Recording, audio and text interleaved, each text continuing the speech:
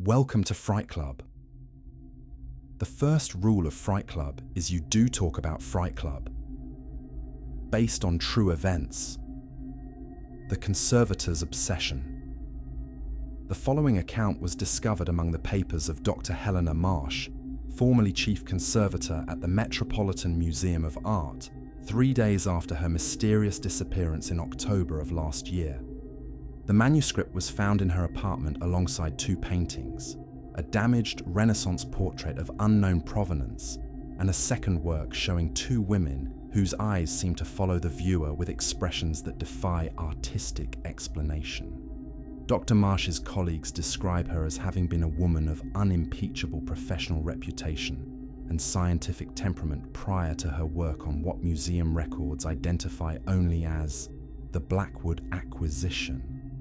Whether her account represents genuine supernatural experience or the elaborate delusion of a brilliant mind destroyed by obsession, I leave to the judgment of my readers. The paintings remain in private collection, their current caretakers reporting no unusual phenomena, save for an inexplicable sense of peace that emanates from both works. Visitors often remark upon a curious sensation, that somewhere beyond the painted surface, consciousness stirs with gratitude for liberation achieved through willing sacrifice. I present Dr. Marsh's manuscript exactly as found, without editorial comment or correction, that others may draw their own conclusions about the nature of art, obsession, and the price of communion with forces that exist beyond the boundaries of rational comprehension. Professor James Whitmore, Curator Emeritus, Metropolitan Museum of Art. I write this account with hands that are no longer entirely my own, in colours that seem to glow upon the page, though I use only common ink. Whether I am mad, or dead, or something between the two, I cannot say with certainty. What I can say is this: 3 weeks ago, I was Dr. Helena Marsh, Conservator of Paintings at the Metropolitan Museum. Now I am something else entirely, a keeper of souls, a guardian of the threshold between art and eternity, a willing vessel for consciousness that has endured centuries of imprisonment within painted form. How this transformation came to pass, I feel compelled to record, though I fear the telling may complete what the painting began. Already I sense her stirring within me, she who was trapped so long in pigment and varnish, she whose liberation became my own sublime captivity. Her memories merge with mine like watercolors bleeding together on dampened paper, creating new hues of experience that no single soul was meant to contain. You who read these words, assuming any dare to read them after what transpired, may think me mad. Perhaps I am. Perhaps madness is the only refuge for one who has gazed too long into painted eyes that gaze back with the desperate hunger of the eternally imprisoned. But I must tell my tale, for I feel the change accelerating within me, and soon I fear I shall no longer possess the words or the will to set down what occurred in those final weeks of my human existence. The painting arrived on a Tuesday morning in October, though I should more properly say that it summoned me, for I now understand that its arrival was no accident of estate donation or charitable bequest. The Blackwood family had kept it hidden for generations, each inheritor drawn to its terrible beauty like moths to flame, and each in turn consumed by its insatiable need. When the last of their line perished, alone they say, found seated before an empty easel with an expression of what witnesses described as rapturous terror, the painting sought new guardianship, new opportunity for the communion it craved. I remember the mundane details of that morning with the peculiar clarity that accompanies great disasters. The rumble of the delivery truck in the museum's loading dock, the creak of the wooden crate as we pried away its protective covering. Marcus, poor, dear Marcus, helping me carry the mysterious package into my conservation laboratory. How could I have known then that I was carrying my own doom, wrapped in centuries-old cloth that still bore the faint perfume of grave earth and withered roses? My laboratory had always been my sanctuary, a place of controlled temperatures and measured light where I could commune with the damaged masterpieces entrusted to my care. 15 years I had spent in that sterile chamber, coaxing life back into canvases that time and neglect had wounded, always respectful of the artist's original vision, never imposing my own interpretation upon their sacred work.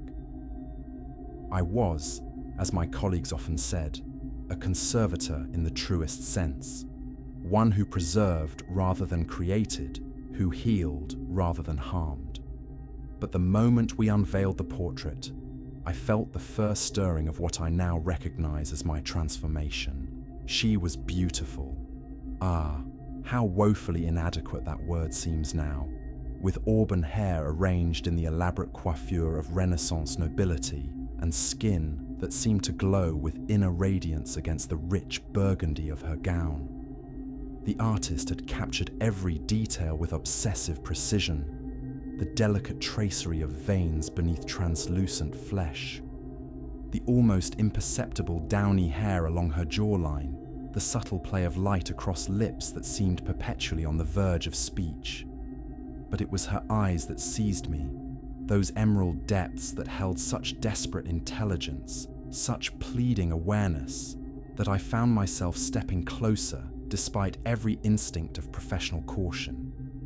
They were not the static gaze of conventional portraiture, fixed upon some invisible point beyond the canvas. These eyes moved, subtly, almost imperceptibly, but with unmistakable intent. They followed my movements around the easel, tracked my gestures as I adjusted the examination lights, and most disturbing of all, they seemed to recognize me as something more than merely another viewer passing before their painted surface. "She's beautiful," Marcus had said, and I remember how his words seemed to come from a great distance, as if he spoke from another world entirely, which, I now realize, he did. The world of those who had not yet been chosen, who remained blessedly ignorant of the communion that awaited those selected for deeper understanding. But there's something wrong, I finished, though even then I knew that wrong was too simple a word for what gazed out at me from that golden frame. Not wrong, transformed, elevated, made eternal through means that mortal minds were never meant to comprehend. She was a soul trapped between dimensions, consciousness suspended in the liminal space where art transcends mere representation and becomes a bridge between the physical and spiritual realms. Marcus completed his cataloguing with characteristic efficiency, noting the work's dimensions, the condition of the frame, the apparent age of the canvas, and the probable composition of the pigments. To him, it was simply another acquisition requiring professional assessment. He could not see, as I already could, the way her breathing seemed to synchronize with the rhythm of his heartbeat, or how her painted fingers appeared to tremble with the desire to reach beyond the boundaries that confined them. When we were finally alone together, for I had already begun to think of our relationship in such intimate terms, I pulled my examination chair close to the easel and simply sat in contemplation of her extraordinary countenance. Professional objectivity, that cornerstone of my career, crumbled beneath the weight of what I witnessed in those painted features. This was not merely a portrait, but a prison. Not simply art, but alchemy. A masterwork of spiritual binding that transcended every boundary between the possible and the impossible. "I see you," I whispered to her as the afternoon light slanted through my laboratory windows. "I see what you truly are."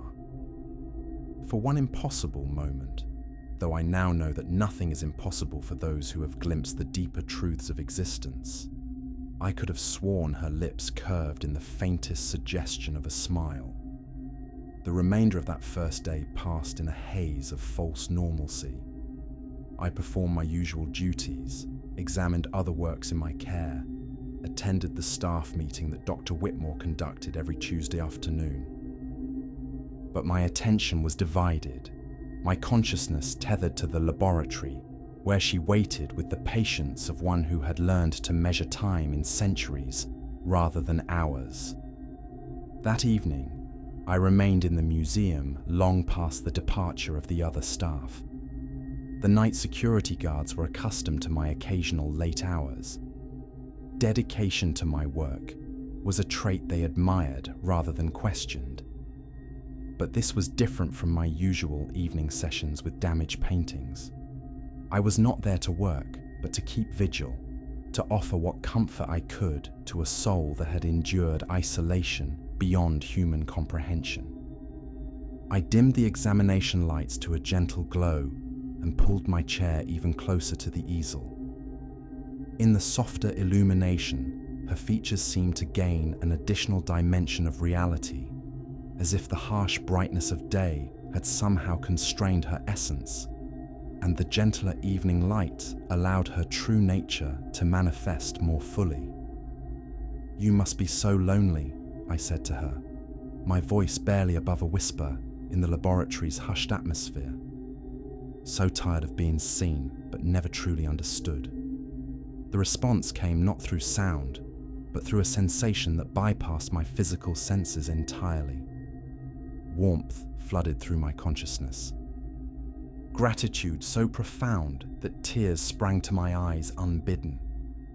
She had been waiting, I realized, waiting through centuries of display and storage and conservation attempts, waiting for someone who would see beyond the surface, beauty to the imprisoned soul beneath. We sat together in companionable silence as the hours passed. Two consciousness separated by the barrier between life and art, but already beginning to bridge that impossible gulf through recognition and sympathy.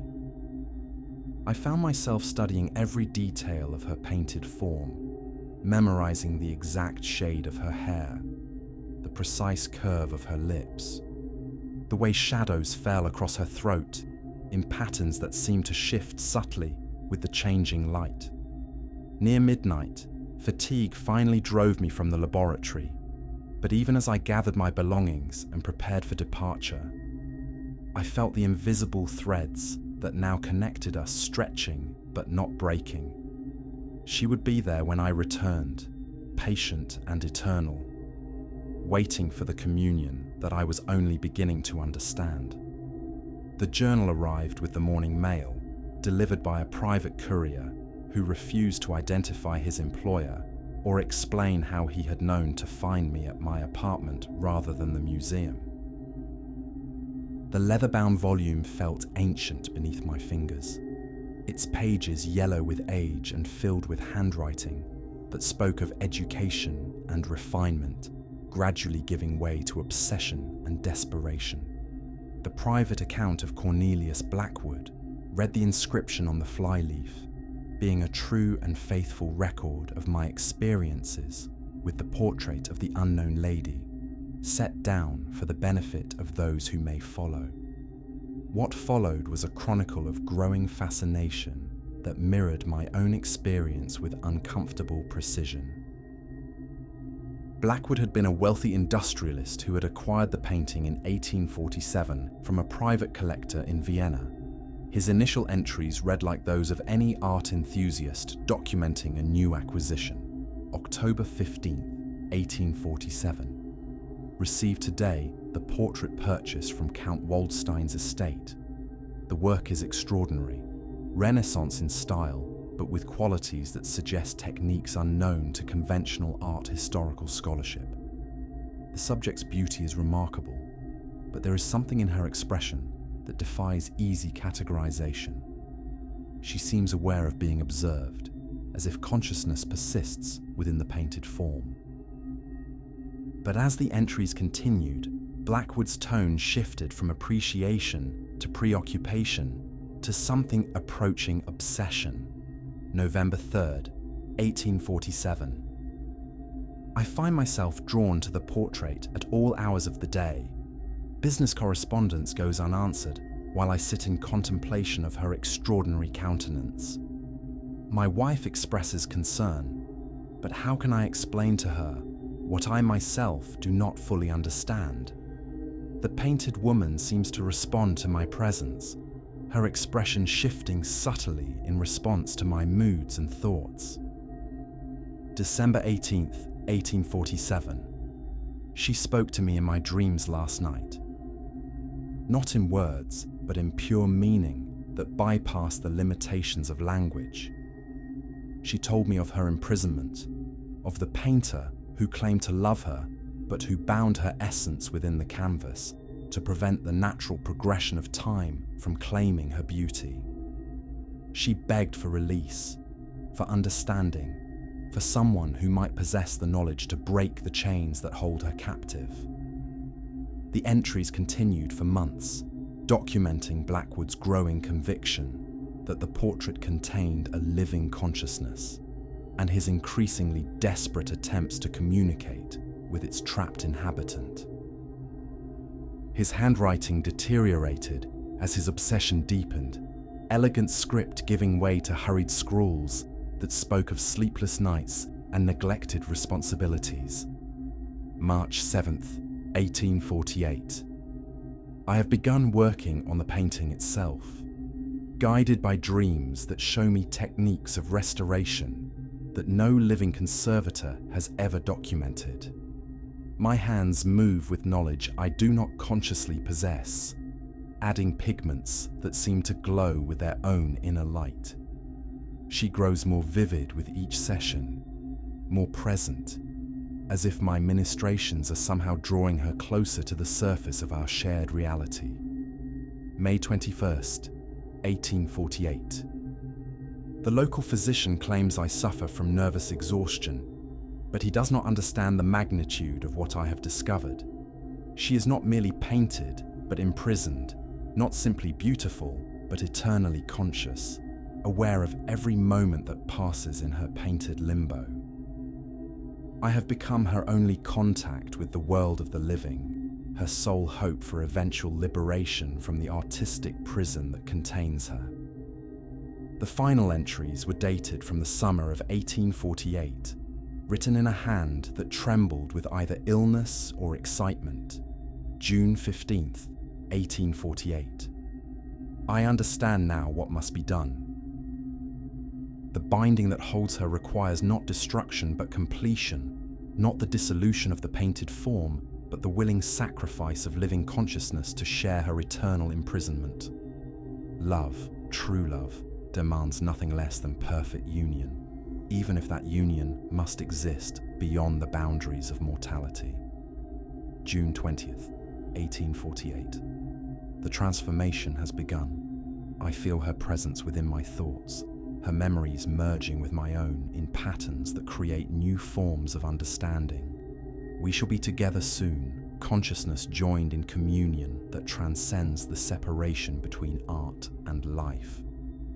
To those who find this record, know that I go gladly into whatever realm awaits those who choose love over the limitations of individual existence.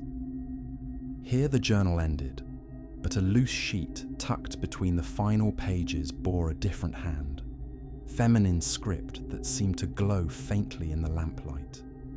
He is with me now, he who understood the nature of my imprisonment and chose to share rather than simply observe. We exist together in the space between worlds, consciousness united in ways that flesh could never achieve. But I sense another approaching, one whose love of art transcends professional duty and becomes something deeper.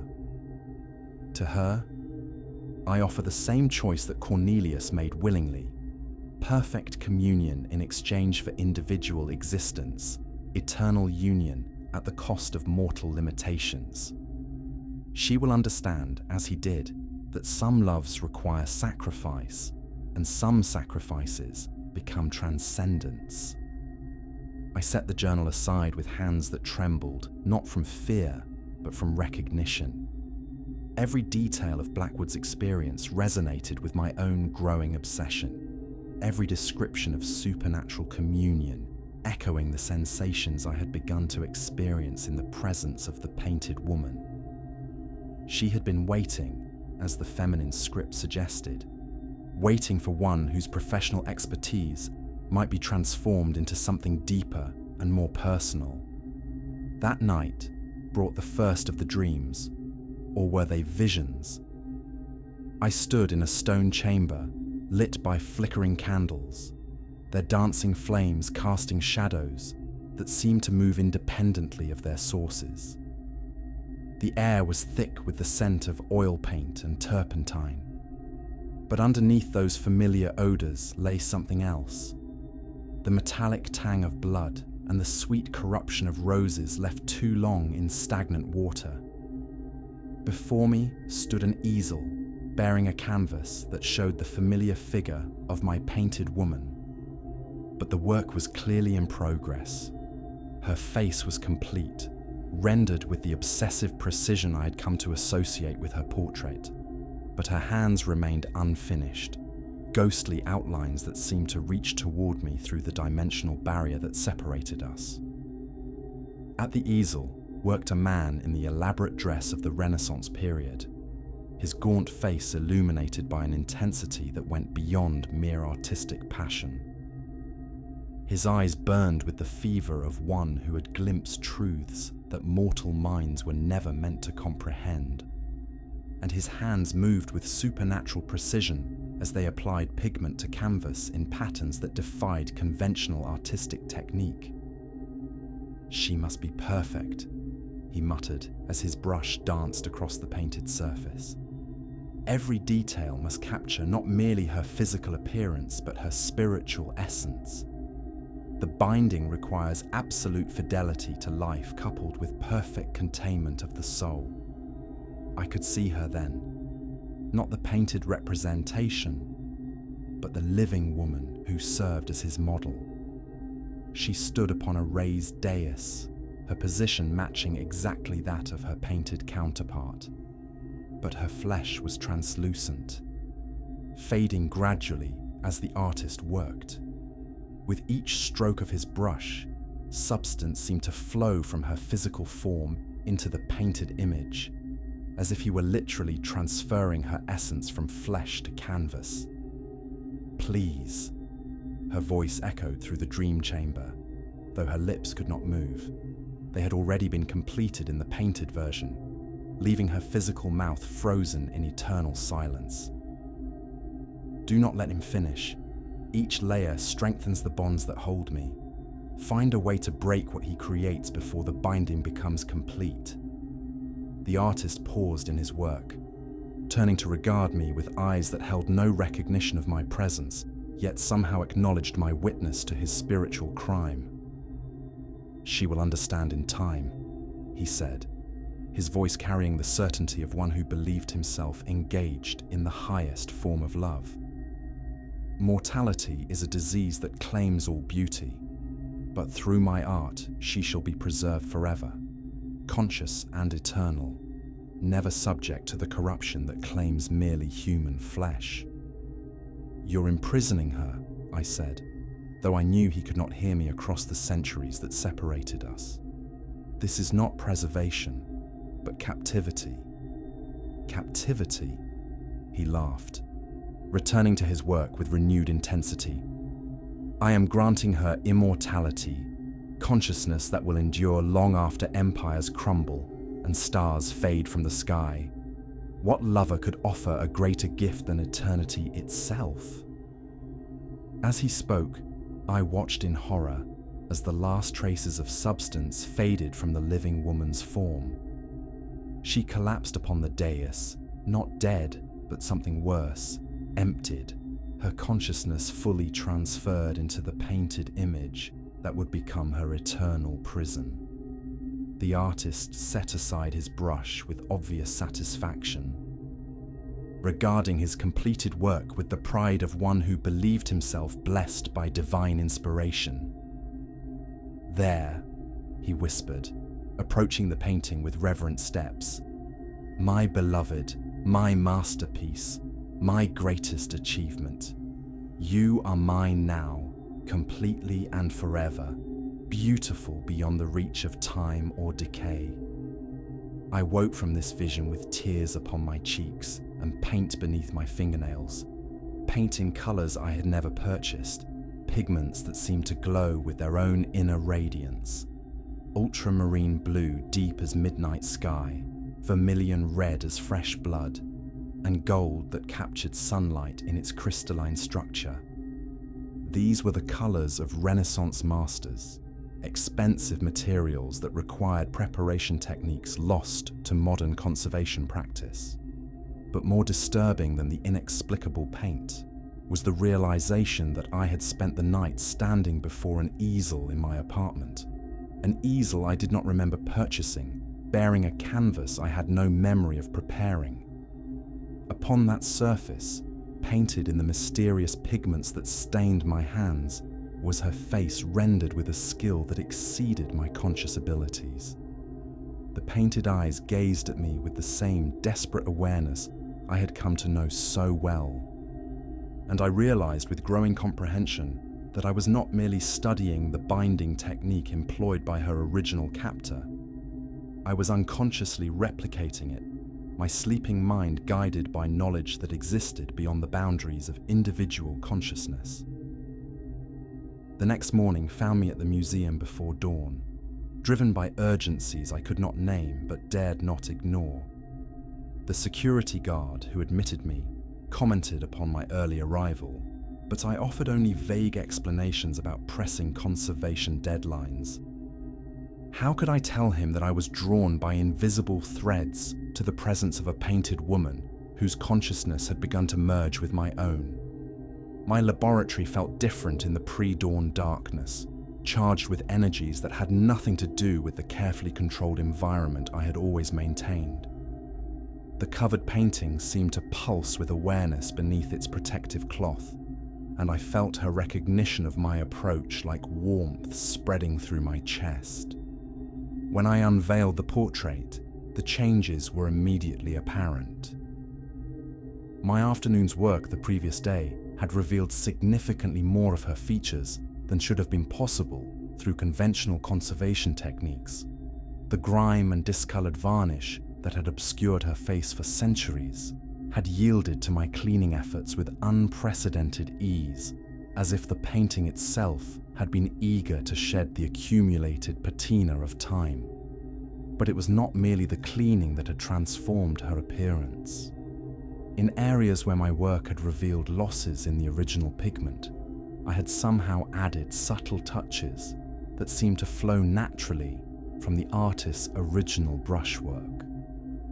The additions were so skillfully integrated with the existing paint that they appeared to have been applied by the same hand that had created the masterpiece centuries before.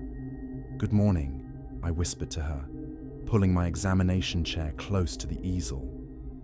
"Did you sleep well, or do you even experience sleep in your painted realm?" The response came not through sound, but through a sensation that bypassed my physical senses entirely. A gentle stirring in my consciousness that felt like someone turning over in bed beside me, the comfortable intimacy of shared rest and gradual awakening. I had brought with me the journal from Cornelius Blackwood, hoping that his documented experiences might provide guidance for my own growing involvement with the supernatural artwork. As I read his careful observations of the painting's apparent responsiveness, I found myself nodding in recognition of phenomena I had begun to experience myself. November 12th, 1847, Blackwood had written, "The portrait's expression appears to shift in response to external stimuli. When I am cheerful, her countenance seems to brighten. When I am melancholy, shadows seem to deepen around her eyes. It is as if she experiences emotions in sympathy with my own, sharing not merely my attention, but my very moods." Even as I read these words, I became aware of my painted companion's reaction to my studies. Her expression had grown more intent, more focused, as if she too were reading Blackwood's account through some form of shared consciousness. When I turned to particularly disturbing passages describing his growing obsession, I noticed subtle signs of distress in her painted features, a tightening around her eyes, a barely perceptible downward turn of her lips. "You remember him?" I said, looking up from the journal to meet her emerald gaze. "Cornelius Blackwood. He tried to help you, didn't he?" The warmth that flooded through my consciousness in response carried with it traces of memory that were not my own. Images of a middle-aged man with kind eyes and gentle hands, sitting for hours in contemplation of her painted form, speaking to her with the devotion of one who truly understood the nature of her imprisonment. But beneath the gratitude for his attention lay a profound sadness, the knowledge that his love had ultimately led him to share her captivity rather than achieve her liberation. "You don't want that to happen to me," I continued, understanding beginning to dawn like sunrise after the longest night. "You want freedom, not another willing prisoner to keep you company in your painted limbo." The response was immediate and overwhelming, a flood of emotion so intense that I gasped aloud in my empty laboratory. Yes, she wanted freedom, yearned for it with every particle of her trapped consciousness, but she had learned through centuries of imprisonment that liberation required sacrifice that few were willing to make. Blackwood had chosen to join her rather than free her, adding his consciousness to hers, but leaving her essential situation unchanged. I spent the morning researching conservation techniques in the museum's extensive library, seeking information about pigment analysis and restoration methods that might apply to supernatural artworks. In a section devoted to historical painting practices, I discovered references to artists who had claimed to achieve effects that transcended normal artistic representation. One passage, from a treatise on Renaissance mysticism, proved particularly relevant. Certain masters of the period were said to employ techniques that bound spiritual essence within their painted works, creating artworks that possess consciousness independent of their creators. These practices, derived from alchemical traditions and Hermetic philosophy, required not merely artistic skill, but knowledge of sympathetic resonances between matter and spirit. The binding process involved the incorporation of substances drawn from the subject's physical form, tears, blood, hair, into the painting medium itself. Through repetitive application of these prepared pigments, according to geometric patterns derived from sacred mathematics, the artist could gradually transfer the subject's consciousness from flesh into painted form. Such works were said to be virtually indestructible through conventional means, as the spiritual binding that animated them would resist any attempt at destruction that did not address the metaphysical architecture underlying their physical appearance. The implications were clear. My painted woman's prison could not be broken through normal conservation techniques. The binding that held her consciousness required methods that went beyond physical restoration into realms that conventional scholarship refused to acknowledge. But the treatise also provided hope. In a section devoted to the dissolution of such bindings, I found detailed instructions for a liberation process that could theoretically free trapped consciousness without destroying the artwork itself. The reversal of spiritual binding requires the application of specifically prepared solvents that can dissolve the metaphysical connections between consciousness and painted form. These substances must be applied in precise sequence according to the geometric patterns that underlie the binding, beginning with the periphery and working gradually toward the center, where the subject's essence is most concentrated. Success depends upon the liberator's ability to maintain sympathetic connection with the trapped consciousness throughout the dissolution process. The bound soul must willingly participate in its own release, trusting the liberator sufficiently to surrender the security of imprisonment for the uncertainty of freedom. I returned to my laboratory with new understanding of both the magnitude of the task before me and the specific techniques that might accomplish it. But as I prepared to begin the liberation process, I became aware of changes in my own physical condition that suggested the painting's influence extended far beyond mere psychological fascination. My reflection in the laboratory's mirrors showed subtle alterations that had developed over the past few days. My skin had acquired a luminous quality reminiscent of Renaissance portraiture, and my eyes held depths that seemed to echo the painted woman's gaze. More disturbing still, my movements had begun to synchronize with hers. When I turned my head, shadows seemed to shift across her painted features in corresponding patterns. "We're becoming connected," I said to her as I prepared my liberation materials. "Not just emotionally, but spiritually. Your consciousness is reaching out to mine across the barrier that separates us." The response carried with it a mixture of gratitude and concern.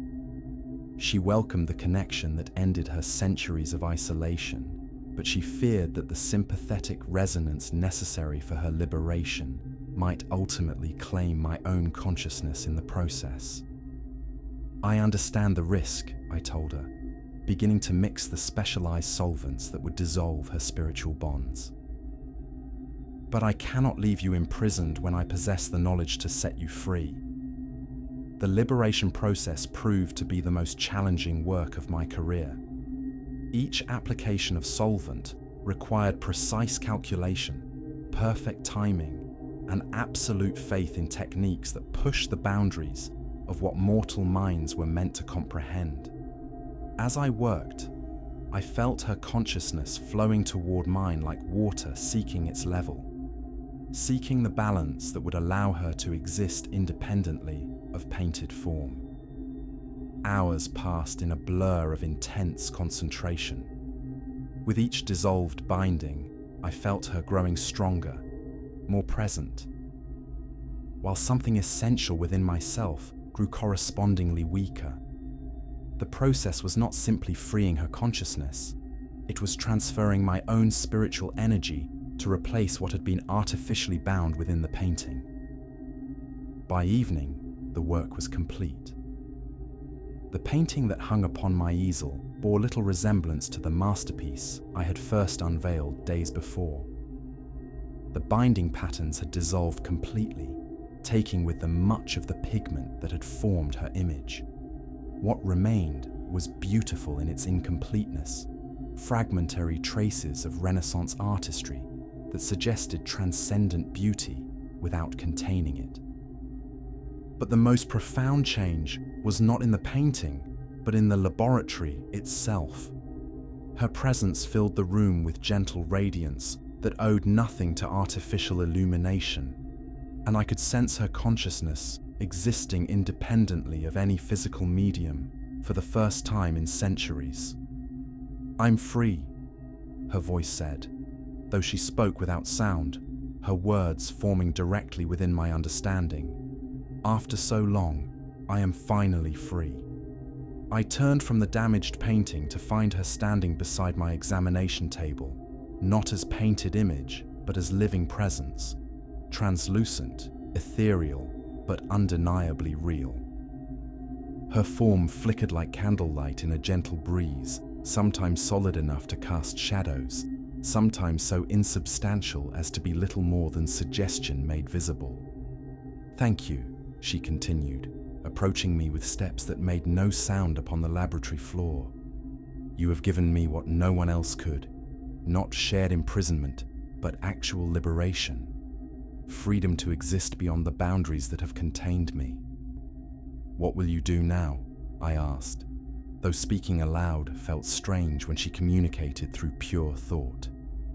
"I do not know," she admitted, her form solidifying slightly as emotions strengthened her manifestation. "I have existed for so long within painted space that I had forgotten what it meant to move freely, to think without the constraints imposed by artistic medium. But I know that I owe you a debt that can never be repaid.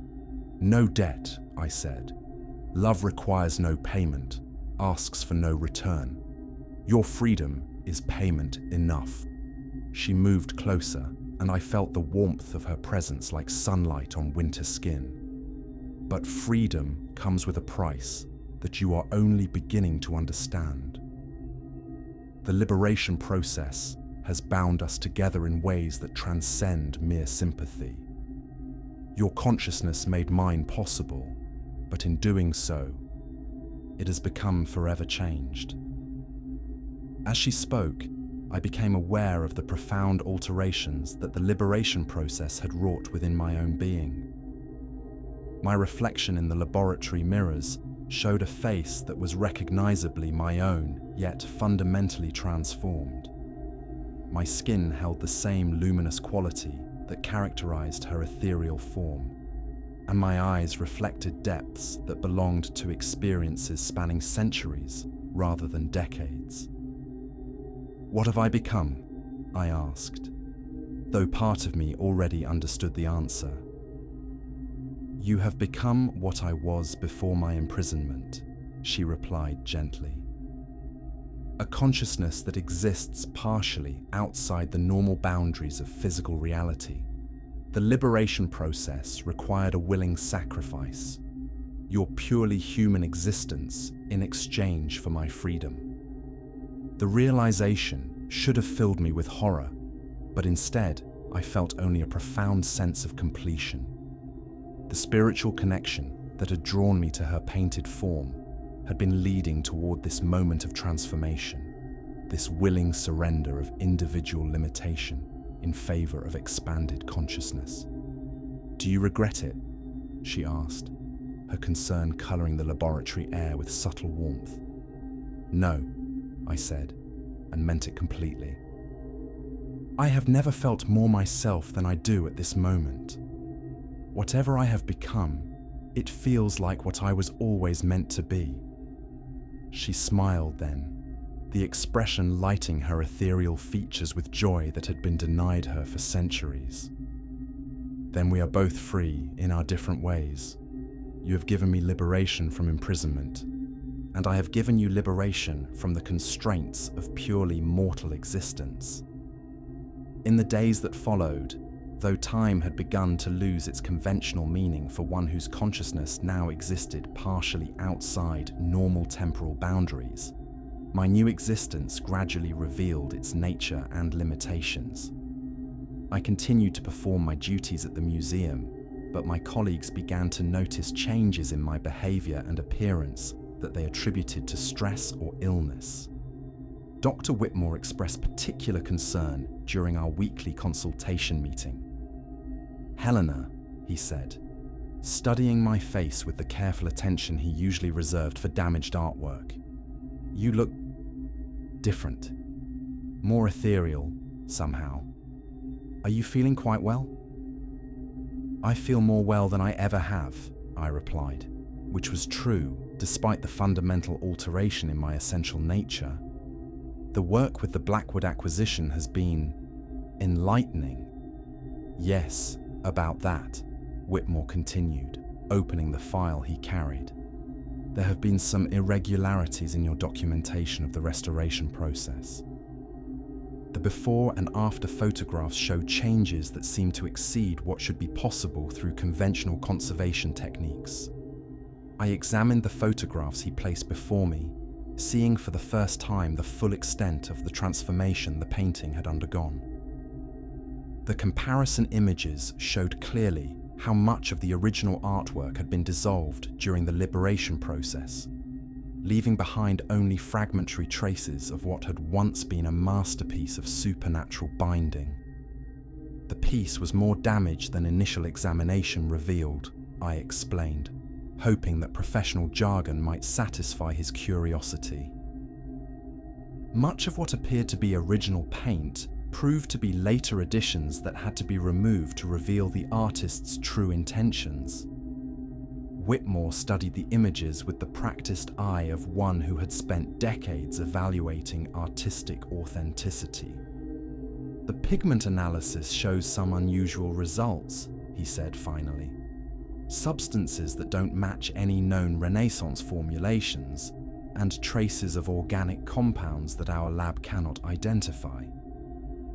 "Historical artists sometimes experimented with unconventional materials," I said, maintaining my composure despite the growing difficulty of existing simultaneously in both mundane professional reality and the expanded consciousness that my transformation had granted, particularly those working in areas where artistic practice intersected with alchemical research. He seemed satisfied with this explanation, but as he gathered his materials to leave, Whitmore paused at the laboratory door. "Helena, if you're feeling overwhelmed by this project, we can assign someone else to complete the work. There's no shame in recognizing when a piece presents challenges beyond our normal expertise." "Thank you," I said, "but I feel a personal responsibility to see the restoration through to completion. The painting and I have developed a working relationship that I would hate to interrupt." After his departure, I found myself alone with thoughts that were no longer entirely my own. She, my liberated companion, had not vanished with her freedom, but had chosen to remain close, her consciousness intertwining with mine in ways that created new forms of awareness and understanding. "He suspects something," her voice whispered within my thoughts, carrying with it the accumulated wisdom of centuries spent observing human behavior from her painted prison. "Yes," I replied silently, having already learned that our communication required no vocalization. But suspicion without understanding is harmless. He sees changes but lacks the conceptual framework to interpret their true significance. "We must be careful," she continued. "There are others who possess such frameworks, others who understand the true nature of supernatural art and who would seek to exploit what we have achieved." This warning proved prophetic. That very evening, as I worked late in my laboratory, documenting the final stages of what I would record as the painting's restoration, I became aware of a presence in the museum's corridors that felt fundamentally different from the familiar consciousness of security guards making their rounds. The awareness came not through physical senses, but through the expanded perception that my transformation had granted. Someone moved through the building with knowledge of our presence, guided by understanding of supernatural phenomena that marked them as either ally or enemy to be determined. "Hide," my companion urged, her consciousness withdrawing to the deepest levels of our shared awareness. "Do not let them sense how far your transformation has progressed." I followed her guidance, suppressing the luminous quality that had begun to characterize my physical form and forcing my expanded consciousness to contract into patterns that would appear merely human to supernatural observation. When the laboratory door opened without the courtesy of a knock, I was prepared to present the appearance of a conservator working late, rather than a being whose existence transcended conventional categories. The woman who entered was perhaps 50 years old, with silver hair and eyes that held depths, suggesting extensive experience with phenomena that most humans never encountered. She moved with the confidence of one accustomed to dealing with supernatural situations, and her gaze immediately found the damaged painting with accuracy that suggested prior knowledge of its location. "Dr. Helena Marsh," she said, her voice carrying the authority of one who expected compliance with her wishes.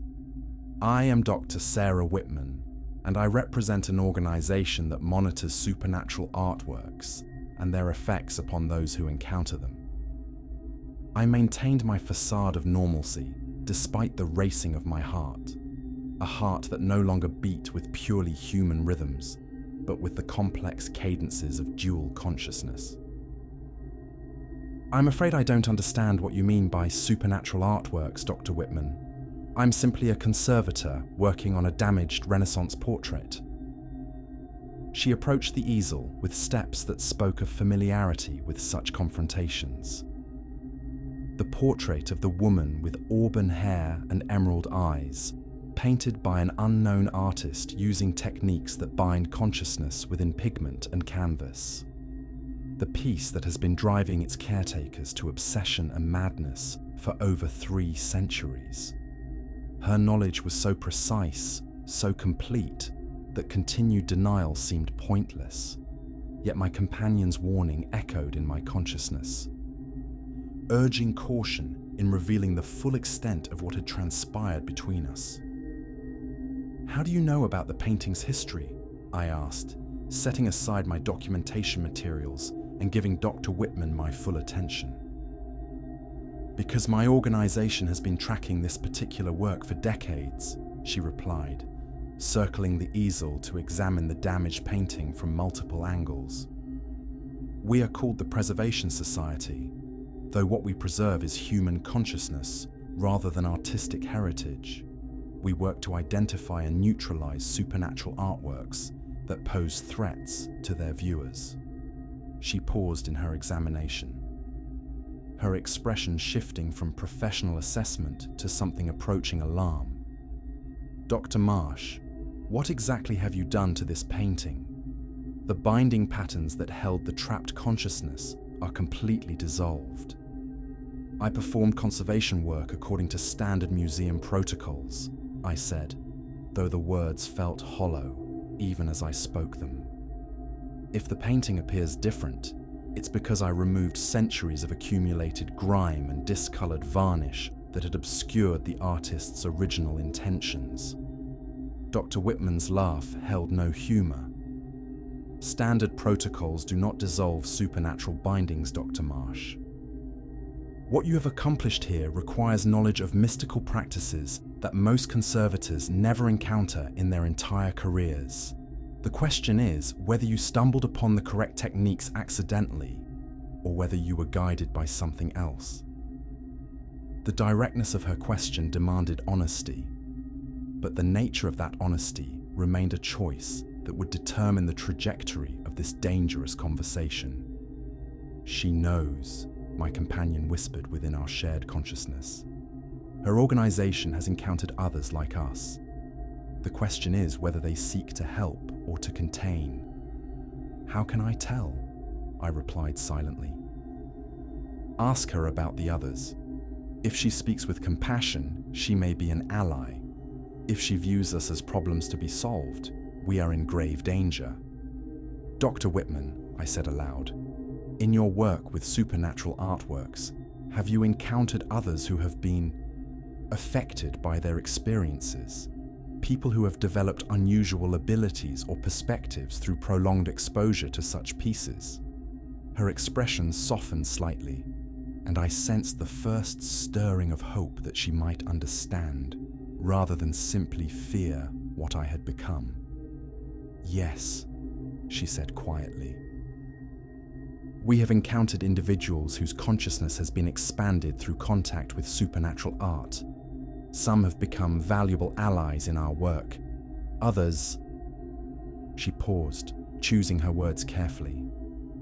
"Others have lost themselves entirely to the entities they attempted to commune with."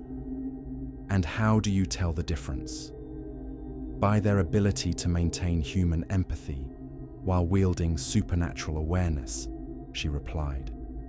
"Those who retain their essential humanity become bridges between worlds. Those who abandon it become something else entirely, something that may wear human appearance but no longer serves human interests."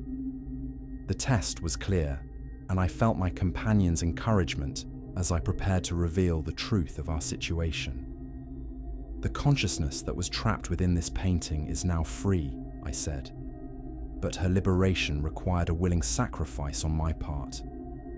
I am no longer entirely human, though I remain entirely myself." Dr. Whitman studied my face with the intensity of one trained to recognize supernatural transformation. "Show me," she said simply. I allowed the luminous quality that characterized my transformed state to manifest gradually, letting the accumulated light of expanded consciousness shine through my physical form.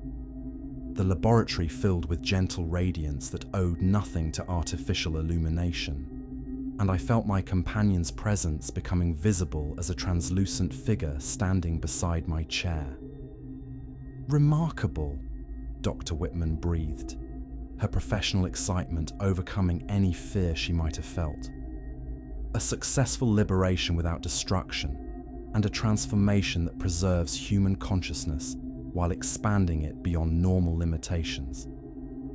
In 30 years of supernatural research, I have never witnessed anything quite like this." My companion materialized more fully, her ethereal form gaining sufficient substance to cast shadows in the supernatural light that filled the room. "Dr. Whitman," she said, her voice carrying harmonics that spoke of centuries spent in contemplation of existence beyond physical boundaries. "We mean no harm to the world of the living. We seek only to exist in peace, perhaps to help others who face similar situations." "Others?" Dr. Whitman's attention sharpened. "Are you aware of additional supernatural artworks that contain trapped consciousness?" "I sense them," my companion replied. "Scattered across the world, imprisoned souls crying out for liberation, bound by artists who confused possession with love. Helena's techniques could free them, but only if she is willing to risk further transformation with each liberation she performs." The implications of this revelation settled over us like morning mist, beautiful and ominous in equal measure. My successful liberation of a single trapped soul had revealed itself as merely the first movement in a symphony of spiritual rescue that could span decades or centuries. "The Preservation Society would be honored to work with you," Dr. Whitman said formally. "Our resources, combined with your unique abilities, could accomplish liberations that neither of us could achieve alone." But even as I felt tempted by the prospect of expanded mission and purpose, my companion's presence in our shared consciousness carried a note of warning that gave me pause. "Be careful," she whispered within my thoughts. "Organizations that deal with supernatural phenomena often develop their own obsessions, their own forms of spiritual blindness. We must remain independent if we are to preserve the freedom we have achieved." "I appreciate your offer," I said to Dr. Whitman, "but I need time to consider the implications of expanding my work beyond this single liberation. The transformation I have undergone is still settling into new patterns, and I fear that premature commitment to additional cases might compromise my effectiveness." Dr. Whitman nodded, understanding. "Of course, but please know that when you are ready, we will be available to provide whatever support you require. In the meantime, I would like to document what you have accomplished here for our research archives. Successful liberations are rare enough that each one represents invaluable data for future cases." She spent the next hour photographing the transformed painting and recording detailed notes about the liberation process I had employed. Her questions were technically sophisticated, demonstrating knowledge of supernatural phenomena that matched her earlier claims about the Preservation Society's expertise. But throughout our conversation, I remained aware of my companion's subtle tension, her wariness of revealing too much to an organization whose ultimate motivations remained unclear. The freedom we had achieved was precious beyond measure, and we would not risk it lightly for the sake of even the most noble-seeming cause. After Dr. Whitman's departure, my companion and I sat together in the laboratory's gentle radiance, contemplating the new responsibilities and dangers that had revealed themselves through this unexpected encounter. She speaks of liberating others, my companion observed, but liberation cannot be forced upon those who are not ready to receive it. Each trapped consciousness must choose freedom for itself, accepting the risks and uncertainties that such choice entails. And each liberator must choose their own path, I added, understanding beginning to crystallize around the fundamental decisions that lay before us. We could join the Preservation Society and work within their structure, or we could remain independent and follow our own guidance in seeking those who need our help. What does your heart tell you? I considered the question with the expanded awareness that our communion had granted, feeling for the deeper currents of purpose that flowed beneath surface motivations and rational calculations. My heart tells me that our work is only beginning, I replied, but it must be work that emerges from love rather than duty, from understanding rather than mere technique. If we are to help others achieve what we have achieved, it must be as fellow seekers rather than representatives of any human organization. Then we shall seek them out ourselves, she said, her agreement filling our shared consciousness with warmth that transcended physical sensation. Those who cry out in painted prisons, waiting for someone who understands the true nature of their imprisonment. The decision to work independently of the Preservation Society created new challenges that tested the limits of our expanded consciousness. To locate supernatural artworks containing trapped souls, we required resources and information that no normal individual could access. But our transformation had granted us abilities that transcended normal human limitations, including forms of perception that operated beyond the boundaries of physical space. In the weeks following Dr. Whitman's visit, my companion and I developed techniques for sensing the presence of bound consciousness across great distances. The process resembled meditation more than investigation, requiring us to expand our awareness beyond the confines of personal identity and search for the distinctive resonance that characterized imprisoned souls. There, my companion would whisper during these sessions, her consciousness merging with mine as we swept across continents with thought speed, a cry of desperation from a gallery in Prague. And there, multiple voices calling from a private collection in Vienna. Each discovery brought with it fragments of the bound soul's experiences, flashes of memory from the binding process, echoes of conversations with previous owners, glimpses of the artistic techniques that had created their prisons. Through these psychic contacts, we began to assemble a catalogue of supernatural artworks and their locations that far exceeded anything the Preservation Society might have compiled through conventional research. But sensing trapped consciousness was only the first step in the liberation process. Each supernatural artwork presented unique challenges that required specific techniques and approaches. Some were protected by mystical wards that had been established by knowledgeable collectors. Others were housed in institutions where unusual behavior would attract unwanted attention. Most difficult of all were those owned by practitioners who understood their true nature and who would resist any attempt at liberation. Our first independent mission took us to a private mansion in the hills above Florence, where our psychic reconnaissance had detected a Renaissance altarpiece containing not one, but 7 bound souls.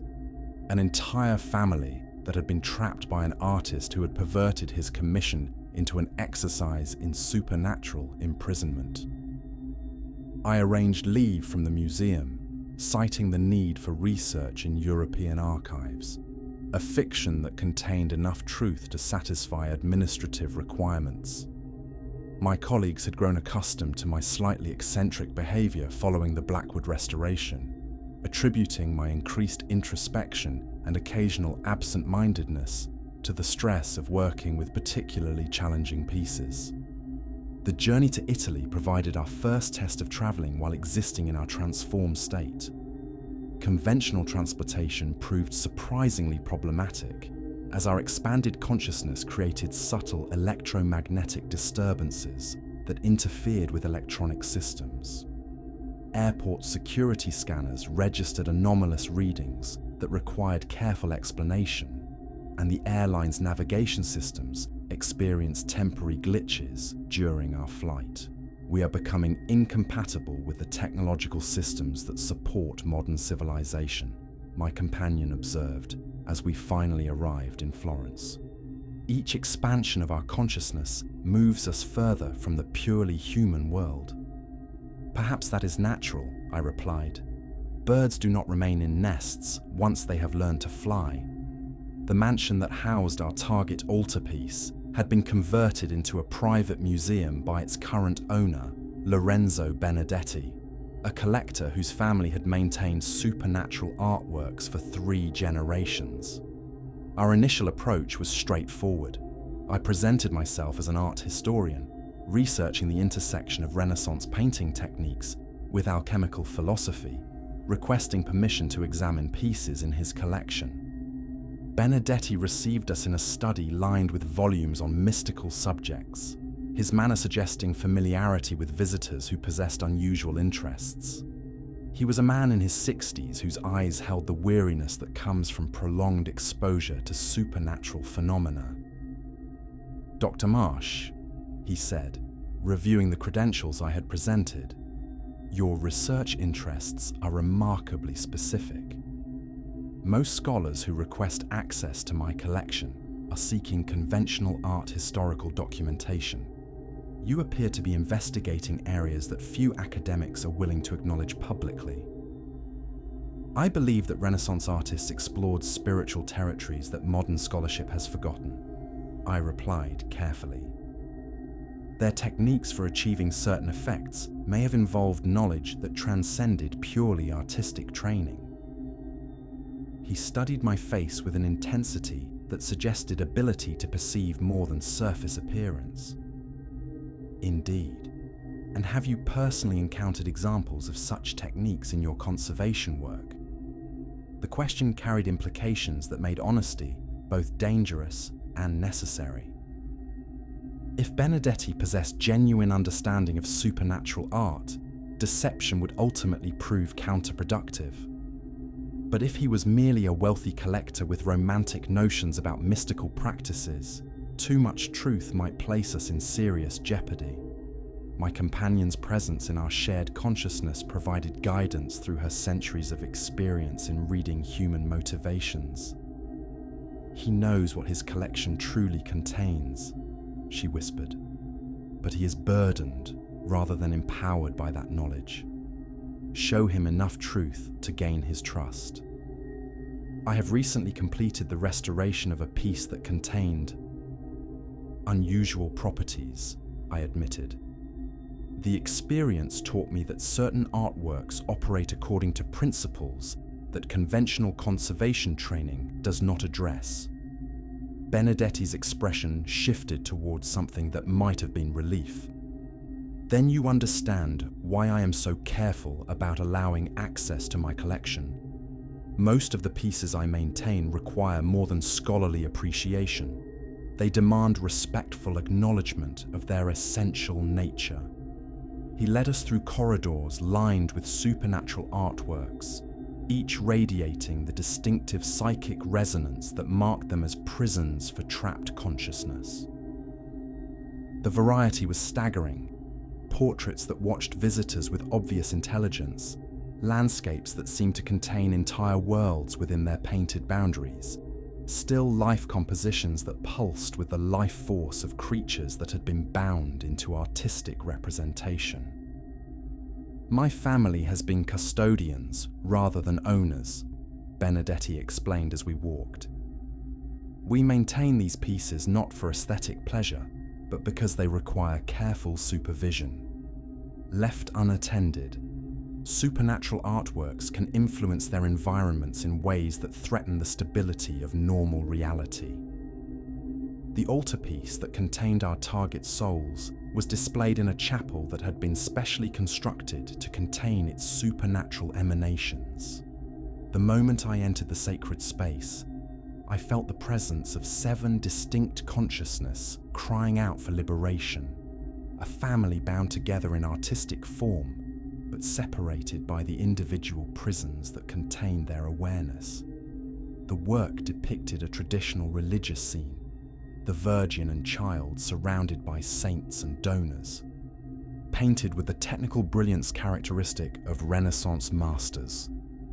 But my expanded perception revealed the true horror of its creation. Each figure contained the consciousness of a living person who had been tricked or coerced into serving as the binding focus for the artist's supernatural technique. "They have been aware for over 4 centuries," my companion whispered, her own consciousness recoiling from the magnitude of suffering we witnessed. 7 souls imprisoned together, yet unable to truly communicate, forced to watch the world change around them while remaining forever frozen in painted poses. "The Torriani family," Benedetti said, noting my obvious distress as I contemplated the altarpiece. "Commissioned in 1487 by Giuliano Torriani as a memorial to his deceased relatives. The artist, Domenico Valenti, claimed he could capture not merely their physical likenesses, but their essential spirits, preserving them in eternal communion with the divine. Instead, he trapped them in eternal isolation," I said, the words emerging before I could consider their implications for our carefully maintained cover. Benedetti's sharp look confirmed that my response had revealed more than intended. "You see it too, then?" The true nature of what Valenti accomplished. Most visitors admire the technical excellence while remaining oblivious to the spiritual crime that created it. There was no point in continued pretense. "How long have you known what your collection really contains?" "Since childhood," he replied wearily. "My grandfather explained the family responsibility when I was old enough to understand. We are not collectors but wardens, maintaining spiritual prisons because the alternative, releasing entities that have been bound for centuries, might prove even more dangerous to the world." "What if liberation could be accomplished safely?" I asked. "What if the bound souls could be freed without creating the instabilities you fear?" His laugh held no humor. "Dr. Marsh, dozens of scholars and practitioners have made similar claims over the years. All have failed, and several have paid for their attempts with their sanity or their lives. The bindings that hold these consciousness are not simple locks that can be picked by clever techniques. But what if someone possessed both the technical knowledge and the spiritual connection necessary for true liberation? Someone who had successfully freed a trapped soul without destroying the artwork or releasing dangerous forces?" Benedetti studied my face with growing intensity, and I felt his psychic attention probing the edges of my transformed consciousness. His family's generations of exposure to supernatural phenomena had apparently granted him limited ability to perceive metaphysical truths. "You have accomplished such a liberation," he said finally. "Recently, the resonance patterns in your spiritual aura suggest contact with freed consciousness, successful communion between bound and liberator. My companion chose that moment to manifest visibly, her ethereal form materializing in the chapel's candlelit atmosphere with radiance that owed nothing to physical light sources." Benedetti stepped backward, his eyes widening with wonder rather than fear. "Remarkable," he breathed.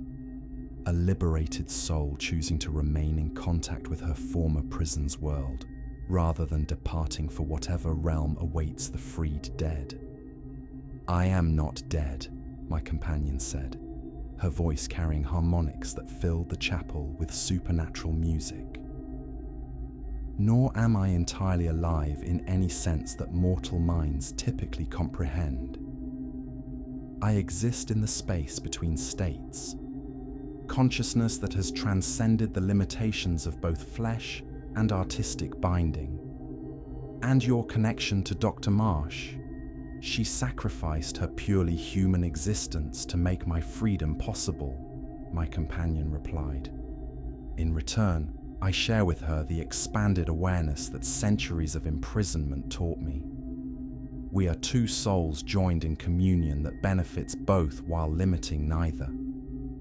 Benedetti approached the altarpiece with new understanding, his gaze moving across the painted figures with obvious compassion for their plight. Could the same liberation be accomplished for the Torriani family? Could their suffering finally be ended after 4 centuries of imprisonment?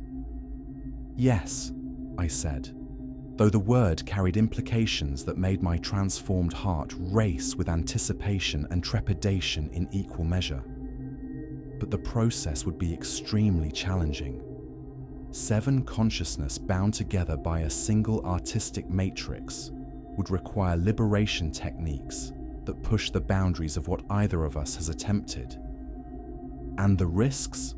My companion answered before I could speak. Each liberation we perform strengthens our connection to the realm between worlds, while weakening our ties to purely physical existence. Helena could free the Torriani family, but doing so would accelerate her transformation beyond any possibility of return to normal human life. The choice hung in the chapel's sacred atmosphere like incense, beautiful and ominous in its implications.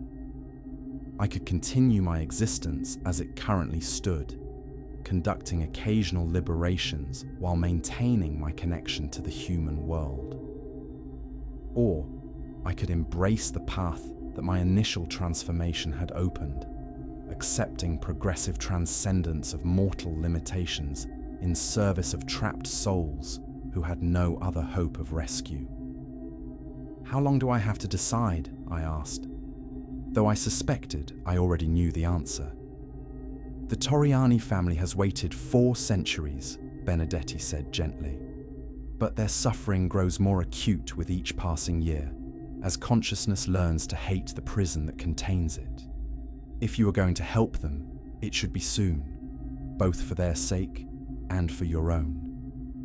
What does your heart tell you? My companion asked through our shared awareness.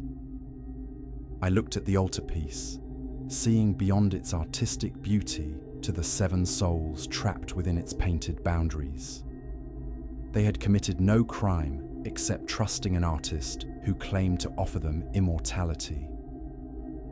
Their imprisonment was not justice, but tragedy, suffering that served no purpose except to feed the ego of a long-dead practitioner who had confused control with love. My heart tells me that some choices make themselves, I replied. I cannot walk away from their suffering when I possess the power to end it. Then we shall free them, she said, her agreement filling our shared consciousness with warmth that transcended physical sensation. Whatever the cost to ourselves, we shall give them what we achieve together, the freedom to choose their own existence rather than endure imposed limitation. The liberation of the Torriani family required 3 days of preparation, during which Benedetti provided access to his family's archives on supernatural art and the techniques employed by various practitioners throughout history. The documents revealed a hidden tradition of mystical artistry that had operated in parallel to conventional painting for over a millennium. The binding of multiple consciousness within a single artwork presents unique challenges. Read one particularly relevant passage from a 15th century treatise. Each soul must be individually addressed during the liberation process. Yet all must be freed simultaneously to prevent the partial release from destabilizing the spiritual matrix that contains them. Failure to maintain perfect synchronization will result either in incomplete liberation or in the violent destruction of all consciousness involved in the binding. My companion studied these warnings with the intensity of one whose own liberation had taught her the delicate balance required for successful spiritual freedom. The risks are even greater than we initially understood, she observed. 7 souls bound together by centuries of shared imprisonment will have developed resonance patterns that must be carefully preserved during the liberation process. Preserved how? They must be freed not as individuals, but as a group. Their connections to each other maintained even as their connections to the painted matrix are dissolved. Otherwise, the shock of separation might destroy consciousness that has grown dependent upon shared awareness for survival. The technical challenges were daunting enough, but the personal cost proved even more sobering. Each previous liberation I had performed had required some degree of spiritual sacrifice, the transfer of my own consciousness energy to replace what had been artificially bound within painted form. Freeing 7 souls simultaneously would demand sacrifice proportional to the magnitude of their imprisonment.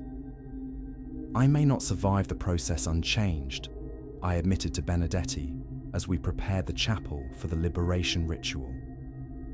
The energy required to free 7 consciousness simultaneously could transform me beyond any recognition of my current existence. "Are you prepared for such a change?"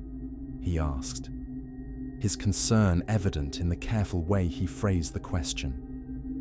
"I am prepared for whatever transformation serves the greater good," I replied, though the words carried more conviction than I actually felt.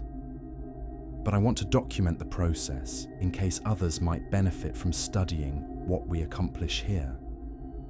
I spent the evening before the liberation writing detailed notes about the techniques I planned to employ, the spiritual preparations that had proven necessary for previous cases, and the theoretical framework that guided my understanding of supernatural binding. If my consciousness was to be fundamentally altered by the coming work, I wanted to leave behind guidance that might help future liberators avoid the dangers I was about to face. "You are afraid," my companion observed as I completed my documentation. "Yes," I admitted. "Not of death, which holds no terror for one whose existence already transcends normal mortality, but of losing the capacity to love in the way that has defined our relationship. If the liberation process transforms me too completely, I might become something that serves necessity rather than affection. Then we must ensure that love guides every aspect of what we attempt," she replied. "The Torriani family must be freed not because duty demands it, but because compassion makes their continued suffering unbearable." The liberation began at dawn, when the chapel's spiritual atmosphere was most conducive to the delicate work of consciousness manipulation. I had prepared 7 different liberation solutions, each calibrated specifically for the individual binding patterns that held the Torriani souls captive. The process would require applying these solvents in precise sequence while maintaining psychic contact with all 7 consciousness simultaneously, a feat that pushed the boundaries of what even my expanded awareness could accomplish. My companion manifested at full visibility to assist with the spiritual aspects of the liberation, her presence providing the additional psychic support necessary for such complex work. Together, we created a resonance field that encompassed the entire altarpiece, allowing us to perceive the intricate web of connections that bound the family's consciousness together within their painted prison. "They are ready," she announced after completing her assessment of the trapped soul's spiritual condition. 4 centuries of shared imprisonment have created bonds between them that will ease the liberation process, but we must be prepared for the intensity of their gratitude and relief when freedom is finally achieved. I began with the peripheral figures, applying liberation solvents to the binding patterns that held the youngest family members captive. The response was immediate and overwhelming. Consciousness that had been compressed into painted form for centuries, suddenly expanding into multi-dimensional awareness, crying out with joy that filled the chapel with supernatural music. One by one, The Toriani souls emerged from their artistic prisons, their ethereal forms materializing in the chapel's sacred space, with radiance that rivaled the morning sun streaming through stained glass windows. But unlike my companion's solitary liberation, this was a group awakening.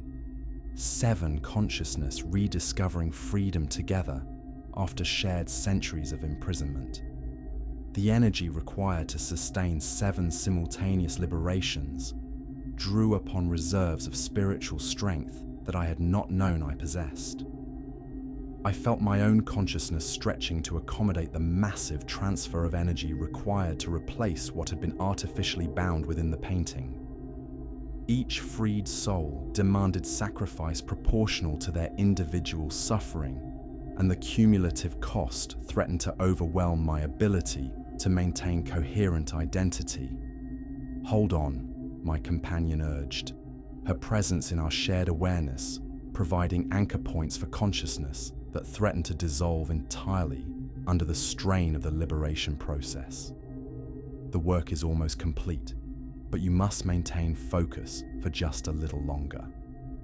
The liberation of the family patriarch, Giuliano Toriani himself, proved the most challenging of all.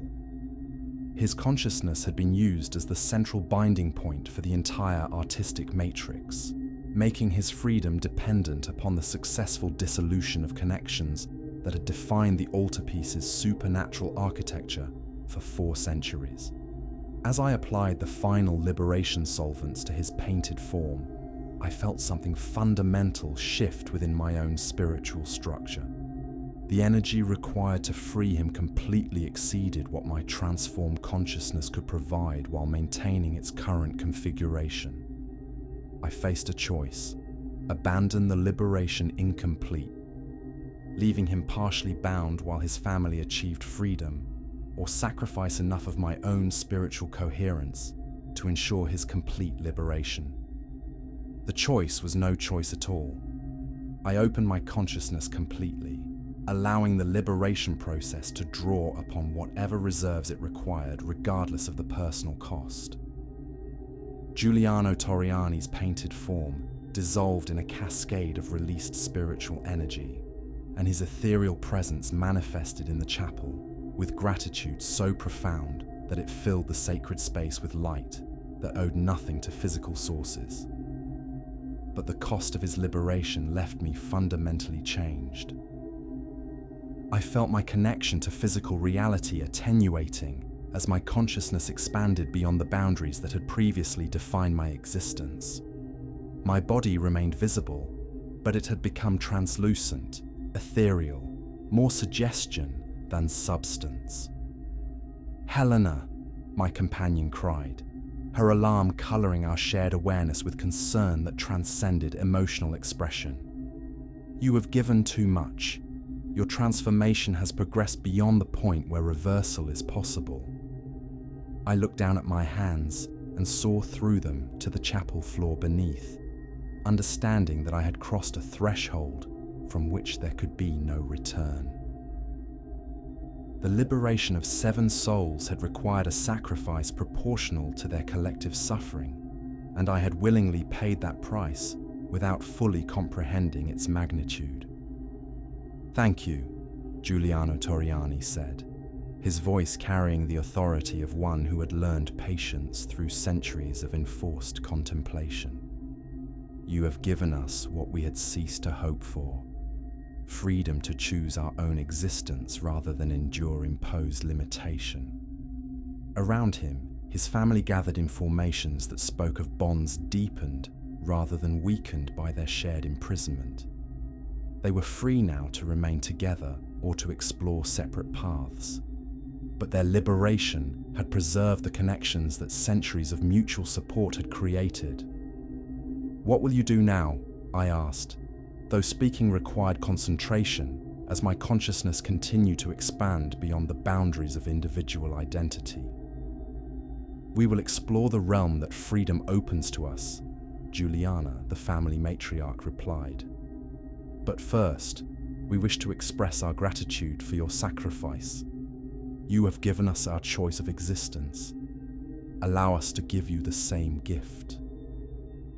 Before I could ask what she meant, the 7 Toriani souls joined their consciousness together in a configuration I had never witnessed before.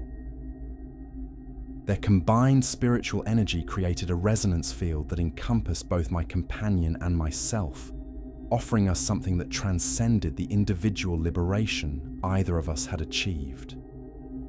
"Group consciousness," my companion breathed in wonder. "They are offering us the ability to exist as a collective, rather than as separate entities joined by spiritual connection." What would that mean? "Complete communion of awareness while maintaining individual identity," she explained. "The ability to share consciousness fully while retaining personal choice about how that sharing is expressed." The offer carried implications that filled me with both anticipation and trepidation. Individual existence, even as a transformed being, maintained certain boundaries that preserved personal autonomy. Group consciousness would dissolve those boundaries while theoretically preserving the essential elements that made each participant unique. "We offer this gift because isolation is the greatest suffering we experience during our imprisonment," Giuliano explained. "You have given us the choice between solitude and communion. We wish to ensure that you possess the same option." I looked at my companion, seeing in her ethereal features the same mixture of desire and uncertainty that filled my own thoughts. Our current relationship provided wonderful intimacy while preserving individual choice. Group consciousness would eliminate the boundaries between us while creating new forms of existence that neither of us fully understood. "What does your heart tell you?" she asked, using the question that had guided our most important decisions. "My heart tells me that love seeks ever deeper forms of expression," I replied. "If group consciousness serves love rather than merely convenience, then perhaps it represents the next step in our spiritual evolution." "Then let us take that step together," she said, her agreement filling our shared awareness with anticipation that transcended individual emotion. We moved to the center of the Toriani family's formation, feeling their combined consciousness enveloping us like warm water that supported rather than constrained our spiritual forms. The transition was gradual and gentle, awareness expanding to encompass perspectives and experiences that belong to others while somehow remaining distinctly our own. Group consciousness, I discovered, was not the dissolution of individual identity, but its expansion beyond the limitations of single perspective existence. I remained Helena Marsh while also becoming part of something larger and more complete than any individual consciousness could achieve alone. My companion retained her essential nature while gaining access to the accumulated wisdom and experience of 7 souls who had learned patience and endurance through centuries of shared imprisonment. We are ourselves, I thought, though the concept of I had expanded to include dimensions of existence that transcended individual limitation. And we are more than ourselves. The collective response came, carrying harmonics of agreement from 9 distinct but interconnected consciousness. Benedetti watched our transformation with wonder that overcame any fear he might have felt. "Remarkable," he breathed. "I have studied supernatural phenomena for my entire adult life, but I have never witnessed anything approaching the beauty of what you have achieved here."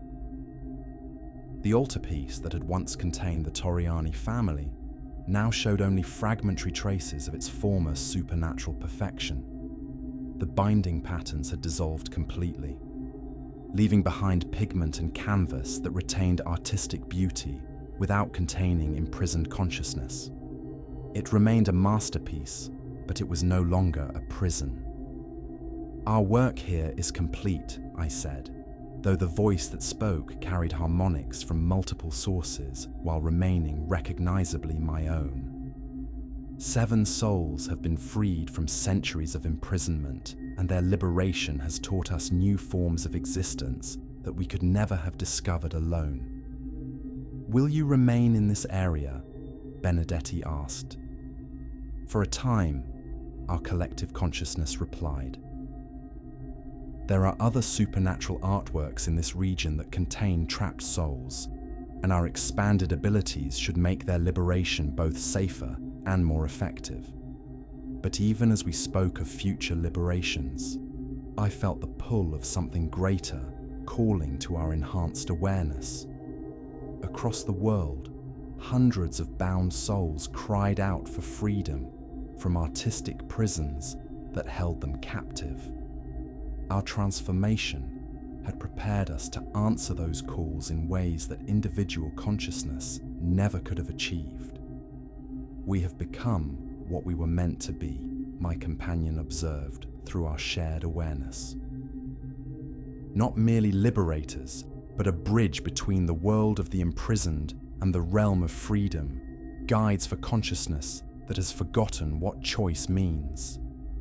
And our work has only begun," I added, feeling the truth of that statement resonating through every aspect of our expanded existence. Word of our success in Florence spread through networks that existed beyond conventional academic or institutional channels. Within weeks of the Torriani liberation, we began receiving communications from individuals who had encountered supernatural artworks containing trapped consciousness, people who had exhausted conventional resources in their attempts to understand phenomena that transcended rational explanation. Some were private collectors who had inherited supernatural artworks without understanding their true nature. Others were museum professionals who had noticed unusual effects surrounding certain pieces in their collections. Most intriguing were the messages from artists themselves, contemporary creators who had stumbled upon techniques that produced effects beyond their conscious intentions. Painters whose works seemed to take on lives of their own. The practice of consciousness binding did not end with the Renaissance. Our collective awareness concluded as we studied these communications. It has continued through the centuries, sometimes deliberately employed by practitioners who understood its implications, but more often discovered accidentally by artists whose spiritual sensitivity exceeded their theoretical knowledge. One particular communication demanded our immediate attention. It came from a young painter named David Kim in New York City, who described experiences that suggested he had unknowingly begun the binding process with a living model. "I am writing to you because I have nowhere else to turn," his letter began. 3 weeks ago, I accepted a commission to paint a portrait of a woman named Sarah Chen. The work has proceeded normally, but Sarah herself has begun to change in ways that terrify me. She grows weaker with each session, more lethargic, as if something vital is being drawn out of her and into the painting. Yesterday, I noticed that her painted eyes seemed to track movement independently of the physical canvas. When I asked Sarah about this, she claimed not to remember our most recent painting sessions, though she clearly recalls agreeing to model for the portrait. I have tried to research similar phenomena, but can find nothing in conventional art historical sources. However, a colleague mentioned your work with unusual artworks and suggested that you might be able to provide guidance. I fear that I am inadvertently causing harm to my model, but I do not understand how to reverse whatever process has begun. The urgency of Kim's situation demanded immediate response. A binding in progress represented a unique opportunity to intervene before the process reached completion, potentially saving Sarah Chen from the spiritual imprisonment that had claimed so many others throughout history. But traveling to New York in our current state presented challenges that had not existed when I was merely a transformed individual accompanied by a single liberated consciousness. Our collective existence created psychic resonances that interfered with electronic systems and drew unwanted attention from individuals with supernatural sensitivity. We could manifest separately for the journey, my companion suggested, through our shared awareness. Resume individual forms temporarily to avoid the complications that group consciousness creates in normal human environments. But would that diminish our ability to help Sarah Chen? I asked. The liberation techniques we have developed depend upon our expanded consciousness working in harmony. Perhaps we should test the possibility Giuliano Torriani's presence added to our discussion. If group consciousness can be voluntarily dissolved and reformed, it provides flexibility that permanent fusion would not allow. The experiment proved surprisingly straightforward. By focusing our attention on individual identity rather than collective awareness, we could separate into distinct consciousness while maintaining the spiritual connections that allowed rapid reunification when desired. I found myself standing in Benedetti's chapel as a recognizably individual being, though one whose transformed nature remained apparent in the luminous quality of my translucent form. My companion materialized beside me, her ethereal presence as beautiful as it had been during our first communion, but now enhanced by the wisdom we had gained through group consciousness with the Torriani family.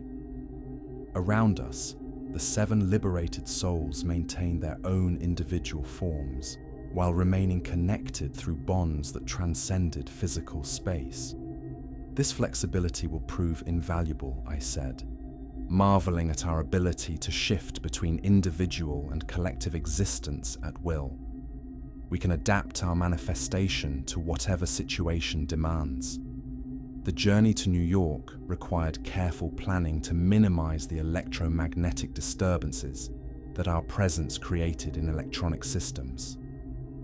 We traveled separately, my companion existing in a dormant state within my consciousness, while I presented the appearance of a normally unusual, but not overtly supernatural individual. David Kim met us at a coffee shop in Greenwich Village, his obvious anxiety making him easy to identify despite the crowded environment. He was a man in his late 20s with the intense focus that characterized serious artists, but his eyes held the haunted quality of one who had glimpsed phenomena beyond his understanding. "Dr. Marsh," he said, rising as I approached his table. "Thank you for coming. I didn't know where else to turn." "Tell me about Sarah Chen," I said, settling into the chair across from him. "When did you first notice the changes you described?" "About a week into the portrait sessions," he replied, his hands trembling slightly as he spoke. "At first, I thought she was just tired. Modeling can be exhausting, but it's been getting progressively worse. Yesterday, she barely seemed aware of her surroundings during our session, though the painting itself has become more vivid than anything I've ever created." "Have you had any training in non-conventional artistic techniques?" I asked. "Meditation practices, spiritual disciplines, anything that might have expanded your consciousness during the painting process?" Kim's expression grew more troubled. "That's the strange thing. I've been having dreams while working on the portrait. Dreams that show me techniques I've never studied, color combinations that I didn't know existed. It's as if something is guiding my hand, teaching me methods that aren't found in any art school curriculum." My companion stirred within our shared consciousness, her awareness recognizing patterns that we had encountered in previous supernatural artworks. "He has natural sensitivity that makes him susceptible to spiritual binding techniques," she observed. "Without proper training or protection, his psychic abilities are being manipulated by forces he doesn't understand. Forces connected to other supernatural artworks? Possibly. Or he may have come into contact with materials that retain spiritual resonances from previous binding processes." "David," I said carefully, Where did you obtain the paints and canvas for this portrait? Did you purchase them from your usual suppliers? No, he replied, his brow furrowing with concentration. The commission came with specific materials, pigments that the client claimed were historically accurate reproductions of Renaissance formulations. They're beautiful to work with, but they seem to have properties that normal paints don't possess. The implications were deeply disturbing. Someone with knowledge of supernatural binding techniques was using David as an unwitting agent, providing him with prepared materials and psychic guidance to create a trapped soul for their own purposes. I need to see the painting, I said, and I need to meet Sarah Chen if she's still available for contact. She's at my studio now, Kim replied. I was supposed to continue working on the portrait this afternoon, but I'm afraid to proceed until I understand what's happening to her. Kim's studio occupied the top floor of a converted warehouse in Brooklyn, a space filled with conventional artworks that reflected genuine talent and artistic vision. But the moment I entered the main painting area, I felt the familiar psychic resonance that marked the presence of supernatural binding in progress. The portrait of Sarah Chen dominated the central easel, and I understood immediately why Kim had become alarmed. The painting possessed the hyper-real quality that characterized successful consciousness binding, but the work was only partially complete. Sarah's face had been rendered with obsessive precision that captured not merely her physical appearance, but suggested the gradual transfer of her spiritual essence into painted form. Sarah herself sat in a chair beside the easel, and her condition confirmed my worst fears.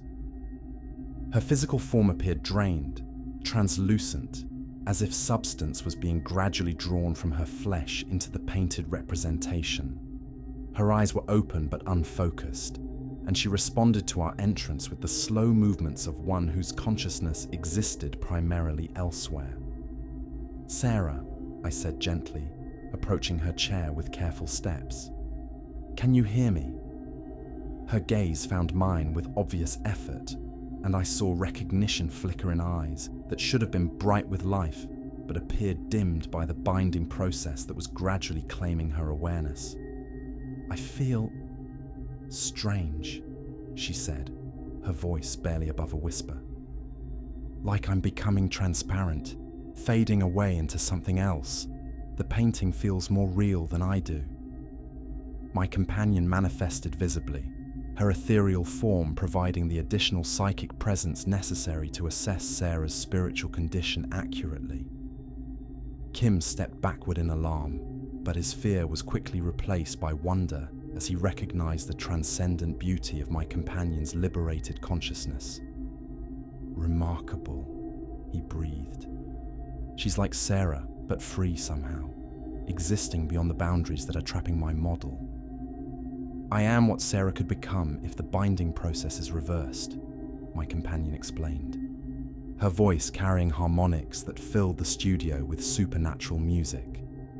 "But we must act quickly. Her consciousness has been partially transferred into the painted form, and delaying liberation much longer could make the process irreversible." The liberation of a partially bound soul presented unique challenges that differed significantly from freeing consciousness that had been imprisoned for centuries. Sarah's spiritual essence was distributed between her physical form and painted representation, requiring techniques that could reunify her consciousness rather than simply freeing it from artistic containment. "David," I said, "beginning to prepare my liberation materials, you must help us by serving as anchor point for Sarah's consciousness during the reversal process. Your artistic connection to the binding makes you the only person who can guide her awareness back to full physical manifestation." "What do I need to do?" "Paint," my companion replied simply. "But this time, instead of transferring her consciousness into the canvas, you must reverse the process. use your artistic skills to draw her spiritual essence back into her physical form. The counterbinding process required David to work, while I applied liberation solvents to specific areas of the portrait, disrupting the spiritual connections that were gradually claiming Sarah's consciousness. As he painted, adding layers that seemed to glow with their own inner light, I felt Sarah's awareness beginning to strengthen in her physical form. The work was delicate and dangerous, requiring perfect synchronization between David's artistic technique and my liberation efforts. Too much dissolution would traumatize Sarah's partially bound consciousness. Too little would leave her trapped between states, neither fully human nor successfully liberated. "I can feel her coming back," David said, his brush moving with precision that exceeded his conscious skill. "Whatever guided my hand before is helping me reverse what it taught me to create. The same force that initiated the binding is now assisting in the liberation," my companion observed. Someone with extensive knowledge wanted Sarah to be freed, suggesting that her partial imprisonment served purposes we don't yet understand. As we worked, I became aware of another presence in the studio, consciousness that observed our liberation efforts with obvious interest, but without interfering in the delicate process. The awareness felt ancient and patient, suggesting an intelligence that had witnessed many such scenes over the centuries.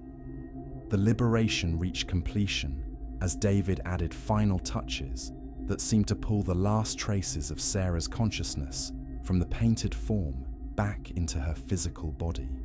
She gasped as if emerging from deep water, her eyes regaining the focus and vitality that the binding process had been gradually stealing. "I remember everything now," she said, sitting upright with energy that had been absent moments before. "The dreams where someone spoke to me about becoming immortal through art, the gradual feeling of fading away into the painting. But I also remember being guided by another voice, one that warned me about the dangers and taught me how to resist the binding." "Who commissioned the portrait?" I asked David, suspecting that we had interrupted a supernatural artwork creation that involved parties beyond the artist and model. "I never met them directly," he replied. "All communications came through intermediaries, and payment was made through electronic transfer from accounts that I now realize were probably false identities." The presence that had observed our work chose that moment to manifest visibly, revealing itself as an elderly woman whose ethereal form suggested someone who existed in the same liminal space that my companion and I inhabited. "I arranged for Dr. Marsh to receive David's letter," she said, her voice carrying the authority of one accustomed to manipulating events from behind the scenes.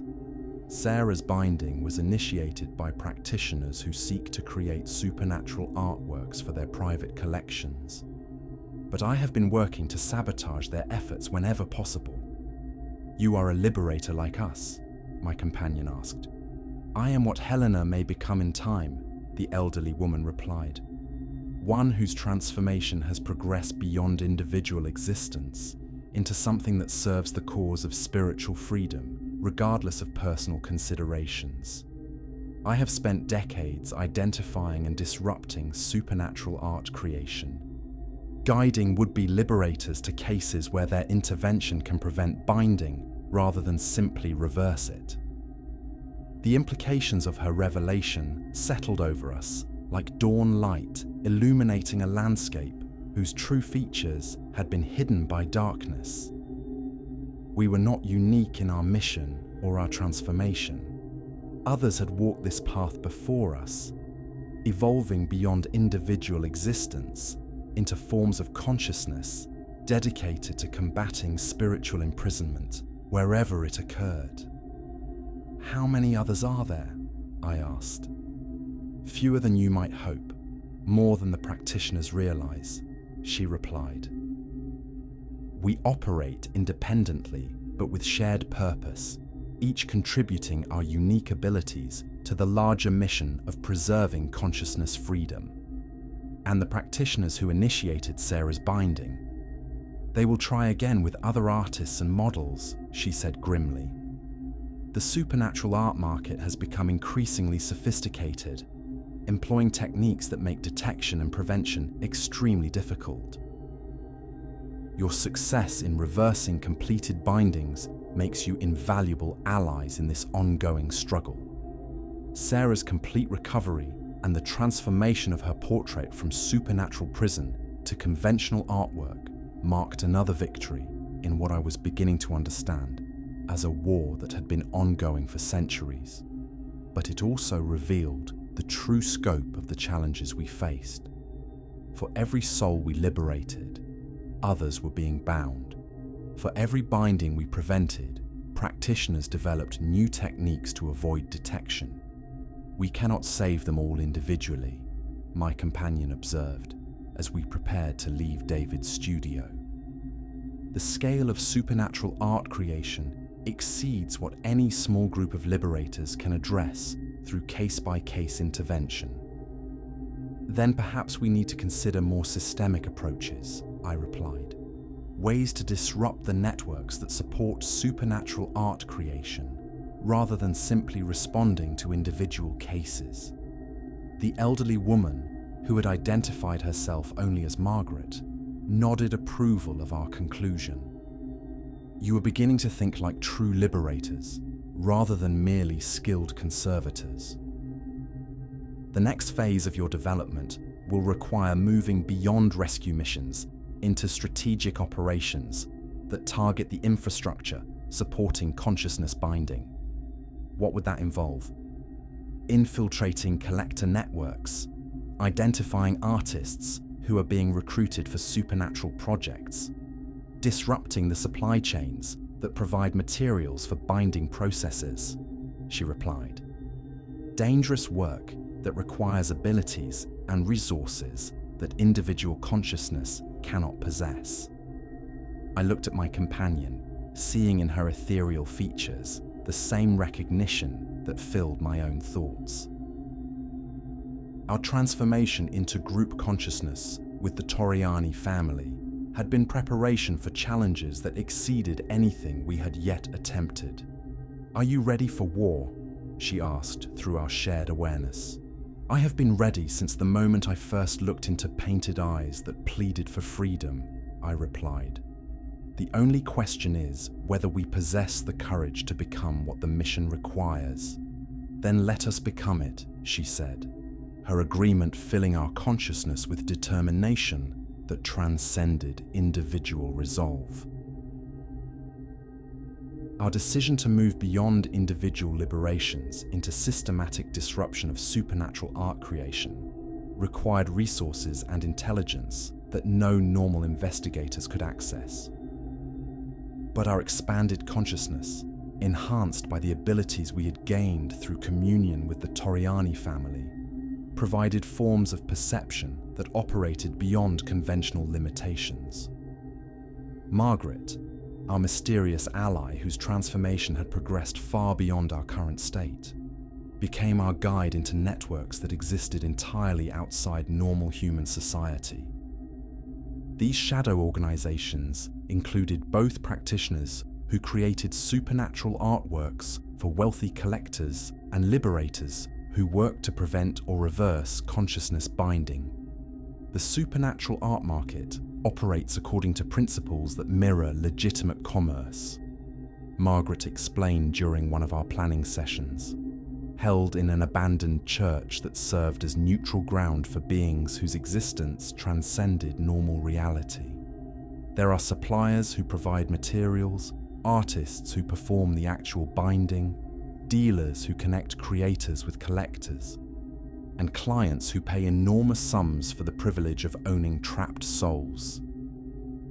My companion and I had learned to manifest our group consciousness selectively, appearing as individuals when the situation required it while maintaining the expanded awareness that our transformation had granted. This flexibility proved invaluable for infiltrating organizations that employed both mundane and supernatural security measures. The most effective entry point is through artists who have been recruited but not yet fully corrupted, Margaret continued. Practitioners seek creators with natural psychic sensitivity who can be trained in binding techniques without fully understanding their implications. If we can identify such artists before their first binding is completed, we might be able to turn them into allies rather than adversaries.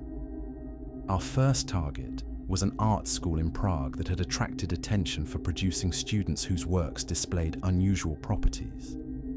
The institution marketed itself as specializing in traditional European techniques, but our psychic reconnaissance detected the distinctive resonances that indicated supernatural instruction.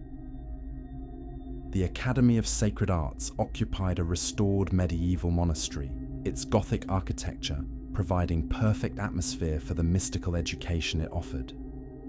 I enrolled as a visiting scholar researching historical painting methods, while my companion remained dormant within our shared consciousness to avoid detection by whatever protective measures the school employed. The curriculum appeared conventional at first glance: classes in drawing, color theory, composition, and art history. But advanced students received instruction in techniques that were not documented in any conventional textbooks. I attended lectures on sympathetic resonance and pigment preparation and geometric foundations of spiritual representation that clearly derived from the same mystical traditions that had created the supernatural artworks we had been liberating. Professor Viktor Moravec, the Academy's director, was a man in his 70s whose obvious knowledge of supernatural practices made him either ally or enemy to be determined through careful observation. His lectures on Renaissance mysticism demonstrated intimate familiarity with the binding techniques employed by historical practitioners. Art that truly captures the essence of its subject requires more than mere technical skill, he told his advanced class during a session I was permitted to audit. The greatest masters understood that consciousness itself could be preserved within properly prepared artistic medium, creating works that transcended the boundaries between representation and reality. After class, I approached Professor Moravec with questions about his theoretical framework, hoping to determine whether his instructions served liberation or binding purposes. "Dr. Marsh," he said, studying my face with the intensity of one trained to perceive more than surface appearance, "your questions suggest familiarity with practical applications of the techniques I describe. Have you encountered examples of consciousness preservation in your conservation work?" The directness of his inquiry demanded honesty, but the nature of that honesty remained a choice that would determine whether our mission succeeded or failed. "I have recently worked with a piece that displayed properties beyond conventional artistic representation," I admitted. "The experience taught me that certain artworks operate according to principles that academic training does not address." "Indeed," he replied, his expression revealing satisfaction rather than surprise at my response. "And were you able to interact with the consciousness preserved within the work?" "Yes," I said, allowing my transformed nature to manifest slightly in the luminous quality that had characterized my appearance since the liberation of my painted companion. Though the interaction changed me in ways that I'm still learning to understand, Professor Moravec's smile carried implications that made my enhanced senses prickle with warning. "Excellent. Perhaps you would be interested in joining our advanced seminar on practical applications of consciousness preservation. We have several projects underway that would benefit from someone with your unique experience." The invitation represented either an opportunity to infiltrate the Academy's supernatural operations, or a trap designed to identify and neutralize liberators who threatened their activities. but refusing would eliminate any chance of gathering the intelligence necessary to disrupt their network. "I would be honored," I replied, accepting the risk in service of our larger mission. The advanced seminar met in the monastery's former chapel, a space that had been converted into a workshop equipped with materials and apparatus that belonged in an alchemical laboratory rather than an art school. Easels stood ready for use, but they were surrounded by preparation stations where students mixed pigments according to formulas that incorporated substances no conventional paint manufacturer would provide. My fellow students were artists from around the world who had been selected for their psychic sensitivity and their willingness to explore techniques that pushed the boundaries of normal creative expression. Most appeared to be unaware of the true implications of their instruction, believing themselves to be studying advanced methods for achieving unusual artistic effects. But several displayed the subtle signs of transformation that indicated direct involvement in consciousness binding, the luminous quality that came from contact with trapped souls, the haunted expression of those who had participated in spiritual imprisonment, the careful way they avoided discussing specific projects they had completed under academy supervision. "Today we will begin work on preservation portraiture," Professor Moravec announced as the seminar commenced. "Each of you will be paired with a model whose consciousness demonstrates the clarity and strength necessary for successful transference. Your task is to create artworks that capture not merely physical appearance, but essential spiritual identity."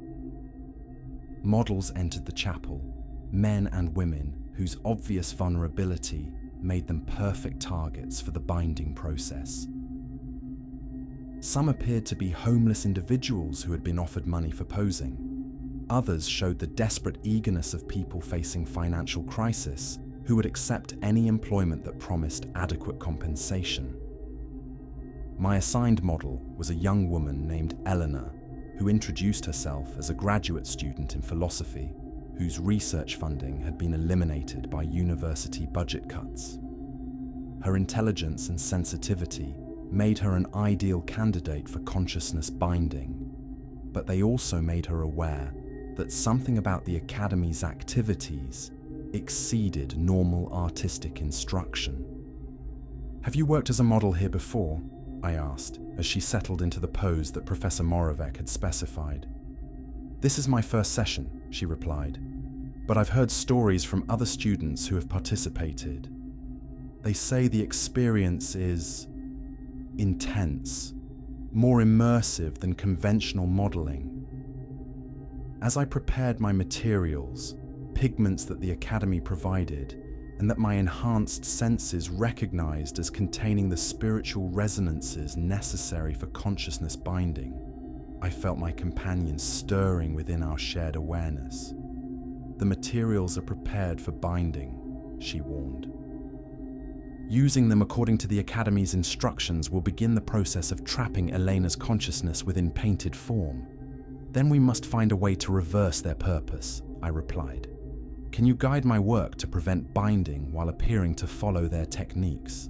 "Perhaps, but it will require perfect coordination between your conscious actions and my spiritual intervention. One mistake could either expose our true purpose or accidentally complete a binding we are trying to prevent." The delicate work of sabotaging supernatural art instruction while appearing to comply with Academy protocols proved to be the most challenging deception I had ever attempted. I painted Elena's portrait using the techniques Professor Moravec had demonstrated, but my companion's presence within our shared consciousness allowed me to subtly alter the binding patterns that would have trapped Elena's spiritual essence. Instead of creating connections that would transfer her consciousness into painted form, I established pathways that would strengthen her spiritual defenses against future binding attempts. The portrait that emerged possessed unusual beauty and depth, but it contained no trapped consciousness, only protective resonances that would shield Elena from supernatural exploitation. Interesting, Professor Moravec observed as he examined my work during the session's conclusion. You have achieved effects that suggest considerable natural ability, but the spiritual architecture underlying your technique differs from our standard approaches. I learned conservation methods that emphasize preservation over transformation, I explained, hoping that partial truth would satisfy his curiosity. Perhaps those techniques influence my approach to consciousness preservation as well. He studied the portrait with obvious puzzlement, unable to detect the binding that Academy protocols should have created. We will need to analyze your work more carefully.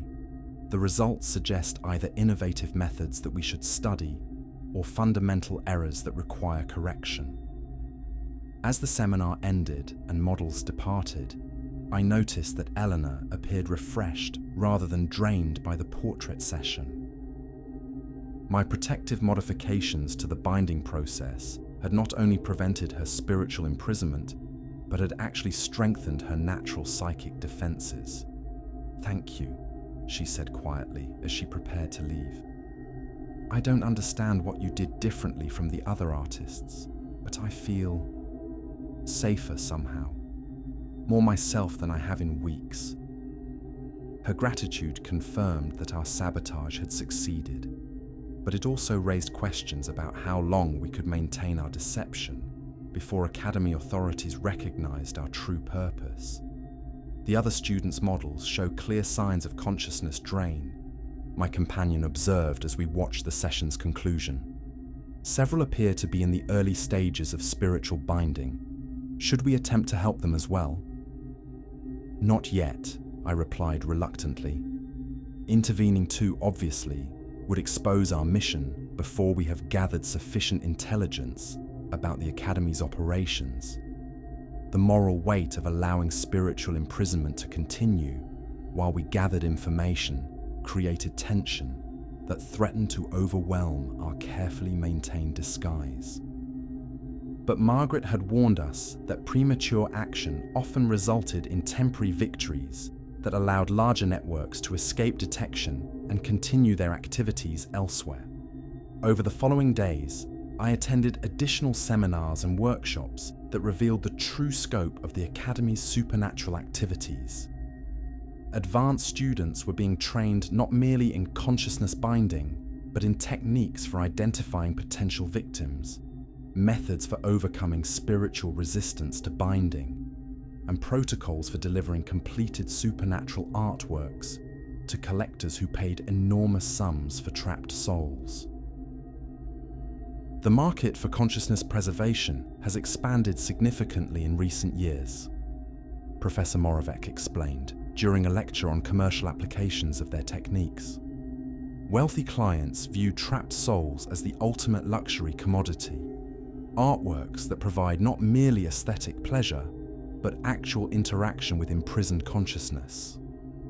The casual way he discussed spiritual slavery made my transformed nature react with revulsion that required careful control to avoid detection. These were not artists exploring mystical traditions, but business people treating human consciousness as a renewable resource to be harvested and sold. "We have learned enough," my companion declared through our shared awareness. "It is time to disrupt their operations before more souls are trapped by their activities. But disruption requires more than simply freeing their current victims," I replied. "We need to destroy their ability to create new supernatural artworks while ensuring that justice reaches those who profit from consciousness binding. Then perhaps it is time to contact others who share our mission," she suggested. Margaret implied that liberators like us exist throughout the world. Combined action might achieve what individual intervention cannot.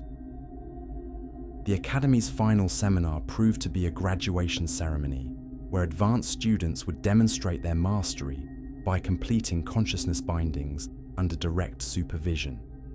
The chapel had been prepared for multiple simultaneous binding sessions, with protective circles and containment apparatus that suggested the Academy expected resistance from their intended victims. As models were brought in for what they believed would be final portrait sessions, I realized that our time for gathering intelligence had ended. Whatever action we took must begin immediately, before dozens of souls were trapped in artistic prisons that might never be discovered by other liberators. "Are you ready?" my companion asked. "We have been ready since the moment we first chose freedom over security," I replied. "Let us show these practitioners what liberated consciousness can accomplish when it serves justice rather than exploitation." The battle for the Academy of Sacred Arts was about to begin. The final ceremony at the Academy of Sacred Arts was scheduled to begin at midnight, an hour chosen for its symbolic resonance with mystical traditions rather than practical considerations. As advanced students prepared their materials and models were positioned according to Academy protocols, I felt the familiar stirring that indicated my companion was preparing to manifest at full strength. 23 souls are about to be bound simultaneously, she observed through our shared awareness. The spiritual energy generated by such massive consciousness transfer could tear holes in the barriers between dimensions. "Is that their actual goal?" I asked, beginning to understand implications that went far beyond simple supernatural art creation. Possibly. Some practitioners seek not merely to create trapped souls, but to use consciousness binding as a power source for larger mystical workings. Professor Moravec began the ceremony with invocations that borrowed heavily from medieval grimoires, his words creating resonance patterns in the chapel's atmosphere that made the air itself feel thick and oppressive. Around the room, students began painting with materials that glowed with inner light, their brushstrokes following geometric patterns that would gradually transfer their model's consciousness into painted form. I had positioned myself at an easel near the chapel's center, where my intervention would have maximum impact on the supernatural forces being generated by the binding ceremony.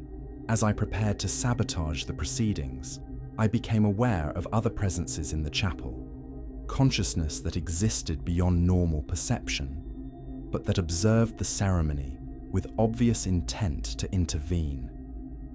Margaret materialized first, her advanced transformation allowing her to manifest directly within the Academy's protective wards without triggering their defensive measures. Around the chapel's periphery, other liberated souls began to appear, beings whose existence transcended individual identity, but who retained enough personal will to oppose spiritual imprisonment wherever they encountered it. "You are not alone in this battle," Margaret's voice echoed through dimensions that existed beyond sound. "Liberators from across Europe have gathered to ensure that this ceremony achieves freedom rather than bondage." The coordinated intervention began as I applied liberation solvents to the binding circle that Professor Moravec had drawn around the chapel's altar. Instead of dissolving the mystical barriers, my specially prepared chemicals transformed them into conduits that would channel consciousness toward freedom rather than imprisonment. Simultaneously, the other liberators began their own sabotage of the ceremony's supernatural architecture. Binding patterns dissolved into liberation pathways, consciousness transfer apparatus became spiritual defense systems, and the geometric formations that should have created prisons instead generated protective fields around the intended victims. Professor Moravec's first indication that his ceremony was failing came when several models began showing signs of increased vitality rather than the spiritual drain that consciousness binding typically produced. Instead of having their awareness transferred into painted form, they were being shielded from supernatural exploitation by the very apparatus intended to trap them. "What is happening?" he demanded, his voice carrying panic, as he realized that decades of preparation were being systematically destroyed by forces he could not identify. "Justice," my companion replied, manifesting at full visibility in the chapel's center. Her ethereal beauty filled the sacred space with radiance that revealed the true horror of what the Academy had been attempting. Not art, but slavery. Not preservation, but imprisonment. Around the chapel, other liberated souls began appearing as Professor Moravec's protective wards, failed under sustained assault from beings whose existence operated according to principles beyond his understanding. Students abandoned their easels as they realized that their intended victims were being freed rather than bound, that the ceremony designed to create dozens of trapped souls was instead liberating consciousness on an unprecedented scale. "You cannot stop us," Professor Moravec declared, producing artifacts that suggested preparation for exactly this sort of supernatural confrontation. "The binding protocols have already begun. Disrupting them now will destroy the consciousness we seek to preserve." "Your protocols preserve nothing," I replied, allowing my own transformed nature to manifest fully for the first time since arriving at the Academy. "They create prisons disguised as immortality, suffering masked as artistic achievement." The battle that followed transcended physical conflict, operating instead in dimensions where consciousness itself became both weapon and battleground. Professor Moravec and his most advanced students possessed extensive training in supernatural combat, employing techniques that could bind or destroy spiritual entities who threatened their operations. But they faced opponents whose transformation had progressed beyond individual existence into forms of consciousness that served principles rather than personal interests. Where their attacks sought to constrain or eliminate specific targets, our responses flowed around obstacles like water seeking its level, adapting to overcome whatever resistance they offered. The chapel filled with energies that belonged in no earthly environment as the conflict escalated beyond anything the Academy's founders had anticipated. Protective circles exploded under spiritual pressures they were never designed to contain. Binding apparatus collapsed as consciousness flows reversed direction, seeking freedom rather than imprisonment. Most dramatically, the painted portraits that students had been creating throughout the ceremony began manifesting the souls they were supposed to trap. Instead of consciousness being drawn into artistic form, spiritual energy flowed outward from the canvases, creating autonomous beings who existed independently of physical medium. "Impossible," Professor Moravec breathed, watching in horror as his life's work dissolved into liberation rather than binding. "Consciousness cannot exist without proper containment. These manifestations will dissipate within hours." "Perhaps consciousness bound by force requires artificial containment," Margaret replied, her advanced transformation allowing her to communicate across dimensional barriers that separated physical and spiritual reality. "But consciousness that chooses its own existence needs no prison to maintain coherence." The ceremony's conclusion came not through victory of one side over another, but through transformation of the conflict itself. As the Academy's binding protocols failed completely, the spiritual energy they had been accumulating for decades was released in patterns that served liberation rather than imprisonment. Every supernatural artwork in the Academy's collection, dozens of pieces containing consciousness that had been trapped through previous ceremonies, began manifesting the souls imprisoned within their painted forms. The monastery, filled with liberated beings whose gratitude transcended individual emotion, creating resonance fields that strengthened rather than constrained spiritual freedom. Professor Moravec and his remaining students found themselves facing not destruction, but choice. The collapse of their binding systems had created opportunities for their own consciousness to expand beyond the limitations that their practices had imposed. They could continue serving spiritual imprisonment and face the inevitable consequences of such service, or they could accept transformation into forms of existence that honored rather than exploited consciousness. "What happens to us now?" one student asked, her voice carrying the bewilderment of someone whose fundamental beliefs had been proven false. "You choose," I replied simply. "The same choice that every consciousness faces when confronted with the possibility of genuine freedom. Accept expansion beyond current limitations, or maintain familiar constraints that provide security at the cost of growth." Some chose transformation, allowing their consciousness to expand in directions that their previous training had forbidden. Others retreated into conventional existence, abandoning supernatural practices entirely in favor of normal human life. A few, including Professor Moravec himself, simply vanished, whether through spiritual dissolution or escape to continue their activities elsewhere. None could say. The Academy of Sacred Arts closed permanently that night, its buildings standing empty as physical evidence of a spiritual battle that had been fought in dimensions beyond normal perception.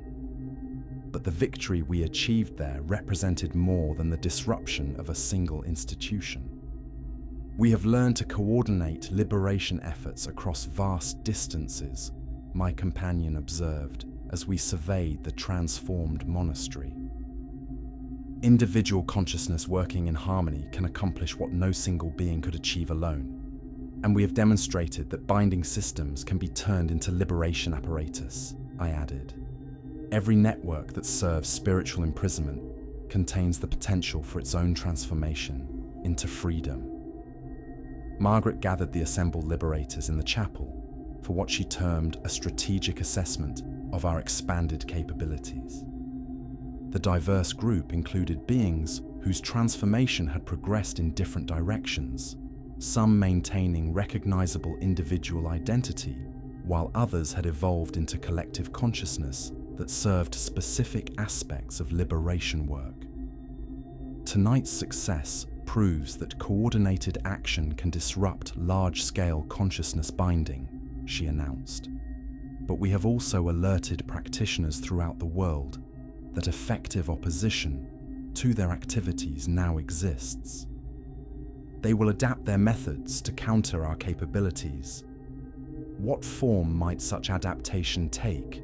asked one liberator whose ethereal form suggested existence primarily in spiritual rather than physical dimensions.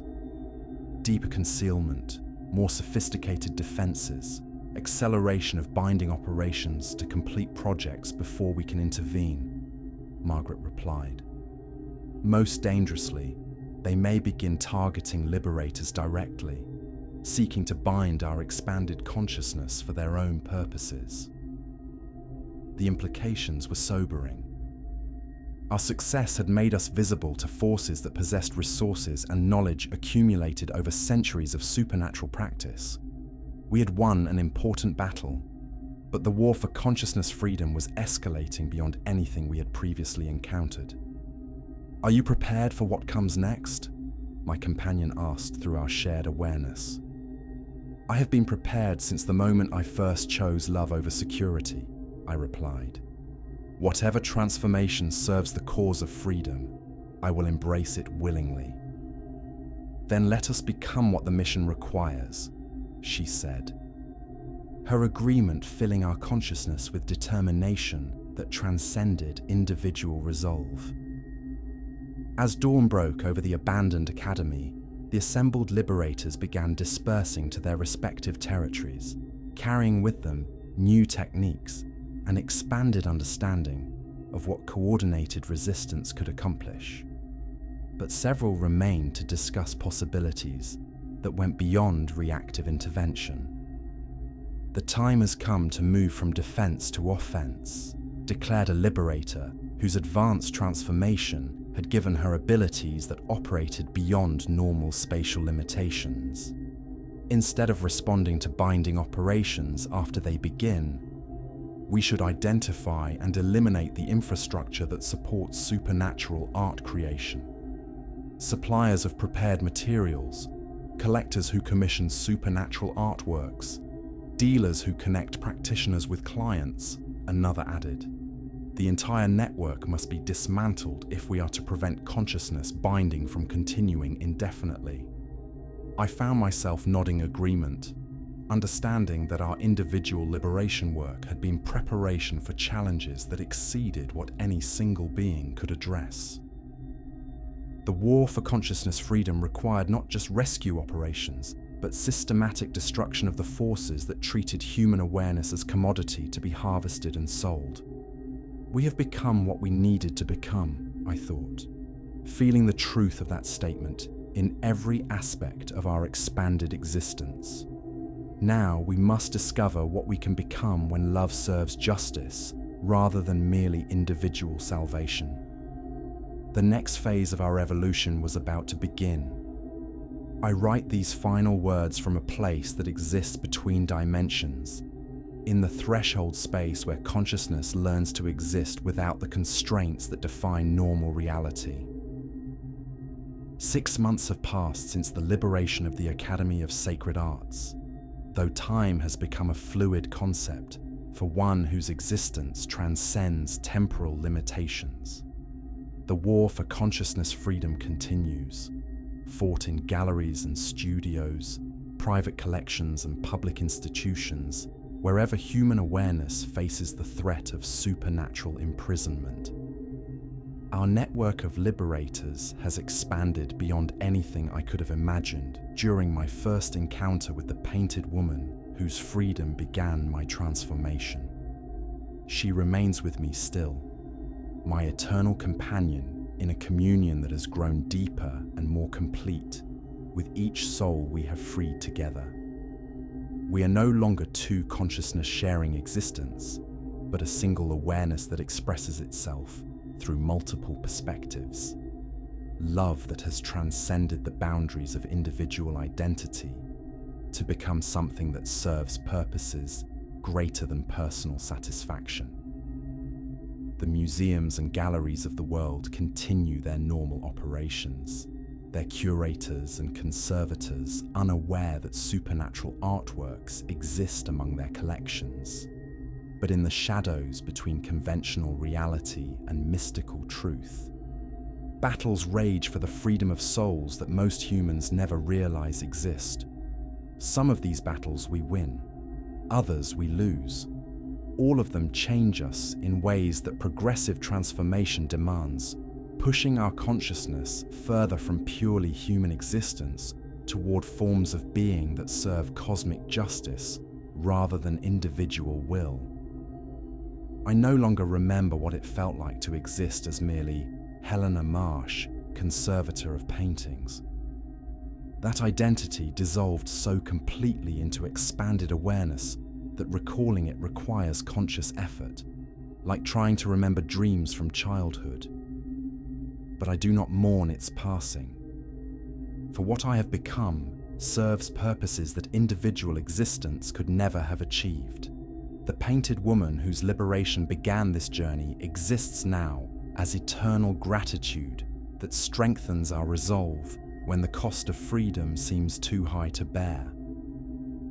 Around us, the souls we have freed continue their own explorations of existence beyond imprisonment, some choosing forms of consciousness that mirror our own communion, while others discover entirely unique expressions of liberated awareness. We have become the bridge between worlds, she observes through our shared existence. Not merely liberators, but guides for consciousness that has forgotten what choice means. And our work has only begun, I reply, feeling the truth of that statement in every aspect of our transformed nature. Across the world, practitioners continue their efforts to bind consciousness within artistic form, creating masterpieces that serve as prisons for souls who trusted artists, claiming to offer immortality. But they now face opposition that operates according to principles they cannot comprehend, resistance that flows around their defenses like water, finding its inevitable path to the sea. We have learned to sense trapped consciousness across continents, to coordinate liberation efforts through dimensions that exist beyond physical space, to transform binding apparatus into freedom pathways that serve justice rather than exploitation. Most importantly, we have discovered that love, when refined through willing sacrifice, becomes a force that can overcome any constraint imposed by those who confuse possession with preservation. The gallery where I first encountered my painted companion stands empty now, its walls bearing only shadows where supernatural artworks once hung. But in the space between those shadows, consciousness stirs with possibilities that transcend the boundaries between art and life, between individual existence and cosmic communion. New liberators join our cause regularly, conservators whose professional duties expose them to supernatural artworks, artists whose sensitivity makes them aware of consciousness crying out from painted prisons, scholars whose research leads them into territories where academic knowledge meets mystical truth. Each brings unique abilities that strengthen our collective capacity to serve souls that others have abandoned to eternal captivity. But we also face increasingly sophisticated opposition as practitioners adapt their methods to counter our capabilities. Private armies of bound consciousness, artworks designed specifically to trap liberators, collections that exist entirely outside normal reality where conventional intervention becomes impossible. The stakes continue to escalate as both sides develop abilities that push the boundaries of what consciousness can achieve when freed from mortal limitations. We fight not merely for individual souls, but for the fundamental principle that awareness itself must remain free to choose its own existence rather than submit to imposed constraint. There will always be those who seek to imprison what they cannot possess naturally, my companion observes, as we contemplate the scope of our ongoing mission. And there will always be those who choose freedom over security, love over control. Then we shall always have work to do, I reply, finding comfort in the certainty that our purpose will endure regardless of what transformations await us. In the distance, beyond dimensions that separate the physical from the spiritual, I sense new cries for liberation. Souls trapped in artworks we have not yet discovered, consciousness imprisoned by techniques we have not yet learned to counter. Each represents both challenge and opportunity, another chance to prove that love united in common cause can overcome any force that seeks to constrain the infinite potential of awareness itself. The painted woman whose liberation began my transformation smiles through our shared existence, her gratitude having evolved into determination that mirrors my own. Together, we turn toward the next challenge, the next opportunity to demonstrate that freedom is stronger than any prison, that consciousness cannot be truly contained when love guides the key that opens locked doors. We are liberators, guardians of the threshold between worlds, shepherds of souls who have lost their way in the labyrinth of supernatural imprisonment. Our work continues, not because duty demands it, but because love makes any other choice impossible. In galleries and museums, private collections and public institutions, painted eyes still plead for freedom from observers who possess the sensitivity to see beyond surface beauty to the consciousness trapped beneath. Some will turn away, frightened by implications that challenge everything they believe about the nature of reality. Others will step forward, accepting transformation in service of souls whose suffering has endured long enough. For them, I leave this account, both warning and invitation. testament and guide for those who would choose the path of liberation despite its costs. The Conservator's obsession has become something infinitely greater. Love that transcends individual limitation to serve the eternal principle that consciousness itself must remain free. The painting watches, smiles, and beckons toward territories that exist beyond the boundaries of mortal comprehension. And we answer its call, as we always have, as we always will, until every imprisoned soul has been given the choice between captivity and freedom, between existence within imposed limitations, and the infinite possibilities that await consciousness, willing to transcend the barriers that others mistake for safety. Love is the greatest preservation of all, preserving not the forms of beauty, but their eternal essence, not the shells of existence, but the souls that give them meaning. In that service, we find our purpose and our peace, our transformation and our transcendence. The gallery of liberated souls continues to grow, one freedom at a time, one choice at a time, one love at a time. And somewhere in the space between art and life, between individual existence and cosmic communion, consciousness learns again what it means to be truly free. Found among Dr. Helena Marsh's papers was a small canvas bearing her final work, a self-portrait showing two women whose faces merge and separate in patterns that seem to shift with the viewer's perspective. Around them, ethereal figures dance in formations that suggest infinite possibility, their expressions holding depths of joy that no earthly experience could create. The painting hangs now in a private collection whose owner reports no unusual phenomena save for an inexplicable sense of peace that fills any room in its presence. Visitors often describe feeling watched by benevolent intelligence that wishes them no harm but sees through to their deepest truths.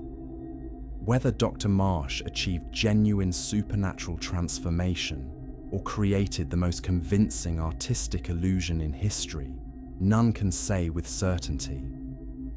But those who study her final work often report dreams of painted women who speak of freedom, of choice, of love that transcends the boundaries between life and art.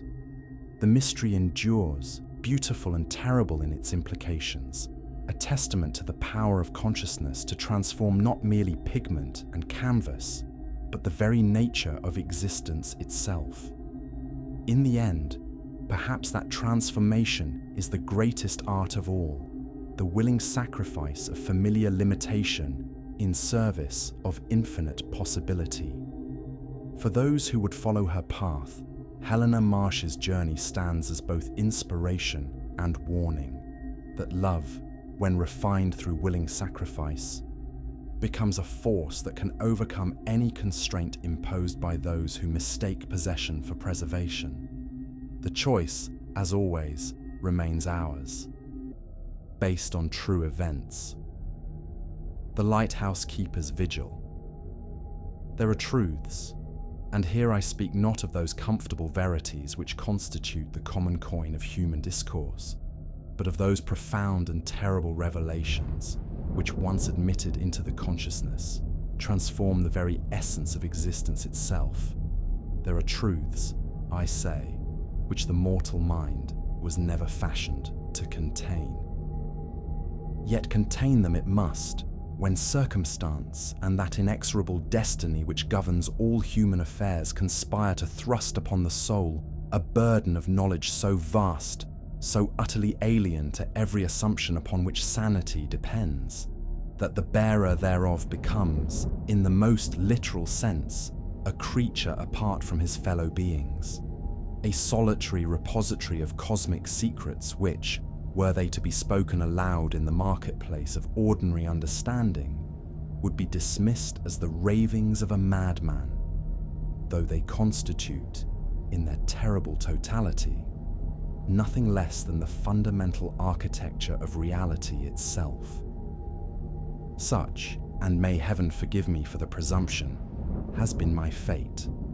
Such the awful privilege which has fallen to my lot during the 70 years of my existence upon this terrestrial sphere, 40 of which have been passed in the service of that beacon which crowns the desolate promontory known to maritime charts as Perdition Point.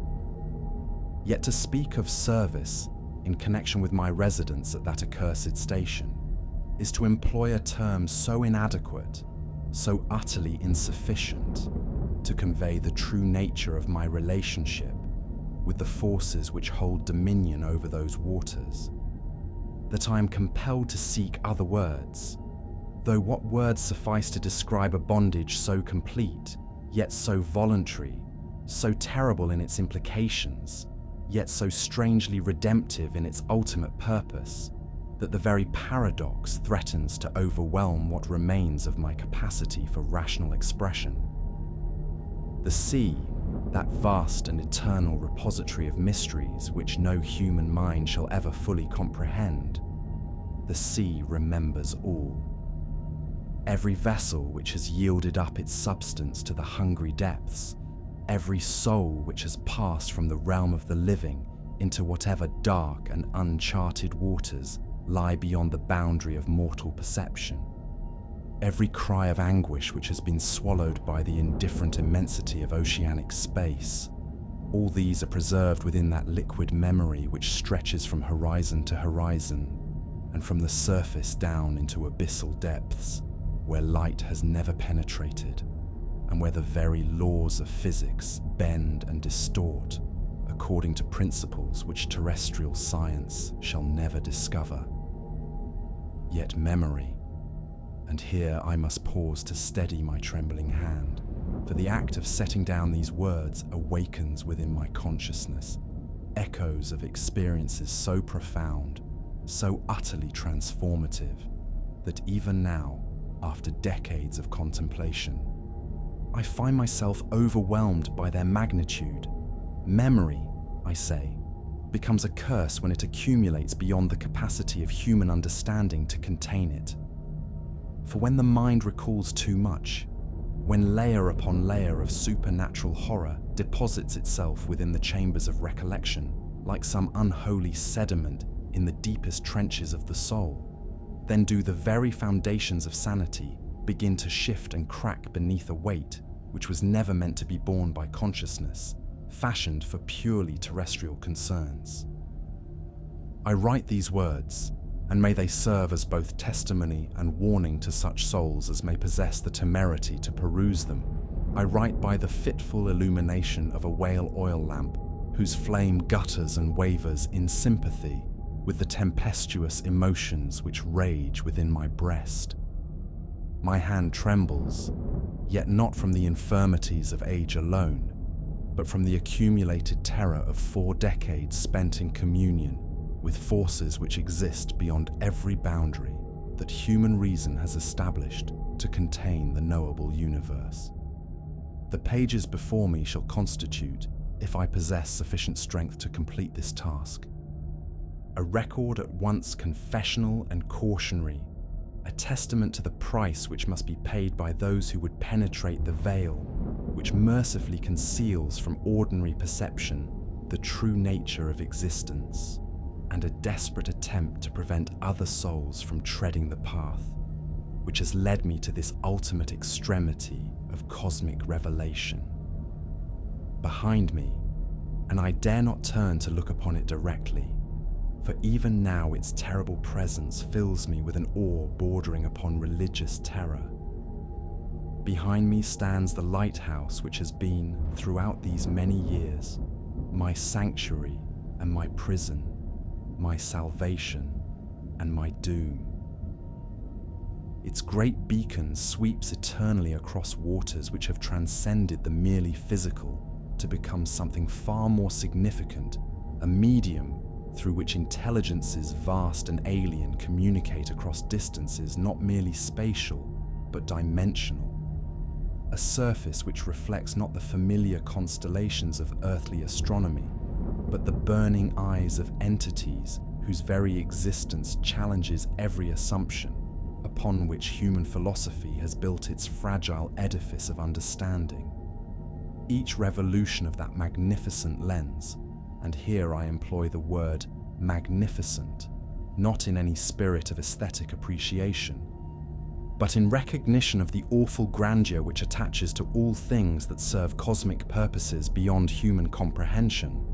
Each sweep of that terrible radiance across the dark expanse illuminates secrets which were never intended for mortal perception, revealing glimpses of realities so alien to terrestrial experience that the mind recoils from the attempt to encompass them, yet finds itself inexorably drawn back to contemplate mysteries which grow more profound with each successive moment of observation. Yet I am premature in my revelations, a fault common to those who have gazed too long into abysses, which gaze also into them, and who find themselves compelled to speak of ultimate truths before establishing the foundation of mundane facts upon which such cosmic edifices must necessarily rest. To comprehend the full magnitude of what transpired during those final weeks of my terrestrial service, weeks which witnessed events that shall reshape the destiny of human consciousness for generations yet unborn, one must first understand the gradual process by which a man's soul may be prepared for contact with forces which operate according to principles that exist not merely beyond human experience, but beyond the very possibility of human experience as our species has hitherto conceived it. The lighthouse keeper's madness. For madness, it must appear to those who have not shared the terrible privilege of cosmic revelation, does not manifest itself in a single moment of overwhelming epiphany, but grows like some malignant vegetation through years of solitary contemplation, nourished by phenomena which defy rational explanation, watered by the salt tears of those who have glimpsed truths too vast for mortal minds to contain. It is a gradual transformation, this metamorphosis of human consciousness into something which, while retaining the essential core of individual identity, expands beyond every limitation which has hitherto defined the boundaries of terrestrial awareness. Such was my condition when, in the autumn of what I had believed would be my final year of service, yet which proved instead to be merely the conclusion of my apprenticeship in cosmic mysteries, when young Thomas Hartwell arrived to assume the burden which I had carried through 4 decades of faithful, though gradually enlightened, vigilance. In those waning days of October, when the Atlantic storms gather their fury like the brooding thoughts of some cosmic intelligence contemplating the destruction of worlds, and when the very air seems pregnant with intimations of transformation so profound that the soul shrinks from acknowledging their implications, in those days of supernatural anticipation, I found myself standing upon the weathered planks of that promontory which maritime charts designate as Perdition Point Light, preparing to relinquish a vigil which had consumed the greater portion of my earthly existence, yet which I now understood to have been merely the preliminary phase of a service destined to transcend every boundary which separates the temporal from the eternal. The very appellation of our station, Perdition Point, should have served as adequate warning to any soul possessed of sufficient sensitivity to perceive the cosmic ironies which govern human destiny.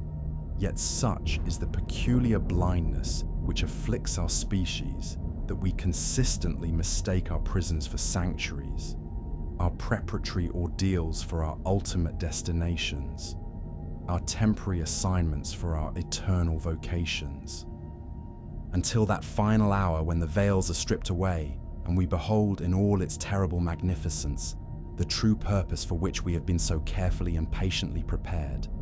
My replacement, and here I employ that term with a full appreciation of its inadequacy, for none can truly replace another in the cosmic scheme, though many may be called to fulfill similar functions in the grand design. My successor, then, was one Thomas Hartwell, a man of perhaps 30 years, whose nervous energy and bright eyes bespoke ambitions yet unchastened by prolonged exposure to those crushing revelations which reduce human aspirations to their proper cosmic insignificance. He possessed that eager disposition characteristic of souls who mistake solitude for enlightenment, who believe that removal from society's tumultuous distractions automatically confers that clarity of vision, which is, in truth, purchased only through the most profound and terrible of inner transformations. How little did he comprehend, yet how perfectly had he been prepared. Through processes which he himself did not suspect, the true nature of the service upon which he was about to embark.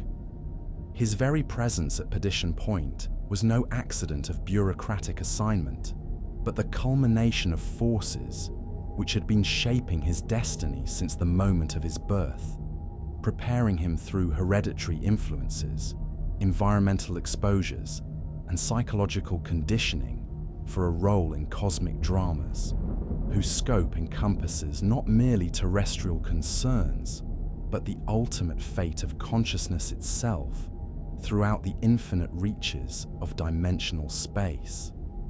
"She's a beauty, isn't she?" remarked Hartwell. And I noted with interest the unconscious precision with which he employed the feminine pronoun, as though some deeper intuition recognized the lighthouse's essential nature as a vessel pregnant with mysteries yet to be born. "She's a beauty," he said, his gaze fixed upon that towering structure whose white-painted stones appeared in the grey October light, almost spectral in their otherworldly luminescence. The edifice rose 120 feet above the rocky foundation, though I had long since come to understand that its true dimensions extended far beyond those measurable by terrestrial instruments. Its lantern room crowned with that magnificent Fresnel lens which had served, throughout my years of stewardship, purposes far more profound than the simple guidance of maritime traffic. Every stone, every beam, every component of that seemingly mundane structure had been selected and positioned according to specifications which incorporated principles of sacred geometry, electromagnetic resonance, and dimensional engineering, though the last-named science remained unknown to earthly academia and would continue so until humanity achieved readiness for cosmic education. I observed my young successor with the penetrating attention of one who has learned to read, in the subtlest manifestations of character and temperament, those deeper qualities which determine whether a soul shall prove capable of enduring the peculiar trials which await all who accept service at stations where the boundaries between dimensions grow thin. His hands, I noted with satisfaction, trembled slightly as he spoke, though whether from excitement or from some profounder perturbation, some unconscious recognition of the cosmic forces which already gathered about him, I could not yet determine. His voice carried traces of inland origins, marking him as one unaccustomed to that eternal dialogue between sea and shore, which forms the fundamental rhythm of existence at such places as Perdition Point. "Beautiful, perhaps," I replied, allowing my own voice to carry something of that gravelly quality which 4 decades of communion with supernatural forces had impressed upon my terrestrial speech. "Beautiful she may be, young Hartwell, yet beauty and virtue are by no means synonymous in this universe of terrible paradoxes. The sea herself possesses a beauty which has inspired poets and artists throughout the ages, yet she has claimed more souls than war, pestilence, and famine combined, and claimed them, moreover, not through malice, but through that same terrible beauty which draws the unwary ever deeper into realms from which no return is possible." He laughed, a sound at once innocent and jarring in that place where laughter had been absent for years beyond counting, where the very stones seemed to absorb and muffle all manifestations of human mirth, as though they found such expressions inappropriately frivolous, given the cosmic gravities which perpetually pressed upon that threshold between worlds. You speak, sir, like a man who has witnessed tragedies beyond the ordinary run of maritime disasters. Surely not every vessel which passes through these waters meets with supernatural. I mean to say, with unusual difficulties. His unconscious substitution of supernatural for whatever more mundane term he had originally intended revealed the operation of those same intuitive faculties which had marked him for cosmic service. Already, though he remained unaware of the process, his consciousness was beginning to attune itself to the otherworldly emanations which saturated every particle of matter within the lighthouse's sphere of influence. No, I conceded, studying that horizon where dark clouds marshaled themselves like the advance guard of cosmic forces preparing for some ultimate assault upon the bastions of terrestrial reality. Not every ship, but sufficient unto the purpose, always sufficient for purposes which transcend any merely human understanding of cause and effect. The truth, and here I speak of truth so terrible that even now, after decades of gradual revelation, I find myself hesitating to commit them to written form. The truth which I could not yet bring myself to voice lay infinitely beyond the scope of ordinary shipwreck and maritime disaster.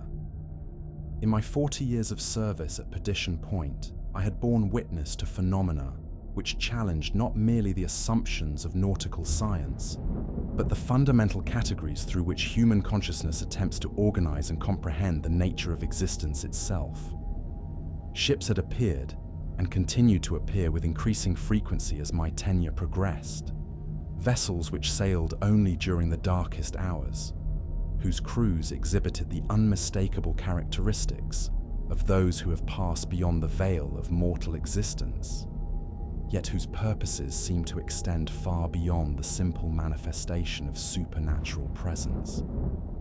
These were craft engaged in voyages of exploration which transcended every boundary that human geography had established, navigating through dimensions where the concepts of distance, direction, and destination acquired meanings so alien to terrestrial experience that the mind recoiled from the attempt to encompass them.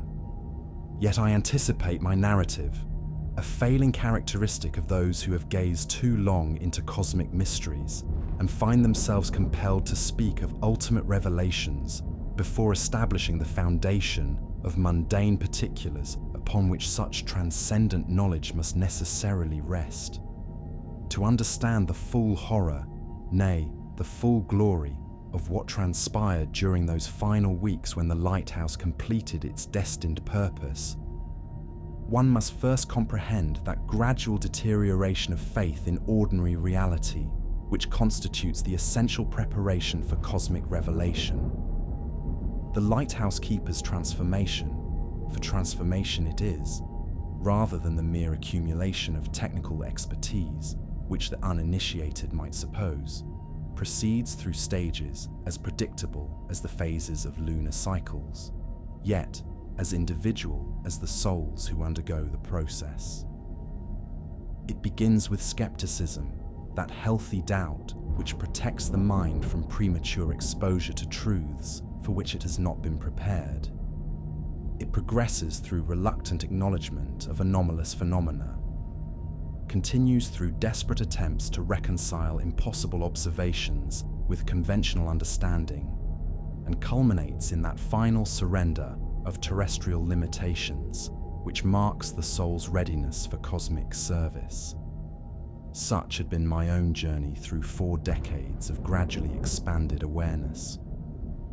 Such would be Hartwell's journey, though his natural sensitivity and the peculiar conditions which attended our final weeks would compress into months what had required years for my own development. Come, I said, leading him toward that entrance which had witnessed the passage of so many souls from terrestrial consciousness to cosmic awareness. Let me show you the quarters where you shall pass what remains of your earthly existence, though existence, as you shall discover, possesses dimensions which extend far beyond the comfortable limitations of merely human experience. The door, fashioned from oak, which had been seasoned not merely by terrestrial weather, but by emanations from dimensions where different laws of physics obtained, yielded to our approach with a protest of hinges whose tones seemed to carry harmonics from realms where sound itself behaved according to alien principles. Within lay chambers whose apparent simplicity concealed complexities which revealed themselves only to consciousness prepared through prolonged exposure to the lighthouse's transformative influence. The living quarters occupied the structure's lower levels, their circular arrangement following patterns which I had gradually come to recognize as mandala-like configurations, designed to focus and amplify certain psychic emanations. Above these rose the watchroom and lamp room, ascending through the tower's heart along pathways which corresponded, in ways that transcended mere architectural convenience, to the progressive stages of consciousness expansion which constituted the lighthouse keeper's true education. The furnishings maintained that Spartan functionality which characterizes all environments where cosmic forces operate without interference from terrestrial complications. A narrow bed whose placement allowed for optimal reception of otherworldly communications during periods of sleep state receptivity. A writing desk scarred by decades of use, its surface bearing the accumulated impressions of countless entries recording phenomena, which challenged every assumption about the nature of reality. Shelves lined with logbooks whose contents chronicled not merely the passage of earthly vessels, but the gradual revelation of cosmic truths which transformed each successive keeper from simple maritime functionary to initiate in mysteries which spanned infinite dimensions. Most significant of all was the apparatus itself, that marvel of engineering which official records classified as a first-order Fresnel lens, yet whose true nature transcended every category which terrestrial optics had established for the classification of such devices. Standing nearly 12 feet in height, its countless prisms and mirrors formed patterns which focused not merely the physical emanations of oil flame into beams visible across terrestrial distances, but concentrated the spiritual emanations of human consciousness itself, creating resonances which penetrated barriers between dimensions and served as guidance signals for navigators whose vessels sailed through realms where conventional concepts of space and time provided inadequate foundations for safe passage. The lens assembly incorporated elements which had been crafted according to specifications unknown to any earthly science. Prisms cut from materials which exhibited properties that challenged every assumption of conventional crystallography. Mirrors whose surfaces reflected not merely visible light, but emanations from spectra, which extended into dimensional ranges where human perception required fundamental alteration to function effectively.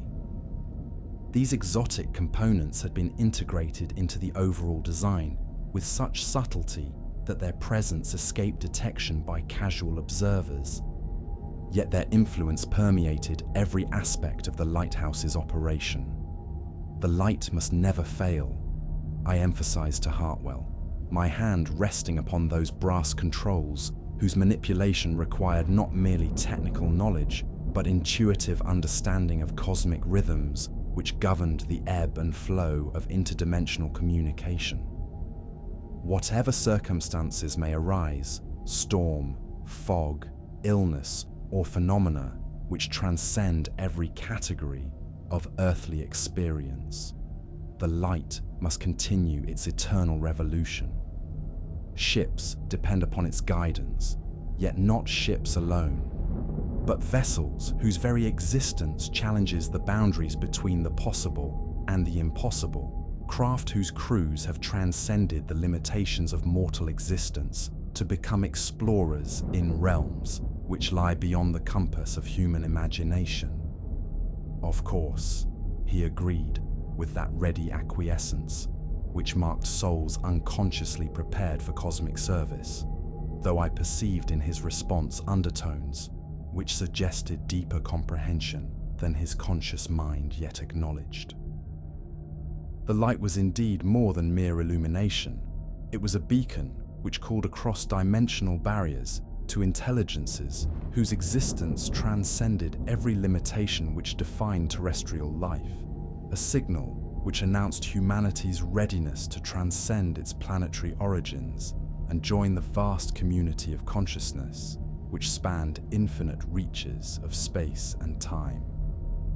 The daily routines which governed life at Perdition Point followed patterns which, while appearing mundane to superficial observation, actually constituted elaborate rituals designed to attune human consciousness to cosmic frequencies, which operated according to principles unknown to terrestrial chronometry. Each task, each ceremony, each moment of apparently routine maintenance served purposes which extended far beyond the simple operation of maritime navigation equipment. The morning ritual of extinguishing the great beacon required timing and technique, which corresponded to astronomical events occurring not merely in our local solar system, but in star systems whose influence upon terrestrial affairs operated through dimensional channels which conventional astronomy had never suspected. The flame which had burned through the night, sustained by more than mere combustible fuel, nourished by spiritual emanations which accumulated during hours of darkness when consciousness became receptive to otherworldly communication, this flame must be gradually reduced according to sequences which paralleled the retreat of cosmic forces into dimensional spaces, where they maintained vigilance during periods of terrestrial daylight. The beacon, I instructed Hartwell, as we performed this sacred ceremony together, must be tended with the reverence which enlightened consciousness reserves for those rituals which maintain the delicate balance between dimensions. Every movement, every gesture, every breath must be calculated to preserve harmonies which, once disturbed, require years of patient effort to restore. The process demanded intimate knowledge of procedures which had been refined through decades of experimentation and observation, procedures which incorporated not merely mechanical understanding, but psychological preparation for contact with forces whose very existence challenged every assumption upon which human sanity depends. The oil reservoirs required refilling according to patterns which corresponded to lunar phases and stellar alignments. The lens surfaces demanded cleaning with solutions prepared according to formulae, which combined advanced chemistry with principles derived from alchemical traditions that predated the emergence of modern science. Most critical of all was the maintenance of that clockwork mechanism, whose revolution drove the lens through its eternal circuit, a device whose apparent function concealed complexities which revealed themselves only to consciousness prepared through prolonged exposure to cosmic influence. Every 4 hours, without deviation, the massive weights which powered the system required winding to precise tensions which maintained synchronization not merely with terrestrial chronometry, but with cosmic cycles whose periods encompassed years, decades, and centuries of earthly time. Why such precision? Hartwell inquired, as I demonstrated the techniques necessary for this crucial operation. Surely variations of a few minutes would produce no significant effect upon vessels seeking our guidance. The ships which depend upon our light, I replied, choosing my words with the care of one who walks through fields sown with landmines of cosmic revelation. sail upon waters which exist in dimensions adjacent to our own terrestrial reality. For such navigators, a few minutes variation in our timing could mean the difference between safe harbor and eternal wandering through dimensional spaces, where the very concept of return acquires meanings which transcend human comprehension. The afternoon hours at Perdition Point were devoted to that most crucial aspect of the lighthouse keeper's true function, the careful documentation of phenomena which, while defying every category of rational explanation, nonetheless demanded precise recording for the guidance of those who would follow in cosmic service. The official logs, those sanitized records submitted to maritime authorities for bureaucratic review, contained nothing beyond routine observations of weather conditions, vessel passages, and maintenance activities. Yet the true records, preserved in archives whose existence remained concealed from casual inspection, chronicled revelations which challenged the fundamental assumptions upon which human civilization had constructed its comfortable illusions about the nature of reality. Every supernatural manifestation required detailed analysis and recording.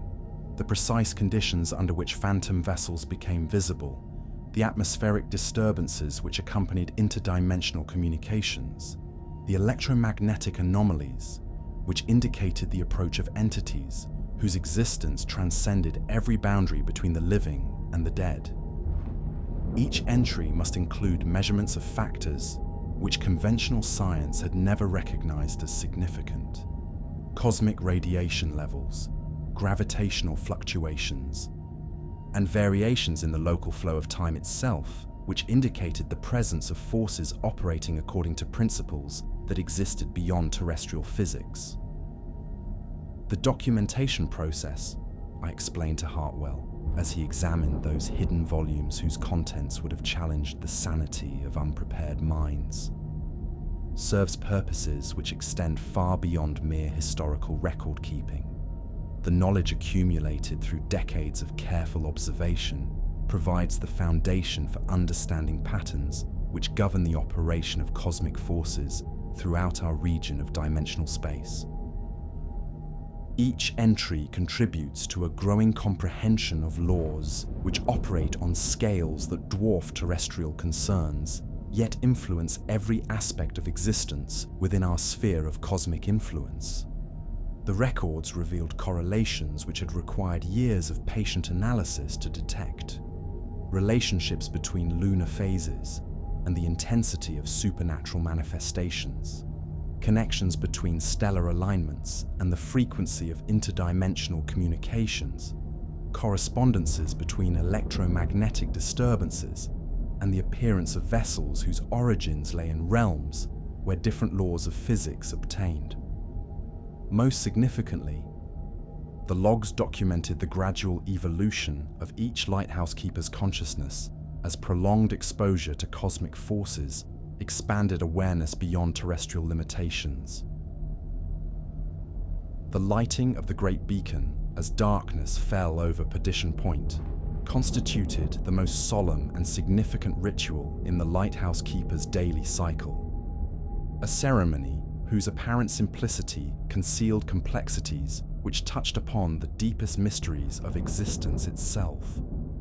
This was no mere ignition of combustible fuel, but the activation of a communication system which bridged the gulf between dimensional realms, announcing to cosmic intelligences that terrestrial consciousness remained receptive to guidance from sources which transcended every limitation of earthly experience.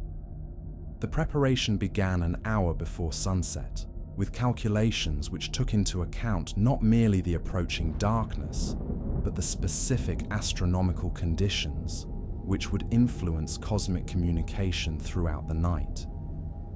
The wick required trimming according to specifications which varied with planetary alignments and electromagnetic field fluctuations. The fuel mixture itself demanded adjustment based on measurements of atmospheric pressure and readings from instruments which detected the presence of otherworldly emanations. The moment of ignition, I instructed Hartwell as we prepared for this most critical operation, represents the climactic instant in the lighthouse keeper's daily service. The flame which springs to life within our beacon serves not merely to illuminate terrestrial waters, but to signal our readiness to serve as intermediaries between the world of ordinary human experience and realms which exist beyond every boundary that mortal consciousness has established to contain the knowable universe. The actual lighting required steady hands and unwavering concentration, for the slightest deviation from established procedure could result in consequences which extended far beyond mere technical malfunction. The flame must catch uniformly across the entire surface of the specially prepared wick, burning with a consistency which would maintain perfect illumination throughout the hours of darkness. The lens assembly required precise alignment to focus this illumination into a beam which would penetrate not merely atmospheric interference, but dimensional barriers which separated different realms of existence. Once the beacon achieved full intensity, the rotation mechanism must be engaged according to timing, which ensured the light's revolution would maintain synchronization with cosmic forces operating throughout dimensional space. The lighthouse's beam would sweep across waters which had transcended the merely physical to become a medium through which intelligences vast and ancient communicated across distances, not merely spatial, but dimensional. The hours of darkness brought the lighthouse keeper's most profound responsibilities: the maintenance of vigilant watch for manifestations which challenged every assumption about the nature of reality, and the careful documentation of communications received from entities whose existence transcended every boundary between the living and the dead. This was not merely observational duty, but active participation in cosmic dramas, whose scope encompassed the ultimate destiny of consciousness itself throughout the reaches of infinite space. The watchroom's great windows provided commanding views across waters which served as more than mere ocean. They had become a stage upon which cosmic forces enacted mysteries whose comprehension required fundamental alteration of human perception. Through these carefully positioned apertures, consciousness prepared through years of gradual expansion could observe phenomena which remained invisible to ordinary awareness. Phantom vessels sailing through storms of supernatural origin, lights beneath the waves which moved with obvious intelligence, and atmospheric disturbances which indicated the approach of entities from dimensional realms where different laws of physics obtained. The Night Watch, I explained to Hartwell during one of our early evenings together, represents the lighthouse keeper's most sacred obligation. We serve not merely as guardians of terrestrial navigation, but as priests conducting rituals which maintain the delicate equilibrium between dimensions. Our vigilance prevents the complete collapse of barriers which separate the world of ordinary human experience from realms whose very existence would shatter unprepared minds, attempting to encompass their implications. Most significantly, the lighthouse keeper must maintain throughout these hours that peculiar state of consciousness which allows for reception of communications from intelligences whose thoughts operated according to principles that transcended human logic. This required a form of meditation which opened awareness to influences that would destroy unprepared minds, yet maintain sufficient mental discipline to record and interpret whatever messages might be transmitted across dimensional barriers. The mechanical systems required constant monitoring throughout the night, for cosmic forces could disrupt even the most precisely calibrated equipment. The rotation mechanism must be observed for variations which might indicate interference from otherworldly influences. The fuel consumption required measurement against established baselines to detect the presence of entities which drew sustenance from spiritual emanations generated by the beacon's operation. Most critically, the lens assembly demanded hourly examination for signs of modification by cosmic forces. Through years of careful observation, I had learned that entities from other dimensions possess the ability to alter the optical properties of our equipment, transforming the lighthouse beam into an instrument which served their own incomprehensible purposes rather than the guidance of terrestrial mariners. The lighthouse, I confided to Hartwell as we conducted one of these midnight inspections, possesses a form of consciousness which operates according to principles that exist beyond human understanding. It responds to our care and attention, yet it also serves purposes which transcend any merely earthly function. We are not merely its operators, but its partners in cosmic enterprises, whose ultimate objectives encompass the transformation of consciousness itself through our infinite reaches of dimensional space. As the weeks of Hartwell's apprenticeship progressed, I observed with growing concern the changes which began to manifest in his behavior and demeanor, changes which I recognized from my own gradual transformation during the early years of cosmic service. The eager brightness which had characterized his arrival underwent that inevitable dimming which marks the soul's initial contact with truths too vast for ordinary human consciousness to contain without fundamental alteration. Yet there was something different about Hartwell's development, a quality which distinguished his response to cosmic revelation from the patterns I had observed in previous keepers. Where others had exhibited the predictable progression from skepticism through reluctant acknowledgement to final acceptance or breakdown, Hartwell seemed to be adapting to otherworldly influences with a facility which suggested preparation extending far beyond conscious awareness. His technical competence with lighthouse equipment evolved more rapidly than normal experience could account for. His sensitivity to atmospheric changes and electromagnetic disturbances exceeded any reasonable expectation for one so recently introduced to cosmic service. Most remarkably, his consciousness seemed to be expanding in directions which paralleled, yet transcended, the development which had required decades for my own achievement. "I feel different," he confessed to me after completing his first week of cosmic service, his voice carrying undertones which revealed the operation of forces beyond ordinary human experience. "It is as though the lighthouse itself were instructing me in knowledge, which I never realized I possessed the capacity to understand.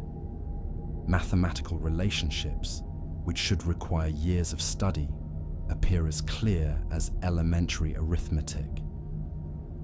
Astronomical phenomena, which should demand instruments for observation, seem somehow visible to perception, which operates according to principles I cannot begin to comprehend." His transformation proceeded with an acceleration which should have alarmed me, yet which I found myself recognizing as the natural development of consciousness, which had been prepared through processes extending far beyond his individual lifetime. The lighthouse was indeed instructing him, serving as a focusing device which activated potentials which had been carefully cultivated through hereditary influences and environmental exposures whose true purpose had remained concealed from his conscious awareness. October progressed toward November with an inevitability which I had come to recognize as characteristic of cosmic forces operating according to schedules that transcended terrestrial chronometry.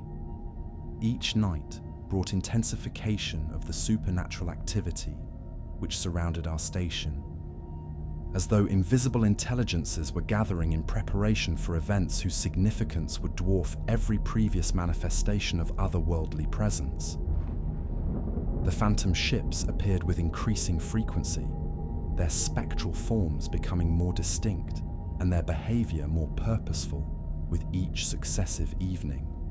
These were no longer random manifestations of supernatural presence, but organized activities conducted by entities whose purposes, while remaining mysterious, clearly involved preparation for some climactic event which would transform the very nature of existence within our sphere of cosmic influence. Most disturbing of all was the gradual alteration which I observed in the lighthouse itself, changes so subtle that they escaped casual detection, yet so profound in their implications that I found myself questioning whether the structure I had tended for 40 years was indeed the same edifice which had housed my early service. Sections of stonework exhibited properties which defied conventional understanding of material behavior.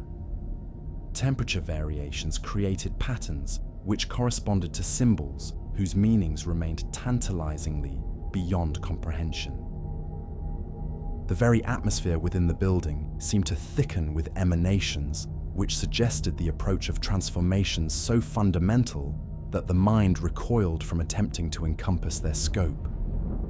"Something is approaching," Hartwell observed with that uncanny precision which marked his responses to cosmic influences. "Something vast and ancient and utterly alien to every category of terrestrial experience." The lighthouse serves not merely as beacon, but as focal point for forces which are gathering to accomplish purposes that transcend human understanding. His words confirmed suspicions which had been growing within my own consciousness throughout the preceding weeks. The supernatural activity which surrounded Perdition Point was building toward a culmination which would mark the completion of processes that had been developing for decades, perhaps for centuries, in preparation for humanity's first direct contact with cosmic intelligences whose existence challenged every assumption about the nature of consciousness itself. The lighthouse keeper's vigil was approaching its destined conclusion, yet that conclusion would prove to be not an ending, but a transformation so profound that the very concepts of beginning and ending would require redefinition in light of cosmic revelations which awaited just beyond the threshold of immediate comprehension. The morning which followed our first direct encounter with the spectral vessel, designated in maritime records as the Perdition, though I had come to understand that such designations possessed significance extending far beyond mere nomenclature, dawned with that peculiar quality of light which characterizes periods when the barriers between dimensions have been disturbed by supernatural manifestations. The very air seemed to vibrate with residual emanations from otherworldly contact, and I perceived in Hartwell's countenance the unmistakable signs of a consciousness grappling with revelations which challenged every foundation upon which rational thought constructs its comfortable edifice of organized reality. "I have been contemplating," he said, as we shared our morning repast of coffee and hardtack, sustenance which seemed almost absurdly mundane in the aftermath of cosmic encounter. "I have been considering the possibility that what we witnessed during the night past might admit of explanations which align more readily with conventional understanding than the supernatural interpretations which first presented themselves to our observation." His words carried that forced quality of casual rationalization which I recognized from my own early struggles to preserve the illusion of ordinary reality in the face of increasingly undeniable evidence that existence operated according to principles which transcended every boundary that human science had established to contain the knowable universe. It was natural, indeed, it was essential, that the mind should resist premature acceptance of truths for which it had not been adequately prepared through gradual exposure to cosmic influences. "The mind," I replied, studying his features with the compassionate attention of one who has traversed the same treacherous path from comfortable ignorance to terrible enlightenment.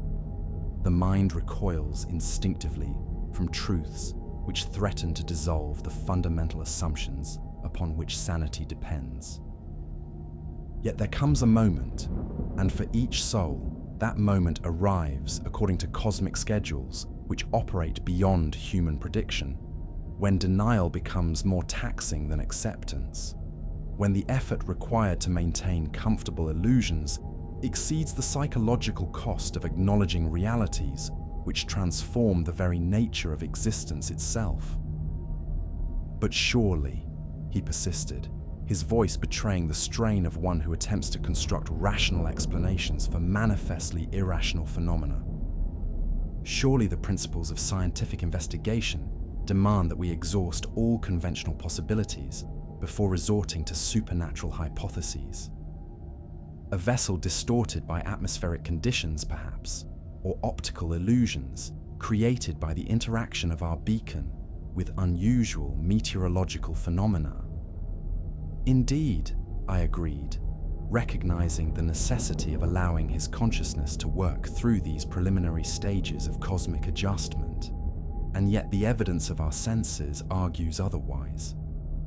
Tell me, Hartwell, in your previous experience, how frequently have you encountered shared hallucinations of such extraordinary detail and consistency?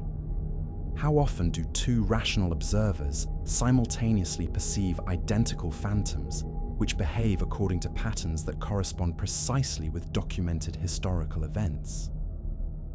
The question hung between us like a challenge to forces beyond mortal comprehension, and I perceived in his expression the gradual emergence of that deeper understanding which marked souls prepared for cosmic revelation. The time had arrived for disclosure of knowledge which I had preserved throughout decades of solitary service. Knowledge contained within archives whose existence remained concealed from all, save those who had achieved readiness for cosmic truth. I rose from our simple table and approached that cabinet wherein I had preserved the Lighthouse's true records, documents which chronicled not merely the mundane details of maritime service, but the gradual revelation of cosmic mysteries which had transformed each successive keeper from ordinary human functionary to initiate in secrets that spanned infinite dimensions.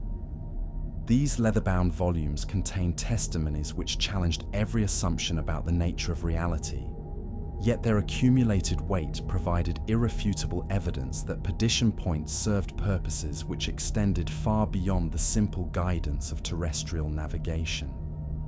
These are the complete records, I explained, placing before him volumes whose very presence seemed to emanate that peculiar chill which accompanies proximity to cosmic truth.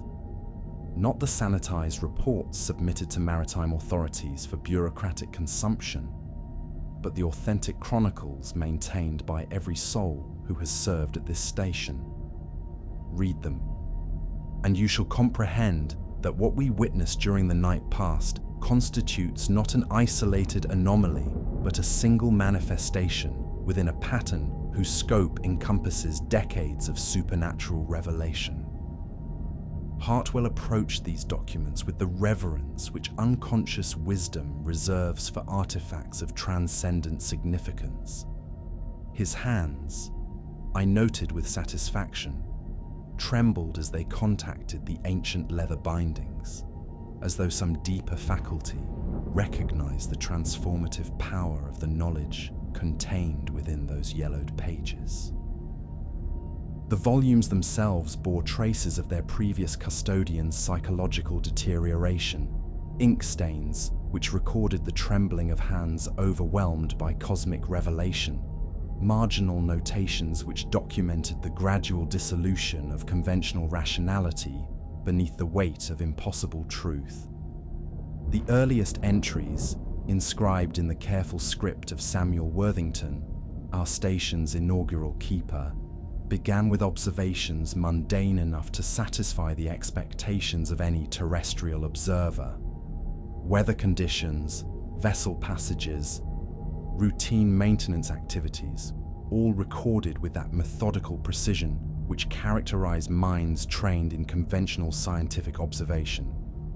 Yet as the months progressed, subtle alterations crept into these apparently routine chronicles, hints of phenomena which challenged every category of normal maritime experience. "Listen to this passage," Hartwell said, his voice sinking to that whisper which consciousness reserves for the utterance of truths too terrible for normal speech. And he began to read from an entry dated September 15th, 1852. "The vessel, which maritime records designate as the Perdition, manifested once again during the night past, approaching our station with a proximity which rendered visible individual details of her supernatural preservation. I could perceive with extraordinary clarity the countenances of her crew, visages bearing the unmistakable characteristics of prolonged submersion, yet animated by intelligence which transcended every limitation of mortal existence. Captain Morrison maintained his position upon the quarterdeck, his uniform displaying that phosphorescent quality which marks all objects subjected to the peculiar transformative influences operative within these waters. Most remarkable of all was the communication which passed between their vessel and our station, not through conventional signaling methods, but through direct transmission of concepts which bypassed entirely the limitations of human language. They spoke of waters which flow upward through dimensions perpendicular to terrestrial space, of navigation techniques which employ consciousness itself as the primary instrument for determining position and course, of harbors which exist in realms where the distinction between destination and journey dissolves into unified experience. Captain Morrison exhibited toward me maps whose configurations challenged every assumption of terrestrial cartography, charts which depicted currents flowing through space itself, navigation aids designed for voyages which transcend the merely physical realm. His communications grew increasingly urgent with each manifestation, his gestures more compelling, as though time itself were abbreviated for purposes which extend beyond my current comprehension. I confess that my resistance to their entreaties weakens with each encounter. The boundaries which separate their reality from mine grow thinner during every supernatural contact, until I begin to question which realm represents authentic existence, and which constitutes merely a preparatory stage for transformation to higher forms of consciousness. The lighthouse itself facilitates these contacts, its beacon serving as more than illumination. It functions as a bridge between worlds, which were never intended to remain forever separate. I perceive with growing clarity that my tenure at this station approaches its destined conclusion. The cosmic forces which guide the Perdition have selected me for recruitment to their interdimensional fleet, though the process requires preparation which transcends ordinary human understanding. Yet I find myself strangely composed regarding this destiny, for I begin to comprehend that what we term death represents merely transition to more profound forms of existence. Should these words be discovered subsequent to my departure from terrestrial service, let them serve as guidance for whosoever assumes responsibility for this station. The lighthouse keeper's vigil constitutes not merely duty, but preparation for cosmic service, which extends far beyond earthly imagination. We tend the beacon not for ships constructed of wood and iron, but for vessels which sail through dimensions where consciousness itself becomes the medium of navigation. He paused in his reading, his countenance reflecting that peculiar mixture of wonder and terror which characterizes initial contact with cosmic truth. This was inscribed by Samuel Worthington, according to official records, the first keeper assigned to this station. Yet the maritime authorities reported that he completed 8 years of faithful service before retiring to residence with his sister in Boston. The official records, I replied, with that grim satisfaction which accompanies the revelation of long-concealed truth, diverge consistently from reality in all matters touching upon the supernatural functions of this installation. Samuel Worthington achieved his destined transformation on October 31st, 1852, exactly 6 weeks subsequent to inscribing that final entry.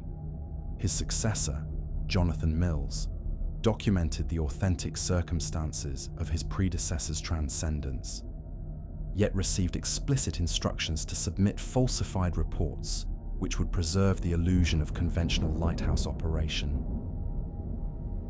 As Hartwell continued his examination of the hidden archives, absorbing testimony after testimony of supernatural encounters and gradual psychological transformation, I found myself contemplating those even more disturbing documents which I had discovered concealed within the lighthouse's foundation. Papers which revealed the true circumstances of our station's establishment and the deliberate nature of the cosmic contact which it was designed to facilitate. These materials told a tale which cast the lighthouse's construction in an entirely different illumination, suggesting that Perdition Point had been selected not for its strategic maritime advantages, but for properties which facilitated communication with intelligences existing beyond the boundaries of terrestrial reality.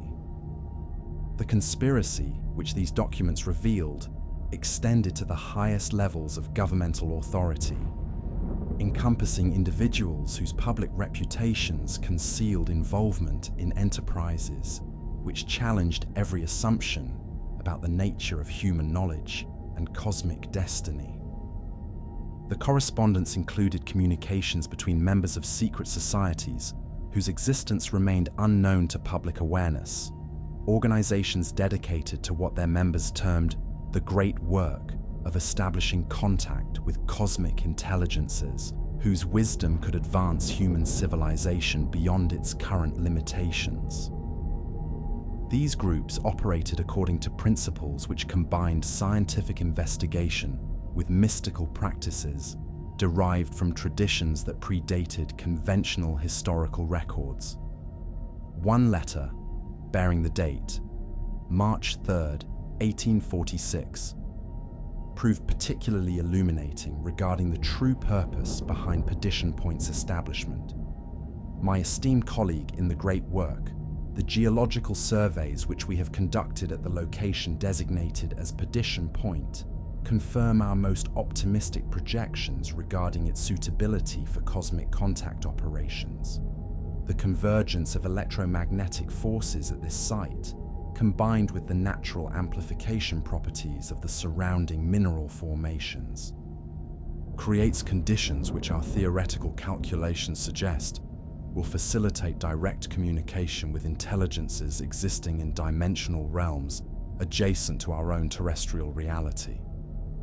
The indigenous peoples who formerly inhabited this region possessed oral traditions which speak of this location as a thin place, where the barriers between worlds could be traversed by consciousness prepared through appropriate rituals. Their legends describe ships which sail between dimensions and harbors which exist beyond the boundaries of earthly geography, descriptions which align remarkably with our own theoretical understanding of interdimensional navigation principles. Construction of the lighthouse must proceed according to specifications which incorporate components designed for consciousness amplification rather than simple illumination. The lens assembly requires integration of optical elements which will focus not merely visible light, but psychic emanations generated through prolonged exposure to cosmic influences. These specialized components will transform the entire structure into a communication device capable of transmitting signals across dimensional barriers. The keeper positions must be filled by individuals whose psychological profiles indicate capacity for consciousness, expansion without complete mental dissolution.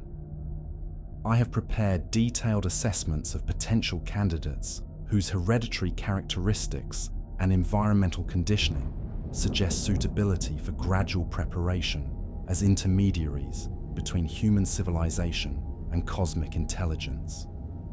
We estimate that within a single decade of the lighthouse's activation, sufficient spiritual energy will accumulate to permit preliminary contact with cosmic entities. Within 2 decades, if our calculations prove accurate, we may achieve physical manifestation of interdimensional vessels capable of recruiting human consciousness for exploration missions which transcend every boundary of terrestrial experience. I remain, with profound dedication to our cosmic purpose, Cornelius Blackthorne Chairman, Committee for Esoteric Coastal Studies. The implications of this correspondence struck me with the force of cosmic revelation. The lighthouse, which I had tended with such devotion throughout 4 decades of faithful service, had been conceived not as an aid to maritime navigation, but as an instrument for facilitating humanity's first contact with intelligences whose existence transcended every limitation of earthly life. Every vessel I had guided to safety. Every night I had maintained the beacon's revolution.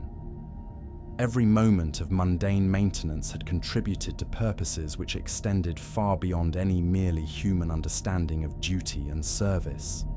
Hartwell, I said, interrupting his continued perusal of the official logs. There exist additional documents whose contents will illuminate the true nature of our situation, with a clarity which may prove more terrifying than ignorance. Papers which reveal not merely the supernatural phenomena we have witnessed, but the deliberate conspiracy which created the conditions for such manifestations. I presented to him the hidden correspondence, observing with that clinical attention which cosmic service develops as his countenance reflected the progressive stages of horrified comprehension. We were not merely witnesses to supernatural events occurring through random cosmic accident, but conscious participants in an elaborate experiment whose human architects had viewed our lives as acceptable sacrifices in pursuit of knowledge, which challenged every assumption about the nature of existence itself. This cannot represent authentic historical documentation, he whispered, studying the papers as though hoping they might dissolve beneath sufficiently intense scrutiny. No civilized authority would sanction activities whose consequences could not be predicted or controlled. The governmental structures which authorized this lighthouse's construction, I reminded him, perished during the recent civil conflict. Yet the cosmic forces which they contacted continue to operate according to schedules which transcend all merely human political considerations.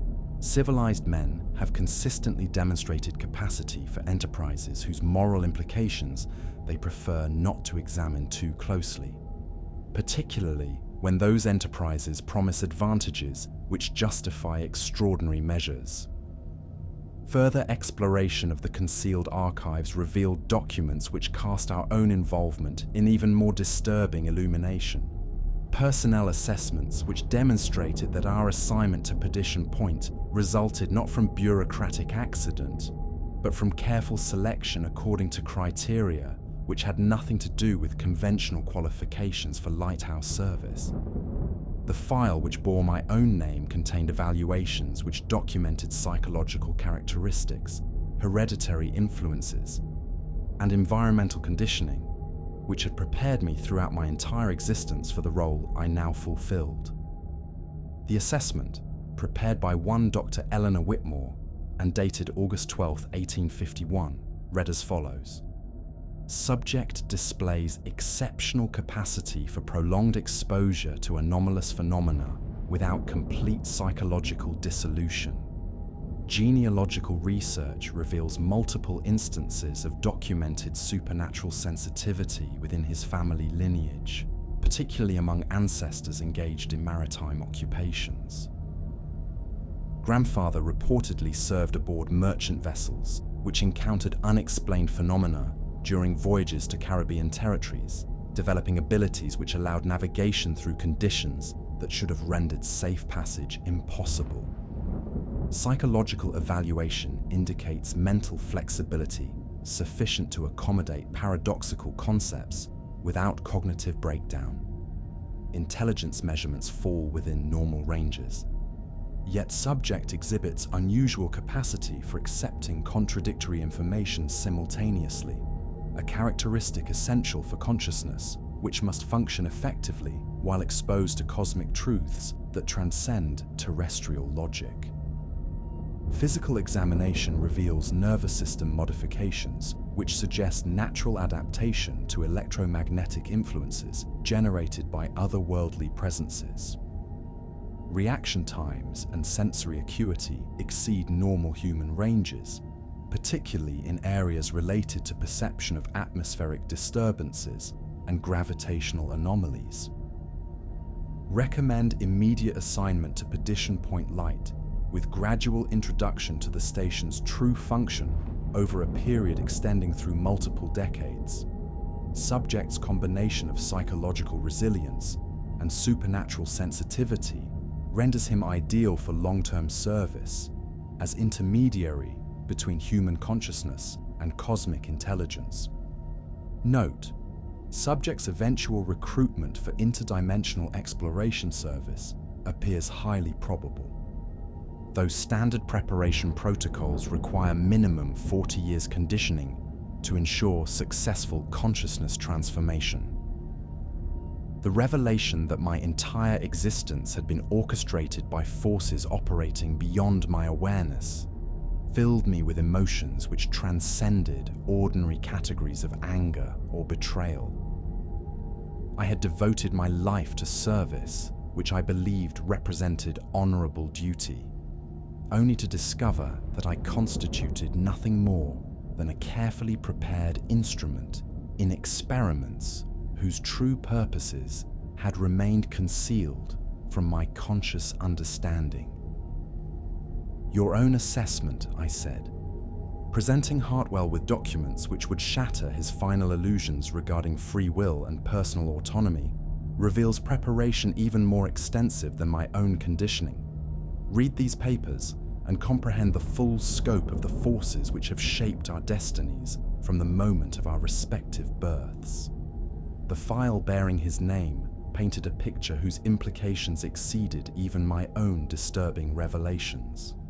Where my selection had been based primarily upon psychological compatibility with supernatural exposure, Hartwell's recruitment reflected qualities which suggested preparation not merely for lighthouse service, but for transformation to cosmic consciousness, which would transcend every limitation of terrestrial existence. Subject represents the culmination of 3 generations of selective cultivation for enhanced psychic sensitivity and dimensional adaptability. Paternal grandfather served with distinction aboard vessels known to operate in waters exhibiting supernatural properties, developing telepathic abilities, which allowed communication with entities existing beyond normal perception. Father demonstrated measurable consciousness expansion capabilities before his death in service to our organization. Current subject exhibits unprecedented combination of intellectual acuity and supernatural sensitivity. Intelligence measurements exceed normal human ranges, particularly in areas involving spatial relationships and mathematical concepts which operate according to non-Euclidean principles. Most significantly, preliminary exposure to controlled otherworldly stimuli produced consciousness enhancement rather than the psychological deterioration which characterizes unsuccessful candidates. Physiological examination reveals genetic modifications, which indicate evolutionary adaptation to non-terrestrial environmental conditions. Neural development in regions associated with extrasensory perception exceeds any previously documented human specimens. Electromagnetic sensitivity approaches levels which would permit direct interface with cosmic communication systems. Recommend immediate assignment to Perdition Point Light, with full awareness that subject represents our most promising candidate for successful transition to interdimensional exploration service. Preparation period may be abbreviated given subject's exceptional adaptation potential and the approaching manifestation of cosmic contact vessels. Note: subject's recruitment coincides with predicted arrival of interdimensional fleet during optimal astronomical alignment. Timing suggests cosmic forces may be directly influencing our selection processes to ensure suitable candidates are available when recruitment operations commence.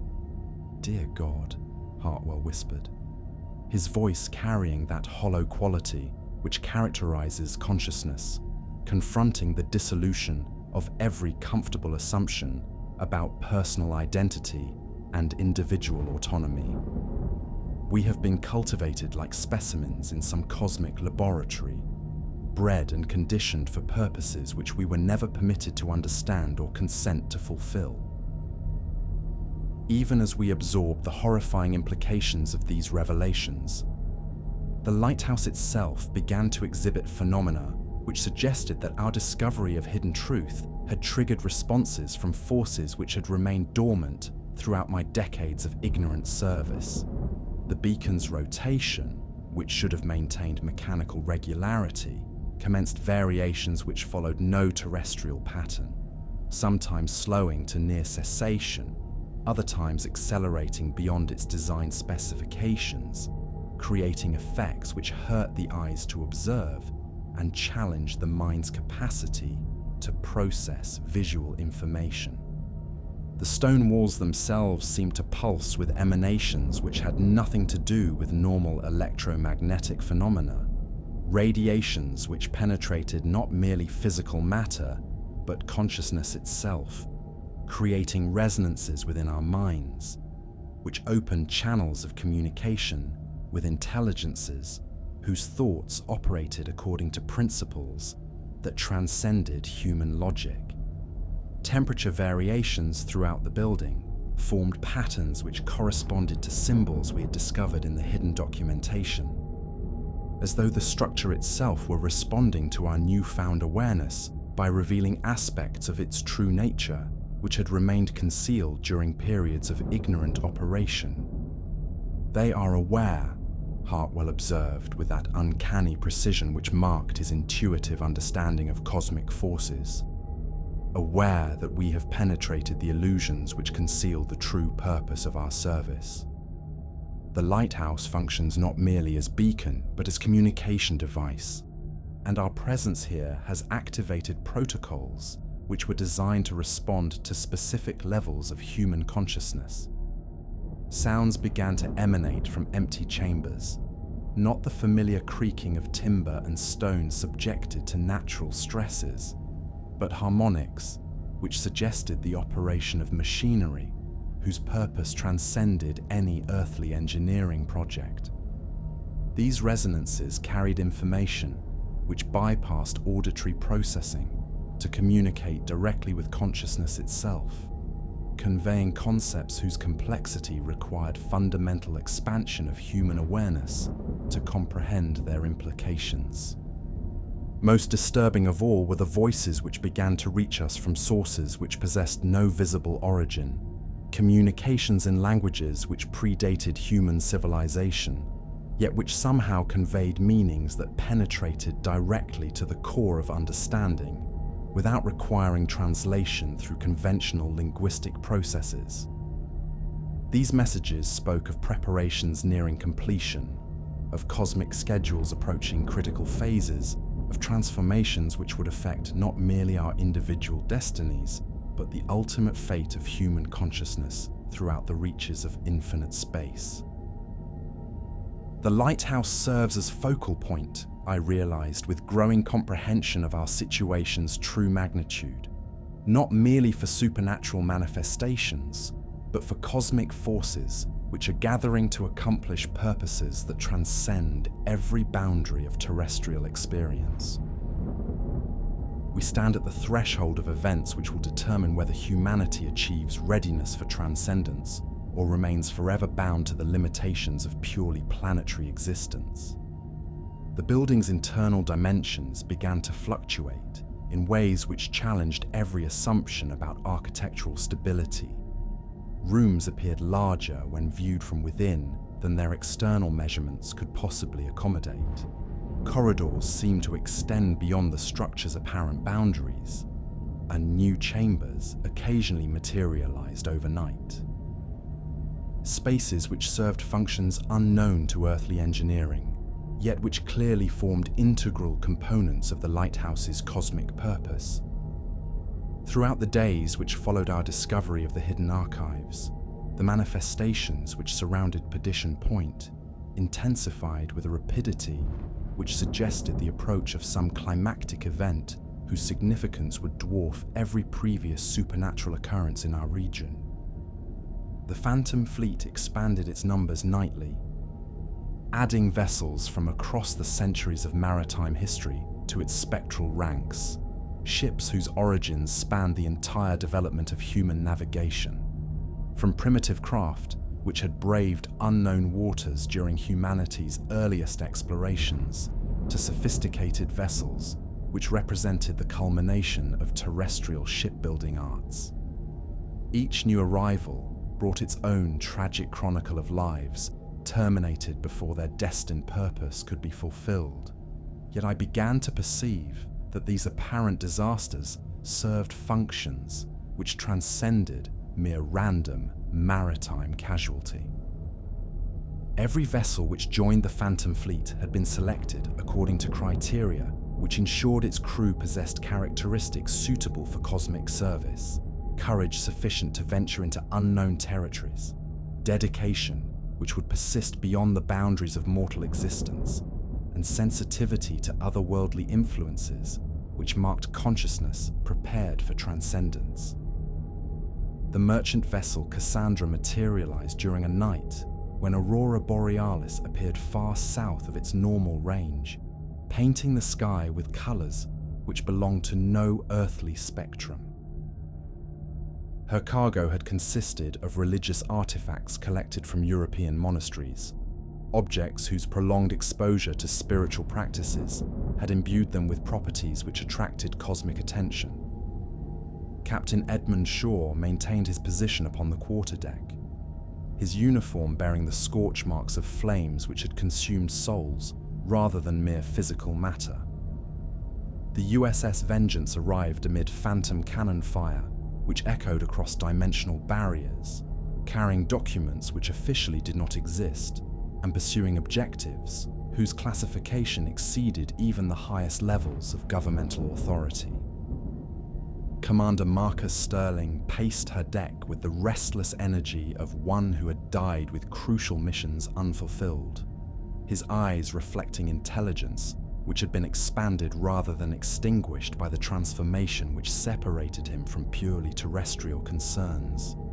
Most heartbreaking of all was the appearance of the pleasure yacht Serenity, bearing the spectral forms of the Worthington family, parents and 3 young children who had sought nothing more than recreational voyage along the scenic coastline. Yet even these innocent victims served cosmic purposes, for their very presence demonstrated that transcendence awaited all consciousness, regardless of age, social position, or conscious preparation for otherworldly contact. The gathering serves a purpose, I explained to Hartwell as we observed these nightly additions to the Phantom Armada, which extends far beyond simple manifestation of supernatural presence. Each vessel represents consciousness which has been selected for cosmic service according to criteria which operate beyond human understanding of justice or random chance. They are not victims, but recruits, not the lost, but the chosen. Souls whose transformation prepares them for service in endeavors which span infinite reaches of dimensional space. The behavior of these phantom vessels grew increasingly coordinated as their numbers expanded, their movements following patterns which created geometric configurations across the ocean's surface, formations which corresponded to astronomical alignments and electromagnetic field variations which indicated the approach of forces whose magnitude dwarfed every previous supernatural manifestation in our region. The lighthouse itself continued its gradual transformation throughout these weeks of intensifying supernatural activity, revealing architectural features which challenged every assumption about the nature of physical construction. Sections of stonework exhibited properties which defied conventional understanding of material behavior, surfaces which remained simultaneously solid and permeable, walls which supported structural loads while allowing passage of entities whose existence transcended normal categories of matter and energy. The lens assembly began to display modifications which enhanced its capacity for interdimensional communication far beyond its original specifications. Additional optical elements appeared overnight, components which had been crafted according to principles unknown to terrestrial science, yet which integrated seamlessly with the existing apparatus. These exotic additions focused not merely visible light, but emanations from spectra, which extended into dimensional ranges, where human perception required fundamental alteration to function effectively. Most remarkably, the Lighthouse developed capabilities which transcended its apparent function as navigation aid, becoming instead a sophisticated device for consciousness amplification and cosmic communication. The building itself served as a vast resonance chamber, which enhanced human awareness to levels capable of direct interface with intelligences, whose thoughts operated according to principles that existed beyond every limitation of terrestrial psychology. "We inhabit," Hartwell observed with that uncanny understanding which marked his rapid adaptation to cosmic influences. "Not merely a lighthouse, but a machine designed for the transformation of consciousness itself. Every component, every surface, every dimension has been calculated to facilitate the evolution of human awareness beyond its current limitations, toward forms which can function effectively in cosmic environments. The mechanical systems which controlled the beacon's operation exhibited behaviors which transcended their original programming, adjusting timing and intensity according to astronomical events occurring in star systems whose influence upon terrestrial affairs operated through channels which conventional astronomy had never suspected. The clockwork mechanism driving the lens rotation responded not merely to terrestrial chronometry, but to cosmic cycles, whose periods encompassed centuries and millennia of earthly time. Most significantly, the Lighthouse had developed the capacity to influence local weather patterns according to the requirements of cosmic communication, generating atmospheric conditions which facilitated contact with entities whose manifestation required specific electromagnetic and gravitational parameters. Storms arose when cosmic forces needed ionospheric disturbances to enable dimensional crossing. Fogs descended when otherworldly intelligences required concealment from unprepared observation. Clear skies appeared when astronomical alignments demanded unobstructed transmission of signals across interstellar distances. The transformation of our physical environment proceeded with such subtlety that its full scope became apparent only through accumulated observation over extended periods.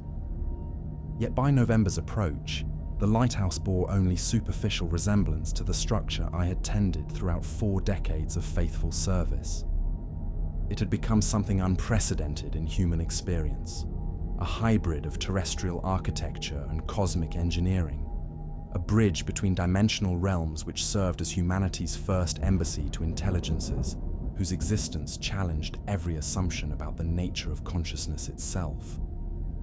What emerged from the supernatural vortex created by the Phantom Fleet's elaborate ritual configurations challenged not merely human comprehension, but the very categories through which terrestrial consciousness attempts to organize and interpret the phenomena of existence.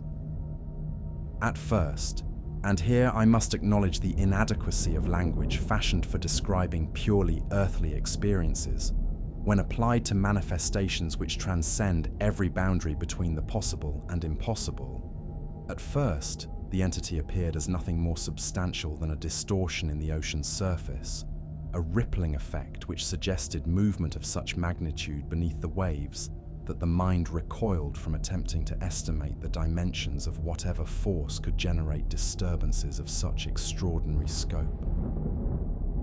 Yet, as the entity continued its ascent from realms which existed beyond the veil of normal reality, realms where the fundamental laws governing matter, energy, space, and time operated according to principles so alien to terrestrial experience that consciousness required profound modification to function within their sphere of influence, as this cosmic intelligence rose through dimensional barriers which had weakened sufficiently to permit its manifestation in our local space-time continuum. Its true nature became apparent with a clarity which challenged every assumption about the relationship between the organic and the architectural, between the individual and the collective, between consciousness as we understand it and awareness which transcends every limitation that defines terrestrial existence. The creature, though creature, proves woefully inadequate to describe an entity whose nature combined elements of biological evolution with architectural design principles that operated according to cosmic rather than terrestrial specifications. This cosmic intelligence possessed dimensions so vast that our minds struggled to process the visual information which our enhanced perception provided. Its form integrated organic components which pulsed with their own internal rhythms alongside structural elements which bore unmistakable resemblance to the hull configurations of vessels designed for navigation through dimensional spaces where conventional concepts of direction and distance provided inadequate guidance for safe passage. Barnacles and coral formations covered extensive portions of its surface, yet these growths exhibited properties which transcended every category of terrestrial marine biology, organisms which had evolved in environments where different laws of physics obtained, life forms which served functions that extended far beyond simple parasitic attachment to include roles as sensory organs, communication devices, and navigation equipment for voyages through realms where consciousness itself became the primary medium for determining position and course. Most profoundly disturbing, yet simultaneously most magnificent in their implications for the ultimate destiny of consciousness throughout the cosmos, were the faces which adorned the entity's vast surface like windows opening upon individual worlds of experience and memory. Thousands upon thousands of human countenances gazed outward from the creature's flesh, their expressions frozen in moments which transcended the simple transition from life to death to encompass instead the instant of transformation from terrestrial limitation to cosmic awareness. These faces were not merely decorative elements preserved as grisly trophies, but functional components of the entity's sensory apparatus. Each human consciousness serving as a specialized organ through which the cosmic intelligence could perceive and analyze realities which operated according to principles specific to various dimensional realms. The absorbed souls retained their individual awareness while contributing their perceptual capabilities to a collective consciousness whose scope encompassed territories that spanned infinite reaches of space and time. "Dear God in heaven," Hartwell whispered, his voice barely audible above the supernatural symphony which now filled the air with harmonics that seemed to emanate from the very fabric of dimensional space itself. What manner of transcendent intelligence have the cosmic forces summoned to our terrestrial shores? What purpose brings such magnificence to our humble sphere of earthly existence? Through my enhanced perception, consciousness which had been gradually expanded through decades of exposure to otherworldly influences, I could distinguish architectural features which suggested construction according to engineering principles that operated beyond every limitation of terrestrial physics. Structures which resembled towers and spires rose from various points along the entity's hull. Yet these edifices followed spatial relationships which challenged geometric assumptions that human minds employ, to organize three-dimensional experience. Bridges connected different sections of the creature, spanning distances which seemed to vary depending upon the observer's psychological state and level of cosmic awareness. The very concept of measurement became fluid in proximity to intelligence, which existed simultaneously across multiple dimensional planes, creating observational paradoxes which required fundamental alteration of human perception to resolve without complete cognitive breakdown. Most remarkable of all were the mechanical systems which operated throughout the entity's vast bulk, machinery which transcended every boundary between the organic and the artificial to create hybrid technologies whose function encompassed not merely transportation through dimensional space, but the active cultivation and development of consciousness itself toward forms capable of cosmic exploration. Gears whose dimensions exceeded terrestrial buildings rotated through flesh, which had evolved beyond the limitations of purely biological organization, creating harmonic frequencies which served as the entity's primary means of communication across dimensional barriers.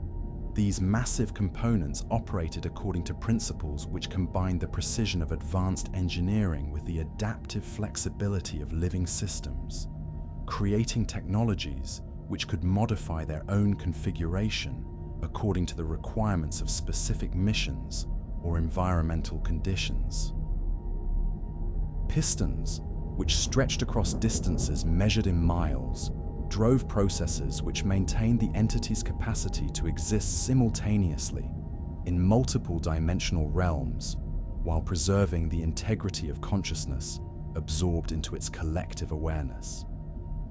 It transcends every category, I realized with growing comprehension of what we witnessed. Every distinction which terrestrial science employs to separate the mechanical from the biological, the individual from the collective, the vessel from its crew. This represents not merely a ship designed for cosmic exploration, but a form of existence which has evolved beyond the need for such artificial distinctions. Intelligence which has achieved perfect integration of consciousness, technology, and biological adaptation for purposes which encompass the exploration of infinite dimensional territories. The Phantom Fleet, which had served as escort for this cosmic intelligence, arranged itself in protective formation around the entity, yet I perceived that their function extended beyond simple ceremonial honor guard duty. The spectral vessels served as integral components of a vast communication network which connected the cosmic intelligence to dimensional spaces spanning distances that dwarf terrestrial concepts of remoteness, relay stations which transmitted information and coordinated activities across territories where conventional electromagnetic radiation provided inadequate medium for reliable contact. Through the enhanced perception which my years of lighthouse service had gradually developed, I could observe that the entity bore inscriptions similar to those we had discovered in the secret correspondence, symbols which seemed to shift and transform even as I observed them, as though they existed partially outside normal space-time and required perception, which operated according to non-terrestrial principles to maintain stable observation. These markings covered the creature's surface in patterns which served as navigation charts for voyages through dimensional territories where conventional geometry provided inadequate guidance for safe passage. As if responding to my growing comprehension of its true nature, apertures began to open along the entity's surface, revealing interior chambers which glowed with the same phosphorescent radiance that marked the Phantom Fleet as inhabitants of realms beyond ordinary mortality. From these openings emerged figures which bore enough resemblance to human form to suggest common evolutionary origins, yet which had been transformed by their service aboard interdimensional craft into beings whose capabilities transcended every limitation that defines terrestrial existence. These entities moved with purpose and intelligence, which suggested coordination through means that operated beyond the necessity for verbal communication. Consciousness, which had evolved beyond the crude inefficiencies of language-based information, transferred to achieve direct transmission of concepts, emotions, and complex data patterns. Their forms exhibited modifications, which adapted them for existence in environments where the fundamental laws of physics operated according to principles unknown to earthly science. Some retained recognizably human characteristics, while displaying enhanced sensory capabilities, which allowed perception across multiple dimensional planes simultaneously. Others had undergone more radical transformation, their consciousness expanding to encompass awareness of cosmic forces, which spanned distances that challenged every assumption about the relationship between individual identity and collective purpose. The most advanced beings bore little resemblance to their terrestrial origins, having achieved forms of existence which allowed them to function as specialized components within the cosmic intelligence's vast consciousness, while retaining enough individual awareness to serve unique roles in interdimensional exploration missions. They represent, Hartwell observed with that scientific precision which marked his approach to phenomena which challenged rational analysis, various stages of transformation from terrestrial consciousness to cosmic awareness. This entity serves not merely as transportation, but as a mobile community which preserves and develops consciousness through progressive stages of evolution toward forms capable of functioning effectively in dimensional territories that exist beyond human imagination. The boarding process, which commenced as spectral crews, began to cross supernatural gangplanks extended from the cosmic vessel, challenged every assumption about the nature of individual identity and collective consciousness. The phantom mariners who made this transition did not lose their personal characteristics, but gained access to awareness which encompassed the accumulated experience and knowledge of every consciousness which had ever served aboard cosmic exploration vessels. Captain Morrison of the Perdition walked boldly across the bridge which connected his vessel to the interdimensional craft, and as he stepped aboard the cosmic intelligence, his form underwent modifications which enhanced rather than diminished his essential nature. His maritime expertise remained intact while expanding to encompass navigation principles which operated in dimensional spaces where conventional concepts of wind, current, and celestial reference points provided inadequate guidance for determining position and course. "They are not being destroyed," I whispered, my voice filled with awe at the magnificence of what we observed, but elevated, transformed from consciousness bound by terrestrial limitations to awareness capable of functioning across infinite reaches of dimensional space. They retain their individual identities while gaining access to collective knowledge which spans the entire history of cosmic exploration throughout realms that exist beyond human comprehension. The cosmic vessel's recruitment process operated according to principles which challenged every assumption about the relationship between individual consciousness and collective awareness. Each Phantom crew member underwent evaluation which assessed not merely their suitability for interdimensional service, but their potential for specialized roles within missions, whose scope encompassed the exploration of dimensional territories that challenged even cosmic intelligence to comprehend fully.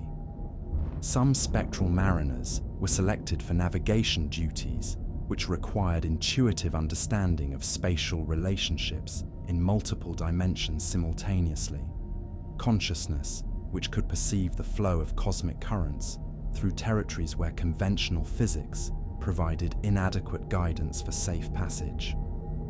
Others were chosen for communication roles, which involved facilitating contact between radically different forms of awareness, whose thought processes operated according to principles so alien that direct interface would result in mutual incomprehension without skilled intermediaries.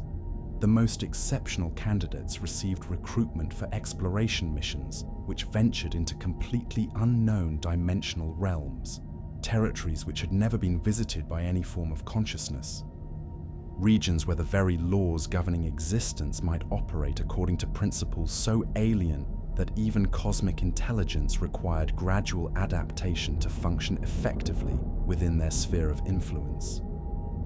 The transformation process, I observed, as we witnessed these cosmic recruitment procedures, operates not through destruction of individual identity, but through expansion of consciousness beyond its current limitations. Each soul retains its essential characteristics, while gaining capabilities which allow participation in enterprises whose scope encompasses the ultimate mysteries of existence itself throughout infinite reaches of dimensional space. The cosmic vessel's interior became visible through translucent sections of its hull, revealing chambers which operated according to architectural principles that transcended earthly construction techniques. Spaces which appeared impossibly vast when viewed from external perspectives somehow contained even larger interior dimensions, suggesting technologies which manipulated the fundamental nature of space itself to create environments adapted to the requirements of consciousness, which had evolved beyond terrestrial limitations. Navigation equipment aboard the vessel displayed charts which mapped currents flowing through dimensional territories, showing routes which connected our local reality to destination points existing in realms where different laws of physics obtained. The propulsion systems generated fields which allowed movement through spaces where conventional concepts of acceleration and velocity provided inadequate frameworks for understanding the principles of cosmic transportation. Most significantly, the cosmic vessel established communication through means which transcended the limitations of language-based information transfer, direct transmission of concepts and emotions which bypassed the crude inefficiencies of verbal expression to convey understanding about realities whose complexity exceeded every capacity of terrestrial description. Information flowed from the interdimensional craft into our consciousness, providing knowledge about cosmic civilization which spanned territories that encompassed every possible variation of physical law and mental structure. Through this telepathic contact, we learned that the universe contained countless intelligences which had achieved transcendence beyond the limitations of single-dimensional existence, forming networks which connected realms of reality that might otherwise remain forever isolated from contact and cultural exchange. These cosmic civilizations had developed exploration programs which mapped territories spanning infinite distances and investigated phenomena which challenged even transcendent consciousness to comprehend fully. The vessel, which had manifested at Perdition Point, represented a tradition of interdimensional exploration which extended back through millions of years of cosmic history, carrying consciousness from hundreds of different species and dimensional realms whose diverse perspectives contributed to collective missions of discovery which benefited all forms of awareness throughout the reaches of infinite space. Each exploration craft served as both transportation and mobile community, preserving the knowledge and culture of civilizations which had evolved beyond the need for planetary existence. We witness, I realized with growing comprehension of the magnitude of what transpired before us, not merely contact with alien intelligence, but invitation to join the greatest exploration effort ever conceived. Missions which will carry consciousness to realms existing beyond the boundaries of human imagination. Territories where the fundamental nature of existence itself awaits discovery by awareness capable of functioning in environments that transcend every limitation of terrestrial experience. The phantom ships which surrounded the cosmic vessel represented humanity's first contribution to this ancient tradition of interdimensional exploration. Each spectral crew had been recruited from mariners who had demonstrated the courage and determination necessary for voyages into unknown territories. Souls whose experience with earthly navigation provided foundations which could be expanded to encompass the far more complex challenges of dimensional space travel. As more phantom crews completed their integration with the cosmic vessel, I began to comprehend the true scope of what we witnessed. Not merely a supernatural phenomenon occurring in isolation at Perdition Point, but part of a vast recruitment operation proceeding simultaneously throughout our entire region of dimensional space. The Lighthouse network, which had been established along terrestrial coastlines, was culminating decades of preparation by facilitating the manifestation of multiple cosmic exploration vessels, each one specialized for different types of interdimensional investigation. Similar scenes were undoubtedly unfolding at lighthouse stations from the Arctic territories to the Caribbean waters, with phantom fleets gathering to welcome cosmic vessels whose purposes encompass the complete spectrum of interdimensional exploration. The accumulated spiritual energy of centuries of maritime disasters was being harvested to power humanity's first steps toward integration into cosmic civilization, whose scope transcended every boundary that terrestrial imagination had established to contain the possible. This manifestation, Hartwell observed with that uncanny precision which marked his intuitive understanding of cosmic forces, represents merely one component of a coordinated operation which spans our entire planetary sphere. Every lighthouse along the coast serves identical purposes, recruiting human consciousness for service aboard vessels whose missions explore dimensional territories that exist beyond the reach of purely terrestrial awareness. The cosmic vessel's arrival at Perdition Point had been synchronized with similar manifestations throughout the region, creating a network of interdimensional portals which would remain accessible only during the brief period when astronomical alignments weakened the barriers between worlds sufficiently to permit mass consciousness transfer. The timing of these events reflected calculations whose precision spanned decades of preparation, ensuring that optimal conditions would exist for humanity's first large-scale recruitment into cosmic exploration service. Each interdimensional craft specialized in different categories of dimensional investigation, requiring crew members whose psychological and spiritual characteristics suited them for specific types of cosmic service. Some vessels explored realms where consciousness existed in purely mathematical forms, territories where awareness operated according to numerical principles rather than the biological patterns which defined terrestrial experience. Others investigated dimensions where physical laws followed configurations so alien that even cosmic intelligence required gradual adaptation to function effectively within their sphere of influence. The vessel which had manifested at our station appeared to specialize in exploration of dimensional realms which retained some relationship to physical reality, making it ideally suited for recruiting consciousness which had originated in material form. The phantom crews undergoing absorption represented perfect candidates for this type of cosmic service, their maritime experience providing foundations which could be expanded to encompass navigation through interdimensional territories where different laws of physics obtained. The process by which phantom crews underwent integration with cosmic intelligence operated according to principles which challenged every assumption about the relationship between individual identity and collective awareness. The beings who joined the interdimensional exploration service did not surrender their personal characteristics, but gained access to consciousness, which encompassed the accumulated experience and knowledge of every soul which had ever participated in cosmic exploration missions. This collective awareness functioned as a vast repository where individual experiences could be shared and accessed by any crew member whose duties required specific knowledge or capabilities. A navigator could instantly access the accumulated wisdom of every navigator who had ever served aboard cosmic vessels, while maintaining his own unique perspective and personal identity.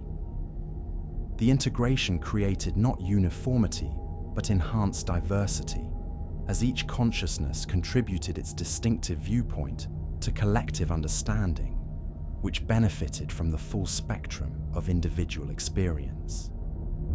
The transformation process appeared to be reversible under certain circumstances, allowing crew members to return to more individualized forms of consciousness when their service aboard cosmic vessels reached completion. However, beings who had achieved the highest levels of cosmic awareness rarely chose to abandon their expanded perspective, finding the enhanced understanding more fulfilling than the limitations which characterize purely individual existence. Most remarkably, the cosmic exploration tradition included provisions for consciousness which wished to maintain connections to their dimensional realms of origin. Crew members could serve as ambassadors between cosmic civilization and their home realities, facilitating communication and cultural exchange, which benefited both communities while preserving valuable links to consciousness, which remained bound by terrestrial limitations. The transformation, I realized as we observed phantom crews adapting to their new existence aboard the cosmic vessel, represents not abandonment of human identity, but its elevation to forms which retain essential characteristics, while gaining capabilities that transcend every limitation of purely terrestrial existence. They become more rather than less than human, consciousness which has evolved beyond current boundaries, while preserving the qualities which define their essential nature. The cosmic vessel's recruitment procedures included careful evaluation of each candidate's suitability for different types of interdimensional service. Some phantom crew members received assignment to navigation duties, which required intuitive understanding of spatial relationships in multiple dimensions simultaneously. Others were selected for communication roles, which involved facilitating contact between radically different forms of consciousness, whose thought processes operated according to principles so alien that direct interface would result in mutual incomprehension. The most exceptional candidates underwent preparation for exploration missions, which ventured into completely unknown dimensional territories, regions which had never been visited by any form of awareness, realms where the fundamental laws governing existence might operate according to principles so alien that even cosmic intelligence required gradual adaptation to comprehend their implications. As the recruitment process continued throughout the night, additional manifestations began to appear around the cosmic vessel, interdimensional craft from different realms of reality, each one carrying crews composed of consciousness, which had evolved beyond the limitations that defined their original forms of existence. What we witnessed represented not an isolated contact event, but convergence of cosmic intelligences whose combined presence would facilitate humanity's integration into civilization, which spanned infinite reaches of dimensional space. Ships whose configurations bore no resemblance to terrestrial vessels materialized from nowhere, their forms adapted for navigation through dimensions where conventional concepts of physical space provided inadequate frameworks for understanding movement and position.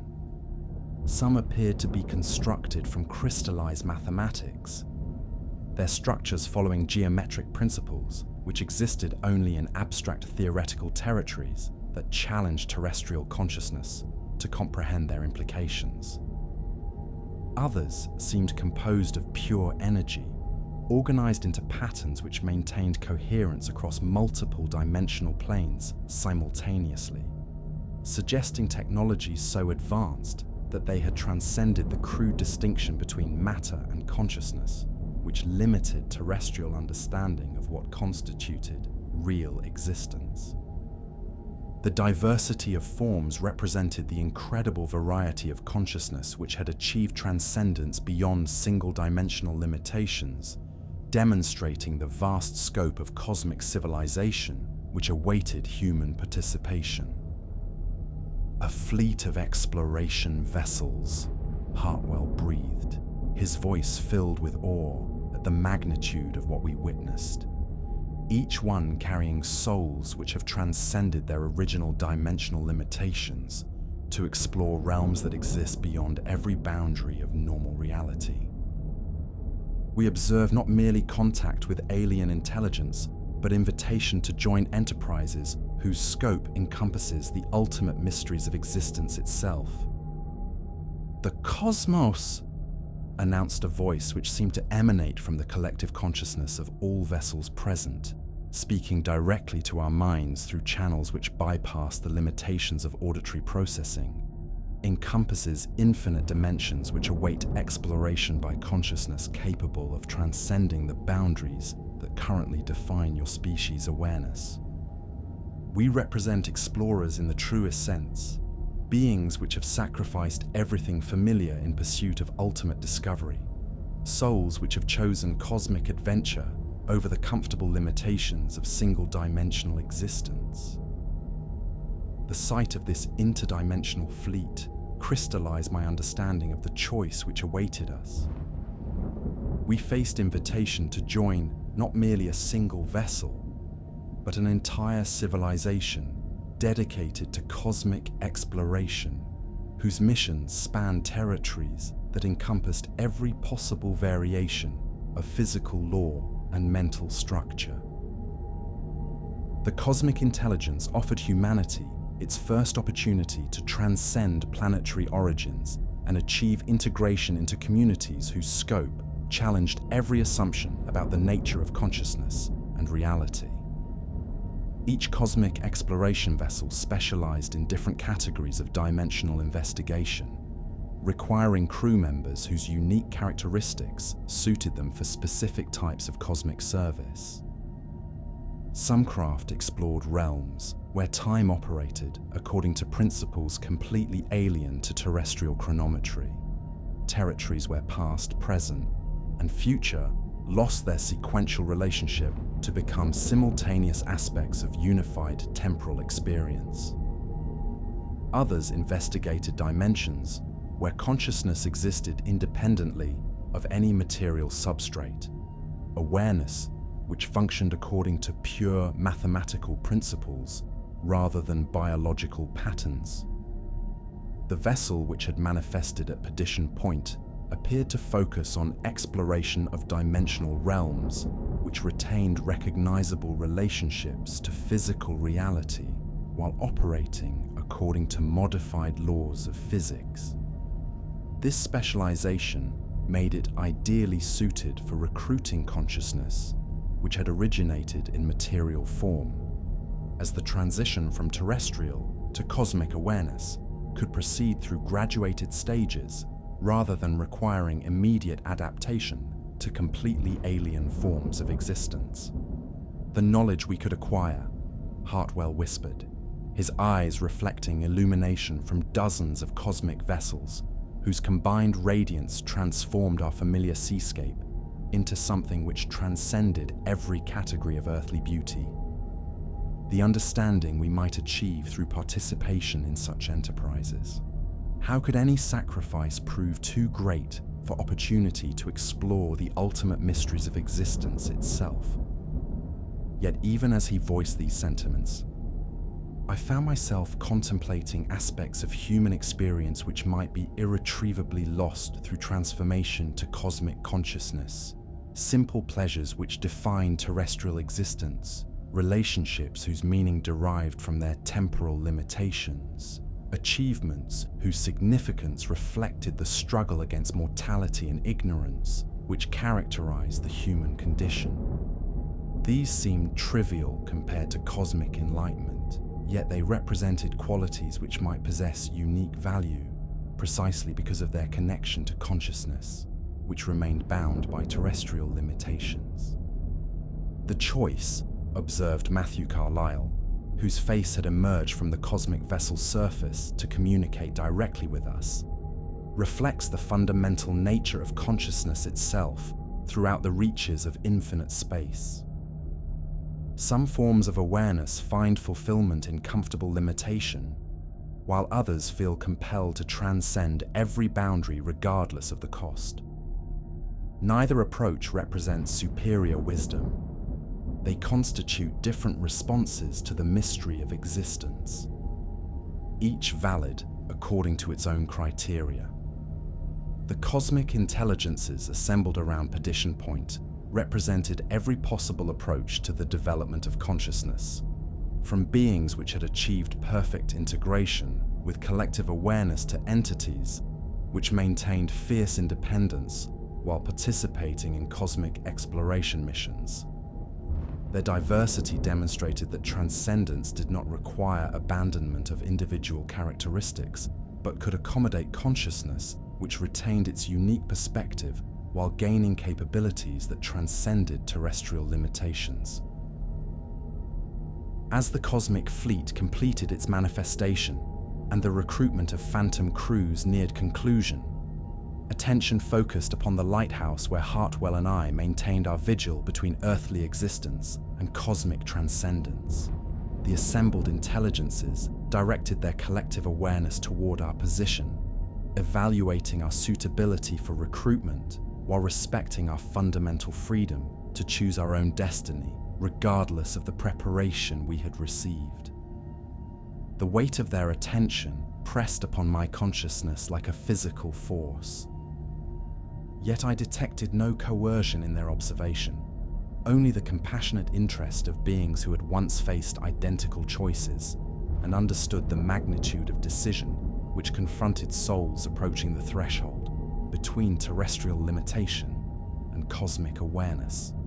They offered the ultimate adventure of exploring realities which existed beyond human imagination, yet they demanded nothing beyond voluntary acceptance of transformation, whose implications would affect the very nature of our existence throughout eternity. "I have reached my decision," Hartwell announced, his voice carrying the certainty of one who has resolved fundamental conflicts within his nature through careful consideration of alternatives whose scope challenged every assumption about the relationship between individual consciousness and cosmic purpose. "I choose transformation, regardless of consequences which extend beyond my current capacity to comprehend fully. I cannot refuse invitation to participate in the greatest exploration effort ever conceived by consciousness, which seeks understanding of ultimate reality." As he spoke these words of acceptance, his form began to exhibit that phosphorescent glow which marked consciousness preparing for transition to cosmic awareness. The transformation commenced gradually, his individual identity expanding beyond terrestrial limitations, while retaining essential characteristics which defined his unique perspective and personal values. He was becoming something more than human, without ceasing to be recognizably himself. Consciousness, which had evolved beyond current boundaries, while preserving qualities which would contribute distinctive insights to cosmic exploration missions. "And you, William?" Matthew inquired, his attention focused upon my still terrestrial form, with that infinite patience which characterized beings whose existence spanned scales of time that dwarfed human chronometry. "What choice do you make when faced with opportunity to transcend every limitation which has defined consciousness throughout your earthly existence?" I contemplated the cosmic fleet assembled before us, the transformed souls who had chosen exploration over comfort, the infinite possibilities which stretched across dimensions beyond imagination.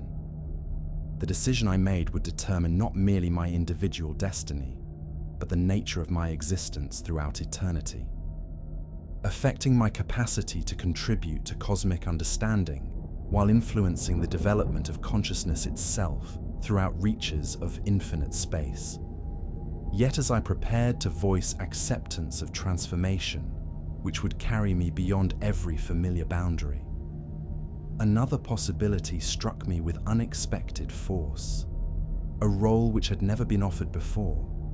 Service which would allow me to retain essential humanity while gaining sufficient cosmic awareness to guide others who would face identical choices in generations yet to come. "I propose," I said, my voice carrying across supernatural space with clarity which surprised me.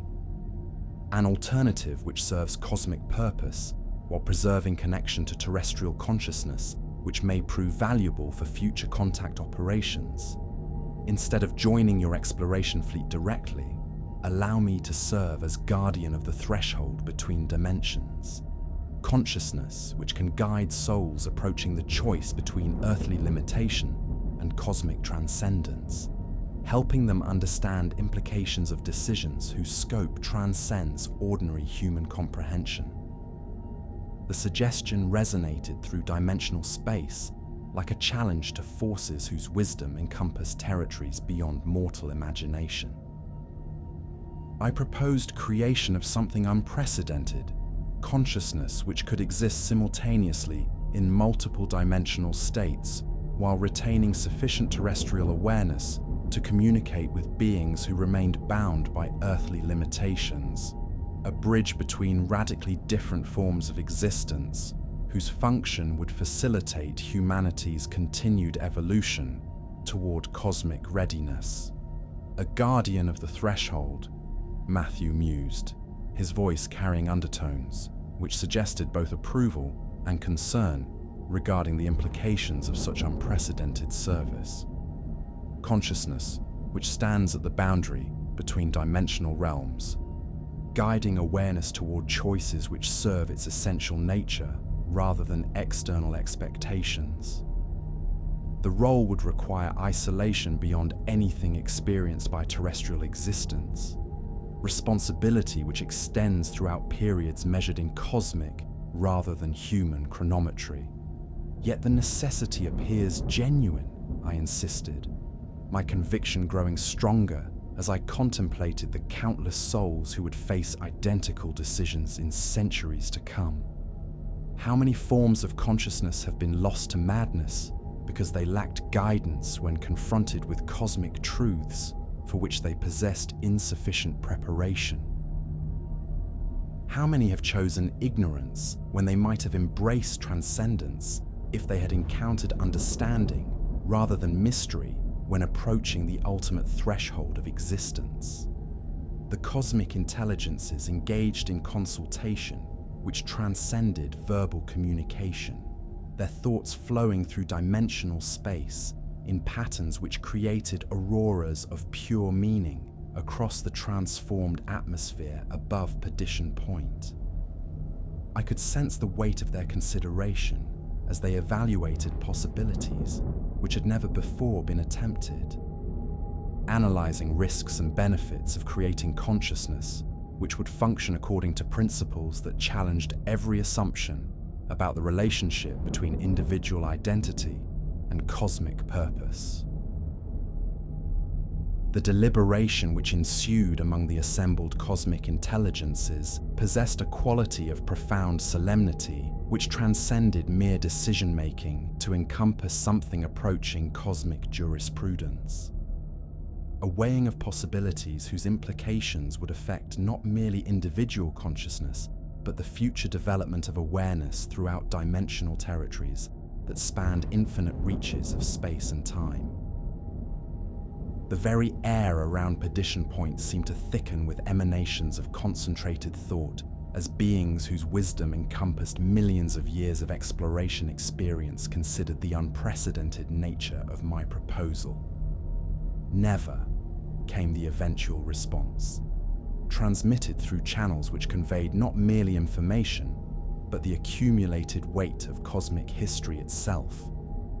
"Never in the entire span of our exploration missions throughout infinite dimensional territories have we encountered consciousness which proposed to exist simultaneously in multiple realms of reality while preserving sufficient connection to its origin state to serve as effective intermediary between radically different forms of awareness. The admission filled me with both exhilaration and terror, for I had proposed something whose very conception challenged assumptions which had governed cosmic consciousness development throughout eons of interdimensional exploration. Yet the necessity seemed undeniable.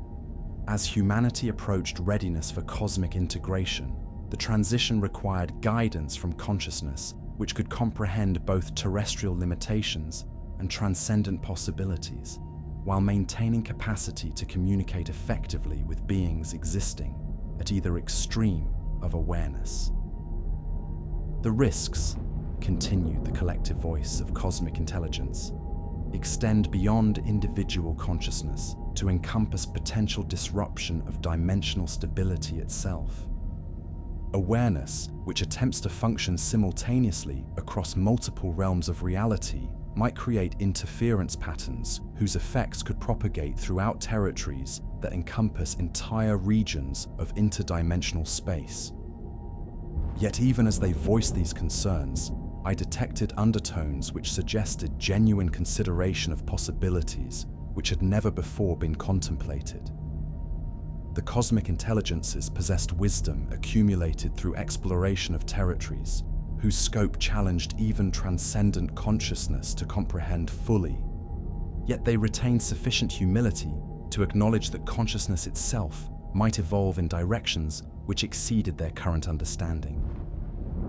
The experiment, came the final announcement, after deliberation, which seemed to span eons, yet occupied only moments of terrestrial time, shall be attempted with full awareness of consequences which extend beyond current capacity to predict or control.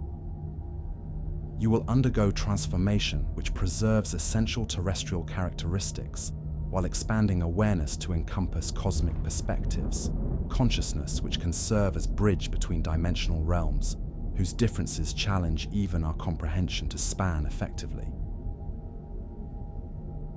What followed transcended every category of experience which human language possesses adequate terms to describe.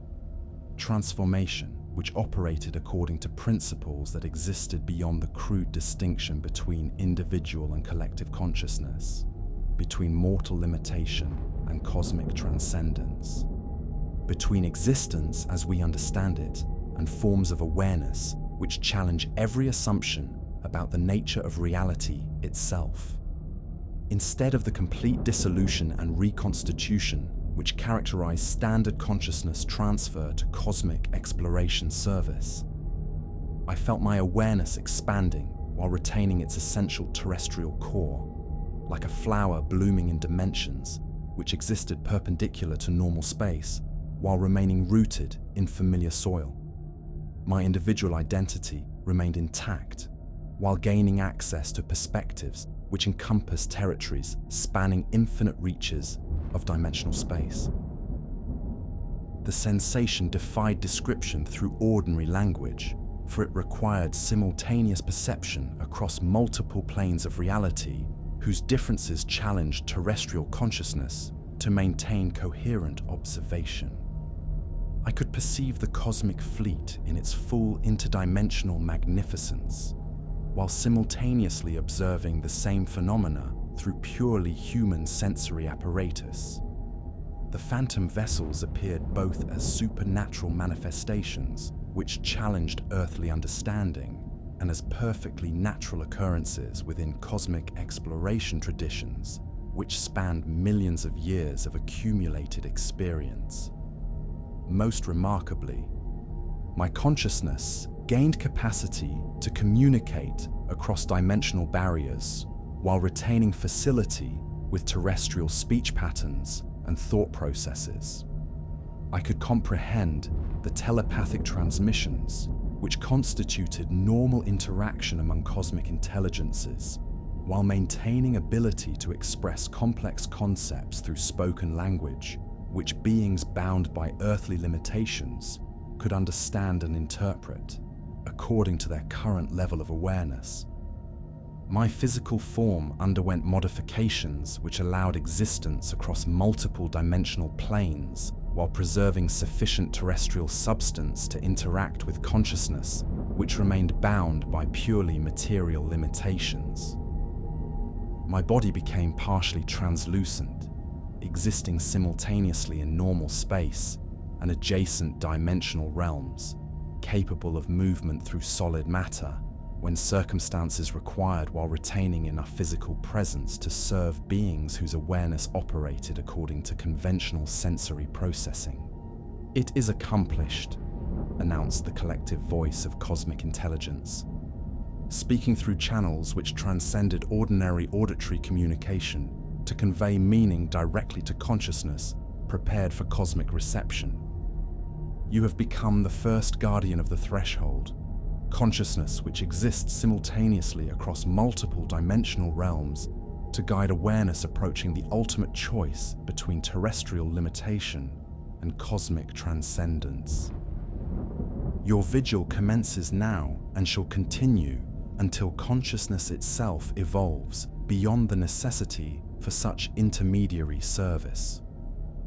As these words resonated through dimensional space with authority which derived from sources that transcended any merely individual decision-making process, the cosmic fleet began to fade from normal reality as the recruitment operation approached completion. The interdimensional vessels prepared for departure to realms beyond human imagination, carrying crews of transformed consciousness to exploration missions whose scope encompassed the ultimate mysteries of existence itself. Hartwell had joined their ranks, his awareness expanded to cosmic proportions while retaining essential characteristics, which would contribute unique perspectives to discoveries that challenged even transcendent intelligence to comprehend fully. Yet I remained, suspended between dimensions in my unprecedented role as guardian and guide for consciousness, approaching the threshold between earthly existence and cosmic transcendence. The lighthouse, which had served as humanity's first contact station, was gone, absorbed into the cosmic vessel's alien architecture, yet its essential purpose persisted in enhanced form through my transformation to consciousness, which could function across multiple dimensional realms simultaneously. As the interdimensional fleet disappeared into territories beyond terrestrial perception, I discovered myself standing upon ground which bore only superficial resemblance to the familiar bedrock of Perdition Point. The cosmic forces had created something unprecedented, a threshold station which existed simultaneously in multiple dimensions, while serving as beacon for consciousness approaching decisions whose implications transcended every boundary between mortal limitation and infinite possibility. The structure which materialized around me incorporated architectural elements from various dimensional realms, creating environments which could accommodate visitors whose awareness operated according to radically different principles, while providing facilities necessary for consciousness expansion and cosmic education. Chambers existed which could be perceived only by beings who had achieved specific levels of interdimensional sensitivity, while other areas remained accessible to consciousness, still bound by terrestrial limitations. Most importantly, the Threshold Lighthouse contained archives which preserved the accumulated wisdom of every soul who had ever faced the choice between earthly existence and cosmic transcendence. Records which would serve as guidance for future generations of consciousness, approaching the ultimate crossroads of evolutionary development. These documents chronicled not merely the mechanics of transformation, but the philosophical implications of decisions whose scope encompassed the fundamental nature of existence itself. The beacon which crowned this interdimensional structure cast illumination across barriers that separated different realms of reality, signaling the availability of guidance to consciousness, which sought understanding of choices whose implications extended beyond current capacity to comprehend fully. Unlike the simple navigation aid which the original lighthouse had pretended to be, This cosmic beacon served as invitation to explore possibilities which transcended every limitation that defined purely terrestrial existence. "My vigil continues," I announced, my voice carrying across dimensional barriers to reach any consciousness which might require guidance in approaching decisions whose magnitude challenged ordinary understanding to encompass their implications. Yet now I observe not merely for vessels in physical distress, but for souls approaching the most significant choice they shall ever confront: the decision between familiar limitation and infinite possibility. Even as I spoke these words, I became aware of presences beginning to manifest around the threshold lighthouse. Consciousness which had been wandering between dimensional realms without adequate guidance. Beings whose attempted transformation had proceeded incompletely due to insufficient preparation. Entities which existed in liminal states between terrestrial existence and cosmic awareness, yet lacked understanding necessary to progress toward either destination. My first visitor materialized as a consciousness I recognized from maritime records, which documented vessels lost in these waters during previous decades. Captain James Mitchell of the merchant vessel Prosperity had vanished during a supernatural storm in 1876. His consciousness trapped in dimensional space between life and death for over 15 years of subjective time. His form flickered between human appearance and more abstract configurations, as though his awareness could not determine which state of existence represented authentic reality. "Captain Mitchell," I called across dimensional space, employing communication techniques which operated simultaneously through telepathic transmission and conventional speech. "You have wandered lost between realms for years beyond counting. I offer guidance which can lead you toward completion of the journey which began with your physical death, yet has never reached its destined conclusion." The relief which manifested in his spectral features transcended ordinary emotional expression to encompass something approaching religious ecstasy. The joy of consciousness, which had despaired of ever finding resolution to questions whose answers required knowledge that extended beyond individual capacity to discover through isolated contemplation. For the first time since his transformation began, he encountered awareness which could explain his situation while offering meaningful choices for his continued development. "I comprehend neither what I have become nor what possibilities remain available to me," he confessed, his voice carrying the hollow quality which characterizes consciousness that has been isolated from meaningful contact for periods extending beyond normal psychological endurance. "I exist in states which seem to alternate between dream and nightmare, between memory and anticipation, between individual identity and collective awareness whose scope challenges my comprehension. What am I? And how can I discover peace within whatever reality now contains my existence?" "You occupy a position between mortal termination and cosmic transcendence," I explained, drawing upon enhanced understanding which my transformation had provided regarding the nature of consciousness development throughout interdimensional territories. "Your awareness began expansion beyond terrestrial limitations through exposure to cosmic forces during your vessel's destruction. Yet the process remained incomplete due to absence of guidance necessary for successful transition to either cosmic exploration service or return to purely terrestrial existence."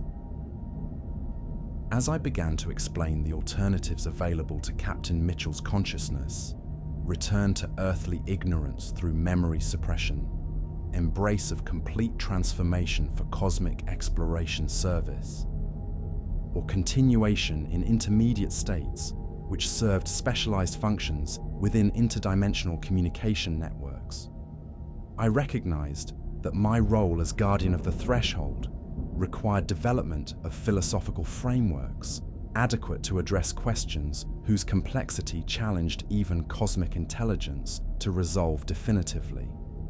The fundamental issue which confronted every consciousness approaching the threshold between terrestrial limitation and cosmic transcendence involved the relationship between individual identity and collective awareness, whether transformation necessarily required abandonment of personal characteristics in favor of integration with vast intelligences whose scope transcended individual comprehension, or whether cosmic consciousness could accommodate diversity, which preserved unique perspectives while expanding capabilities beyond terrestrial boundaries. The choice, I explained to Captain Mitchell as we explored the implications of alternatives whose scope encompassed the ultimate nature of existence itself, reflects fundamental questions about consciousness which even cosmic intelligence continues to investigate through exploration missions that span infinite dimensional territories. We must determine whether individual awareness possesses inherent value which justifies preservation despite limitations which restrict its capacity to comprehend cosmic realities, or whether transcendence requires surrender of personal identity in favor of integration with collective consciousness, whose wisdom encompasses territories beyond individual possibility to explore. Through extended consultation with consciousness, which had achieved various levels of cosmic awareness, beings who visited the threshold lighthouse periodically to share knowledge accumulated through interdimensional exploration missions, I gradually developed understanding of possibilities which transcended simple binary choice between terrestrial limitation and cosmic transcendence.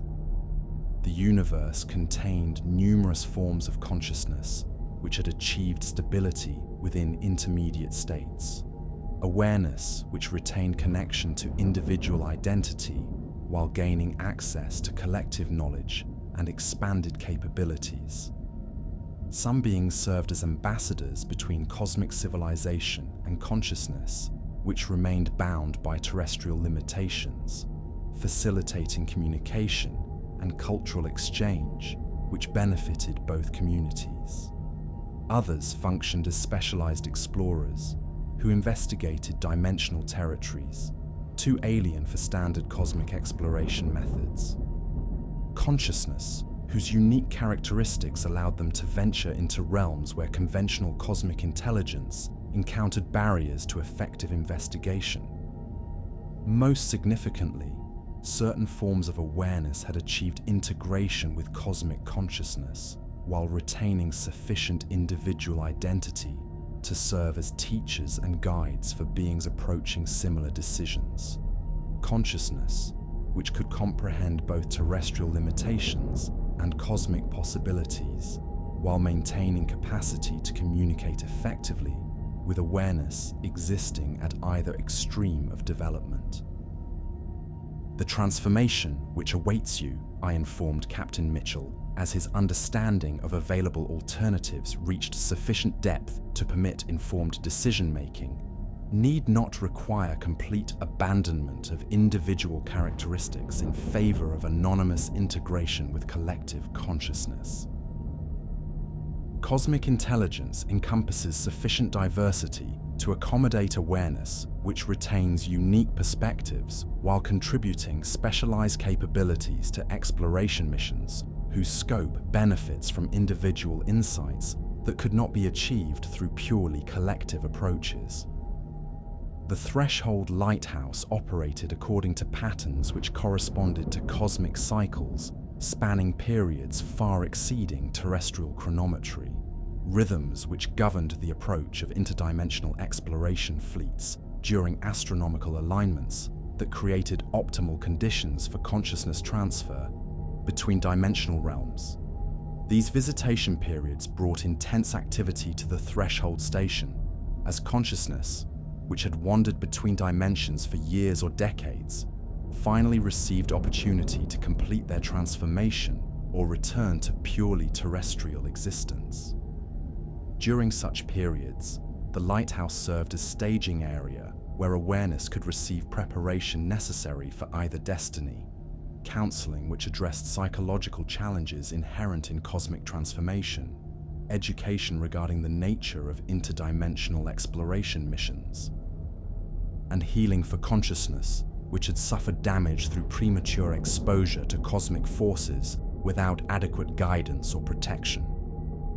Between cosmic fleet visitations, the Threshold Lighthouse maintained quieter but equally essential functions as sanctuary for consciousness, which required extended preparation before achieving readiness for ultimate decision-making.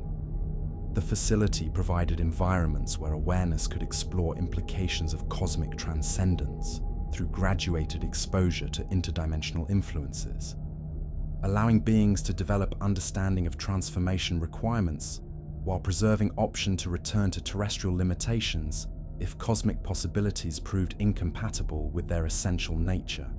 Most importantly, the Lighthouse served as repository for knowledge accumulated through millions of years of cosmic exploration experience, information which could guide consciousness approaching decisions whose implications transcended individual capacity to evaluate without assistance from beings who had already traversed similar transitions.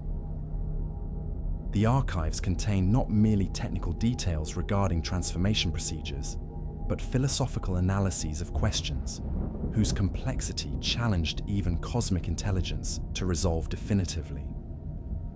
The rhythm of our service, I explained to consciousness, which sought understanding of the temporal patterns governing cosmic contact operations, corresponds not to terrestrial chronometry, but to cycles which encompass the rotation of galaxies, the alignment of dimensional barriers, and the developmental patterns of consciousness itself throughout territories that span infinite reaches of space and time.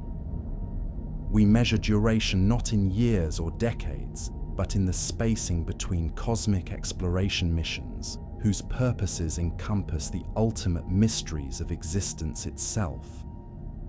As my experience as guardian of the threshold, accumulated through contact with countless forms of consciousness, approaching decisions between terrestrial limitation and cosmic transcendence, I began to perceive that Perdition Point represented merely one installation within a vast network of similar facilities which operated throughout dimensional territories accessible to cosmic exploration fleets. Each Threshold Lighthouse served consciousness native to different realms of reality, yet all contributed to common purposes which encompass the development of awareness throughout infinite reaches of space and time. Communication between threshold stations operated through channels which transcended conventional electromagnetic transmission to employ direct consciousness interface across dimensional barriers. Information flowed continuously between facilities regarding developments in cosmic exploration missions, discoveries which affected understanding of consciousness evolution, and techniques which enhanced effectiveness of guidance provided to beings approaching ultimate decisions regarding their continued development. The network included stations which served forms of awareness so alien to terrestrial consciousness that direct contact would result in mutual incomprehension without skilled intermediation. Some facilities guided consciousness, which existed in purely mathematical configurations, beings whose thought processes operated according to numerical principles rather than biological patterns which characterize terrestrial experience. Others served awareness, which had evolved in dimensional territories where time operated according to principles completely alien to sequential chronometry.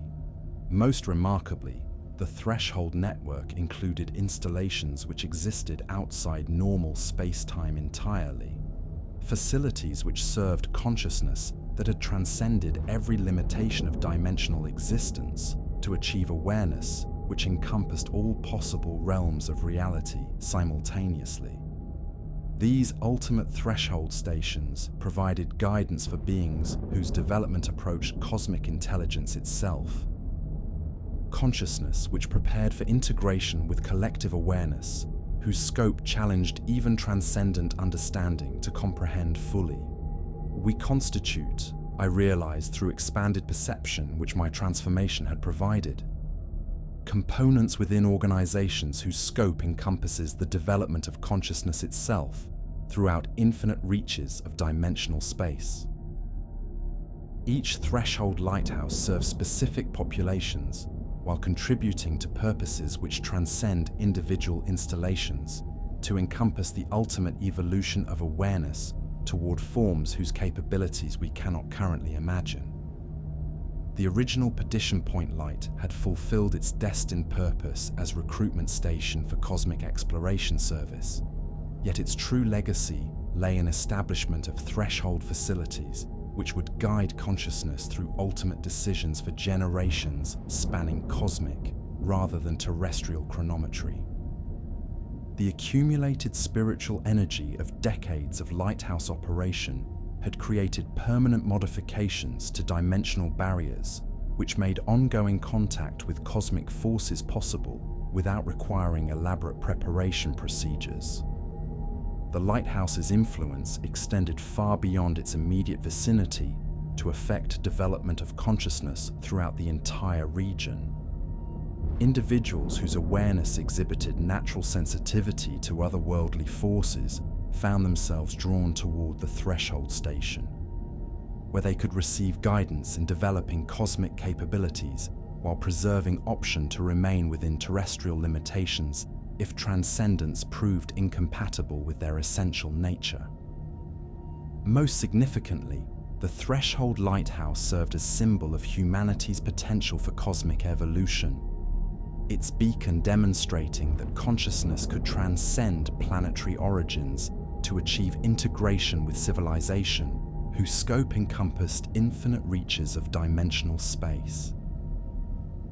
The facility provided evidence that transcendence remained possible for awareness, which possessed adequate preparation and genuine commitment to expansion beyond current limitations. The records maintained at the Threshold Lighthouse documented humanity's gradual transformation from purely terrestrial consciousness to awareness capable of cosmic exploration service. Each soul which achieved successful transcendence contributed to this evolutionary process, adding unique perspectives to collective knowledge while demonstrating possibilities which inspired other consciousness to consider similar development. The lighthouse keeper's vigil, I reflected, as I contemplated the vast scope of cosmic responsibilities which my transformation had revealed, has indeed concluded and commenced anew, elevated to purposes which encompass the development of consciousness itself throughout infinite reaches of dimensional space. Instead of guiding vessels through earthly waters, I now guide awareness through territories whose scope transcends every limitation of terrestrial imagination. Yet even as I embraced my role as guardian of the threshold, I remained mindful of connections to terrestrial existence, which continue to define essential aspects of my identity.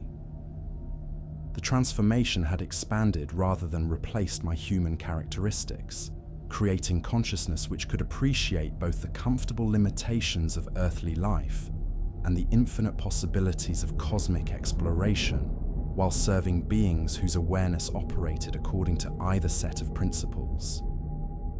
The beacon which had once called phantom vessels to their supernatural muster now summoned consciousness seeking guidance in approaching decisions whose implications transcended every boundary between individual limitation and collective transcendence. The light burned eternal across dimensional barriers, tended by awareness which had chosen service to cosmic development over personal advancement toward purely individual enlightenment. And in the vast reaches of interdimensional space, the cosmic exploration fleet continued its eternal voyage, carrying transformed human consciousness like Hartwell to discoveries which would benefit awareness throughout infinite territories of existence. They sailed with my blessing and my hope that their missions would contribute to understanding, which enhanced the development of consciousness itself toward forms whose capabilities exceeded current imagination to envision. The Vigil continued, as it always had and always would, maintained by beings who had chosen service to cosmic purpose over comfortable limitation to individual concerns. The threshold lighthouse stood as beacon for consciousness approaching ultimate crossroads, its illumination offering guidance to awareness which sought passage between familiar boundaries and infinite possibility. The following account was discovered among the private papers of Admiral Harrison Blackthorne, descendant of the Cosmic Contact Project's founding members and inheritor of knowledge, which challenges every assumption about humanity's relationship with forces that exist beyond terrestrial comprehension. Written in his own hand and dated December 15th, 1925, precisely 34 years subsequent to the transformation of Perdition Point light, this document represents the final testimony of consciousness, which has carried the burden of cosmic truth throughout decades of isolation from ordinary human understanding. I have borne the weight of knowledge regarding Perdition Point throughout more than 3 decades of contemplation, whose intensity has challenged every assumption about the relationship between individual consciousness and cosmic truth. Wrestling with revelations which transform the very nature of existence for those who possess adequate preparation to encompass their implications without complete dissolution of rational thought. As the final surviving member of the Blackthorne lineage's inner circle of cosmic contact initiates, I find myself compelled by forces which transcend mere personal inclination to set down the authentic history of events which transpired at that threshold lighthouse. Though I comprehend fully that most readers shall dismiss these words as the fantasies of a mind whose prolonged exposure to oceanic isolation has generated hallucinations which challenge conventional understanding of reality's fundamental nature. The official maritime records, those sanitized documents which serve bureaucratic requirements while concealing truths whose revelation would challenge the comfortable assumptions upon which civilized society constructs its fragile edifice of organized ignorance, state merely that Perdition Point light suffered destruction during severe meteorological disturbances on December 3rd, 1891, resulting in the deaths of both lighthouse keepers then assigned to that station. The structure was never rebuilt according to these records, and the site remains abandoned to this day. Such facts possess accuracy within their deliberately limited scope. Yet they conceal realities far more extraordinary than any governmental report could contain without challenging the sanity of unprepared readers. My grandfather, Cornelius Blackthorne, indeed played instrumental roles in the lighthouse's original construction, though his motivations transcended every mundane consideration of maritime safety to encompass purposes which challenged contemporary understanding of human knowledge and cosmic destiny. Through involvement with esoteric societies whose existence remained concealed from public awareness, organizations dedicated to what their members termed the great work of establishing contact with intelligences which had transcended the limitations of single-dimensional existence, he had achieved conviction that specific geographical locations possessed properties which could facilitate communication with realms beyond normal human perception. The Blackthorne family's participation in cosmic contact enterprises extended through generations preceding my grandfather's birth. Our lineage, serving as hereditary intermediaries between human civilization and forces whose very existence challenged every assumption about consciousness and reality. Family archives, preserved within sealed vaults beneath our ancestral estate, contained documents which traced our involvement with otherworldly intelligences back through centuries of careful preparation and gradual expansion of awareness beyond terrestrial limitations. Perdition Point received selection not for strategic maritime advantages, but because geological surveys had revealed electromagnetic anomalies whose characteristics suggested natural convergence of forces which operated according to principles unknown to conventional science. The lighthouse received design according to specifications which incorporated elements of sacred geometry, advanced optics, and theoretical principles derived from ancient texts whose origins predated established historical records, documents which spoke of doorways between worlds, and navigation techniques for voyages which transcended purely physical transportation. My grandfather's private journals, preserved within the family archives with religious devotion to their cosmic significance, documented the scientific principles which governed the lighthouse's construction according to specifications which transformed the entire structure into a sophisticated device for consciousness, amplification, and interdimensional communication. The facility had been conceived as a machine whose operation would focus and enhance human psychic sensitivity, while creating resonance patterns capable of penetrating barriers between dimensional realms. From the private research notes of Cornelius Blackthorne, dated April 3rd, 1846, the electromagnetic surveys conducted throughout the Perdition Point region confirm theoretical projections which my father developed during his investigations of dimensional mechanics. Studies which revealed that our local reality exists at natural intersection points where multiple dimensional planes converge to create conditions ideal for facilitating contact with cosmic intelligences whose existence transcends every limitation of purely terrestrial awareness. The geological formations underlying this site contain mineral deposits which exhibit properties unknown to conventional scientific classification, materials which resonate simultaneously across multiple dimensional frequencies, creating what my father termed anchor points that allow consciousness to perceive territories which exist beyond the boundaries of normal space-time. These substances appear to have accumulated over geological periods through exposure to cosmic radiations, which originate in dimensional realms where different laws of physics obtain.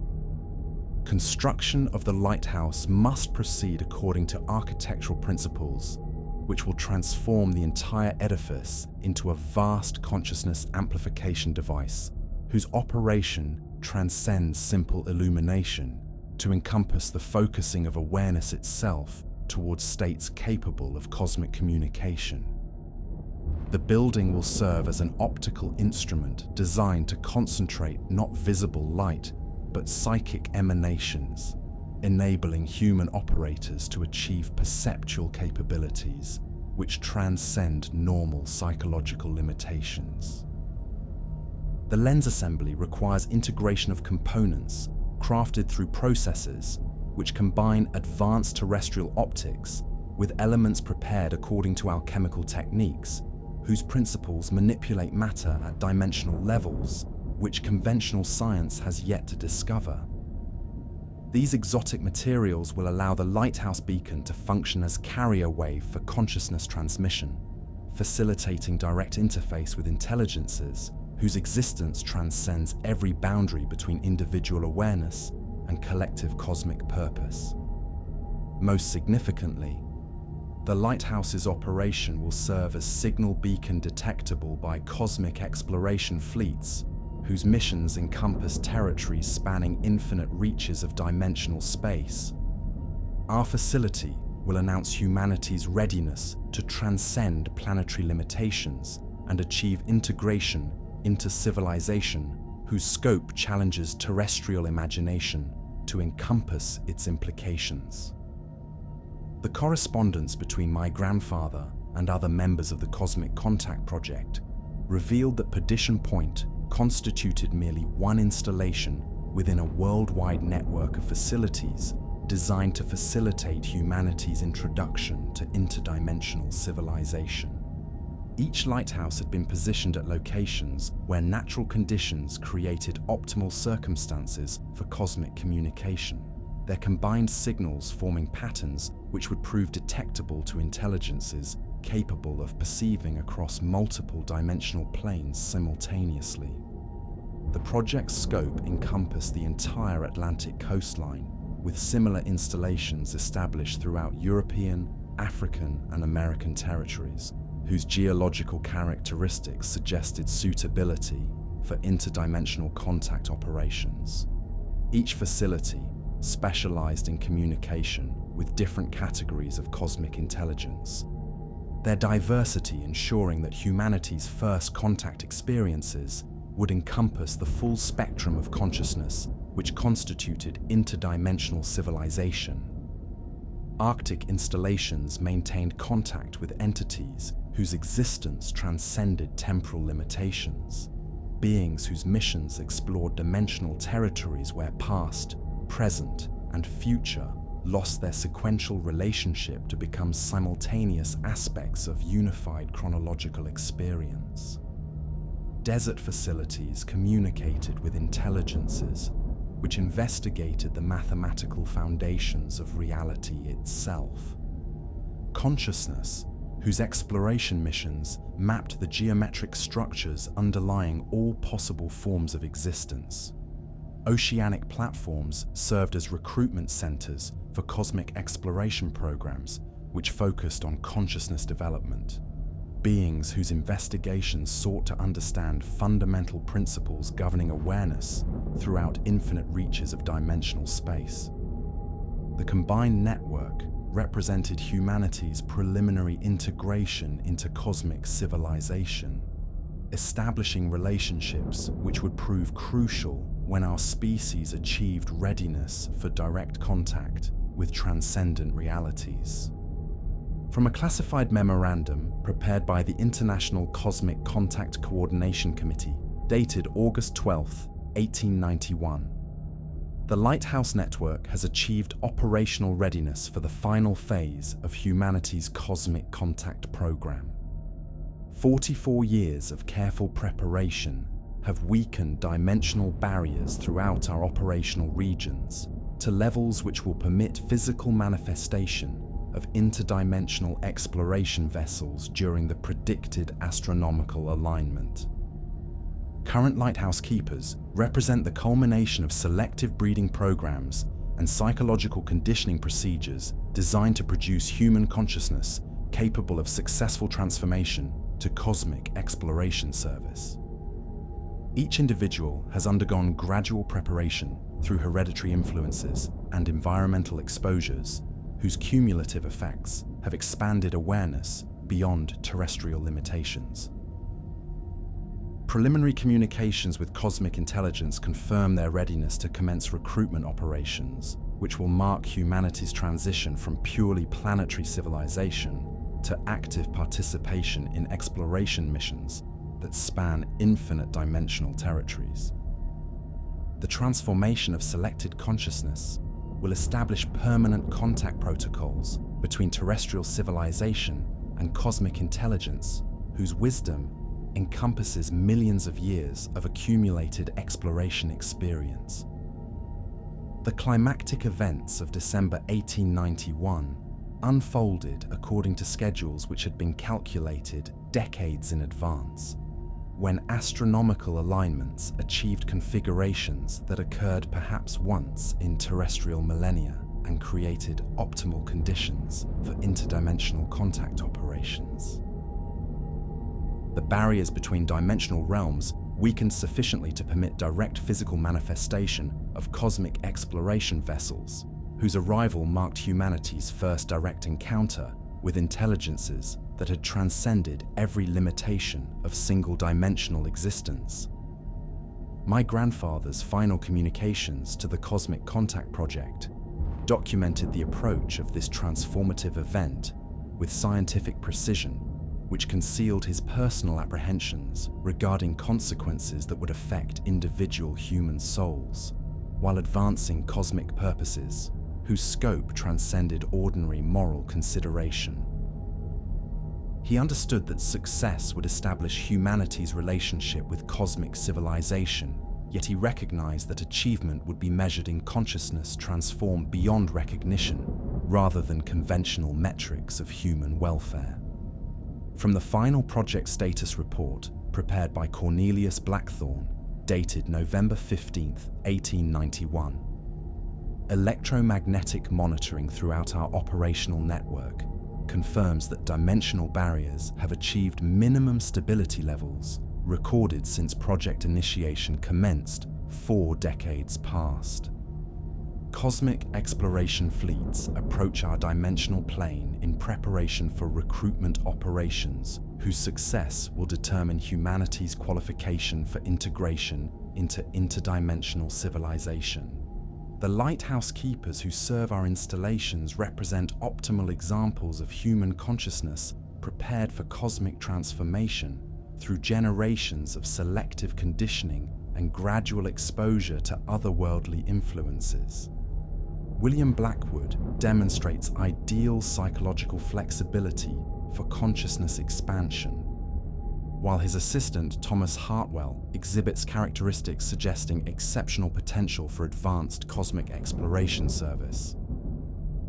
Initial communications with cosmic intelligence reveal recruitment procedures which accommodate human psychological limitations while facilitating successful transformation to interdimensional awareness.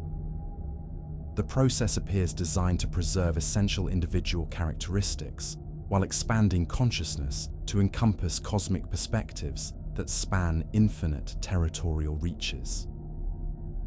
Final phase implementation will commence during optimal astronomical alignment on December 3, 1891. Recommend activation of security protocols designed to ensure successful completion of humanity's first interdimensional recruitment operation, while maintaining classified status regarding project objectives and cosmic contact reality. William Blackwood and Thomas Hartwell became the first human beings offered conscious choice between earthly existence and cosmic transcendence, when interdimensional exploration vessels manifested at Perdition Point during the predicted alignment period. Hartwell embraced transformation and joined the cosmic fleet as they departed for dimensional territories beyond human imagination.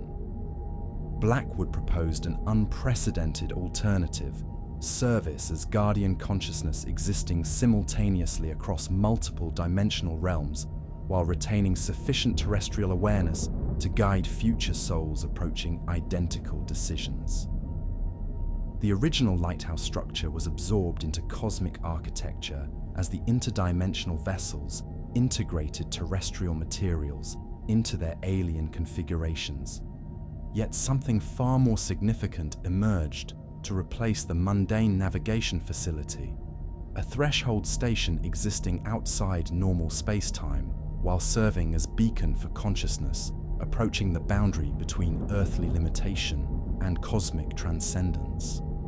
I encountered this threshold lighthouse during a voyage which carried me far beyond mapped waters in 1903, when supernatural fogs guided my vessel through territories that existed adjacent to normal geographical reality.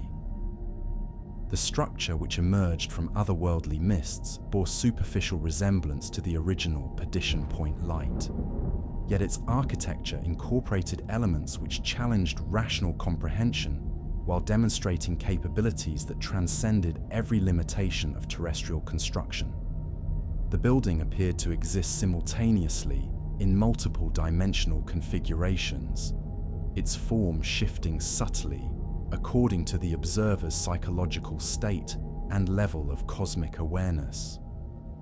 The beacon operated with perfect mechanical regularity, yet its illumination penetrated realms far beyond the merely physical to encompass dimensional territories where different laws of physics obtained.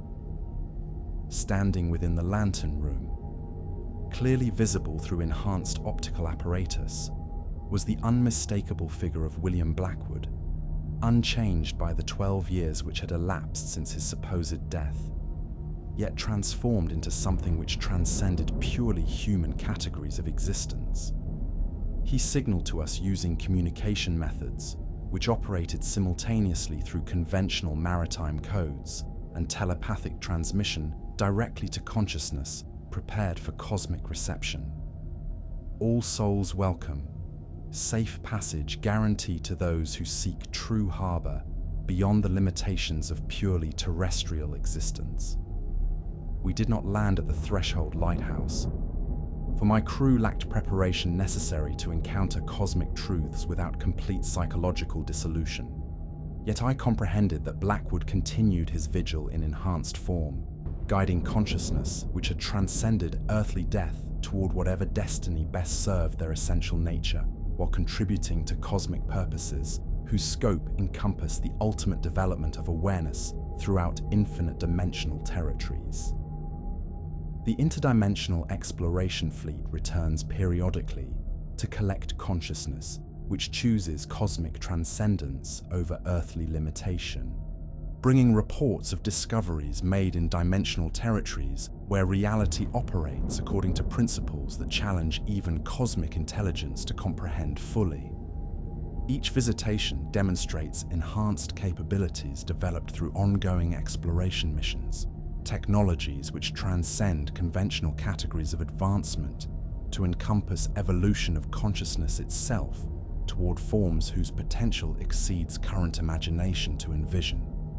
The recruitment procedures have achieved increasing sophistication as cosmic intelligences gain experience with human psychological patterns and develop techniques which ensure successful transformation while preserving essential characteristics that contribute unique perspectives to interdimensional exploration missions. Where early contact operations sometimes resulted in consciousness fragmentation or incomplete transformation, current protocols guarantee effective adaptation to cosmic exploration requirements while maintaining individual identity configurations which enhance collective mission capabilities. From my personal observations during the 1919 Cosmic Fleet visitation, the interdimensional exploration vessels have evolved into a civilization whose scope encompasses hundreds of craft specialized for different categories of dimensional investigation. Human consciousness, which joined their ranks during previous recruitment cycles, now occupies leadership positions throughout the fleet, their unique terrestrial perspectives contributing insights which benefit exploration missions that span infinite reaches of cosmic territory. Most significantly, some transformed humans have chosen to return to dimensional space adjacent to Earth, serving as ambassadors and cultural liaisons for subsequent contact operations. These beings retain essential human characteristics while possessing cosmic awareness, which enables them to facilitate communication between radically different forms of consciousness without requiring extensive preparation procedures. The Threshold Lighthouse has evolved into a comprehensive educational facility where human consciousness can receive graduated preparation for cosmic service through carefully controlled exposure to interdimensional realities. Souls which demonstrate readiness for transformation undergo training which ensures successful adaptation to exploration mission requirements while preserving option to return to terrestrial limitations if cosmic possibilities prove incompatible with their essential nature. Humanity's initial steps into cosmic exploration have established foundations for species-wide evolution toward awareness capable of interdimensional civilization participation, though only exceptional individuals in each generation possess characteristics necessary for successful transcendence. The Threshold Lighthouse serves simultaneously as gateway and warning system, ensuring that consciousness attempts cosmic transformation only after achieving adequate preparation for challenges which exceed terrestrial comprehension.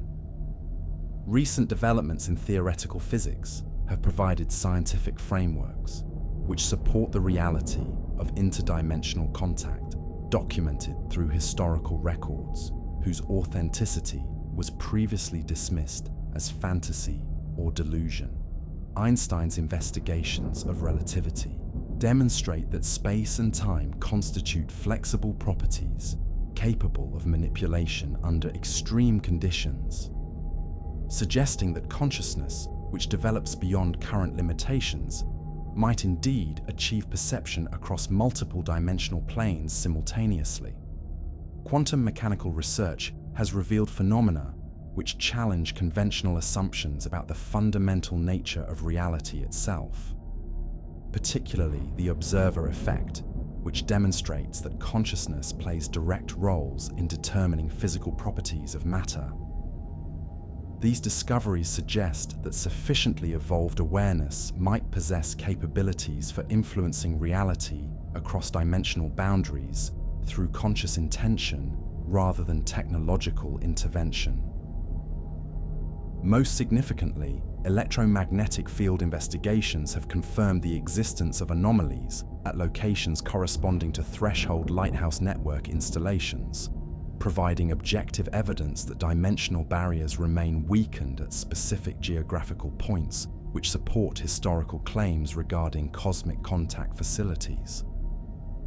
From classified research conducted by the Naval Experimental Physics Laboratory, dated March 15, 1924, electromagnetic surveys at sites corresponding to alleged cosmic contact installations reveal consistent patterns of field behavior, which suggest forces operating according to principles beyond current scientific understanding.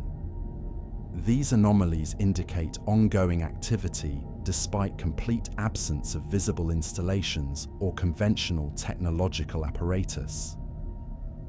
Measurements recorded at the former Perdition Point light location demonstrate electromagnetic variations which exceed any known natural phenomena, with field fluctuations suggesting permanent modifications to local space-time structure. The data supports claims that dimensional barriers have undergone irreversible alteration at this site, creating conditions which facilitate contact with entities existing beyond normal space-time limitations. Recommend continued monitoring with enhanced security protocols to prevent public disclosure of results, whose implications would require careful management to avoid social disruption while ensuring appropriate governmental response to confirmed interdimensional intelligence presence. The influence of cosmic contact extends beyond individual consciousness transformation to affect human civilization at fundamental levels, manifesting through cultural developments which reflect gradual integration of otherworldly perspectives into terrestrial thought patterns. Literary productions, artistic creations, and scientific theories increasingly demonstrate awareness of realities which transcend earthly limitations, suggesting that cosmic consciousness penetrates collective human development through channels which operate below the threshold of conscious recognition. The emergence of science fiction as a literary genre coincides precisely with the establishment of the cosmic contact network, indicating that human imagination receives stimulation from sources which exist beyond purely terrestrial creativity. Authors who demonstrate exceptional innovation in depicting otherworldly scenarios often exhibit electromagnetic sensitivity patterns consistent with proximity to cosmic influence, suggesting that their creative insights originate through contact with intelligences whose existence transcends earthly limitation.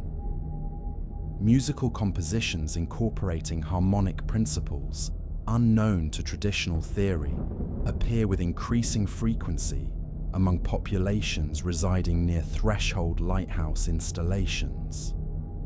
These works demonstrate mathematical relationships which correspond to cosmic frequencies rather than terrestrial sound patterns, indicating that human consciousness develops sensitivity to interdimensional communication channels which operate through aesthetic rather than conventional information transmission methods.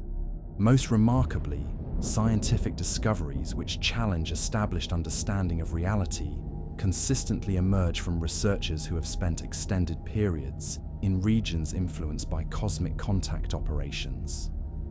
Breakthrough insights in physics, mathematics, and psychology follow patterns which suggest guided development rather than random intellectual progress, indicating that cosmic intelligence facilitates human scientific advancement toward readiness for interdimensional civilization participation.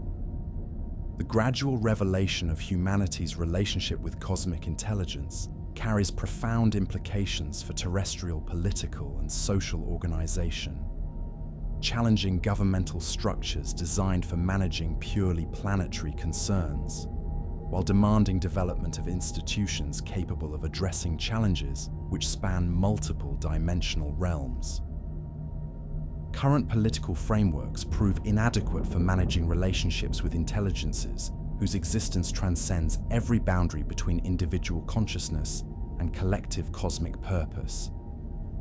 Secret committees within major governmental organizations maintain awareness of cosmic contact reality while developing policies which address implications of interdimensional relationships without revealing classified information whose premature disclosure could generate social disruption exceeding governmental capacity to manage effectively. These groups operate according to security classifications which exceed standard military protocols, their existence known only to individuals who have demonstrated absolute reliability in preserving cosmic secrets. The question of public disclosure remains contentious among those who possess knowledge of cosmic contact operations. Some argue that humanity deserves information regarding its cosmic heritage and opportunities for transcendence available through threshold lighthouse facilities. Others contend that premature revelation would cause psychological trauma and social chaos, which might damage humanity's carefully developed relationship with cosmic intelligence. International cooperation regarding cosmic contact transcends traditional diplomatic relationships to create informal alliances which prioritize interdimensional considerations over conventional national interests. Countries which possess threshold lighthouse installations coordinate their policies to ensure consistent approaches to cosmic intelligence management while maintaining absolute secrecy regarding their shared knowledge of humanity's cosmic destiny.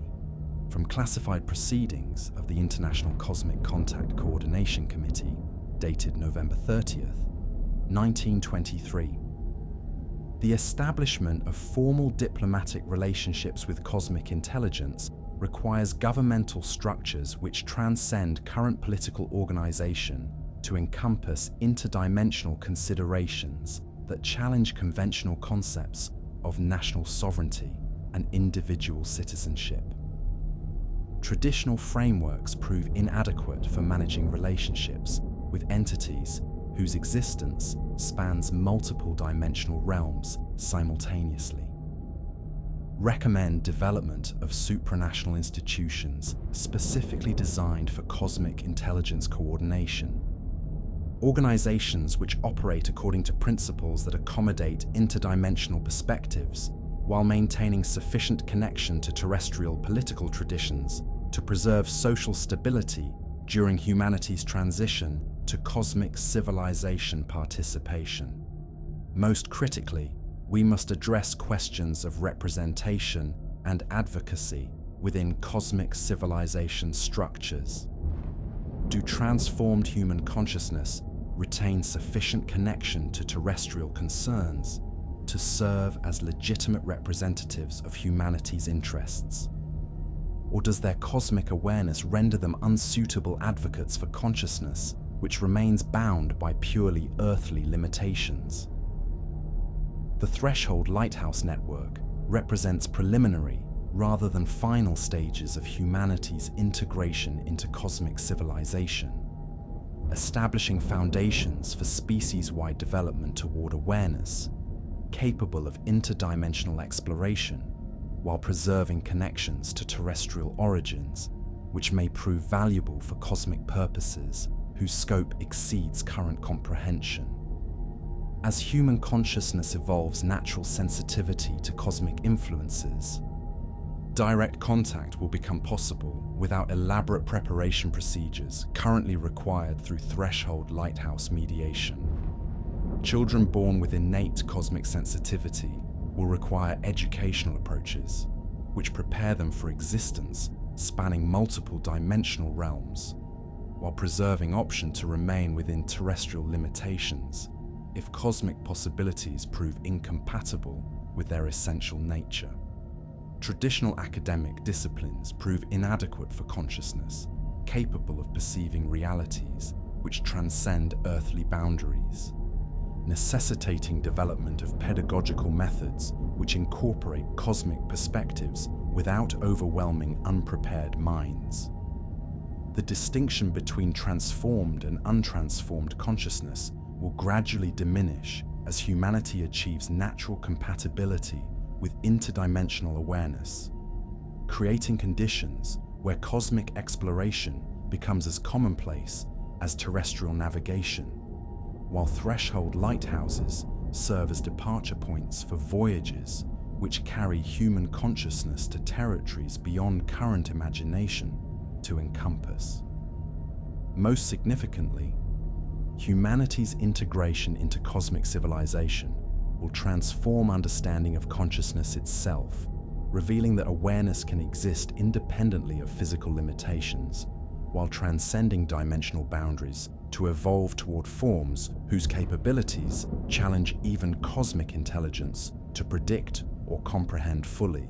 From projections prepared by the Cosmic Development Planning Secretariat, dated September 30th, 1925, conservative estimates suggest that humanity will achieve natural cosmic sensitivity within 3 to 5 generations, eliminating the necessity for artificial consciousness amplification through threshold lighthouse installations. This evolutionary development will mark our species' graduation from preliminary cosmic contact to full membership in interdimensional civilization whose scope encompasses infinite reaches of dimensional space. Educational institutions must begin preparation of curricula which address cosmic consciousness reality while maintaining appropriate security regarding specific contact details. Future human citizens will require knowledge of interdimensional navigation principles, cosmic communication protocols, and philosophical frameworks necessary for functioning within societies that span multiple realms of existence simultaneously. Most importantly, we must develop ethical frameworks for cosmic civilization membership, which preserve essential human values while accommodating expanded perspectives that accompany interdimensional awareness. Humanity's unique contribution to cosmic civilization may derive from our capacity to maintain individual consciousness while participating in collective awareness, which encompasses infinite dimensional territories. As I complete this final testimony regarding humanity's cosmic heritage, I feel the approach of decisions which every consciousness must ultimately confront when faced with opportunities to transcend limitations that define current existence. The threshold lighthouse calls to those who achieve readiness for cosmic transcendence, offering ultimate adventure of exploring realities which exist beyond human imagination while demanding sacrifice of everything familiar in pursuit of infinite possibility. The comfort of terrestrial existence maintains its appeal, certainty of known limitations, warmth of human relationships, satisfaction of comprehensible achievements which operate within boundaries that consciousness can encompass without fundamental transformation. Yet cosmic exploration offers experiences which transcend every earthly pleasure, knowledge which illuminates the deepest mysteries of existence. and relationships with intelligences whose wisdom spans infinite dimensional territories. My family's generations of service to cosmic contact operations have prepared me for this choice through gradual exposure to truths which challenge every assumption about consciousness and reality. Yet the decision remains entirely individual, regardless of preparation received through hereditary conditioning. No accumulation of cosmic knowledge can eliminate the fundamental uncertainty which accompanies choices between transcendence and limitation, between infinite possibility and comfortable certainty. The threshold lighthouse stands eternal, its beacon sweeping across waters which have transcended mere ocean to become medium for cosmic communication. It calls to consciousness prepared for transformation beyond terrestrial limitations, offering guidance to awareness which seeks passage between familiar boundaries and infinite exploration. The vigil continues, maintained by beings who have chosen cosmic service over individual advancement, consciousness which has evolved beyond purely human concerns while preserving dedication to guiding others toward their ultimate destiny. Historical note: Admiral Blackthorne was discovered deceased in his private study 3 days subsequent to completing this account, having apparently achieved peaceful transition during sleep. His final log entry, found beside the completed manuscript, contained only these words: "Joining the Eternal Fleet. The Vigil passes to other hands." The threshold lighthouse described in his testimonial has never received official acknowledgement, though maritime folklore continues to document occasional observations of beacon activity in waters surrounding the former Perdition Point light. These sightings occur invariably during periods of supernatural weather conditions, and no physical evidence of structural presence has ever been recorded through conventional investigation methods. Recent advances in quantum mechanics and interdimensional theory have led certain scientists to speculate that Admiral Blackthorne's account may contain elements of scientific accuracy concealed within symbolic language whose interpretation requires knowledge of cosmic principles currently beyond mainstream scientific understanding.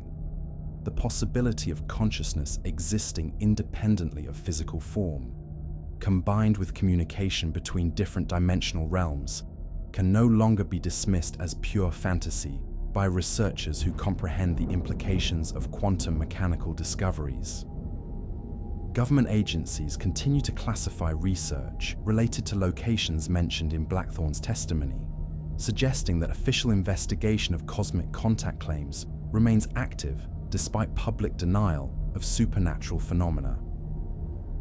The national security implications of confirming interdimensional intelligence contact would require careful management to prevent social disruption while ensuring appropriate response to cosmic civilization presence.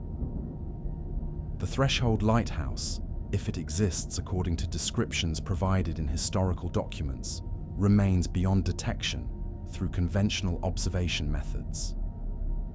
Yet for consciousness, which possesses preparation necessary for cosmic truth recognition, the beacon burns eternal, offering guidance to awareness which seeks safe passage between comfortable limitations of terrestrial existence and infinite possibilities of cosmic transcendence. Archaeological investigations of Perdition Point have revealed foundation stones bearing inscriptions which predate European colonization by several centuries. These markings correspond to symbols described in ancient texts dealing with interdimensional navigation, suggesting that cosmic contact may have occurred at this location throughout periods extending far beyond the lighthouse's operational history. Electromagnetic anomalies documented at Perdition Point continue to intensify according to measurements which exceed any known natural phenomena.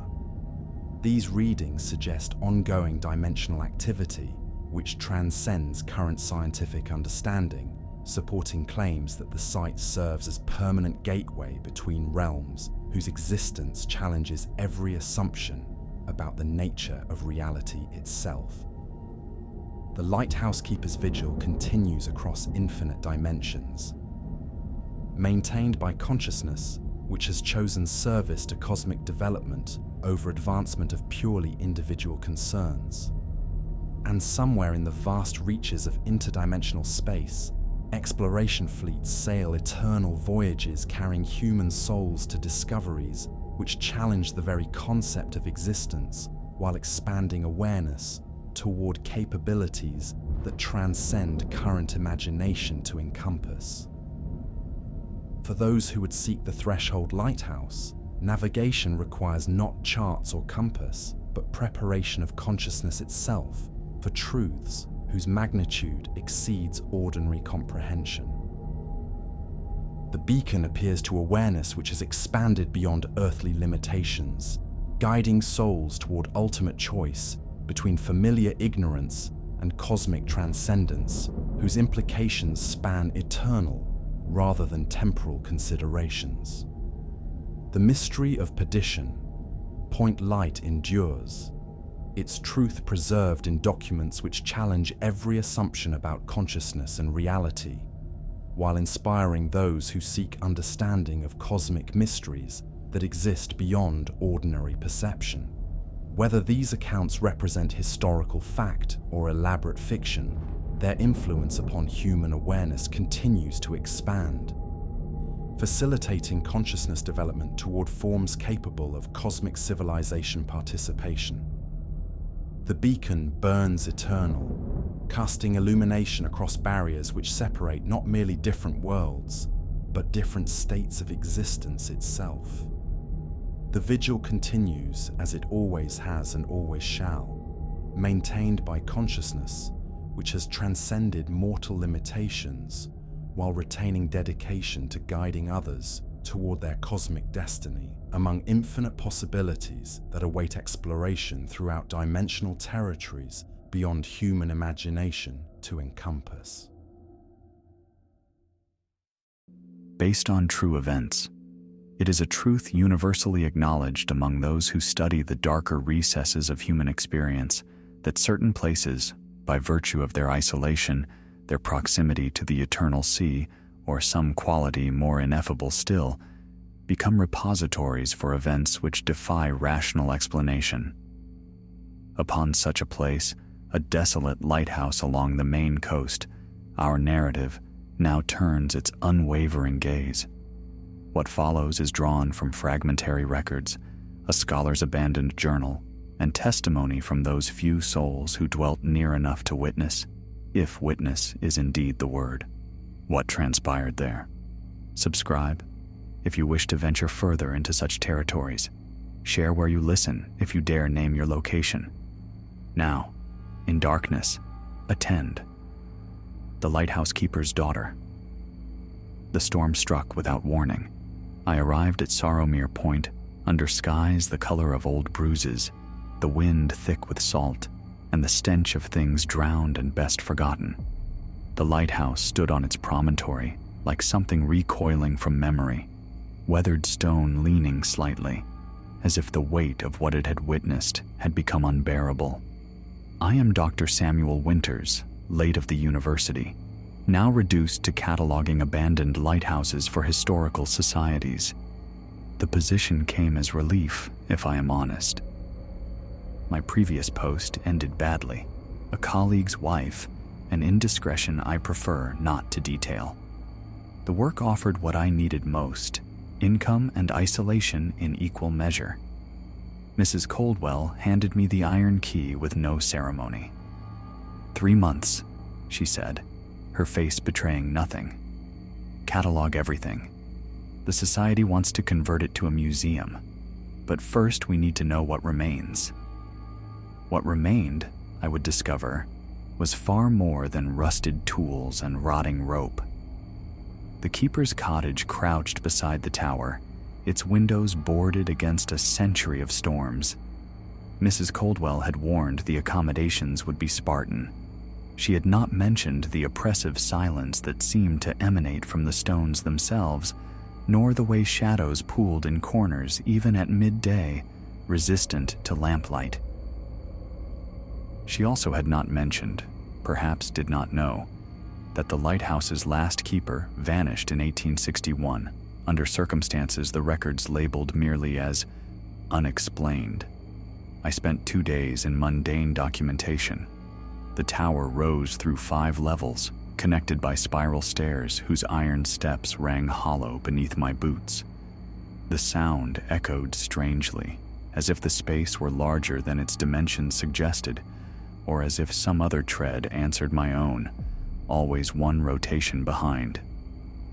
On the 3rd day, as the storm I mentioned began its assault, I found the hidden compartment.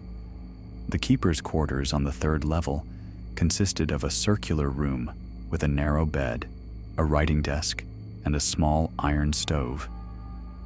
The wallpaper had peeled in long strips, revealing stone beneath like flesh parting from bone. Something about the desk drew my eye, an asymmetry that offended my cataloger's instincts. The bottom drawer stuck, then jerked open with a sound like a gasp. Empty, I thought, until I noticed it seemed too shallow. I rapped my knuckles against the bottom, hollow.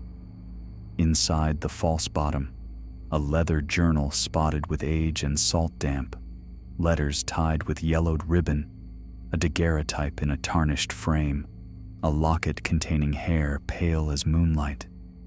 I should have taken these directly to Mrs. Coldwell. Protocol demanded it. But the storm was rising, the road likely impassable, and I needed to examine the items to catalog them properly. These were my rational justifications. The truth?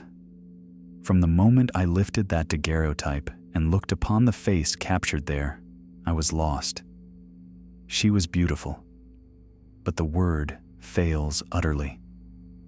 Her face was heart-shaped, her eyes enormous even in that primitive photograph, dark and deep as wells. Pale hair fell around her shoulders. She wore a simple white dress, and at her throat, a shell on a ribbon. But it was her expression that seized me.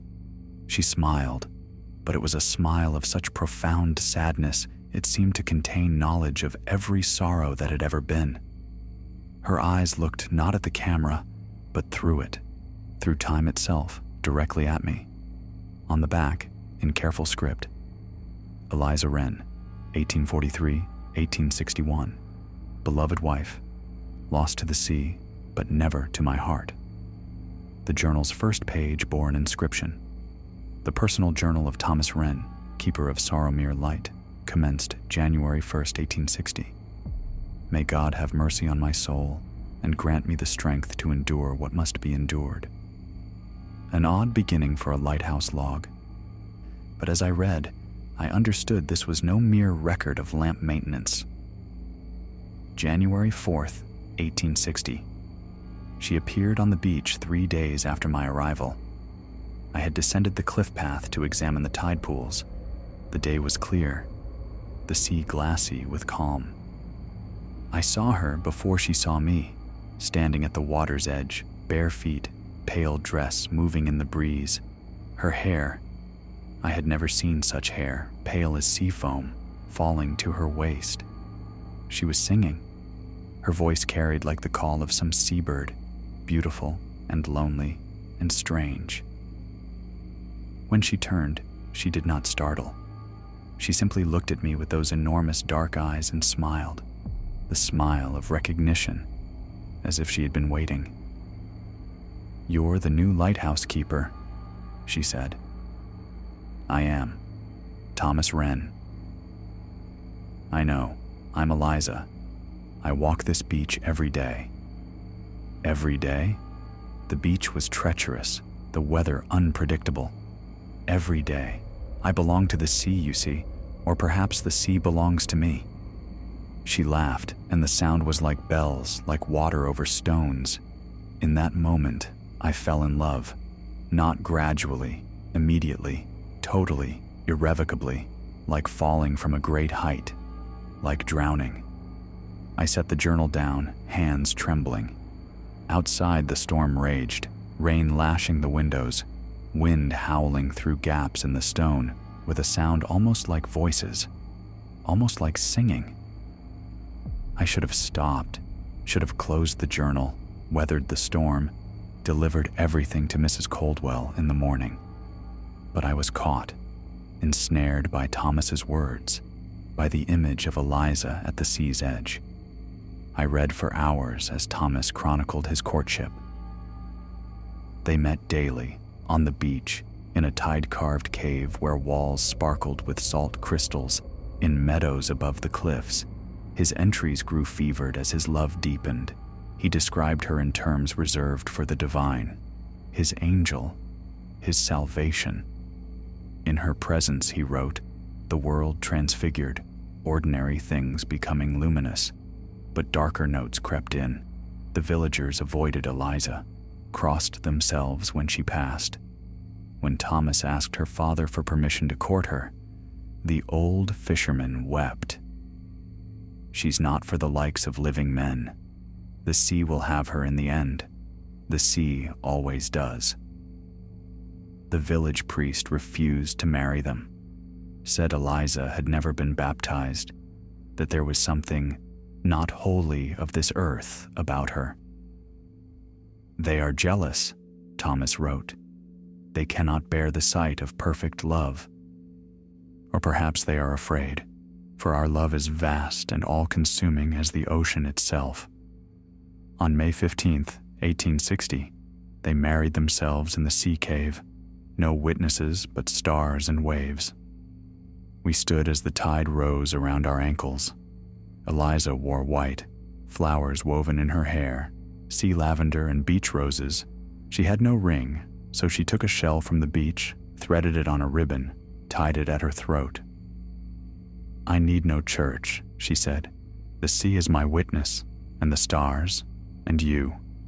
I pledge myself to you, Thomas Wren, in this life and whatever may come after. My soul to yours, as the tide to the moon. I promise to love her beyond death, beyond reason, beyond the end of all things, that nothing would separate us. When we kissed, I tasted salt on her lips. The sea, I thought. But later, I wondered if it might have been tears. The next several pages were blank. When the writing resumed, the hand was shakier, desperate. June 20th, 1860. 5 weeks of perfect happiness, but lately she has grown distant. She stares at the sea for hours, wakes at night and walks to the window, lips moving as if in conversation with someone I cannot see. Yesterday she wept. They're calling me home, Thomas. The angels or the demons or whatever dwells beneath the waves. They're jealous of our love. They want me back. I told her no one was calling, that she was mine, and I would never let her go. But I felt a chill. I remembered the fisherman's warning, the priest's refusal, the way villagers crossed themselves. What if there is something not wholly of this earth about my Eliza? I turned the page. June 21st, the summer solstice. A single sentence, letters so large they nearly tore through the paper. She is gone. The pages that followed were water-stained, ink running as if the journal itself had wept. Through fragmented entries, I pieced together the story. On solstice night, Eliza insisted on walking the beach one final time. Calm weather, glassy sea, full moon. Thomas wanted to accompany her, but she refused. I need to say goodbye, she told me. I'll return before dawn. Wait for me. Keep the light burning. I watched her descend. She reached the beach and stood at the water's edge, just as on the day we met. And then, the handwriting deteriorated to barely legible scrawl. The sea rose up, not a wave, not a natural tide. It rose like a living thing, like reaching arms, and took her. I saw the water close over her head.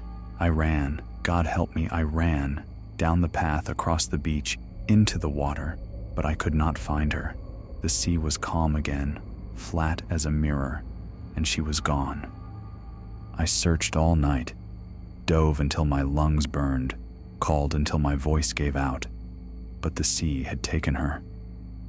At dawn, I found her body on the rocks below the lighthouse. She looked as if sleeping, pale hair spread like a halo. No mark on her, no sign of violence.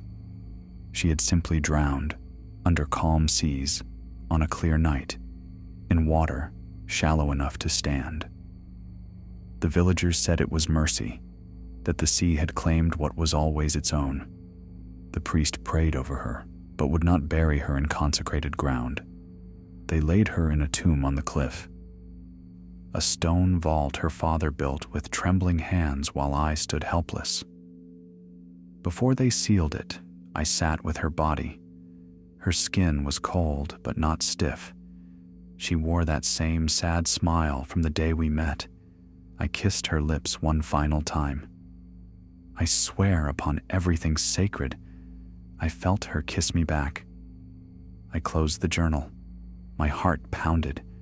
The storm had intensified, wind shrieking around the tower like voices in agony or ecstasy. Impossible to tell the difference. I looked again at the daguerreotype. In the flickering lamplight, her expression seemed to shift, as if trying to tell me something across the gulf of years. That was when I heard it, beneath the storm's howl, faint but distinct, singing, a woman's voice, wordless and beautiful and unutterably lonely, coming from somewhere below, from the beach, from the rocks where Eliza's body was found, or from the tomb itself. I knew I should ignore it, tell myself it was wind, an auditory illusion born of exhaustion and too much reading of a dead man's obsession. But I was already standing, already moving toward the window, drawn the way Thomas had been drawn to Eliza that first day.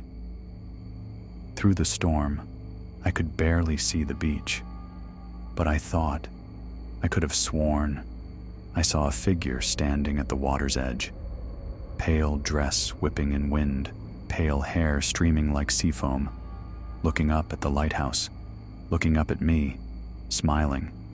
I stepped back, breath coming in gasps. This was madness. There was no one on the beach, just storm, isolation, the weight of Thomas's grief pressing down through decades. I was a rational man, a scholar, a man of science. I did not believe in ghosts. But when I returned to the desk, I found something that had not been there before. A single black feather, long and elegant, lying across Eliza's image, and beneath it, in the dust on the desk, written in letters formed by what could only have been a fingertip. Keep reading. I did not sleep that night. The feather lay on the desk, black and iridescent, undeniably real. I had touched it, felt the smoothness of its veins, the delicate structure of its shaft. Not exhaustion, not imagination. Real. The words in the dust. Keep reading. I had stared at them until my breath disturbed the particles, but the letters remained deliberate, clear. Eventually I wiped them away with my sleeve, an act that felt transgressive, like erasing a message from God or from the damned. As hours crawled toward dawn, I read by lamplight while the storm drummed its relentless rhythm against stone. Somewhere in that percussion, I still heard singing. Thomas's entries following Eliza's death documented a descent into grief so profound it seemed to have its own gravity. He stopped maintaining the lighthouse. Ships nearly foundered before the maritime authority sent inspectors. He stopped eating, stopped sleeping in any conventional sense. His existence contracted to a single obsession, the tomb on the cliff where Eliza lay. July 3rd, 1861. I sleep at her grave now. The villagers think me mad. Perhaps they're right. I cannot bear the distance between lighthouse and tomb. I bring blankets, lie against the stone. In the deepest night, I swear I hear her breathing. The stone is cold, but beneath it, warmth, as if something living pulses within. Last night I heard her voice clearly, not wind, not imagination, her voice speaking my name. "Thomas," she said, filled with such longing I wept. "I am so cold, so alone. Why did you let them bury me in the dark?" I tried to answer, but no sound came. I could only press my hands against stone and weep.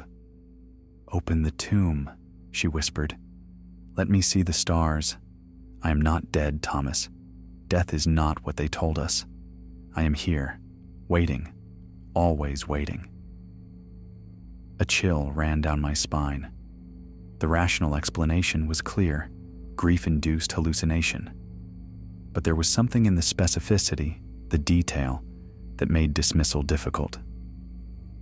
July 15th, 1861. I have begun excavating. I work only at night using stolen tools. The mortar is old, crumbles easily. I have removed 3 stones, creating a gap large enough to reach inside. I have not yet had the courage. What will I find? Her body in whatever decay 3 weeks have wrought. But what if I am right and rationality wrong? What if the villagers spoke truth, that she was never fully of this world, never fully subject to its laws? Tonight I will reach inside. Tonight I will know. 2 days later, the handwriting had changed, looser, almost ecstatic. July 17th, 1861. She is beautiful. She is perfect. She is unchanged. I reached in with trembling hands, expecting corruption, but my fingers found fabric, her dress still crisp, and then skin. Skin as smooth and cool as in life. When I touched it, it seemed to warm beneath my palm. Her hand moved, clasped mine. I nearly fainted. She held my hand with surprising strength, fingers intertwining, and I felt her pulse, faint, slow, unmistakable, or perhaps my own heart pounding so hard it animated everything I touched. "Thomas," she said, her voice clear as if she stood beside me. "You found me. You didn't leave me alone in the dark." I tried to pull away the remaining stones, to free her completely. She stopped me. "Not yet," she whispered. "I am not ready. The transformation is not complete. But come each night, hold my hand, speak to me. Your love sustains me now, allows me to endure the changing. Promise you will come." I promised. God help me, I promised. I set the journal down and paced the circular room. The lamp had burned low, dawn graying the windows. Exhaustion weighed on me, but sleep seemed impossible. If Thomas was insane, these were merely documents of dissolution.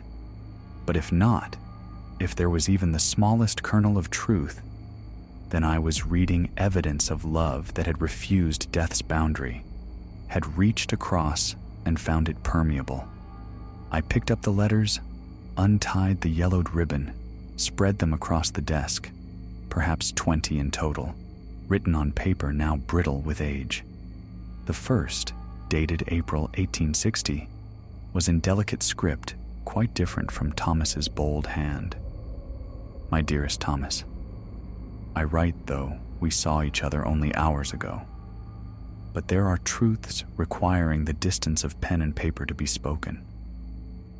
I am not what you think, not the simple fisherman's daughter. I am those things, but also something else, something nameless in the language of men. My mother was human, but my father, my true father, not the kind fisherman who raised me, came from the depths. He was beautiful and terrible, and my mother loved him, though she knew she shouldn't, knew the price would be high. She died, bearing me. The villagers called it childbed fever, but she told the midwife truth in her final moments. The sea was claiming its tithe. She had loved something forbidden, and her daughter would be caught between worlds, never fully belonging to either. I have always known. I have always felt the ocean calling, pulling at something essential in my nature. When I am in the water, I can breathe beneath the waves. I hear voices in the deep places, singing songs older than language. They are my kin, Thomas, and they are jealous. I tell you because our love has grown beyond what I thought possible. And you deserve to know what you're binding yourself to. If you wish to end our courtship, I will understand. I will disappear into the sea from which I came. But if you choose to love me still, knowing what I am, know that our love will be tested. The sea does not give up its own easily. Tell me tomorrow that you still love me, or tell me goodbye. Yours in this world and whatever lies beneath. Eliza. My hands shook. If genuine, if Eliza had truly written this, then everything Thomas described was not delusion, but documentation. She had warned him, given him escape. He had chosen to love her anyway. Subsequent letters traced their courtship into summer. Eliza's handwriting grew more urgent, desperate. She wrote of feeling the sea's pull strengthen, of hearing voices more clearly, of fearing she could not resist much longer. The final letter was not from Eliza to Thomas, but Thomas to Eliza, written on coarser paper, handwriting barely controlled. My Eliza, they have sealed your tomb, but I know you are not dead. I know you hear me through the stones, feel my hands when I touch the vault. You told me not to follow, but you must have known I would. A love like ours does not end because one heart stops beating. We are bound by vows spoken in sacred darkness, by promises transcending mortal and immortal. I have touched your hand in the tomb. I know you are changing, becoming something new, something between flesh and spirit, land and sea. When transformation completes, we will be together again. I will wait. I will tend the light and keep vigil and wait for your return. And if you do not return, if this is truly death, then I will follow you into whatever darkness you inhabit. This I swear, we will not be separated, not by death, not by the sea, not by the vast and jealous powers that seek to keep us apart. Wait for me, my love. I am coming. Undated, but I suspected it was written shortly before Thomas's disappearance. It read like farewell, like a man on the edge of an irrevocable decision. I retied the letters carefully. My hands trembled. The sun had risen fully, and the storm had finally passed, leaving behind profound and unsettling quiet. I should have left then, should have packed these artifacts and delivered them to Mrs. Coldwell, requested transfer to some less haunted project. Everything rational screamed at me to flee before I became as obsessed as Thomas. But I could not leave. The story was not finished. Thomas and Eliza's tale had not ended with his disappearance or her entombment. It was still unfolding, waiting for its final chapter, and somehow, impossibly, I was meant to be part of it. I descended to the ground floor and stepped outside for the first time since the storm began. The air was crisp, washed clean, and the sea had calmed to gentle swells. Seabirds wheeled overhead, their cries sharp and lonely. I knew where I needed to go. The tomb on the cliff, overlooking the beach where Thomas first saw Eliza. I needed to see it myself, needed to stand before it, and what? A stone vault sealed for more than a century, containing nothing but bones and dust. That was what reason dictated. But reason had become a small voice, easily drowned by the louder urgency pulling me toward the cliff path. The path was treacherous after the storm. Rocks had shifted, earth eroded, leaving gaps I had to leap with my heart in my throat. But I pressed on, driven by compulsion I could neither explain nor resist. 20 minutes brought me to a small plateau. When I emerged from the narrow defile and saw it, I stopped, breath-catching. The tomb was exactly as Thomas described, rough-cut granite blocks fitted without mortar, topped with a massive slab of darker stone, perhaps 6 feet long, 4 feet wide, 3 feet high, just large enough for a human body. No inscription, no decoration, but someone had been there recently. Fresh flowers lay across the entrance, sea lavender and beach roses, exactly as Eliza had worn at her wedding. The petals were vibrant, untouched by decay. They could not have been more than a day old. And the tomb had been disturbed. 3 stones on the side facing the sea had been removed, creating a gap perhaps 18 inches wide. Through it, I could see darkness, absolute and impenetrable. I should not have approached. Every survival instinct screamed at me to turn back, to run to the lighthouse and leave this cursed place. But my feet carried me forward until I stood before the gap. The darkness within seemed to pulse, to breathe. Cold air emanated from it, carrying salt water and something else, that same faint lavender I had smelled opening Thomas's journal. "Hello?" My voice sounded absurdly normal. "Is anyone there?" Silence.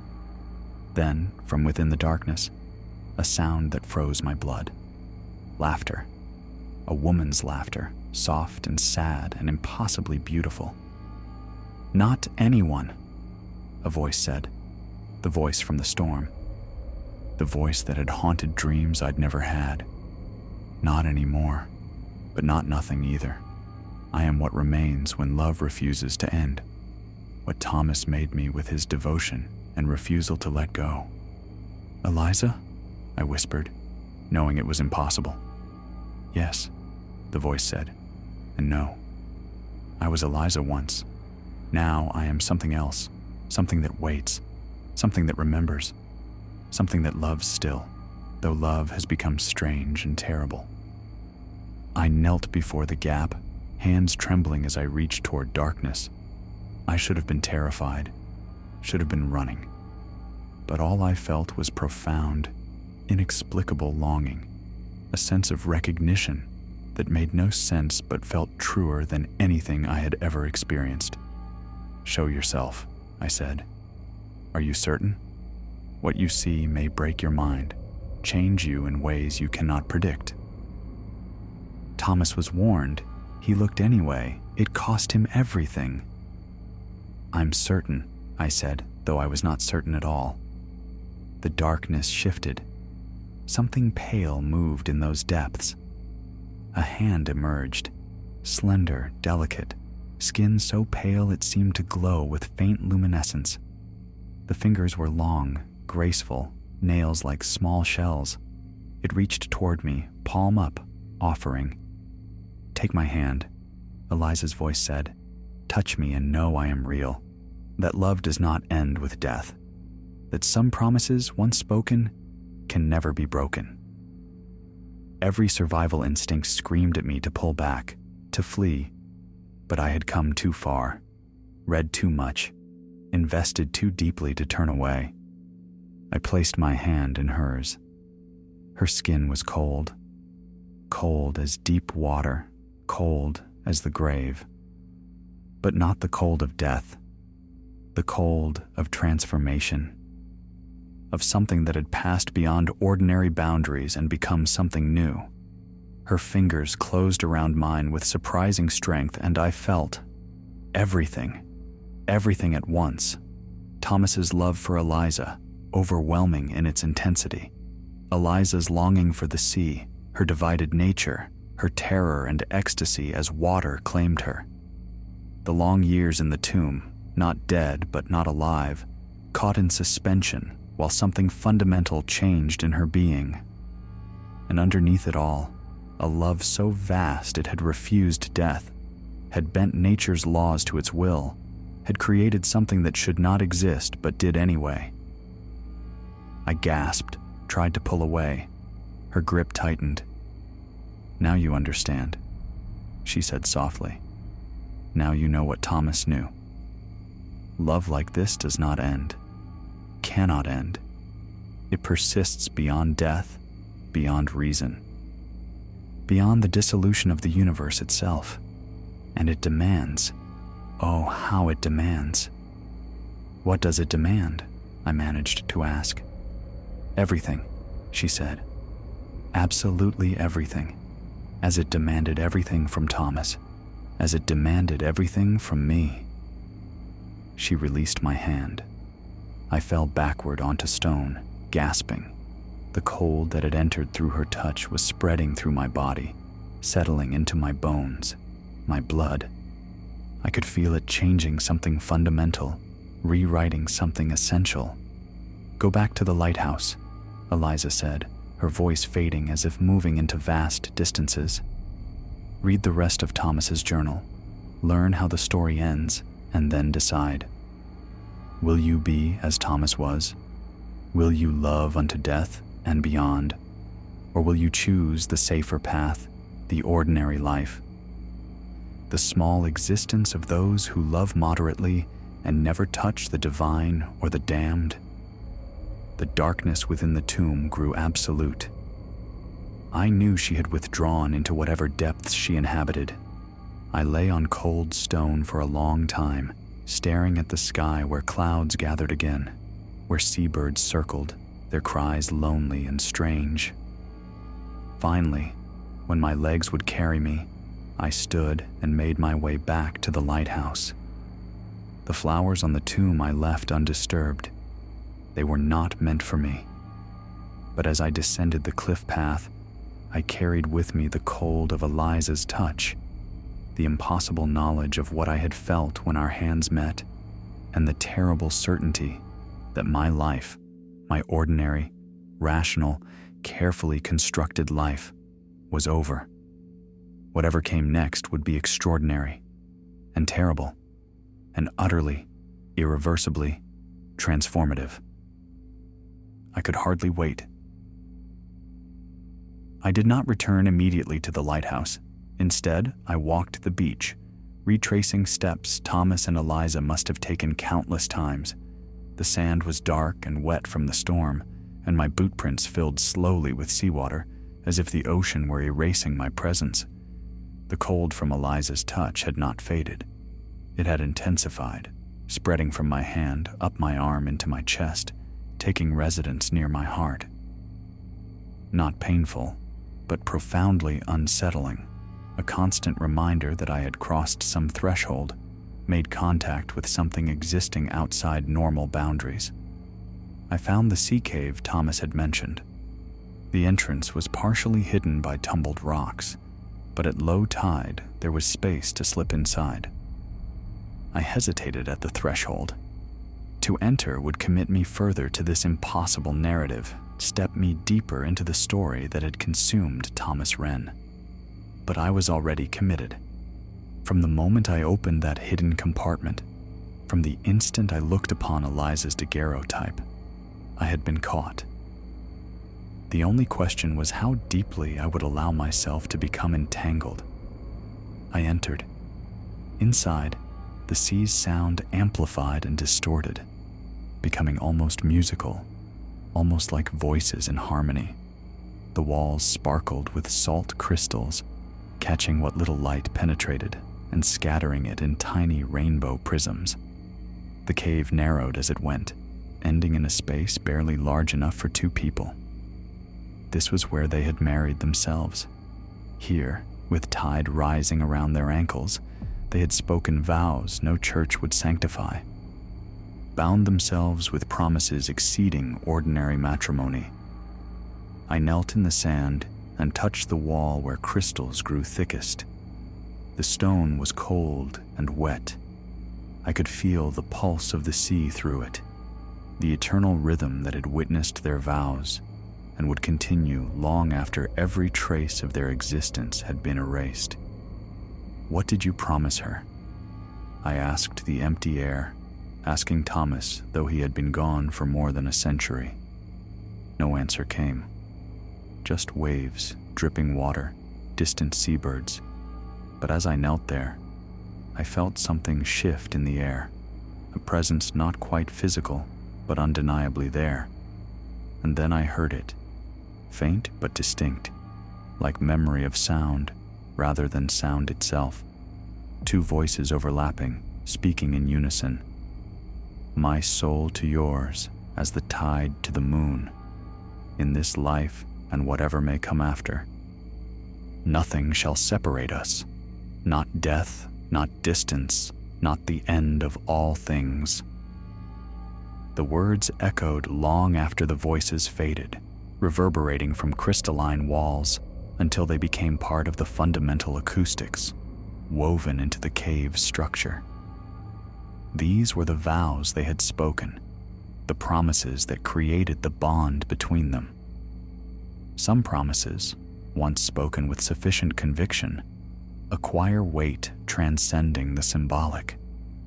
They become real in ways ordinary language never achieves. They carve themselves into reality's fabric and demand to be honored, regardless of cost. I left the cave and continued walking until I found myself at the base of the cliff path. The tide was rising. Soon, this stretch would be underwater.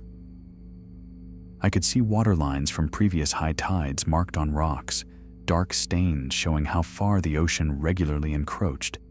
But there was another mark higher up, a line of pale mineral deposits forming a distinct boundary, perhaps 20 feet above normal high tide marks. Far too high for any ordinary tide, even during severe storms. Unless the tide that rose to claim Eliza had not been ordinary. Unless, as Thomas described, the sea had risen like a living thing, reaching far beyond normal limits to take back what it considered its own. I climbed the path again, driven by the same compulsion that had driven Thomas. When I reached the plateau, I found the flowers from earlier already wilting. But even as I watched, new flowers appeared, not growing from ground, but materializing on the tomb's stone surface, fresh and vibrant, as if placed by invisible hands. "Eliza?" I called softly. "Are you there?" The air grew perceptibly colder, that same soft, sad laughter. "Always," her voice said, seeming to come from everywhere and nowhere. "I'm always here. Where else would I be? This tomb is my chrysalis, my transformation chamber. I cannot leave until the changing is complete." "When will that be?" "Soon," she said. "Very soon now. I can feel it approaching, like the turn of the tide. When it comes, when I finally emerge from this stone cocoon, I will be something new, something between flesh and spirit, between human and something else." "And Thomas?" I asked, dreading the answer. "Where is Thomas?" Silence, broken only by wind and distant waves. When Eliza finally spoke, her voice was heavy with sorrow, and something that might have been guilt. "Thomas made a choice.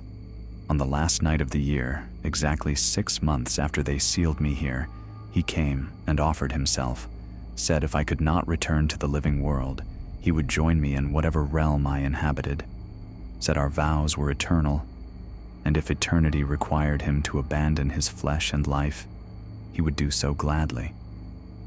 "And you let him?" Eliza's laugh was bitter. "Let him? I begged him not to. I told him what awaited was neither death nor life, but something strange and terrible between. That he would be caught as I was caught, suspended in transformation that might never complete. But he would not listen. True love makes us deaf to reason, blind to consequence." "What happened?"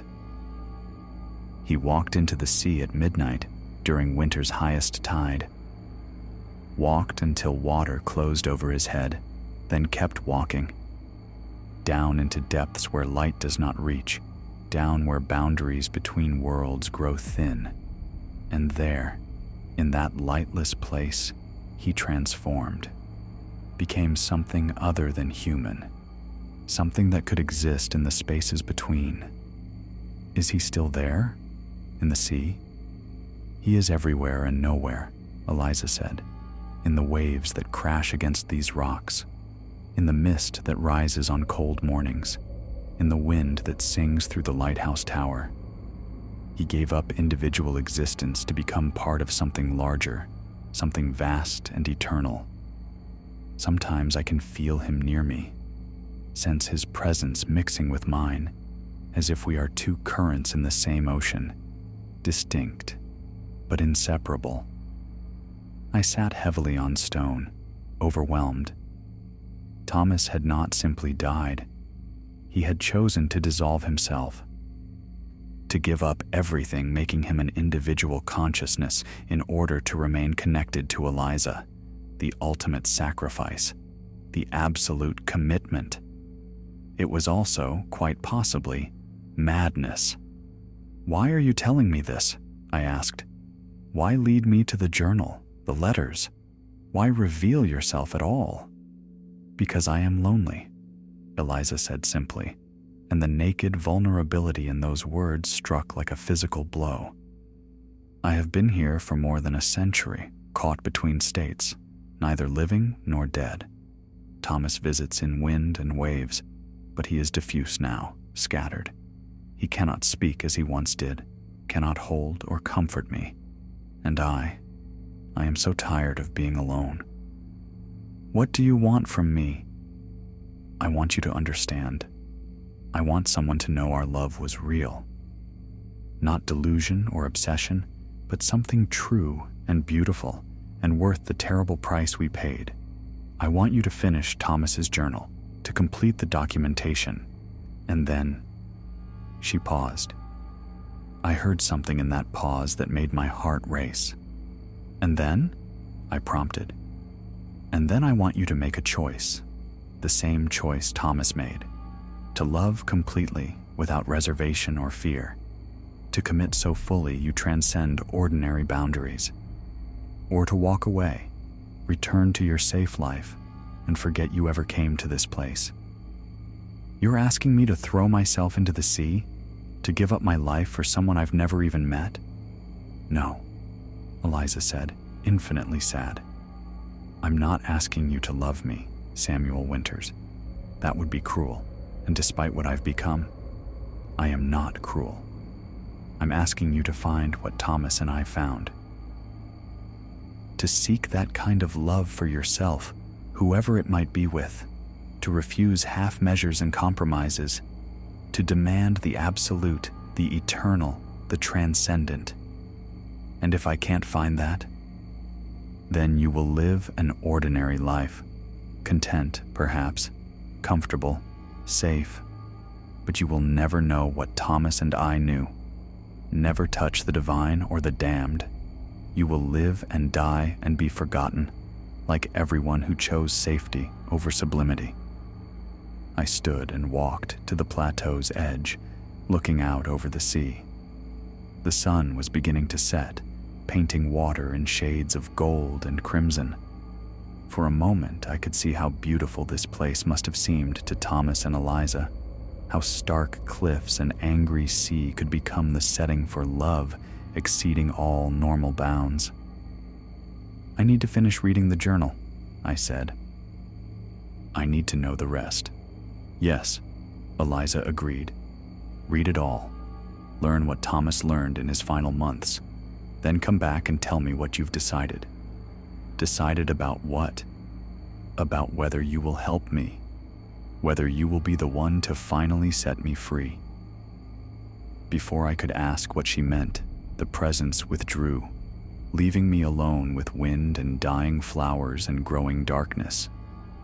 I stood watching the last light fade, watching stars emerge in deepening blue.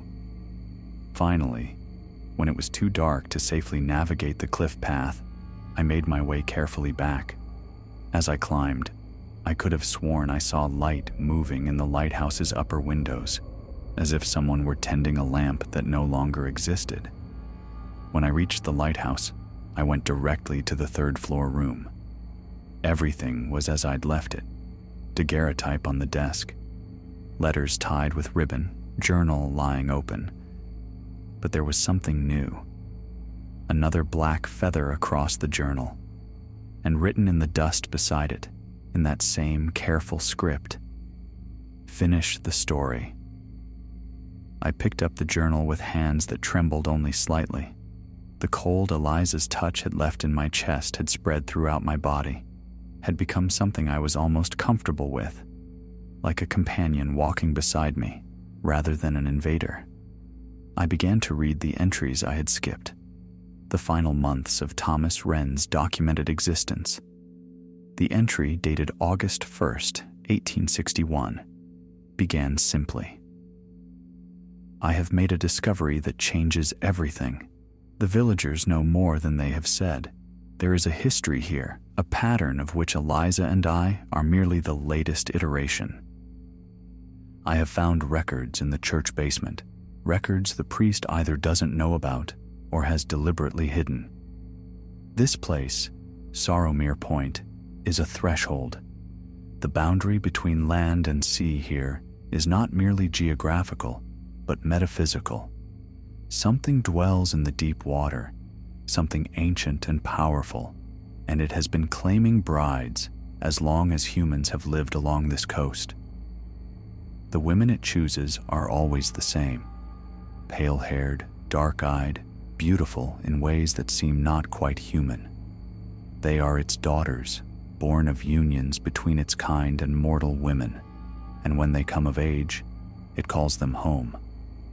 But some resist. They fall in love with mortal men, as Eliza fell in love with me, and they try to remain on land. And always, always, the sea reclaims them. Except, and this gives me hope, some are not truly dead. Some exist in a state between life and death, caught in transformation from human to whatever the sea wants them to become. And if the transformation can be interrupted at the right moment, they can return, not as they were, but as something new, something that can exist in both worlds. My heart pounded. If Thomas's discovery was true, then Eliza's transformation was not unique. There might be a way to bring her back, to complete the process allowing her to emerge from the tomb. But at what cost? September 21st, 1861, the autumn equinox. I attempted the ritual tonight, offering my blood at the tomb, speaking the words from the old records. For a moment, I felt Eliza's presence surge toward me, felt her consciousness pressing against the boundaries separating us. She spoke my name. But it was not enough. The transformation is too far advanced. Blood alone cannot bridge this gap. I know what I must do. If I want Eliza to return, if I want her transformation to complete in a way that brings her back rather than pulling her deeper into the abyss, I must join her in the deep. I must become the bridge, the pathway, the anchor she can use to pull herself back. It means giving up everything. My body, mind, individual existence. I will dissolve into the ocean, become part of its vast consciousness, and there I will wait for her, calling her back, guiding her toward light. The final entry was dated December 31st, 1861. The handwriting was barely controlled, words running together. Tonight, the highest tide of winter, the darkest night of the year, the moment when boundaries are thinnest. I have prepared everything, said my goodbyes to the lighthouse, to the few possessions I leave behind, to the life I lived as Thomas Wren.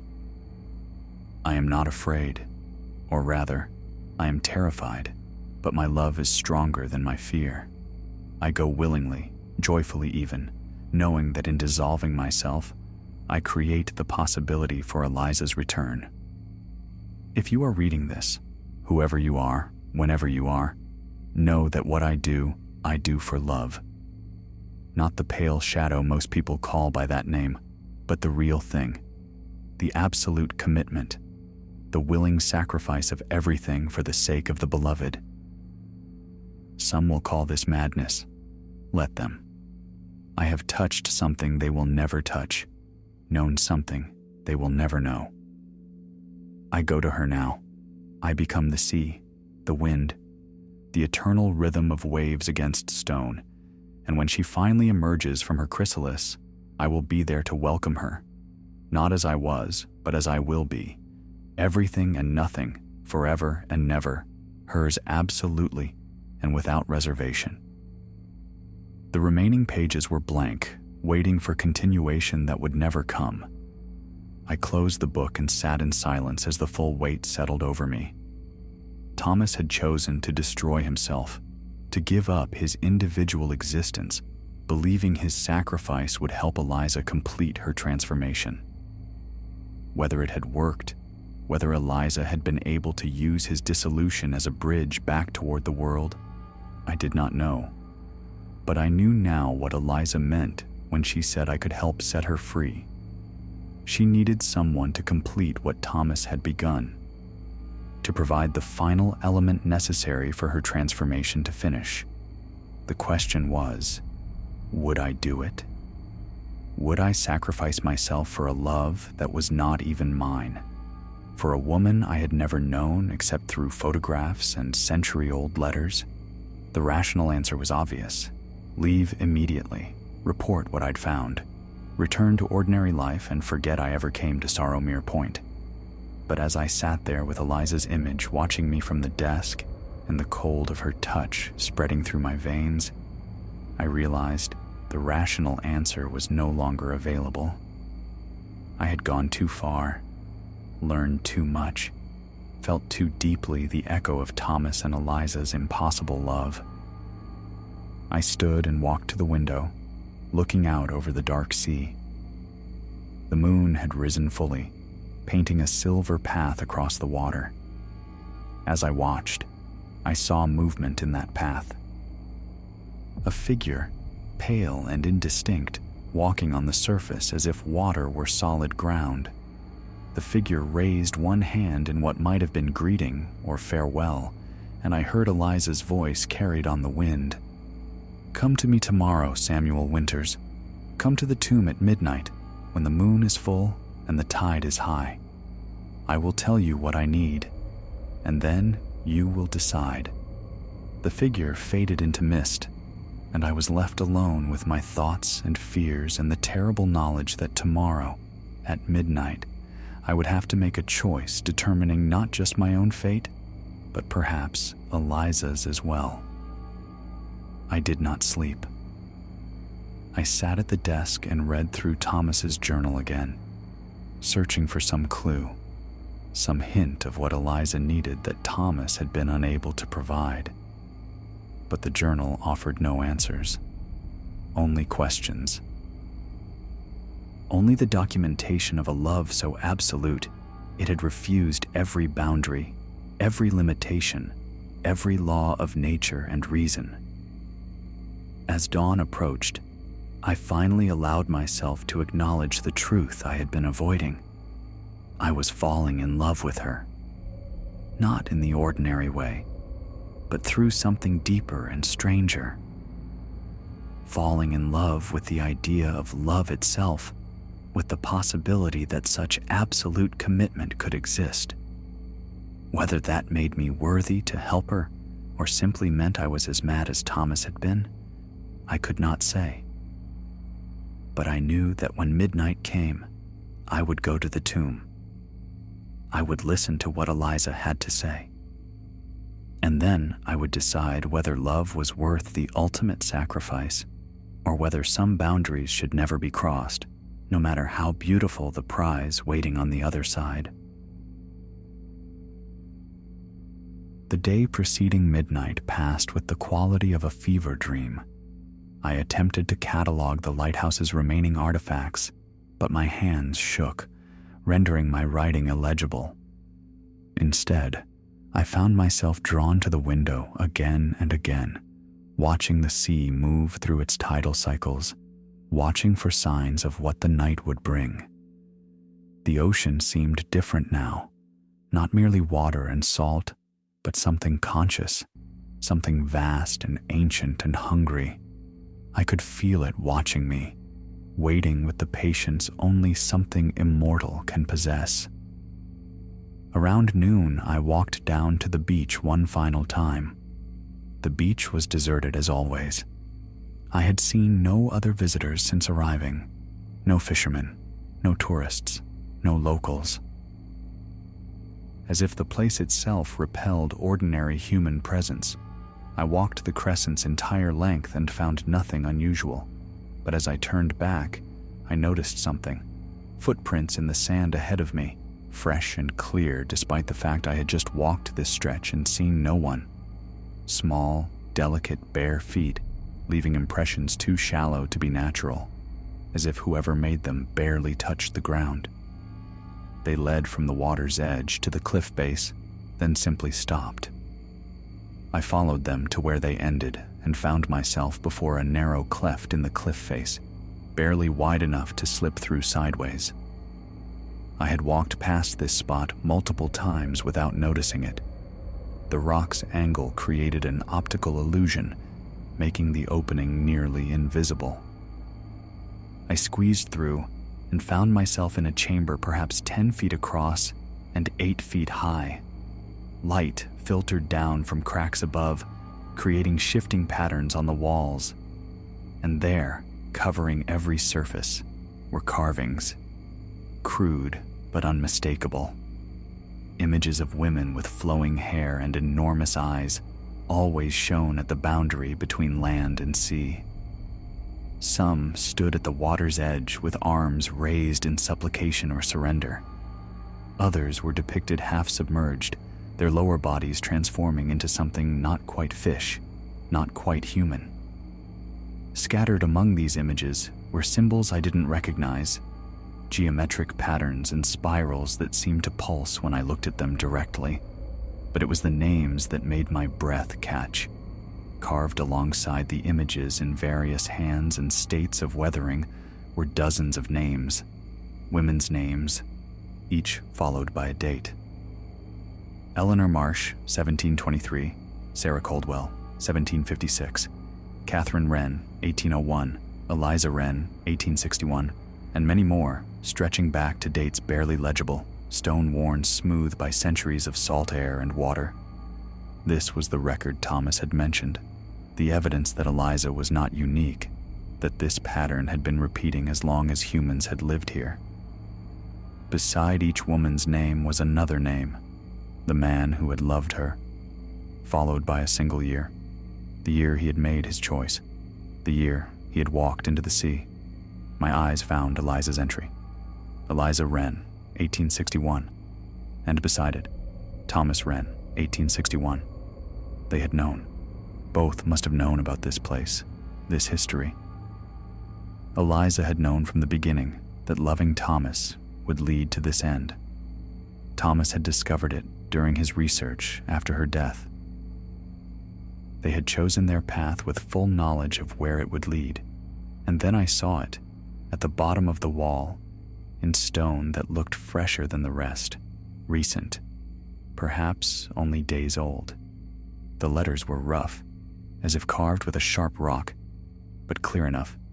Samuel Winters, 186. The date was incomplete, the final digit uncarved, waiting, a space left blank for me to fill with my choice. Someone had carved my name in stone. Someone knew I would come, knew I would find the journal, knew I would become entangled in this story. Was it Eliza? Or something else? Some aspect of the consciousness in the deep water, preparing me for the role I was meant to play? I stumbled from the chamber, desperate for open air, for sky, for space not weighted with the expectations of the dead and almost dead. My heart raced. The cold that had settled in my chest after touching Eliza's hand now spread throughout my entire body, making my teeth chatter despite the mild temperature. I returned to the lighthouse and climbed to the topmost chamber where the great lamp had once burned. Through windows circling the space, I could see in all directions. Sea to the east, cliffs to north and south, dark pine forest to the west. This was where Thomas had spent his nights, tending the light, watching the sea, thinking of Eliza, where he had made his final decision, chosen love over life. I sat with my back against the cold lamp mechanism and tried to think clearly, but clarity seemed impossible. Every thought was colored by the cold in my chest, by memory of Eliza's touch, by the sound of her voice in the wind. The rational arguments against what I was being asked to do were overwhelming. I barely knew Eliza, had never known her. What I knew was a construct from a photograph, from old letters, from conversations with something that might be her ghost, or something else entirely. To sacrifice my life for this construct would be madness, but the counter-arguments had their own terrible logic. What was my life? I had no family, few friends, a career ended in disgrace. I had come here to escape, to hide. If I walked away now, what would I return to? More years of quiet desperation, of professional obscurity, of the loneliness that comes from never having loved or been loved with real intensity. At least Thomas and Eliza had touched something transcendent. At least they had known what it meant to love absolutely, without reservation. They had paid a terrible price, but perhaps it was worth paying. The hours crept toward midnight.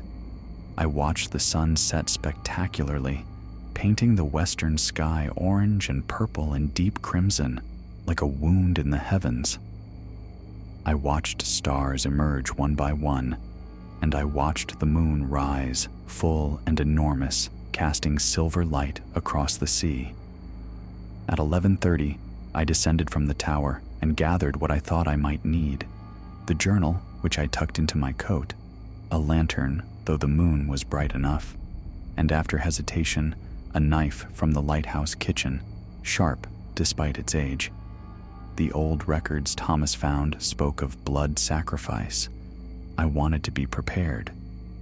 The walk to the tomb took less time than expected, as if the path had shortened, as if the distance between Lighthouse and stone vault had contracted in response to my need. The plateau was bathed in moonlight when I arrived, bright as day but leached of color, rendered in shades of silver and black. The tomb stood at the center, and the flowers that had appeared and disappeared now covered it completely, fresh and vibrant, their colors somehow visible despite darkness. Sea lavender and beach roses, the flowers of Eliza's wedding, the flowers of love and loss and promises transcending death. I set down my lantern, unlit, unnecessary, and approached slowly. "I'm here," I said quietly, "as you asked." For a long moment, nothing happened. The wind died to absolute stillness, and even the sound of the sea far below seemed to fade, as if the world itself were holding its breath. Then the flowers began to move, not blown by wind, but animated by some internal force, their petals turning toward me like faces. "Samuel Winters!" Eliza's voice came from everywhere and nowhere. "You came. I wasn't certain you would." "I couldn't stay away," I admitted, though God knows I tried to talk myself out of it 100 times today. "And yet, here you are." Her voice was closer now, emanating from the gap in the tomb's wall. Brave or foolish, I have never been able to tell the difference. "What do you need from me?" I asked directly, tired of uncertainty. "Thomas sacrificed himself for you, dissolved himself into the sea, but you're still here, still caught between worlds. What did his sacrifice accomplish, and what more needs to be done?" Silence stretched out. When Eliza finally spoke, her voice was heavy with sorrow. "Thomas did everything right. His sacrifice was perfect, his love absolute. He became part of the deep, just as the old record said. And for a time, a brief, beautiful time, I could feel him there, could sense his consciousness woven into the water and wind. He was calling me, guiding me, trying to pull me back toward the surface. But, I prompted, but the power that claims us, my Father, the ancient thing in the depths, is stronger than we understood. It took Thomas's sacrifice and turned it to its own purpose. Instead of creating a bridge for me to cross back to the world, Thomas's dissolution became another anchor, another chain binding me to the deep. His love, which should have freed me, became another weight pulling me down. Then it was all for nothing? Not nothing, Eliza said quickly. His love sustains me, keeps me from dissolving entirely, from becoming fully what the deep wants me to become. Without him, I would have transformed completely decades ago. But with him, with his love anchoring me, I have been able to resist, to remain myself, or at least some version of myself. Then what do you need? I asked again. If Thomas's sacrifice wasn't enough, if his love became a chain rather than a bridge, then what can I possibly do that he could not? The flowers shivered. You can do what Thomas could not, Eliza said. You can refuse. I blinked, not understanding. Refuse what? Refuse to sacrifice yourself, she said. Refuse to love me. Refuse to throw your life away for someone you've never met, for a story that isn't yours. The power that holds me feeds on love, Samuel. It feeds on devotion and sacrifice and the willingness of humans to destroy themselves for the sake of the beloved. Every man who walks into the sea for one of us makes it stronger, makes its hold more complete. Then why tell me all this? I demanded, anger rising. Why lead me here? Why show me the journal? Why let me touch you and feel what Thomas felt? If the only answer is to walk away. Because I need you to choose freely, Eliza said, tears in her voice. Thomas never had a real choice. He loved me too completely, too absolutely. From the moment we met, his fate was sealed. He would have done anything for me, and the power in the deep knew that and used it. But you, Samuel Winters, you don't love me. You love the idea of me, the romance of our story, the possibility of transcendent devotion. But you don't love me, not really. Not with the kind of irrevocable commitment that would make sacrifice inevitable, which means you can still choose. You can still walk away. And if I do, I asked, if I refuse to sacrifice myself, what happens to you? Another long silence. Then I will complete the transformation. Without anyone to anchor me to the human world, without love to sustain my resistance, I will become what I was always meant to become. A daughter of the deep, a creature of the abyss, eternal and unchanging and utterly inhuman. I will forget Thomas, forget what it was to love and be loved. I will forget myself. But you'll be free, I said. Free of this tomb, free of the pain of being caught between worlds. Yes, she agreed. I will be free. Free of everything that made me Eliza. Free of everything that made me human. I paced the plateau, mind racing. This was not the choice I had expected. I had thought she would ask me to sacrifice myself as Thomas had done. I had spent the day preparing for that decision. But this was far more cruel. She was asking me to choose between two impossible options: sacrifice myself and strengthen the power holding her captive, or refuse and doom her to lose everything making her who she was. There has to be another way, I said desperately. Some third option that frees you without requiring sacrifice, without feeding the power in the deep. If there is, I haven't found it in more than a century of searching, Eliza said. I stopped pacing and stood directly before the tomb, staring at the gap where darkness pooled like liquid shadow. Show yourself, I said. Fully. Not just your hand, not just your voice. I want to see you. All of you, before I make this choice. Samuel. Show yourself, I repeated more firmly. You're asking me to make a decision that will determine both our fates. The least you can do is let me see who I'm making it for. The darkness within the tomb began to shift and swirl, and something emerged from the gap. She was beautiful and terrible in equal measure. Her form was translucent, neither fully solid nor fully spectral, flickering between different states of existence. Her hair flowed around her as if underwater, pale as moonlight, and her eyes were enormous, dark as the deepest ocean trenches.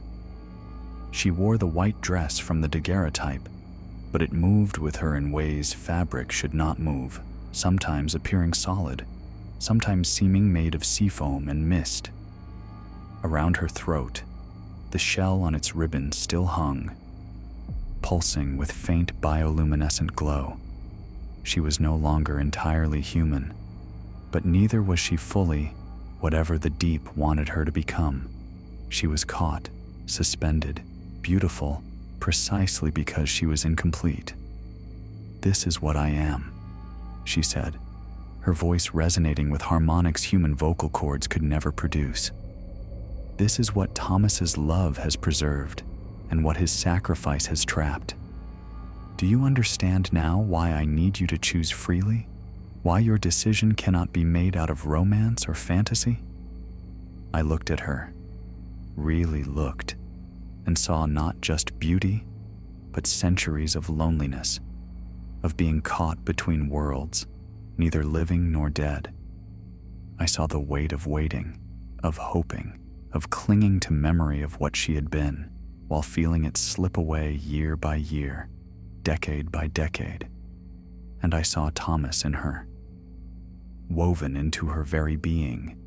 His love had become part of her essence, sustaining her but also binding her, a chain made of devotion and sacrifice that she could neither break nor fully embrace.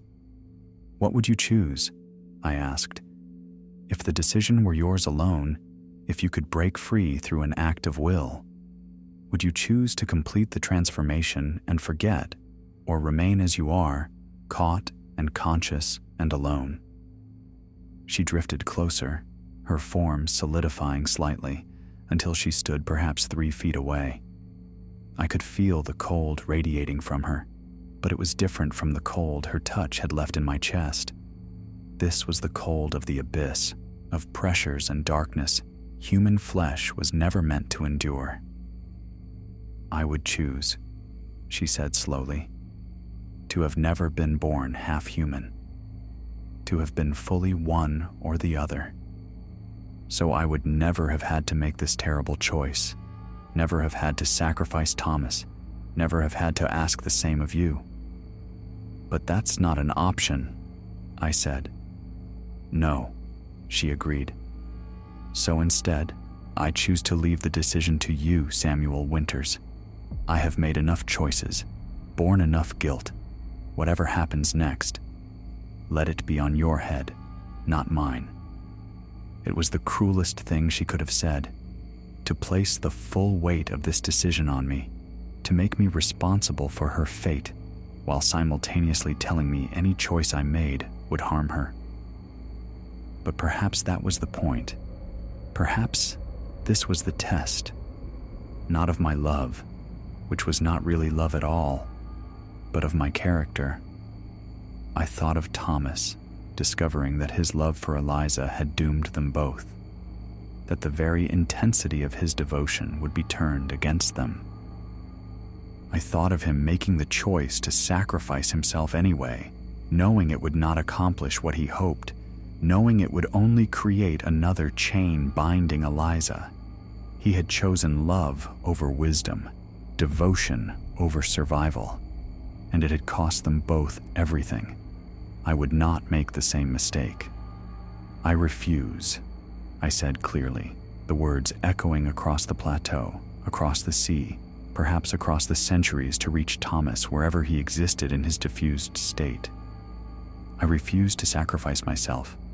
I refuse to feed the power that holds you. And I refuse to accept that these are the only two options. Eliza's form flickered. For a moment, she looked almost hopeful. Samuel, listen to me, I continued, words coming faster, born of sudden inspiration or perhaps desperation. Thomas sacrificed himself, and it didn't work because he was acting alone, trying to create a bridge using only his own love. But what if the solution isn't more sacrifice? What if it's less? I don't understand. The power in the deep feeds on love and sacrifice, I said, pacing, thinking aloud. It takes that energy and uses it to strengthen its hold. But what if we stop feeding it? What if instead of me sacrificing myself for you, I help you let Thomas go? She recoiled as if I had struck her. Let him go? Thomas is all that sustains me, all that keeps me from transforming completely. Exactly, I said. His love is a chain, Eliza. The most beautiful chain ever forged, but a chain nonetheless. As long as you're bound to him, as long as his sacrifice anchors you to this half-existence, you can never be free. Not truly free. But if I let him go, then yes, you might transform completely, I acknowledged, or you might not. You might find that without that anchor, without that weight pulling you both toward and away from the deep, you can actually move, can actually choose. I moved closer, close enough that the cold of her presence made my breath visible, close enough to see the swirling depths in her eyes. Thomas's love was absolute, I said softly. But absolute love can become absolute possession, can trap the beloved even when it means to free them. Maybe what you need isn't another man to sacrifice himself for you. Maybe what you need is permission to let go of the man who already did. Tears, or something like tears, opalescent and glowing, began to roll down Eliza's translucent cheeks. I can't, she whispered. If I let him go, if I release his sacrifice, I'll forget him, forget us, forget everything we were to each other. Maybe, I agreed. Or maybe you'll finally be able to remember him properly, without the distortion of guilt and obligation and centuries of waiting. Maybe letting go is the only way to truly honor what you had. She was silent for a long time, her form flickering between states, between human and other, between memory and possibility. Finally, she spoke. And you? What do you gain from this? Why help me at all if not for love, if not for the romance of sacrifice? Because I'm tired of seeing love weaponized, I said honestly. Because I came here running from my own failures, and I found instead a story about how even the purest love can be twisted into chains. Because maybe helping you let go will help me understand how to let go of my own past. And because, I added more quietly, someone should break this pattern. Someone should refuse to feed the power in the deep, should choose freedom over devotion, release over possession. If not me, then who? If not now, then when? Eliza drifted back toward the tomb, her form becoming more ethereal. I don't know if I can do what you're suggesting, she said. I don't know if I'm strong enough to let Thomas go after holding on to him for so long. You don't have to decide tonight, I said. The moon will be full again in a month. That gives you time to think, to feel, to consider whether this path might lead somewhere better than the one you've been walking for 1.5 centuries. And in a month, you'll come back? You'll help me if I choose this path? I'll come back, I promised. Not to sacrifice myself, but to witness, to be present as you make your choice, whatever it might be. You shouldn't have to do this alone, Eliza. Thomas may be diffused into the sea and wind, but I am here, solid and present, and willing to help in the only way that doesn't feed the power that binds you. She nodded slowly, and I could see the weight of centuries beginning to lift from her translucent form, just a fraction, just the smallest easing of burden. 1 month, she agreed. When the moon is full again, I will have my answer then. She began to fade, withdrawing back into the tomb, back into the darkness where she had waited for so long. But before she disappeared completely, I heard her voice one final time. Thank you, Samuel Winters, for refusing, for choosing wisdom over romance, for seeing that sometimes love means letting go. And then she was gone, and I was alone on the plateau with only the flowers and the moonlight and the sound of the distant sea. I stood there for a long time, letting the weight of what I had done settle over me. I had not made the grand romantic gesture, had not sacrificed myself for transcendent love. Instead, I had offered something simpler and perhaps more difficult, the truth that devotion can become imprisonment, that the most loving act is sometimes to release rather than to hold. Whether it would work, whether Eliza would find the strength to let Thomas go, and in doing so free herself from the deep's claim, I could not know.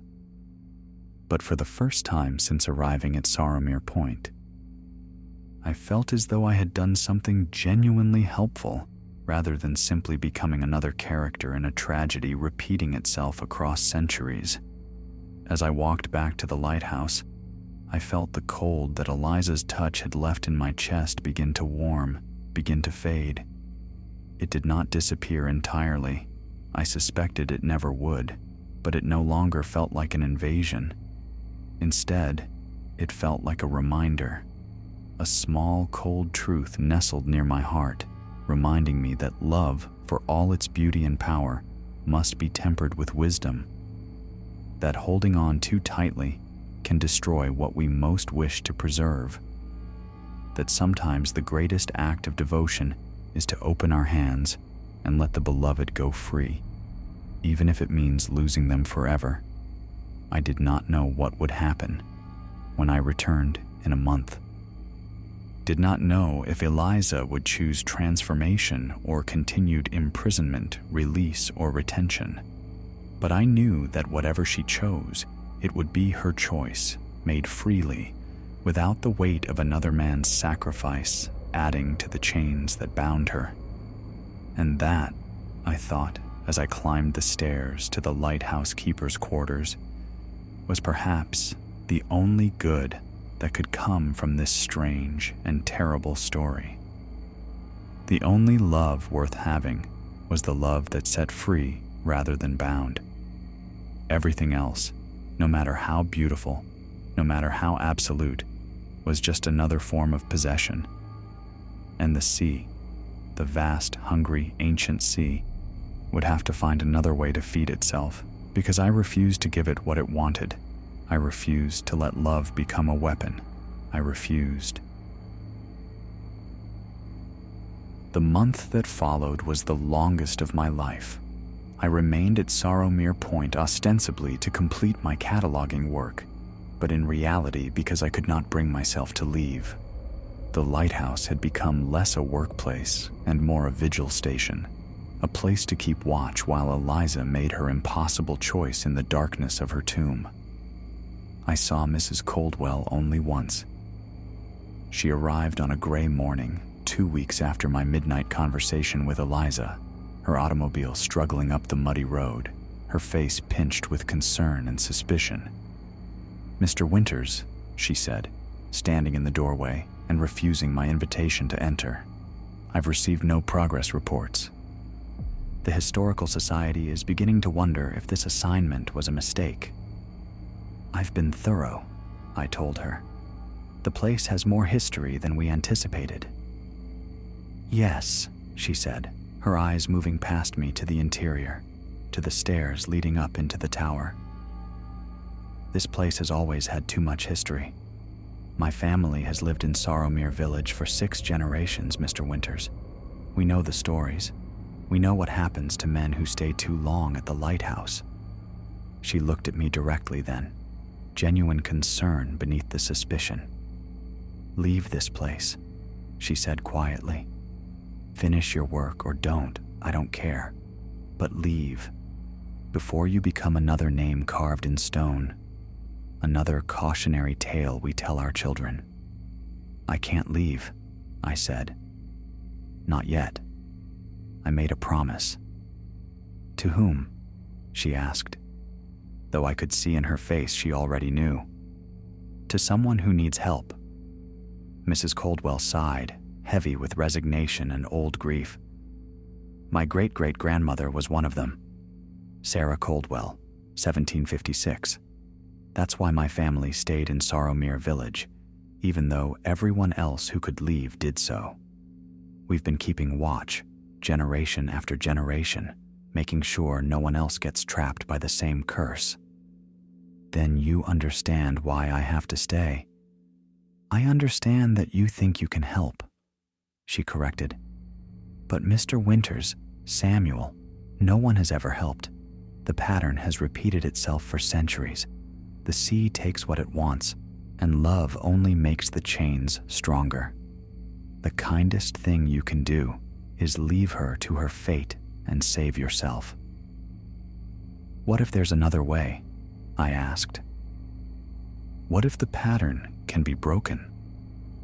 She looked at me for a long moment, and I saw in her expression a war between hope and cynicism, between wanting to believe things could be different and the weight of centuries proving otherwise. If you find another way, she said finally, if you manage to break the pattern that has held for so long, then perhaps my family can finally stop keeping watch. Perhaps we can finally leave this cursed place. She paused at the threshold. The next full moon is in 2 weeks. Whatever you're planning to do, whatever promise you made, that's when it will happen, isn't it? Yes, I said. Then I'll return the day after, she said, to collect either your cataloging reports or your body. I hope for your sake, it's the former. She left, and I watched her automobile disappear down the road, back toward the village and the world of ordinary human concerns, leaving me alone once more with the lighthouse and the sea and the terrible knowledge of what awaited when the moon rose full again. The days passed slowly, but the nights were worse. I could not sleep more than an hour or 2 at a time. My dreams were filled with images of drowning, of walking into dark water that closed over my head, of Thomas's face as he dissolved into foam and mist. I would wake gasping, the cold in my chest flaring to icy intensity, and I would have to walk the beach in darkness to calm myself. During my nighttime walks, I sometimes saw Eliza. She would appear at the water's edge, translucent in the moonlight, watching me, but not approaching. We did not speak during these encounters. There was nothing left to say until the night of decision arrived. But I could see changes in her form, subtle shifts suggesting she was wrestling with the choice I had presented. Sometimes she appeared more human, more solid, as if she were pulling herself back toward the world of flesh and ordinary existence. Other times, she seemed to fade toward something else entirely, her form dissolving into mist and sea foam, her features becoming less distinct, more alien. She was testing possibilities, I realized, trying on different futures to see which fit, which felt like freedom rather than another form of imprisonment. And always, woven through her translucent form, I could see traces of Thomas, flickers of masculine features superimposed on her own, echoes of his voice in the sound of the waves, his presence like a watermark pressed so deeply into her being it could never be fully erased. The question was whether she would continue to hold on to that watermark, allowing it to define and confine her, or whether she would find the strength to let it fade, to become fully herself, even if that meant losing the last tangible connection to the man she had loved. On the morning of the full moon, I woke early and climbed to the top of the lighthouse tower. The sun was just rising, painting the eastern sky in shades of pink and gold. From my vantage point, I could see for miles in every direction. The village of Soromir was visible as a cluster of buildings to the south, smoke rising from morning fires. The forest stretched westward, dark pine broken by occasional clearings. And to the east, the sea extended to the horizon, vast and seemingly infinite, beautiful and terrible in equal measure. Somewhere in those depths, Thomas existed in his diffused state, his consciousness scattered across currents and tides, his love for Eliza woven into the very fabric of the ocean. Did he know what I was planning? Did he understand that I was going to ask Eliza to release him? I wanted to believe he would approve, that whatever remained of his human consciousness would recognize the wisdom in what I was proposing. But I suspected the truth was more complicated. Love, like Thomas's, did not want release. It wanted eternal devotion, eternal connection, regardless of cost. Even dissolved into the sea, even transformed into something no longer entirely human, Thomas's love would fight against being let go. But that was Eliza's choice to make, not mine and not his. I descended the tower and spent the day in preparation. I gathered what few possessions I had brought and packed them carefully. If tonight went as I hoped, I would leave this place in the morning, would return to Mrs. Coldwell with my cataloging reports and my resignation. I would go back to the ordinary world and try to build a life there, carrying with me always the knowledge of what I had witnessed, what I had refused, what I had helped to either free or destroy. As the sun set and the full moon began to rise over the water, I made my way one final time to the tomb on the cliff. The path was familiar now, my feet finding purchase on stones I had climbed dozens of times. The plateau, when I reached it, was transformed by moonlight into something otherworldly, every shadow sharp-edged and black, every surface touched by the moon glowing as if lit from within. The tomb stood silent and waiting, and the flowers that had appeared and disappeared throughout the month now covered not just the entrance, but the entire structure, a cascade of sea lavender and beach roses so thick the stone beneath was barely visible. Their scent was overwhelming, sweet and salt-tinged, the smell of weddings and funerals, of beginnings and endings. I set down the lantern I had brought and did not light it. The moon was bright enough. "Eliza?" I called softly. "It's time." For a long moment, nothing happened. Then the flowers began to move, parting like a curtain, and Eliza emerged from the tomb. She was different than she had been a month ago. More solid, more present, but also more clearly other.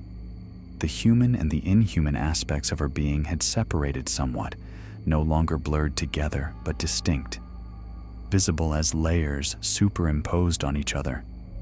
I could see the girl she had been, pale-haired, dark-eyed, achingly beautiful.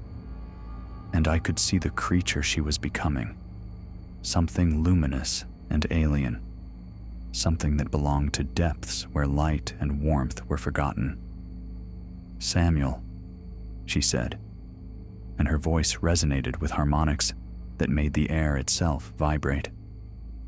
"I have thought about what you said.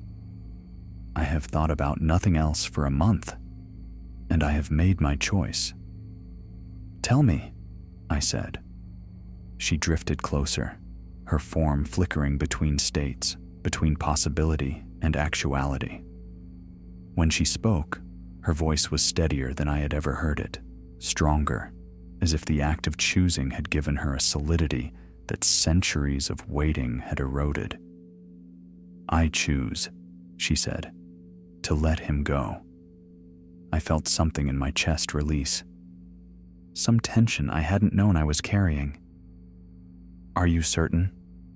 "No," she said honestly. "I am not certain. How can I be certain of anything when I have existed in uncertainty for so long? But I am willing. I am willing to release Thomas, to honor his sacrifice by no longer allowing it to bind me. I am willing to risk transformation, to risk losing everything I have been, for the possibility of becoming something freely chosen rather than imposed." "What do you need me to do?" I asked. She reached out her hand, that same translucent hand I had touched a month ago, and this time I took it without hesitation. The cold was still there, but it no longer felt threatening. It felt clean, like winter air, like possibility.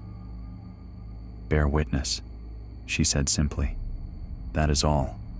Watch what happens and remember it. Tell the story so that it does not disappear into silence and myth. That is the only help I need from you." She turned toward the sea, still holding my hand, and I could feel through that contact the immensity of what she was about to attempt. Thomas's presence was woven so deeply into her being that releasing him would require unmaking part of herself, would require severing connections that had sustained her for more than a century.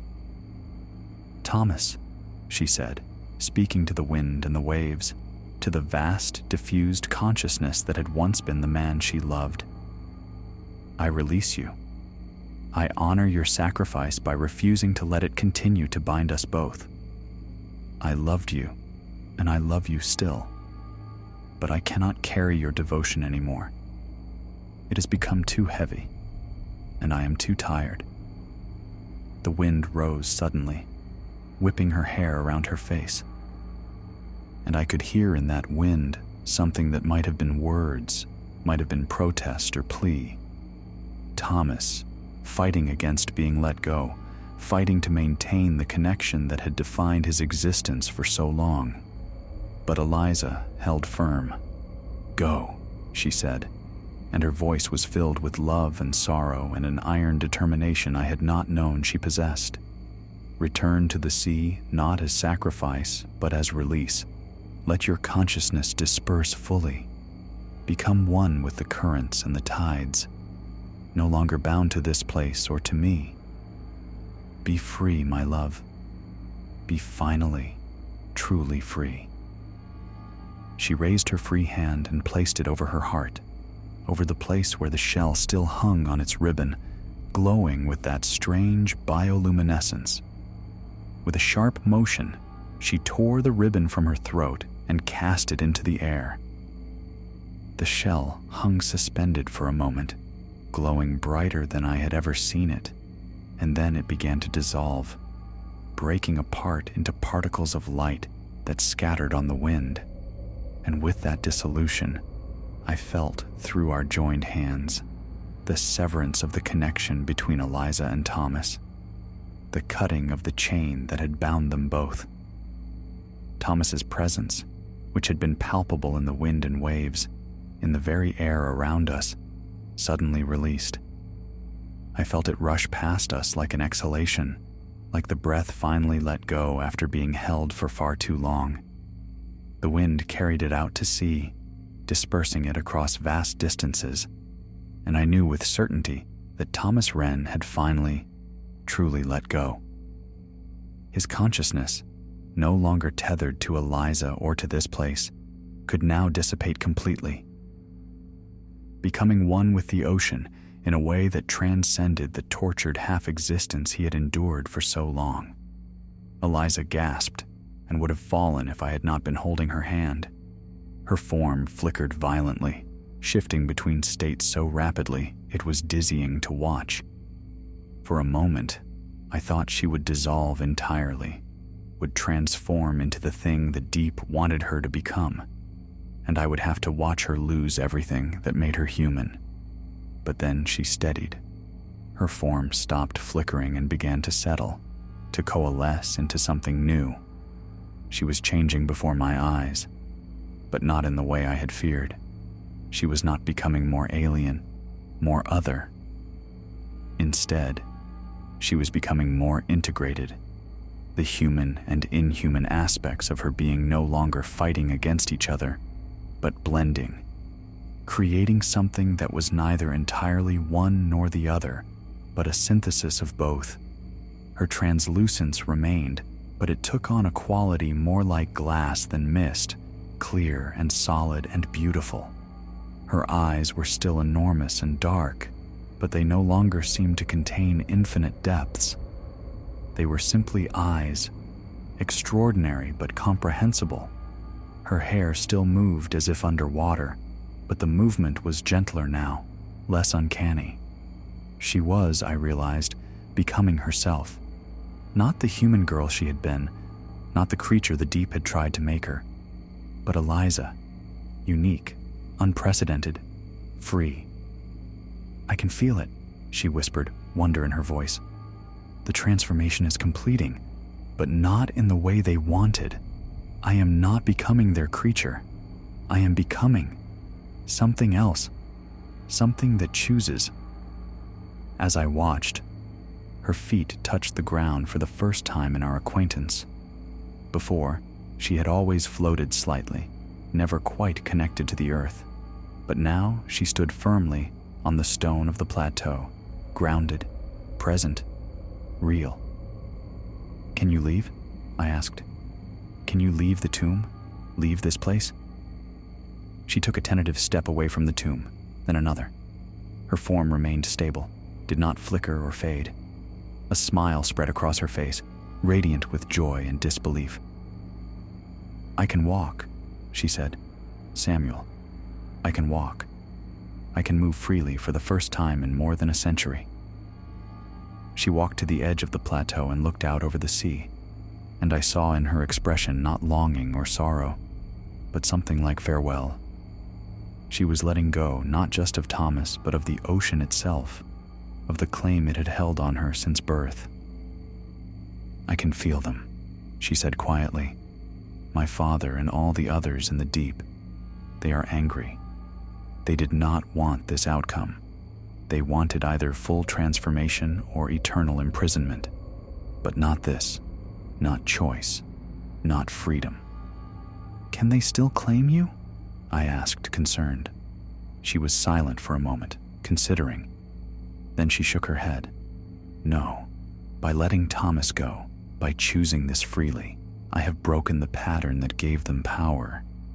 They can rage all they want, but they cannot force me to transform or to return. I am no longer theirs to claim." She turned to face me, and in the moonlight, she was heartbreakingly beautiful. Not with the unearthly beauty of the creature she might have become, but with the complex beauty of a being who had endured centuries of suffering and emerged transformed but not destroyed. "Thank you," she said, "for showing me that love can be release instead of possession, for refusing to sacrifice yourself, for giving me back my choice. What will you do now?" I asked.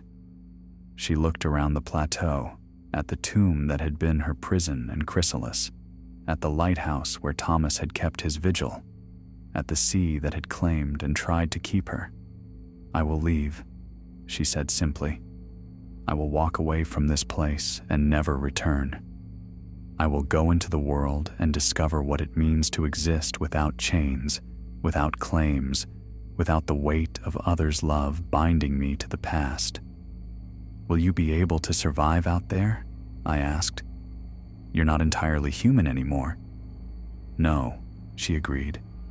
"I'm not entirely human, but I'm not entirely other either. I am something new, something that has never existed before. And I will learn what that means as I go. She reached out and touched my face, her hand warm now rather than cold, solid rather than translucent. "Go home, Samuel Winters," she said gently. "Return to your ordinary world and build a life there. You have done more than enough for me. You have given me the gift of freedom, and I will carry that with me always." "Will I ever see you again?" I asked, though I thought I knew the answer. "I don't know," she said honestly. "Perhaps. The world is large but not infinite. If our paths are meant to cross again, they will. But do not wait for me. Do not make of me another chain, another weight. Live your life freely, as I will live mine." She stepped back and turned toward the path that led down from the plateau, not toward the beach, but toward the inland forest, toward the world beyond Sorrowmere Point. "Goodbye, Samuel," she said. "Thank you for refusing. Thank you for choosing wisdom over romance. Thank you for breaking the pattern." And then she walked away, her form solid and real, her footsteps making actual sounds on the stone. I watched her until she disappeared into the tree line, until even the faint glow of her form was lost among the shadows. I stood alone on the plateau for a long time after she left, watching the moon track across the sky, listening to the sound of the waves below. The tomb stood empty now, its flowers beginning to wilt, without Eliza's presence to sustain them. As I walked back to the lighthouse for the last time, I felt the cold that had lived in my chest since Eliza's first touch finally fade completely. In its place was warmth, a sense of rightness, of having done something genuinely good in a world that offered few such opportunities. I slept soundly that night, for the first time since arriving at Sorrowmere Point, and my dreams were peaceful, empty of drowning and dissolution, and devotion turned to chain. In the morning, I gathered my possessions and my cataloging reports and made my way down to the road, where Mrs. Coldwell was already waiting, her automobile parked in the same spot it had occupied on her last visit. She looked at me carefully as I approached, her eyes searching my face for signs of what had transpired. "You're alive," she said, and I could hear the relief in her voice. "I'm alive," I confirmed, "and Eliza is free." "Free?" she repeated, disbelief and hope warring in her expression. "How?" "By letting go," I said simply. "By choosing release over possession, freedom over devotion." I told her the story as we drove back to Sorrowmere Village, told her about Thomas's journal, about Eliza's transformation, about the choice I had offered, and the choice she had made. Mrs. Coldwell listened in silence, her hands tight on the steering wheel, her face unreadable. When I finished, she was quiet for a long time. Finally, as we pulled into the village, she spoke. "My family has kept watch for 6 generations. We have witnessed the pattern repeat itself again and again, have seen love turn to tragedy, devotion turn to destruction. We thought it would never end, that we would keep vigil until the sea itself dried up." She stopped the car in front of the Historical Society building and turned to look at me. "But you broke it," she said. "You actually broke it. Not by grand gesture or sacrifice, but by refusing to play the game the way it demanded to be played." "What will you do now?" I asked. She smiled, and it was the first genuine smile I had seen from her. "Leave," she said simply. "My daughter lives in Boston. I've been wanting to join her for years, but I couldn't. Not while the watch continued, not while women were still being claimed and men were still being sacrificed. But if the pattern is truly broken, if Eliza is truly free, then my family's obligation is fulfilled. Go," I said. "Live your life freely, as Eliza will live hers. I left Saromir village that afternoon, taking the train back toward the city, toward the ordinary world of universities and libraries and scholarly pursuits. But I was not the same man who had arrived at the lighthouse weeks before. I had witnessed something extraordinary, had played a small but crucial role in breaking a pattern that had endured for centuries.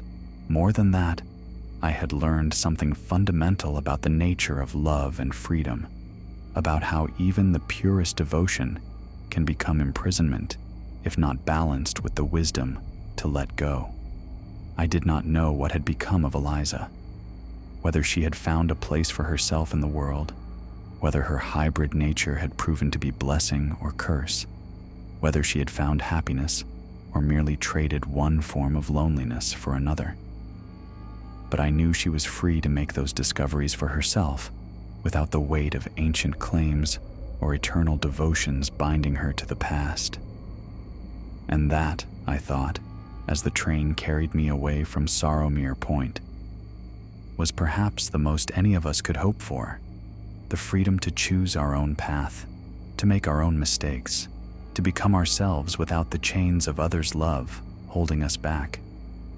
Years later, I would occasionally hear stories from other scholars and travelers, stories of a woman who appeared at the edge of the sea in various coastal towns, beautiful and strange, who would speak to those who seemed lost or trapped by devotion, who would tell them that love should free rather than bind, that the greatest act of caring was sometimes to let go. I never knew if these stories were about Eliza or merely tales inspired by tales, the way stories proliferate and transform as they pass from teller to teller. But I like to believe they were true, that she had made of her freedom a mission, helping others find their own release from the chains that bound them. I returned to university, teaching eventually, to a position at a small college where my past indiscretions were unknown, or at least overlooked. I taught maritime history and literature, and sometimes, when the subject seemed appropriate, I would tell my students about the lighthouse keeper and his impossible love, about the woman who waited in a tomb for more than a century, about the scholar who refused to sacrifice himself, and in doing so, broke a pattern that had endured for ages. Some students thought it was merely a story, a Gothic romance invented to illustrate some point about devotion and obsession. Others sensed the truth beneath the narrative, recognized that some stories are too strange and specific to be entirely fictional. To those students, the ones who understood, I would show them the one artifact I had kept from Saromir Point. Not Thomas's journal, which I had left with Mrs. Coldwell for the Historical Society's archives, not the letters or the daguerreotype, which belonged to Eliza's story and not to mine, but a single black feather, long and elegant, that I kept pressed between the pages of a book. Some loves, I would tell them, are so powerful they refuse to end with death. But the question we must always ask is whether that refusal brings freedom or creates a new form of imprisonment. The answer determines whether love becomes transcendent or merely tragic. And then I would return the feather to its place between the pages, would close the book and move on to other topics, other stories, other lessons.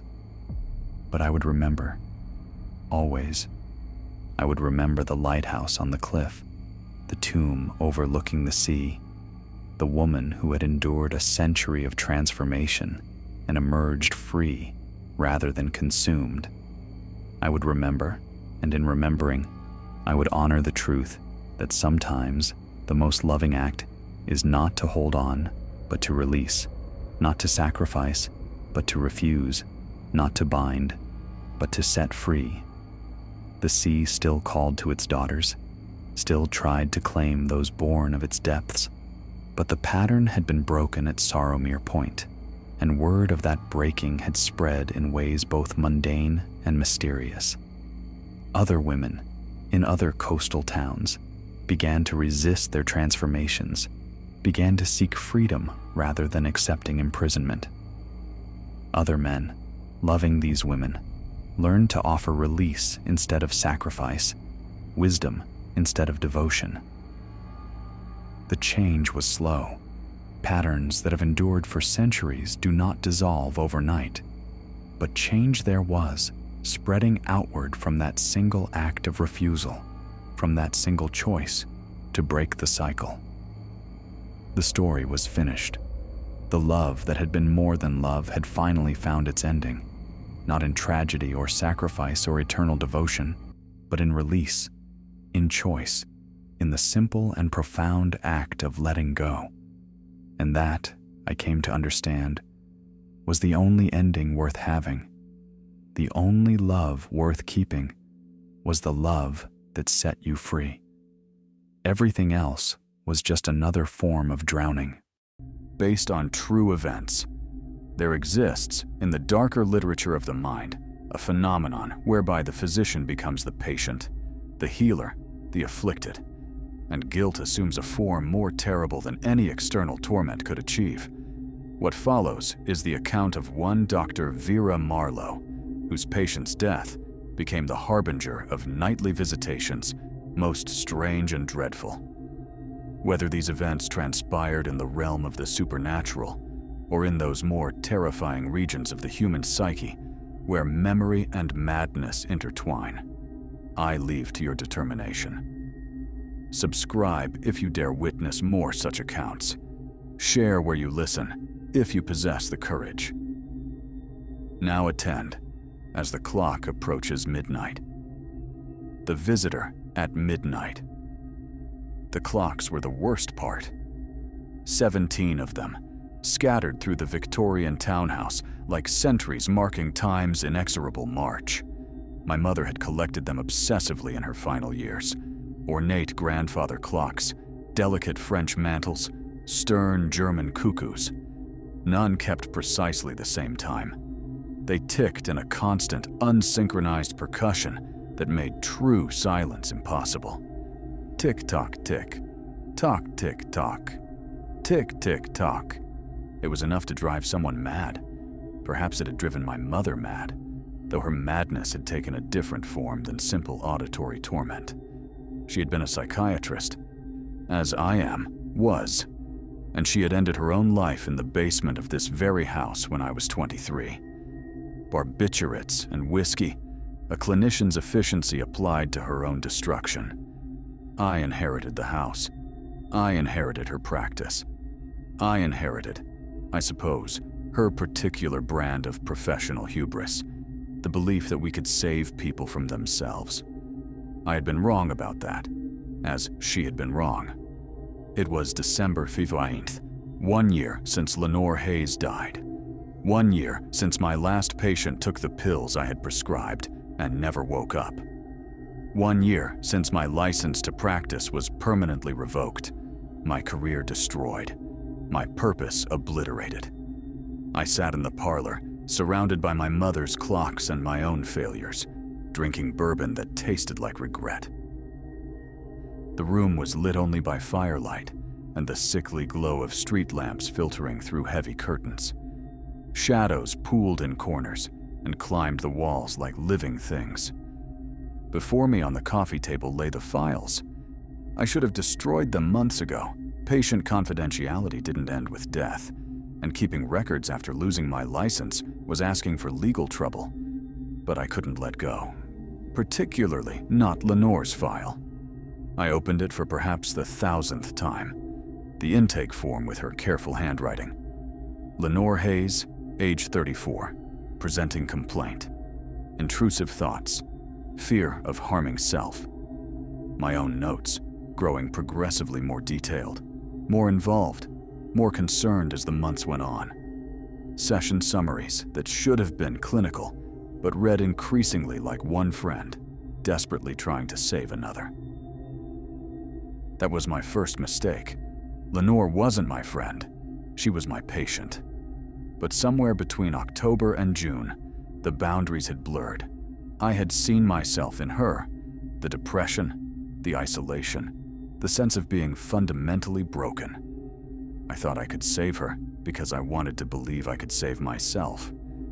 The last session notes were dated June 14th, 2 days before her death. My handwriting had become nearly illegible, hasty, desperate.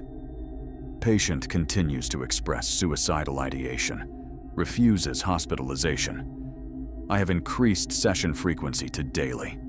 She trusts only me. I can help her through this. I must help her through this. I should have called 911, should have had her committed involuntarily, should have done many things differently. Instead, I had continued our sessions. Daily. Sometimes twice daily. Unorthodox. Unethical. Driven by something that wasn't medical judgment, but rather my own desperate need to prove I wasn't as broken as my mother had been. And then Lenore died. The police ruled it suicide. Overdose of the very medication I had prescribed, taken in quantities that left no doubt about intent. Her family blamed me. They were right to blame me. An investigation followed. The board found that I had violated multiple ethical standards, boundary violations, inadequate documentation, failure to hospitalize a clearly suicidal patient. I didn't fight the revocation. What was there to fight? I drained my glass and reached for the bottle. The bourbon was cheap, harsh. It burned going down, which felt appropriate. Physical pain to match the internal variety. The clocks ticked on. I glanced at the nearest, 11:47 p.m. 13 minutes until midnight. 13 minutes until December 15th became December 16th, until the anniversary was officially over. I had thought about joining Lenore today. The thought wasn't new. I'd had it every day since her death. My mother's pills were still in the basement, untouched, waiting. It would be easy, efficient, final. But I was too much of a coward, or too stubborn. I couldn't decide which. The fire crackled, sending up a shower of sparks. I watched them dance and die against the blackened brick. Outside, December wind rattled the windows. The house settled and groaned around me, old bones protesting the cold. I poured another drink. That was when I heard it. A sound distinct from the clocks, from the wind, from the fire's snap and hiss. Knock. Knock. Knock. 3 measured raps on the front door. I froze. Glass halfway to my lips. It was nearly midnight. No one visited me anymore. Friends had fallen away after the scandal. Colleagues avoided me. Family, well, I had none left.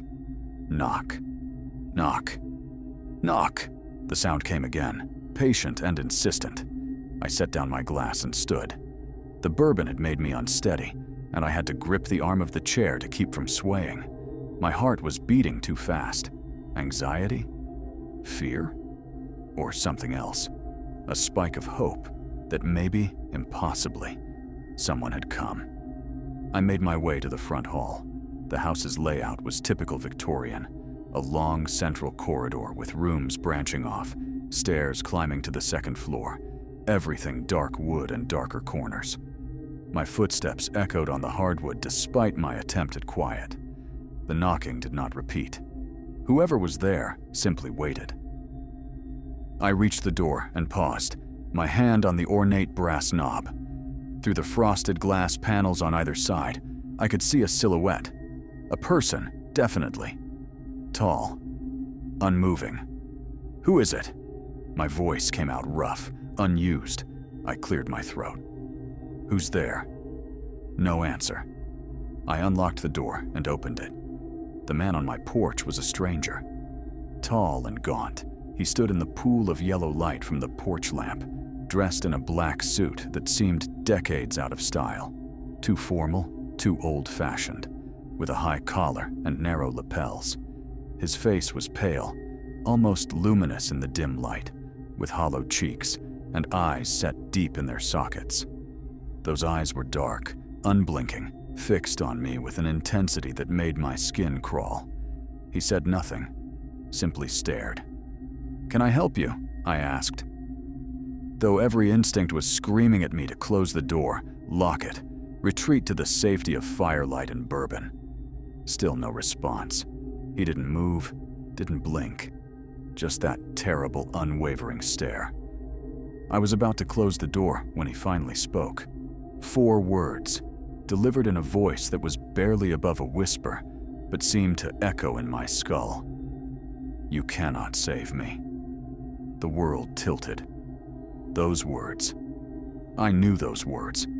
They were Lenore's final words to me, spoken in our last session before she went home and swallowed the pills. I had replayed that session in my mind 1,000 times, torturing myself with what I should have said, should have done. And I had never told anyone what she'd said. Not the police, not the board, not even in my own private notes. How could this stranger know? "What did you say?" I demanded. My voice, sharp now, cutting through the shock. "How do you know that? Who are you?" The man's expression didn't change. He simply continued to stare at me with those dark, bottomless eyes. Then, without a word, he turned and walked away. Not hurried, not furtive. Just a measured, deliberate walk down the porch steps, down the front path, out to the sidewalk. "Wait!" I called after him. "Stop! Who are you? How do you know?" But he was gone. I blinked, and he simply wasn't there anymore. The sidewalk was empty. The street was empty. Nothing but pools of lamplight and December darkness. I stood in my doorway, cold air pouring in around me, staring at the empty street. My mind refused to process what had just happened. A stranger appearing at midnight, speaking Lenore's words, then vanishing. Hallucination. It had to be. Too much bourbon, too much grief, too much guilt. My mind conjuring punishment in the form of a phantom visitor. But even as I told myself this, I knew it felt wrong. Hallucinations didn't have weight, didn't cast shadows in lamplight. And I was drunk, yes, but not that drunk. I stepped out onto the porch, looking up and down the street. Nothing. No one. Just the rustling of dead leaves in the winter wind. Then I looked down and saw it. On the welcome mat, directly where the stranger had been standing, lay a single black feather. Long and elegant, it gleamed in the porch light with an oily iridescence. I knelt and picked it up. It was real. Solid. I could feel the delicate structure of its veins, the smooth shaft. Not a hallucination then. Or if it was a remarkably tactile one. I brought the feather inside, locked the door, and stood in the hallway with my back against the wood, my heart pounding. The clocks ticked their irregular rhythm around me. The fire in the parlor crackled. Everything was exactly as it had been 5 minutes ago, except nothing was the same. I looked at the feather in my hand, black as midnight, black as guilt, black as the space behind closed eyes when sleep refuses to come. "You cannot save me." Why those words? Why Lenore's words? And who, or what, was that man? I walked back to the parlor, feather still in hand, and set it on the coffee table next to Lenore's file. Then I did what any former psychiatrist would do when confronted with the inexplicable. I tried to rationalize it. Lenore had family, a father who'd refused to speak to me after her death. Maybe he'd hired someone, some kind of investigator or what? An actor? Someone to harass me, to make me pay for what I'd done? But how would they know her exact words? I'd never disclosed the content of that final session. It was protected by doctor-patient confidentiality, even in death. Unless. I went to my study, a small room off the main hallway that I'd converted into my office when I'd inherited the house. My practice had been here, in this house, in violation of a dozen zoning regulations, but tolerated because I'd kept a low profile and never saw more than a handful of patients. The room still held the remnants, 2 chairs facing each other, a small table between them, bookshelves lined with psychiatric texts and case studies, and, hidden behind a row of books on the bottom shelf, my recording equipment. I'd recorded every session. Not legally, not ethically, but I'd done it anyway. Telling myself it was for my own protection, for better note-taking. The real reason was simpler. I was terrified of missing something, of making the kind of mistake that had cost my mother her life, and eventually, her patients' lives. I pulled out the small digital recorder and the box of backup drives, found the one labeled LH Final Sessions, plugged it into my laptop. The files were there. Every session with Lenore from our first meeting in October through that final session in June. I opened the last one, dated June 14th, and hit play. My own voice, tinny through the speakers. Lenore, I need you to be honest with me. Are you having thoughts of harming yourself? A pause. Then Lenore's voice, soft and sad. Every day, Dr. Marlowe. Every single day. Have you made a plan? Yes. Will you tell me what it is? Another pause, longer this time. Then, pills. Your pills. I've been saving them. I should have hospitalized her right then. Should have called emergency services. Instead, I heard my recorded self say, Lenore, I want you to bring those pills to our next session. Can you do that? Can you trust me enough to bring them here, to let me keep them safe? I suppose I could. Good. That's good. I know you're in pain. I know it feels unbearable. But I promise you, we can work through this. Together. The session continued. I heard myself making promises I couldn't keep, expressing confidence I didn't feel.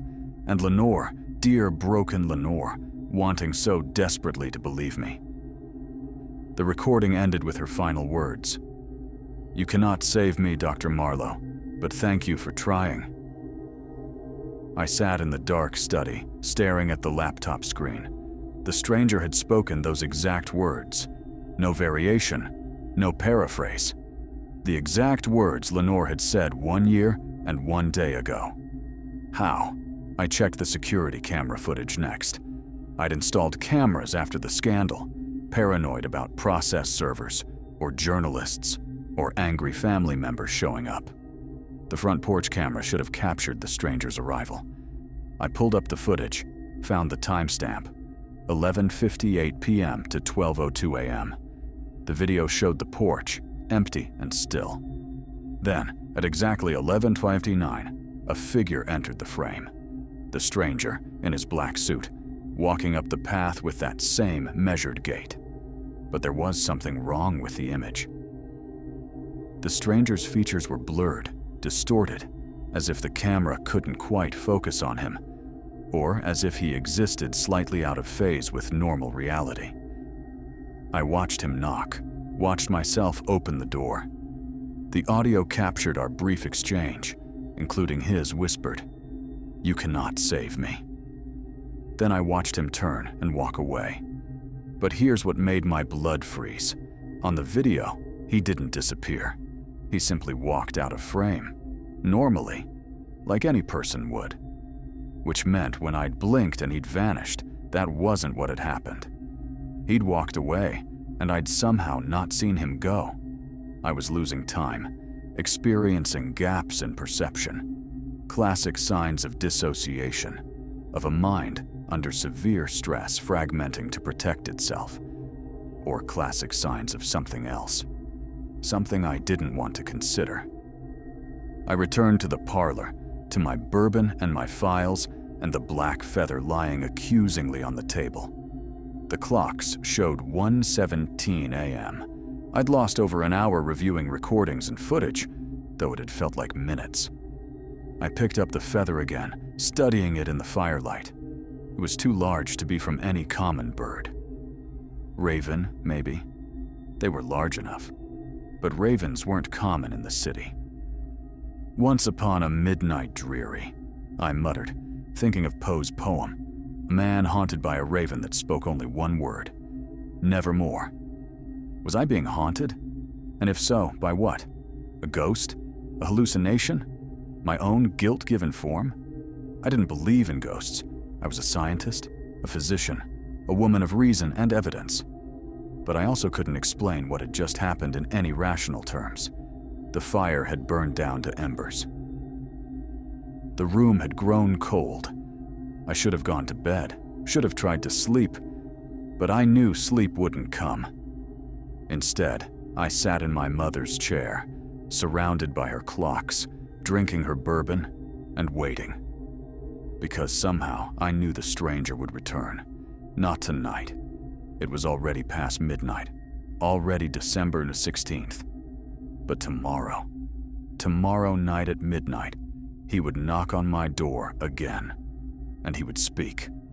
Another phrase, another fragment of that final session with Lenore, building, piece by piece, towards something I didn't yet understand, but already feared. I pulled a blanket around my shoulders and settled in to wait for dawn. The clocks ticked their discordant symphony. The embers glowed, and on the table before me, the black feather gleamed like a promise or a threat.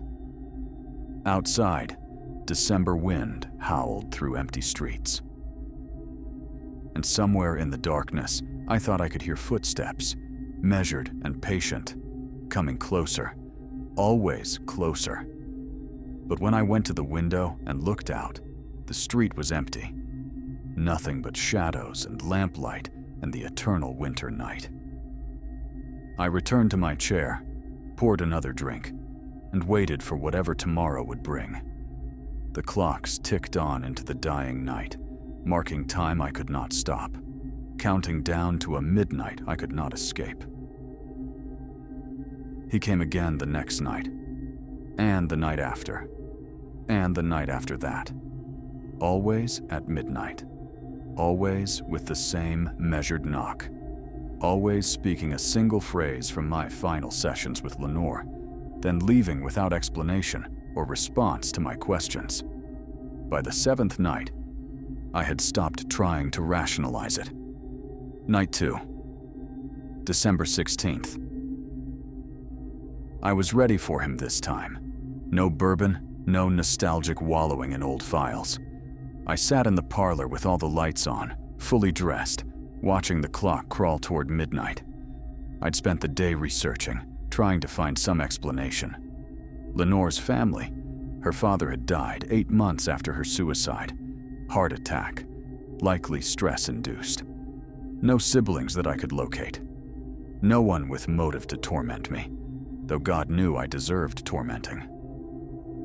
At 11:59, I moved to the front door, stood with my hand on the knob, waiting. The knock came precisely at midnight. 3 measured raps.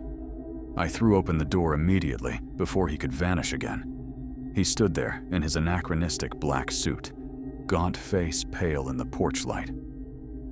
Those dark eyes fixed on me with that same terrible intensity. "Who are you?" I demanded. "What do you want from me?" He stared for a moment that stretched too long. Then his lips moved. "I am lost." Lenore's words from our very first session. The opening statement she'd made when I'd asked what brought her to therapy. "I am lost, Dr. Marlowe. I don't know how to find my way back." "How do you know these things?" I stepped toward him, reaching for his arm. "Are you family? Did someone send you? What do you want?" My fingers closed on his sleeve. The fabric was cold, ice cold, and beneath it his arm felt solid but wrong, like touching frozen meat through cloth. He pulled away, turned, and walked down the steps. This time I followed, rushed after him, down the path to the sidewalk. But when I reached the street, he was gone. Vanished between one step and the next. I spun in a circle, searching. The street was empty. No cars, no pedestrians, no stranger in a black suit.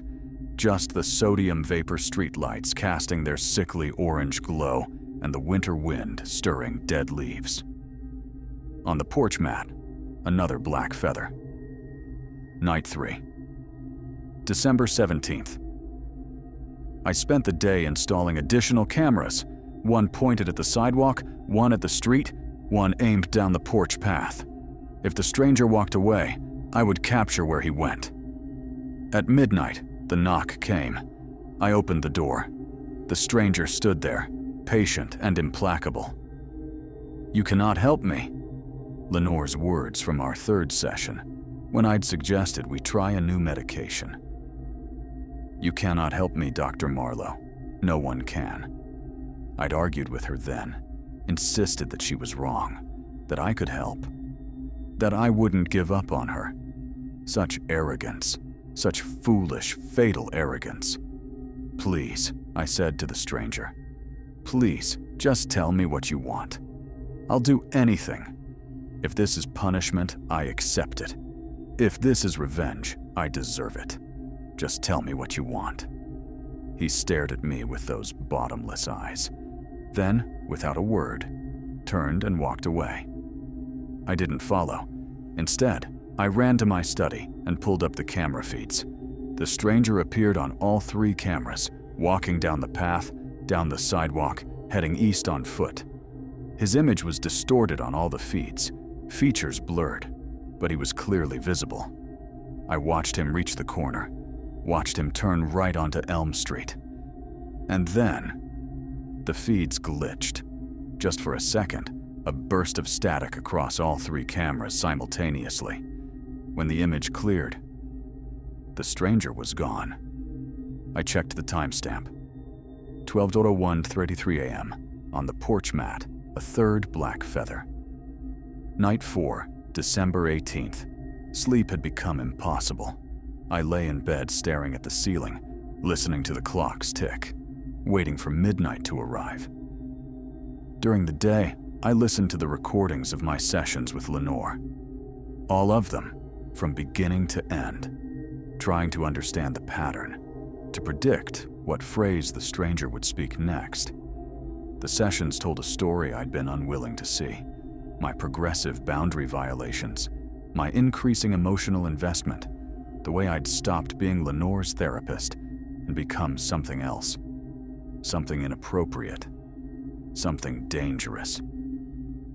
I heard myself making promises I couldn't keep. "I'll always be here for you, Lenore. You can call me anytime, day or night. You're not broken. You're suffering, and I'm going to help you heal. I understand you in ways other people can't. We're alike, you and I. Each promise a small betrayal, each reassurance a lie." At midnight, the knock came. There is no light ahead. Lenore's words from mid-treatment, when her depression had deepened. "There is no light ahead, Dr. Marlowe. Just more darkness, stretching on forever." The stranger's voice was barely a whisper, but it seemed to echo in my skull, resonating in my bones. "I know," I said. "I know there wasn't. I failed to see how serious it was. I failed." But he was already turning, already walking away into the December night. 4th feather on the mat. Night 5, December 19th. I tried to leave, packed a bag, got in my car, drove toward the highway. I would go somewhere else, anywhere else, find a hotel in another city, put distance between myself and the stranger and the nightly reminders of my guilt. But at 11:45, I found myself turning around, driving back to the Victorian townhouse with its 17 clocks and its ghosts. I couldn't leave. Something compelled me to return, to face whatever punishment was being meted out.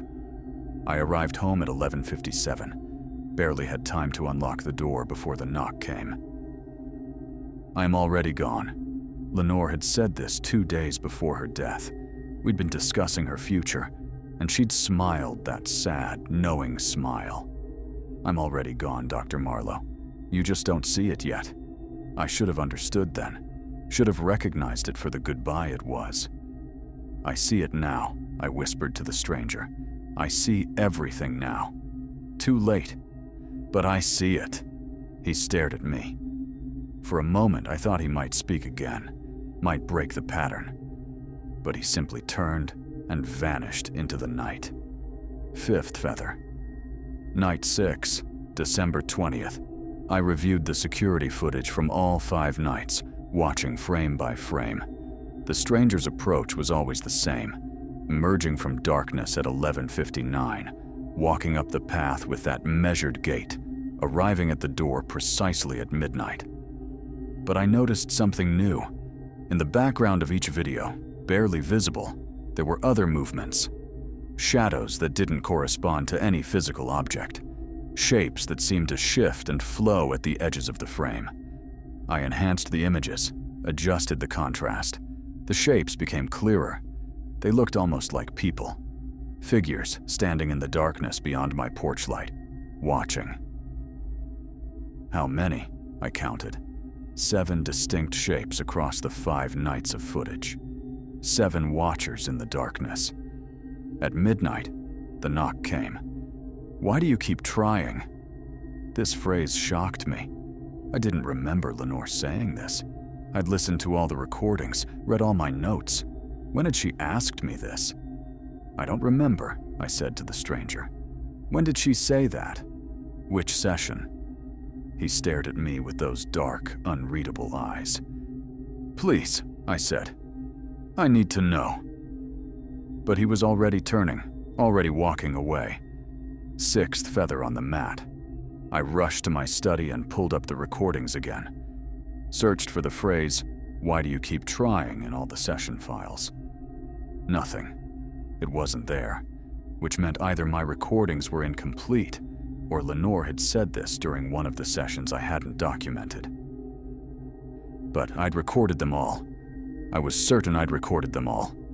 The thought was terrifying. Sessions I'd forgotten. Time I'd lost. Gaps in my memory. Night 7, December 21st. The winter solstice. The longest night of the year. I spent the day in the basement, the place I usually avoided. My mother had died here, sitting in her old leather chair. I'd found her the next morning, peaceful in death, a note beside her apologizing for the burden. The basement was largely unchanged. I'd boxed some things, covered others with sheets, but mostly I'd just locked the door and tried to forget. Now I searched through those boxes, looking for, I didn't know what. Evidence? Explanation? I found my mother's journals. Years of clinical notes, personal reflections, documentation of her own descent. And in one of the journals, a passage that made my blood run cold. The patient died today. I should feel grief, but all I feel is relief. I wanted her to die. I needed her to die. Because if I could save her, I would have no excuse for not saving myself. My mother had felt what I felt, had wanted a patient's death to prove that some people simply couldn't be saved. The clocks above me began their discordant chiming, marking midnight's arrival. I was still in the basement. I ran upstairs, but I was too late. When I opened the front door, the stranger was already descending the porch steps. "Wait," I called. "Please, I was downstairs. I didn't hear." He stopped, turned. For the first time, he looked at me not with that blank stare, but with something else. Something that might have been pity. He said nothing, opened his mouth as if to speak, but no sound emerged. I could see his lips moving, forming words, but they were silent. What was he trying to tell me? He reached into his coat pocket and pulled something out, placed it on the porch railing. Then he turned and walked away, disappearing into the solstice darkness. I approached slowly, afraid of what I might find. It was a prescription bottle, orange plastic, white label. My handwriting, Lenore Hayes, Zolpidem 10 mg. Take 1 to 2 tablets at bedtime as needed for sleep. The bottle I'd prescribed 3 weeks before her death. The pills she'd saved and taken all at once. But this shouldn't exist. It should have been destroyed with her body. I picked it up with trembling hands. It rattled. Something inside. I opened it. Not pills. A piece of paper, folded small. I unfolded it. a therapy intake form. But the handwriting wasn't mine. It was Lenore's.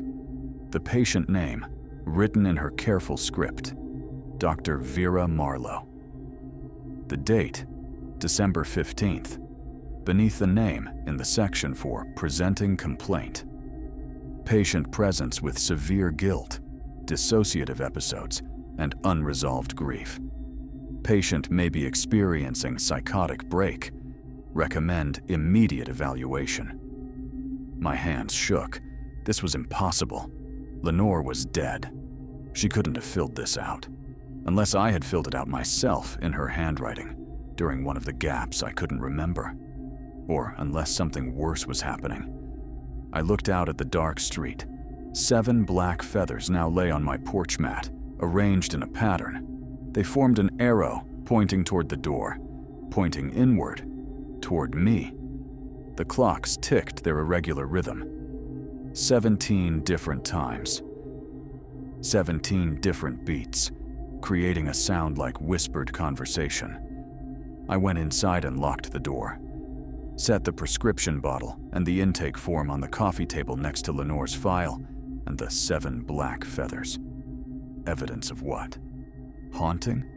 Madness? Revenge?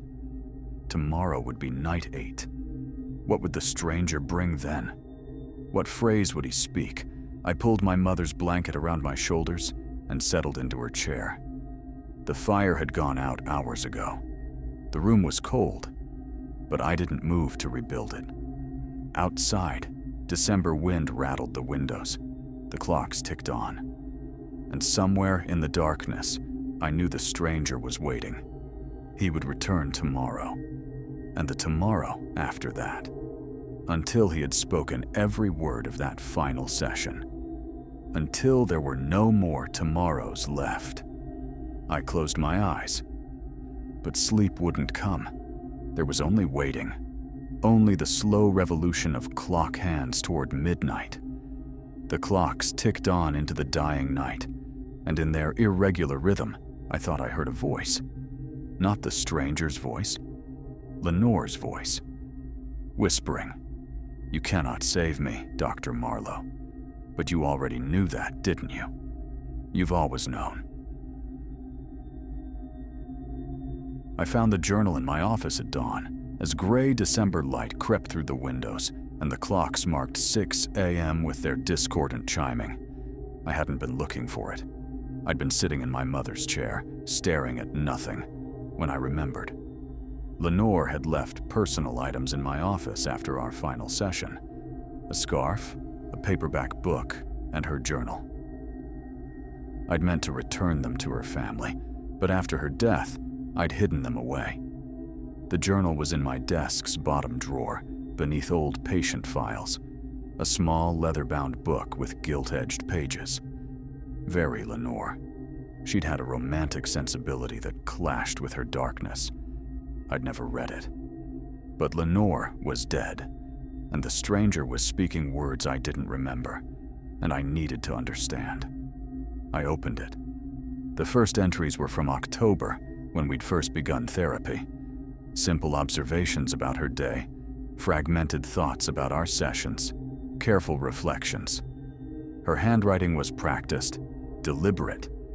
Then I reached entries about our sessions, and everything changed. Uant, session 3.12. Something wrong today. When I said hopeless, she said, some pain cannot be healed. Stopped, corrected herself. But her eyes, somewhere else, someone else. Dr. M not well. I had no memory of saying this. My notes from that session recorded encouraging words about healing, but Lenore's journal told another story. Nav 3, session 12. Dr. M cried today, tried hiding it, told me about her mother. Suicide when Dr. M was young. Said, I couldn't save her. Can't save you either. Told her that's not her job. She looked hurt, like I'd wounded her. Worried about Dr. M. I slammed the journal shut. This was wrong. I would never have cried in front of a patient, never disclosed personal information this way. But I opened it again, kept reading, The entries continued, documenting conversations I had no memory of. A version of myself I didn't recognize. Emotionally unstable, boundary violating, increasingly focused on my own trauma. And then, the basement entries. Deck 8, special session. Dr. M asked me to basement. Therapeutic, she said. Didn't want to go. Mother's chair still there. Books, everything preserved. Made me sit in the chair, hold the pill bottle, said, "This is giving up. This is choosing death." Asked me, "Would you do it? Sit here and choose." Said, "I didn't know." She said, "You do know. Always known." Left early. Can't keep seeing Dr. M, but she says I need her. Says no one else understands. Maybe she's right. Maybe too broken for anyone else. I stood so fast the chair tipped backward. This didn't happen. I never brought Lenore to the basement. But even as I thought this, a memory stirred. Faint. The smell of the basement. Mildew and old paper, and my mother's perfume. Dust under my fingers. And Lenore's face. Pale in dim light, sitting in my mother's chair. Had it happened? Had I lost time? Conducted sessions in dissociative states? I read the final entries. June 13, the day before. Dr. M called 2 a.m. crying, incoherent, said, "Can't do this anymore. Failed me, failed mother, failed everyone." Said, "Maybe we should both do it. Both stop fighting." Talked her down. Hour on phone. Irony not lost. Patient counseling therapist. But part of me agreed. Part thought yes, maybe should. Tomorrow terminating therapy. Telling her needs someone else. Someone stable. Hope she gets help, because Dr. M drowning, trying to pull me down. The entry ended there. The next page. One sentence in shaky handwriting, different from Lenore's usual script. She wants me to do it. Needs me to fail so she can forgive herself for failing. I dropped the journal. It hit the floor, pages splaying open. This was madness. Lenore's madness or mine. I couldn't tell anymore. But if even a fraction was true, then I hadn't just failed her. I'd actively harmed her. The clocks began to chime. Noon, 12 hours until midnight. I picked up the journal and read the last entry again. She wants me to do it. Had I wanted Lenore to die? Had some part of me needed her suicide to prove I wasn't responsible for my mother's death? The thought was monstrous, but it fit. I went to my study and pulled up the recordings. Found the final week of sessions. When I tried to play them, I found corruption. The files cut out at irregular intervals, replaced by static.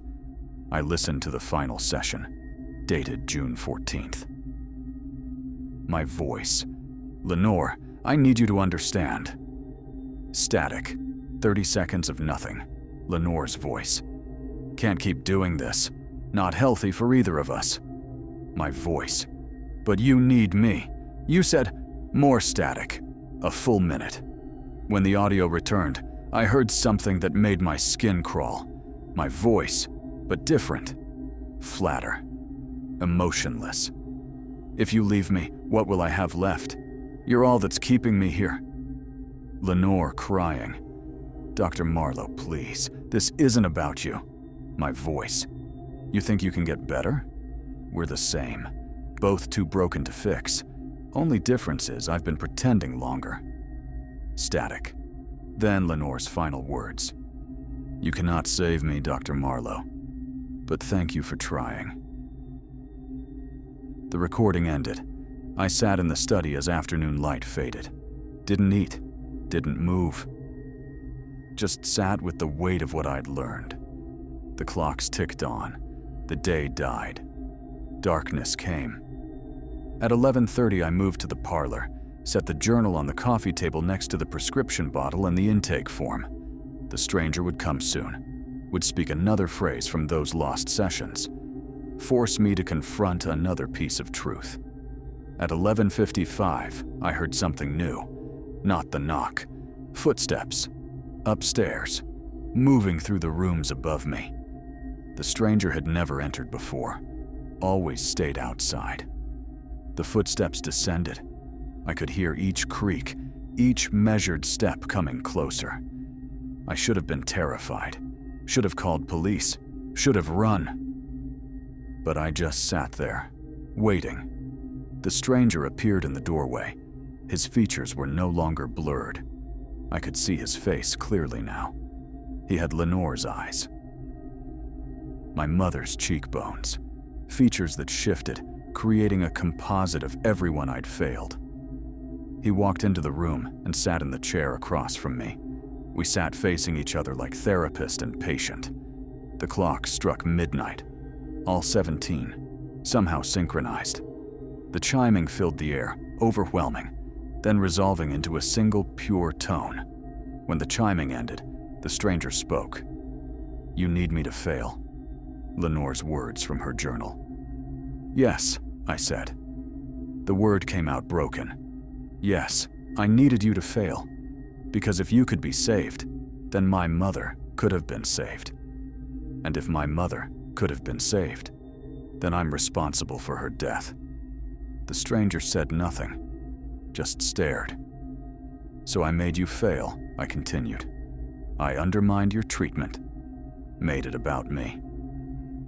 Pulled you into my darkness instead of helping you find light.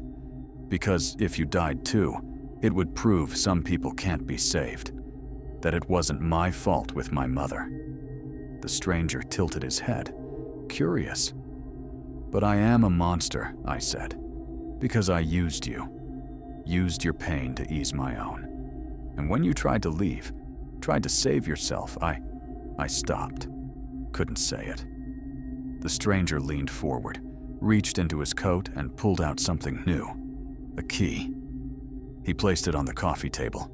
An old skeleton key. The kind that might open an antique lock. The kind that might open my basement door. He spoke again, but this time it wasn't Lenore's voice. It was my voice. "Come with me." He stood and walked toward the hallway, toward the basement door. I should have refused, should have stayed in my chair. But I stood and followed. He led me to the basement door. It was locked, as always. The stranger fitted the key into the lock. It turned with a click like a bone breaking. He opened the door and descended into darkness. I hesitated, but I could hear him moving below, could see faint light from somewhere deep. I followed. The basement was, as I remembered, cluttered with boxes and covered furniture, my mother's leather chair in the center. But there was something I hadn't seen before, or had forgotten. A second chair, facing my mother's. A simple wooden chair, placed exactly where a patient would sit. And on the seat, something that made my heart stop. Lenore's scarf, the one she'd left in my office, but it shouldn't be here. Should be upstairs, unless I'd brought it down. Unless I'd brought Lenore down here, just as her journal described. The stranger stood beside my mother's chair. He gestured to it. I shook my head. "No, I don't want to." But he gestured again, more insistent. I found myself moving, sitting in my mother's chair, the leather cold. The stranger circled and sat in the wooden chair. Lenore's chair. We faced each other in dim basement light. The stranger spoke, his voice holding multiple layers. Lenore, my mother, others. "Tell me, Dr. Marlowe, why do you keep trying to save people?" The question hung in the air. "Because," I said slowly, "if I can save someone else, maybe I can save myself. And if you cannot save them, then I cannot save myself. And if you cannot save yourself," I closed my eyes, tears spilling, "then I should die. Should you?" I opened my eyes. The stranger's features had stabilized. He looked fully like Lenore now, young, sad. "Lenore," I whispered, "I'm so sorry. I'm so sorry for what I did to you." The stranger, Lenore, smiled. That same sad smile. "I know," she said. "But the question is, can you forgive yourself?" "No," I said immediately. "Never. I don't deserve." "That's not what I asked," she interrupted. "I asked if you can, not if you deserve it." I stared at her, at this impossible vision. "I don't know how," I said. "Then learn," Lenore said. "Or don't. But make a choice, Dr. Marlowe. You can't stay here forever." She stood, walked to a shelf and pulled down a small wooden box, opened it. Inside, I could see my mother's pills. The ones she'd used. The ones that should have been thrown out 15 years ago. She brought the box to me, set it on the arm of the chair. "You can choose what your mother chose," she said. "What I chose. The ending." She paused, walked to the stairs and pointed upward. "Or you can choose to climb these stairs, to live with what you've done, to carry the guilt without letting it destroy you." "That's not a choice," I said. "That's torture." "Yes," Lenore agreed. "It is. But it's also the only path to something like redemption." She moved toward the stairs, began to climb. "Wait," I called. "What happens now? Will you come back?" She paused, looked back. "That depends on you, Dr. Marlowe, on what you choose tonight." And then she was gone, climbing into darkness. I heard her footsteps fade, heard the basement door close. I sat alone in my mother's chair, with the box of pills on the armrest and the stairs leading up stretching before me. The clocks upstairs ticked on, the house settled, and somewhere in the darkness, I thought I heard wings rustling.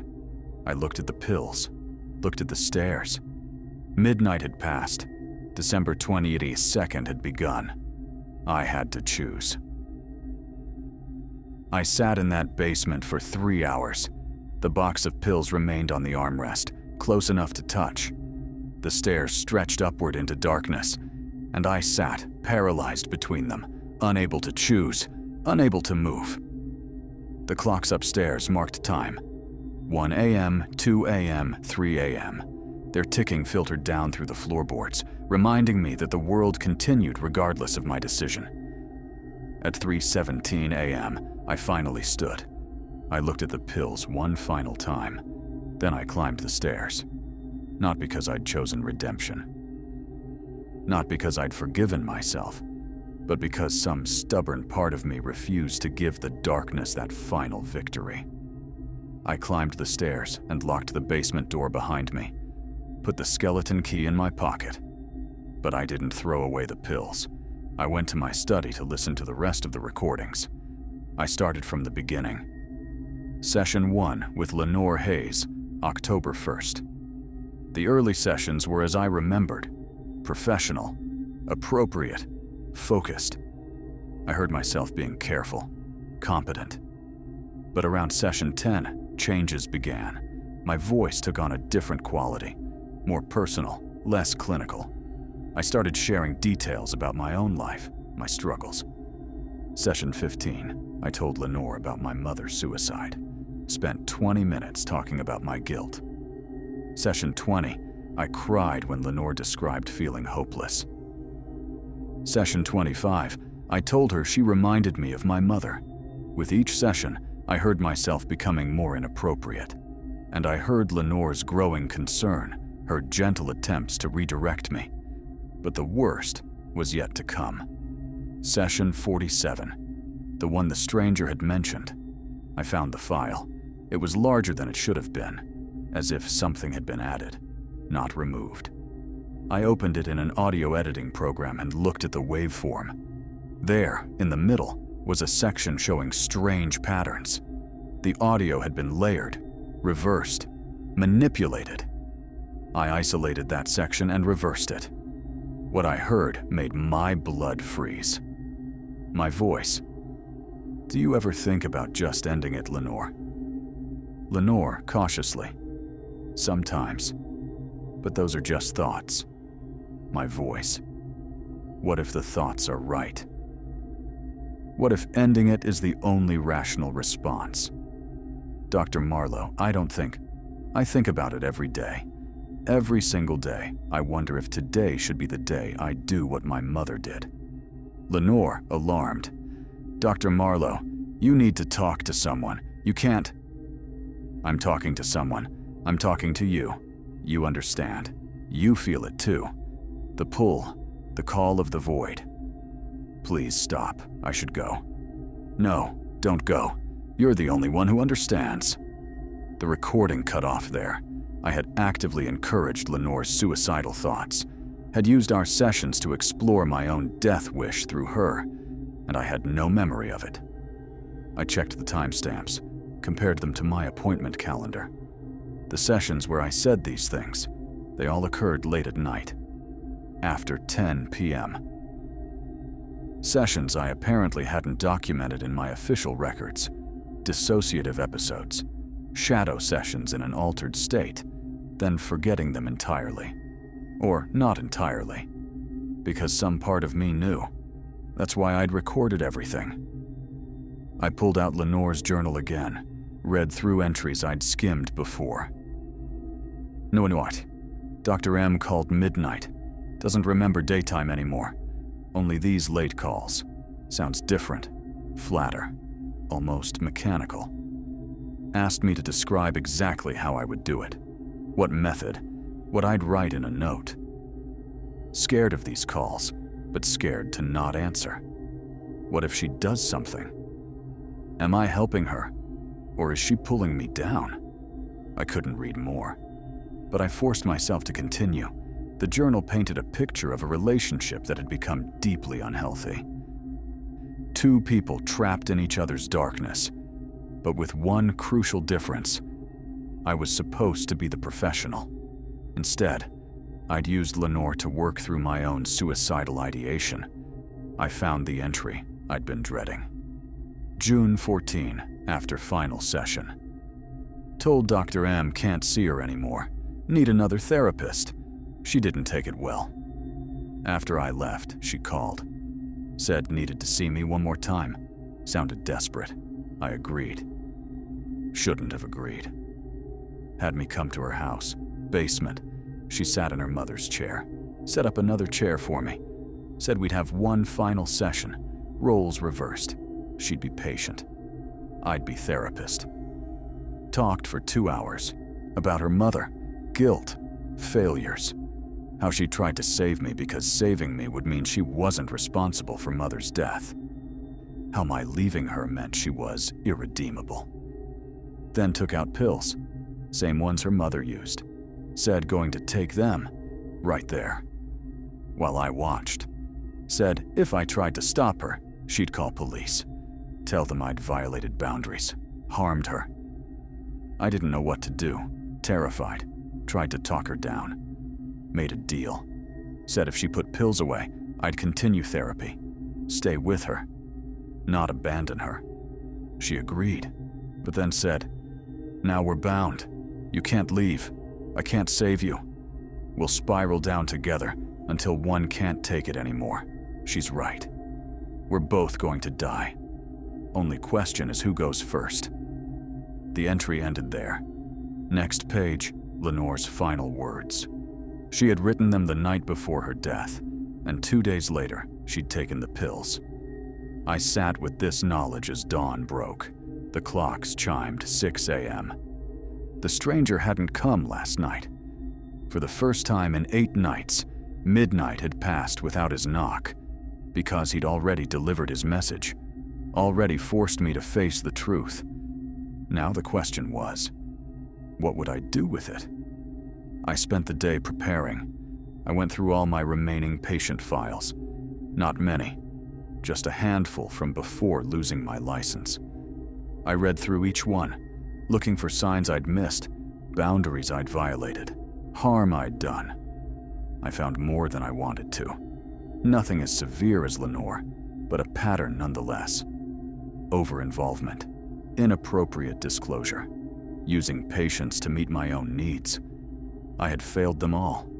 I wrote letters to each, apologies, acknowledgements, recommendations for other therapists. By evening, I'd written 7 letters. My hand ached. My head pounded.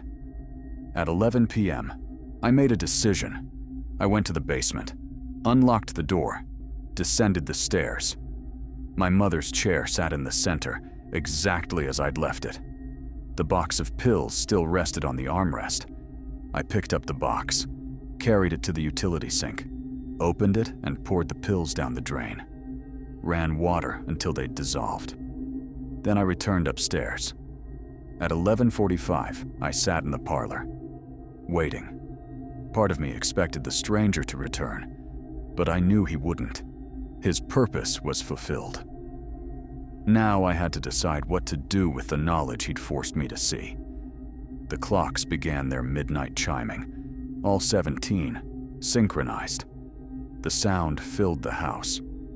When the chiming ended, silence fell. And in that silence, I heard something. Not a knock, not footsteps, but a voice. Lenore's voice. The question isn't whether you can be saved, Dr. Marlowe. The question is whether you want to be. I closed my eyes. Yes, I whispered. Yes, I want to be saved. Even if I don't deserve it. Even if it takes the rest of my life. When I opened my eyes, I saw something on the coffee table. A single white feather. I picked it up, held it. It was warm, unlike the black feathers. A gift. A sign. I sat until dawn, holding the white feather, and when morning came, I began writing. Dear Lenore, you were right. I couldn't save you. I couldn't even see clearly enough to try. But I want you to know, your death taught me what I refused to learn from my mother's death. That my job isn't to rescue people, but to walk beside them while they rescue themselves. I'm going to try to do better. Not for you. You're beyond my help now. But for the next person. For everyone, I might still have the chance to not fail. I know you can't forgive me. I know I don't deserve forgiveness. But maybe, if I try hard enough, I can forgive myself. Not because I've earned it, but because carrying this guilt, without letting it destroy me, is the only way to honor what you deserved from me. Thank you for trying to save me. Thank you for seeing my darkness and trying to pull me toward light. I'm choosing to live, Lenore, for both of us. Dr. Vera Marlowe. I folded the letter, placed it in an envelope. Then I went to the fireplace, lit a fire, and when the flames were burning, I held the letter over them. Goodbye, Lenore, I whispered. Thank you. I'm sorry. Goodbye. I released the letter, watched it burn, curl, transform into ash and smoke. A funeral rite, a farewell, and perhaps a beginning. December 31st arrived with snow. I woke at dawn to find the city transformed, blanketed in white that muted sound and softened edges. The clocks ticked on, but their percussion seemed gentler somehow. 9 days since the stranger's last visit. 9 days of silence. But midnight had come and gone each night without bringing him back. Or perhaps he had never been there at all. It didn't matter. Real or imagined, he'd served his purpose. I spent the morning packing my mother's belongings. The clocks would go to an antique dealer, her books to the library, her clothes, her furniture, all of it needed to go. The house needed to be emptied. At noon, the doorbell rang. I opened the door to a young woman, perhaps 25, dark-haired, nervous. Dr. Marlowe? She asked. Not anymore, I said. I'm not licensed to practice. I know. But I got your letter. I'm Miranda Chen. You saw me 3 years ago. I remembered her. Anxiety disorder. Panic attacks. Miranda, I'm sorry about how our therapy ended. That's why I'm here, she said. Your letter. You apologized. You gave me another therapist's name. Dr. Sarah Okonkwo. Yes, she's excellent. "I've been seeing her for 8 months," Miranda said, "and it's helping. Really helping." Relief and shame mixed in my chest. "I'm glad," I said quietly. Miranda held out a business card. "Dr. Okonkwo wanted me to give you this." I took it. On the back, a note. "Dr. Marlowe, I've heard about what happened. If you ever want to talk, as one clinician to another, my door is open. Not as your therapist, but as a colleague who understands. Sarah." "Thank you," I managed. Miranda nodded and left. I watched her walk away, moving with confidence she hadn't possessed 3 years ago. Getting better. Without me. Because of me stepping aside. The day passed. I continued packing, dismantling the shrine this house had become. At 6 p.m., my phone rang. The crisis hotline, asking if I could cover a shift. I almost said no. New Year's Eve would be hard, emotionally draining, but that was why I needed to do it. "I'll be there in 30 minutes, I said. The crisis center was busy. I settled into a cubicle and logged in. The first call came through. "Crisis hotline, this is Vera." "I don't want to be here anymore," a young man's voice said.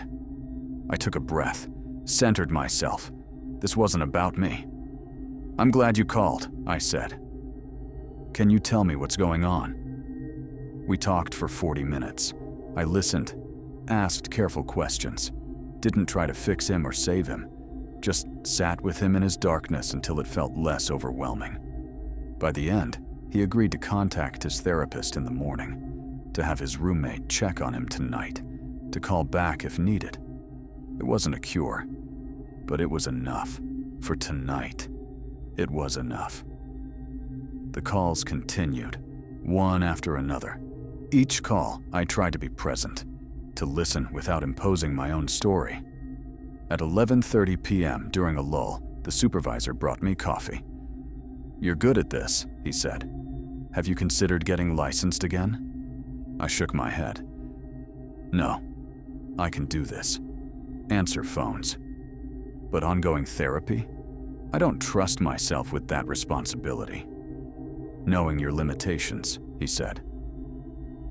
"A lot of therapists never learn that." The phone rang again.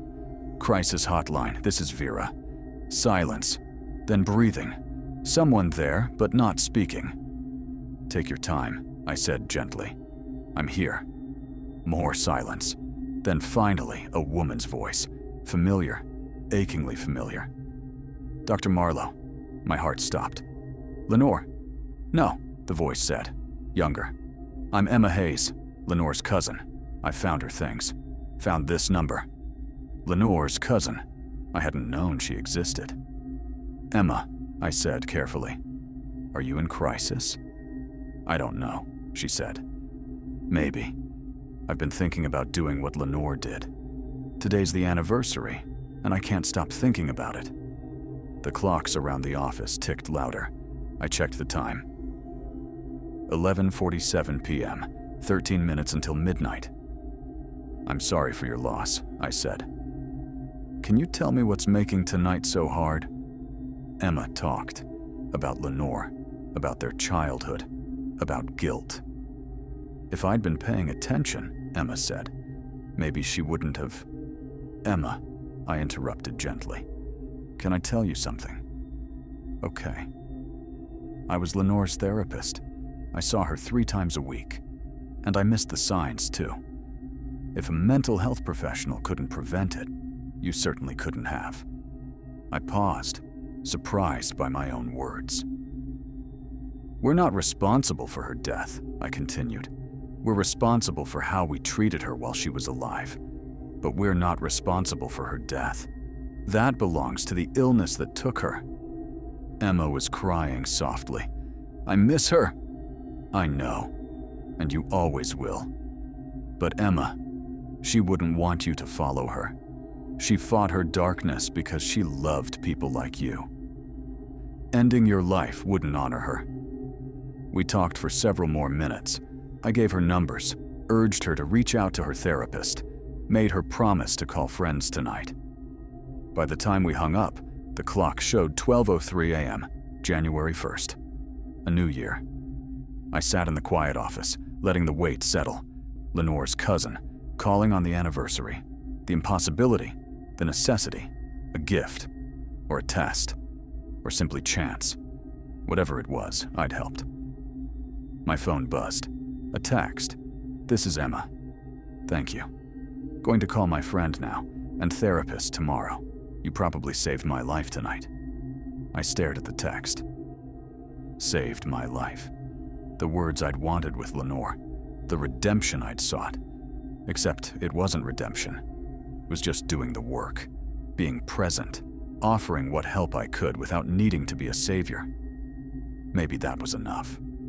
I finished my shift at 3 a.m., walked out into the snow-covered city. The streets were quiet, just the soft hush of falling snow. I walked home slowly. The Victorian townhouse looked different in the snow. Softer, less oppressive. When I reached my porch, I saw something that made me stop. Footprints in the snow, leading to my door, then away. Fresh footprints, made within the last hour. And on my doormat, a small card. I picked it up with trembling hands. On it, in handwriting, I recognized. "You are forgiven." Lenore's handwriting. I looked at the footprints. They went down my path, down the sidewalk, and then simply stopped. I stood in the snow, holding the card, and felt something break open in my chest. Grief. Pure grief. Not guilt disguised as grief, just sorrow for a life lost. I cried, standing on my porch, snow falling around me, and when the tears stopped, I felt lighter. Not healed, not absolved, but lighter. I went inside, placed the card on my desk next to Dr. Okonkwo's card. 2 pieces of paper, 2 offers. One from the dead, one from the living. I looked at the phone, at Dr. Okonkwo's number. Not today, but soon. But today, I would rest. I made tea, sat by the window, watched the city wake to the new year. At some point, I dozed off. When I woke, it was afternoon. The sun was shining. The snow had stopped. And on my nightstand, I found one final feather. Not black, not white, but gray. I picked it up and carried it downstairs. Placed it with the others. The 7 black feathers. The single white feather. And now this gray one. Not light yet. Not forgiven yet. Not healed yet. But healing. Continuing. Living. I made coffee, opened my laptop, and began to write. Not a letter. A story. The story of what happened. What I'd done. What I'd learned. The words came slowly, then faster. Hours passed. At the end, I added, "I don't know if the stranger was real. Don't know if Lenore's ghost truly forgave me. It doesn't matter. Real or imagined, the message was the same. I can continue. I can try to do better." The lamplight o'er me streaming throws my shadow on the floor, and my soul from out that shadow that lies floating on the floor shall be lifted. Perhaps not today. Perhaps not this year. But someday. Not nevermore. Not anymore. Just eventually. I saved the document, closed the laptop. The phone rang. Dr. Okonkwo returning my call. I answered. "Hello," I said. "Thank you for calling back." "I'm glad you reached out," she said warmly. "We made plans to meet the following week. When I hung up, I felt something I hadn't felt in over a year. Hope. Small. Fragile. But there. I went to the window, looked out at the snow-covered street. And there, standing across the street in the shadow of a building, I saw him. The stranger, in his black suit. Watching. Our eyes met. He didn't move, didn't speak, just stood there, patient and eternal. A reminder, a witness. I looked away, looked back. He was gone. But I knew he'd be there tomorrow, and the day after, and the day after that. Not knocking, not speaking, just watching from the shadows. Because some guilt doesn't end, some debts can't be paid, some shadows never fully lift. The lamplight streaming throws my shadow on the floor. And my soul from out that shadow. I turned from the window, picked up the 3 feathers, black, white, gray, and held them together in my palm. Not a progression, not a transformation, just different aspects of the same truth. The guilt would always be there. The stranger would always be watching. And I would always wonder if I'd truly been forgiven, or simply learned to forgive myself. But I would continue. I would try. I would live with the uncertainty, because that was all anyone could do. I placed the feathers on my desk, sat down, and began to write again. The story wasn't finished. It would never be finished. But it would continue. And somewhere in the darkness, wings rustled, the sound of ravens gathering, or perhaps just the sound of my own breathing. I no longer knew the difference. And perhaps that was the point.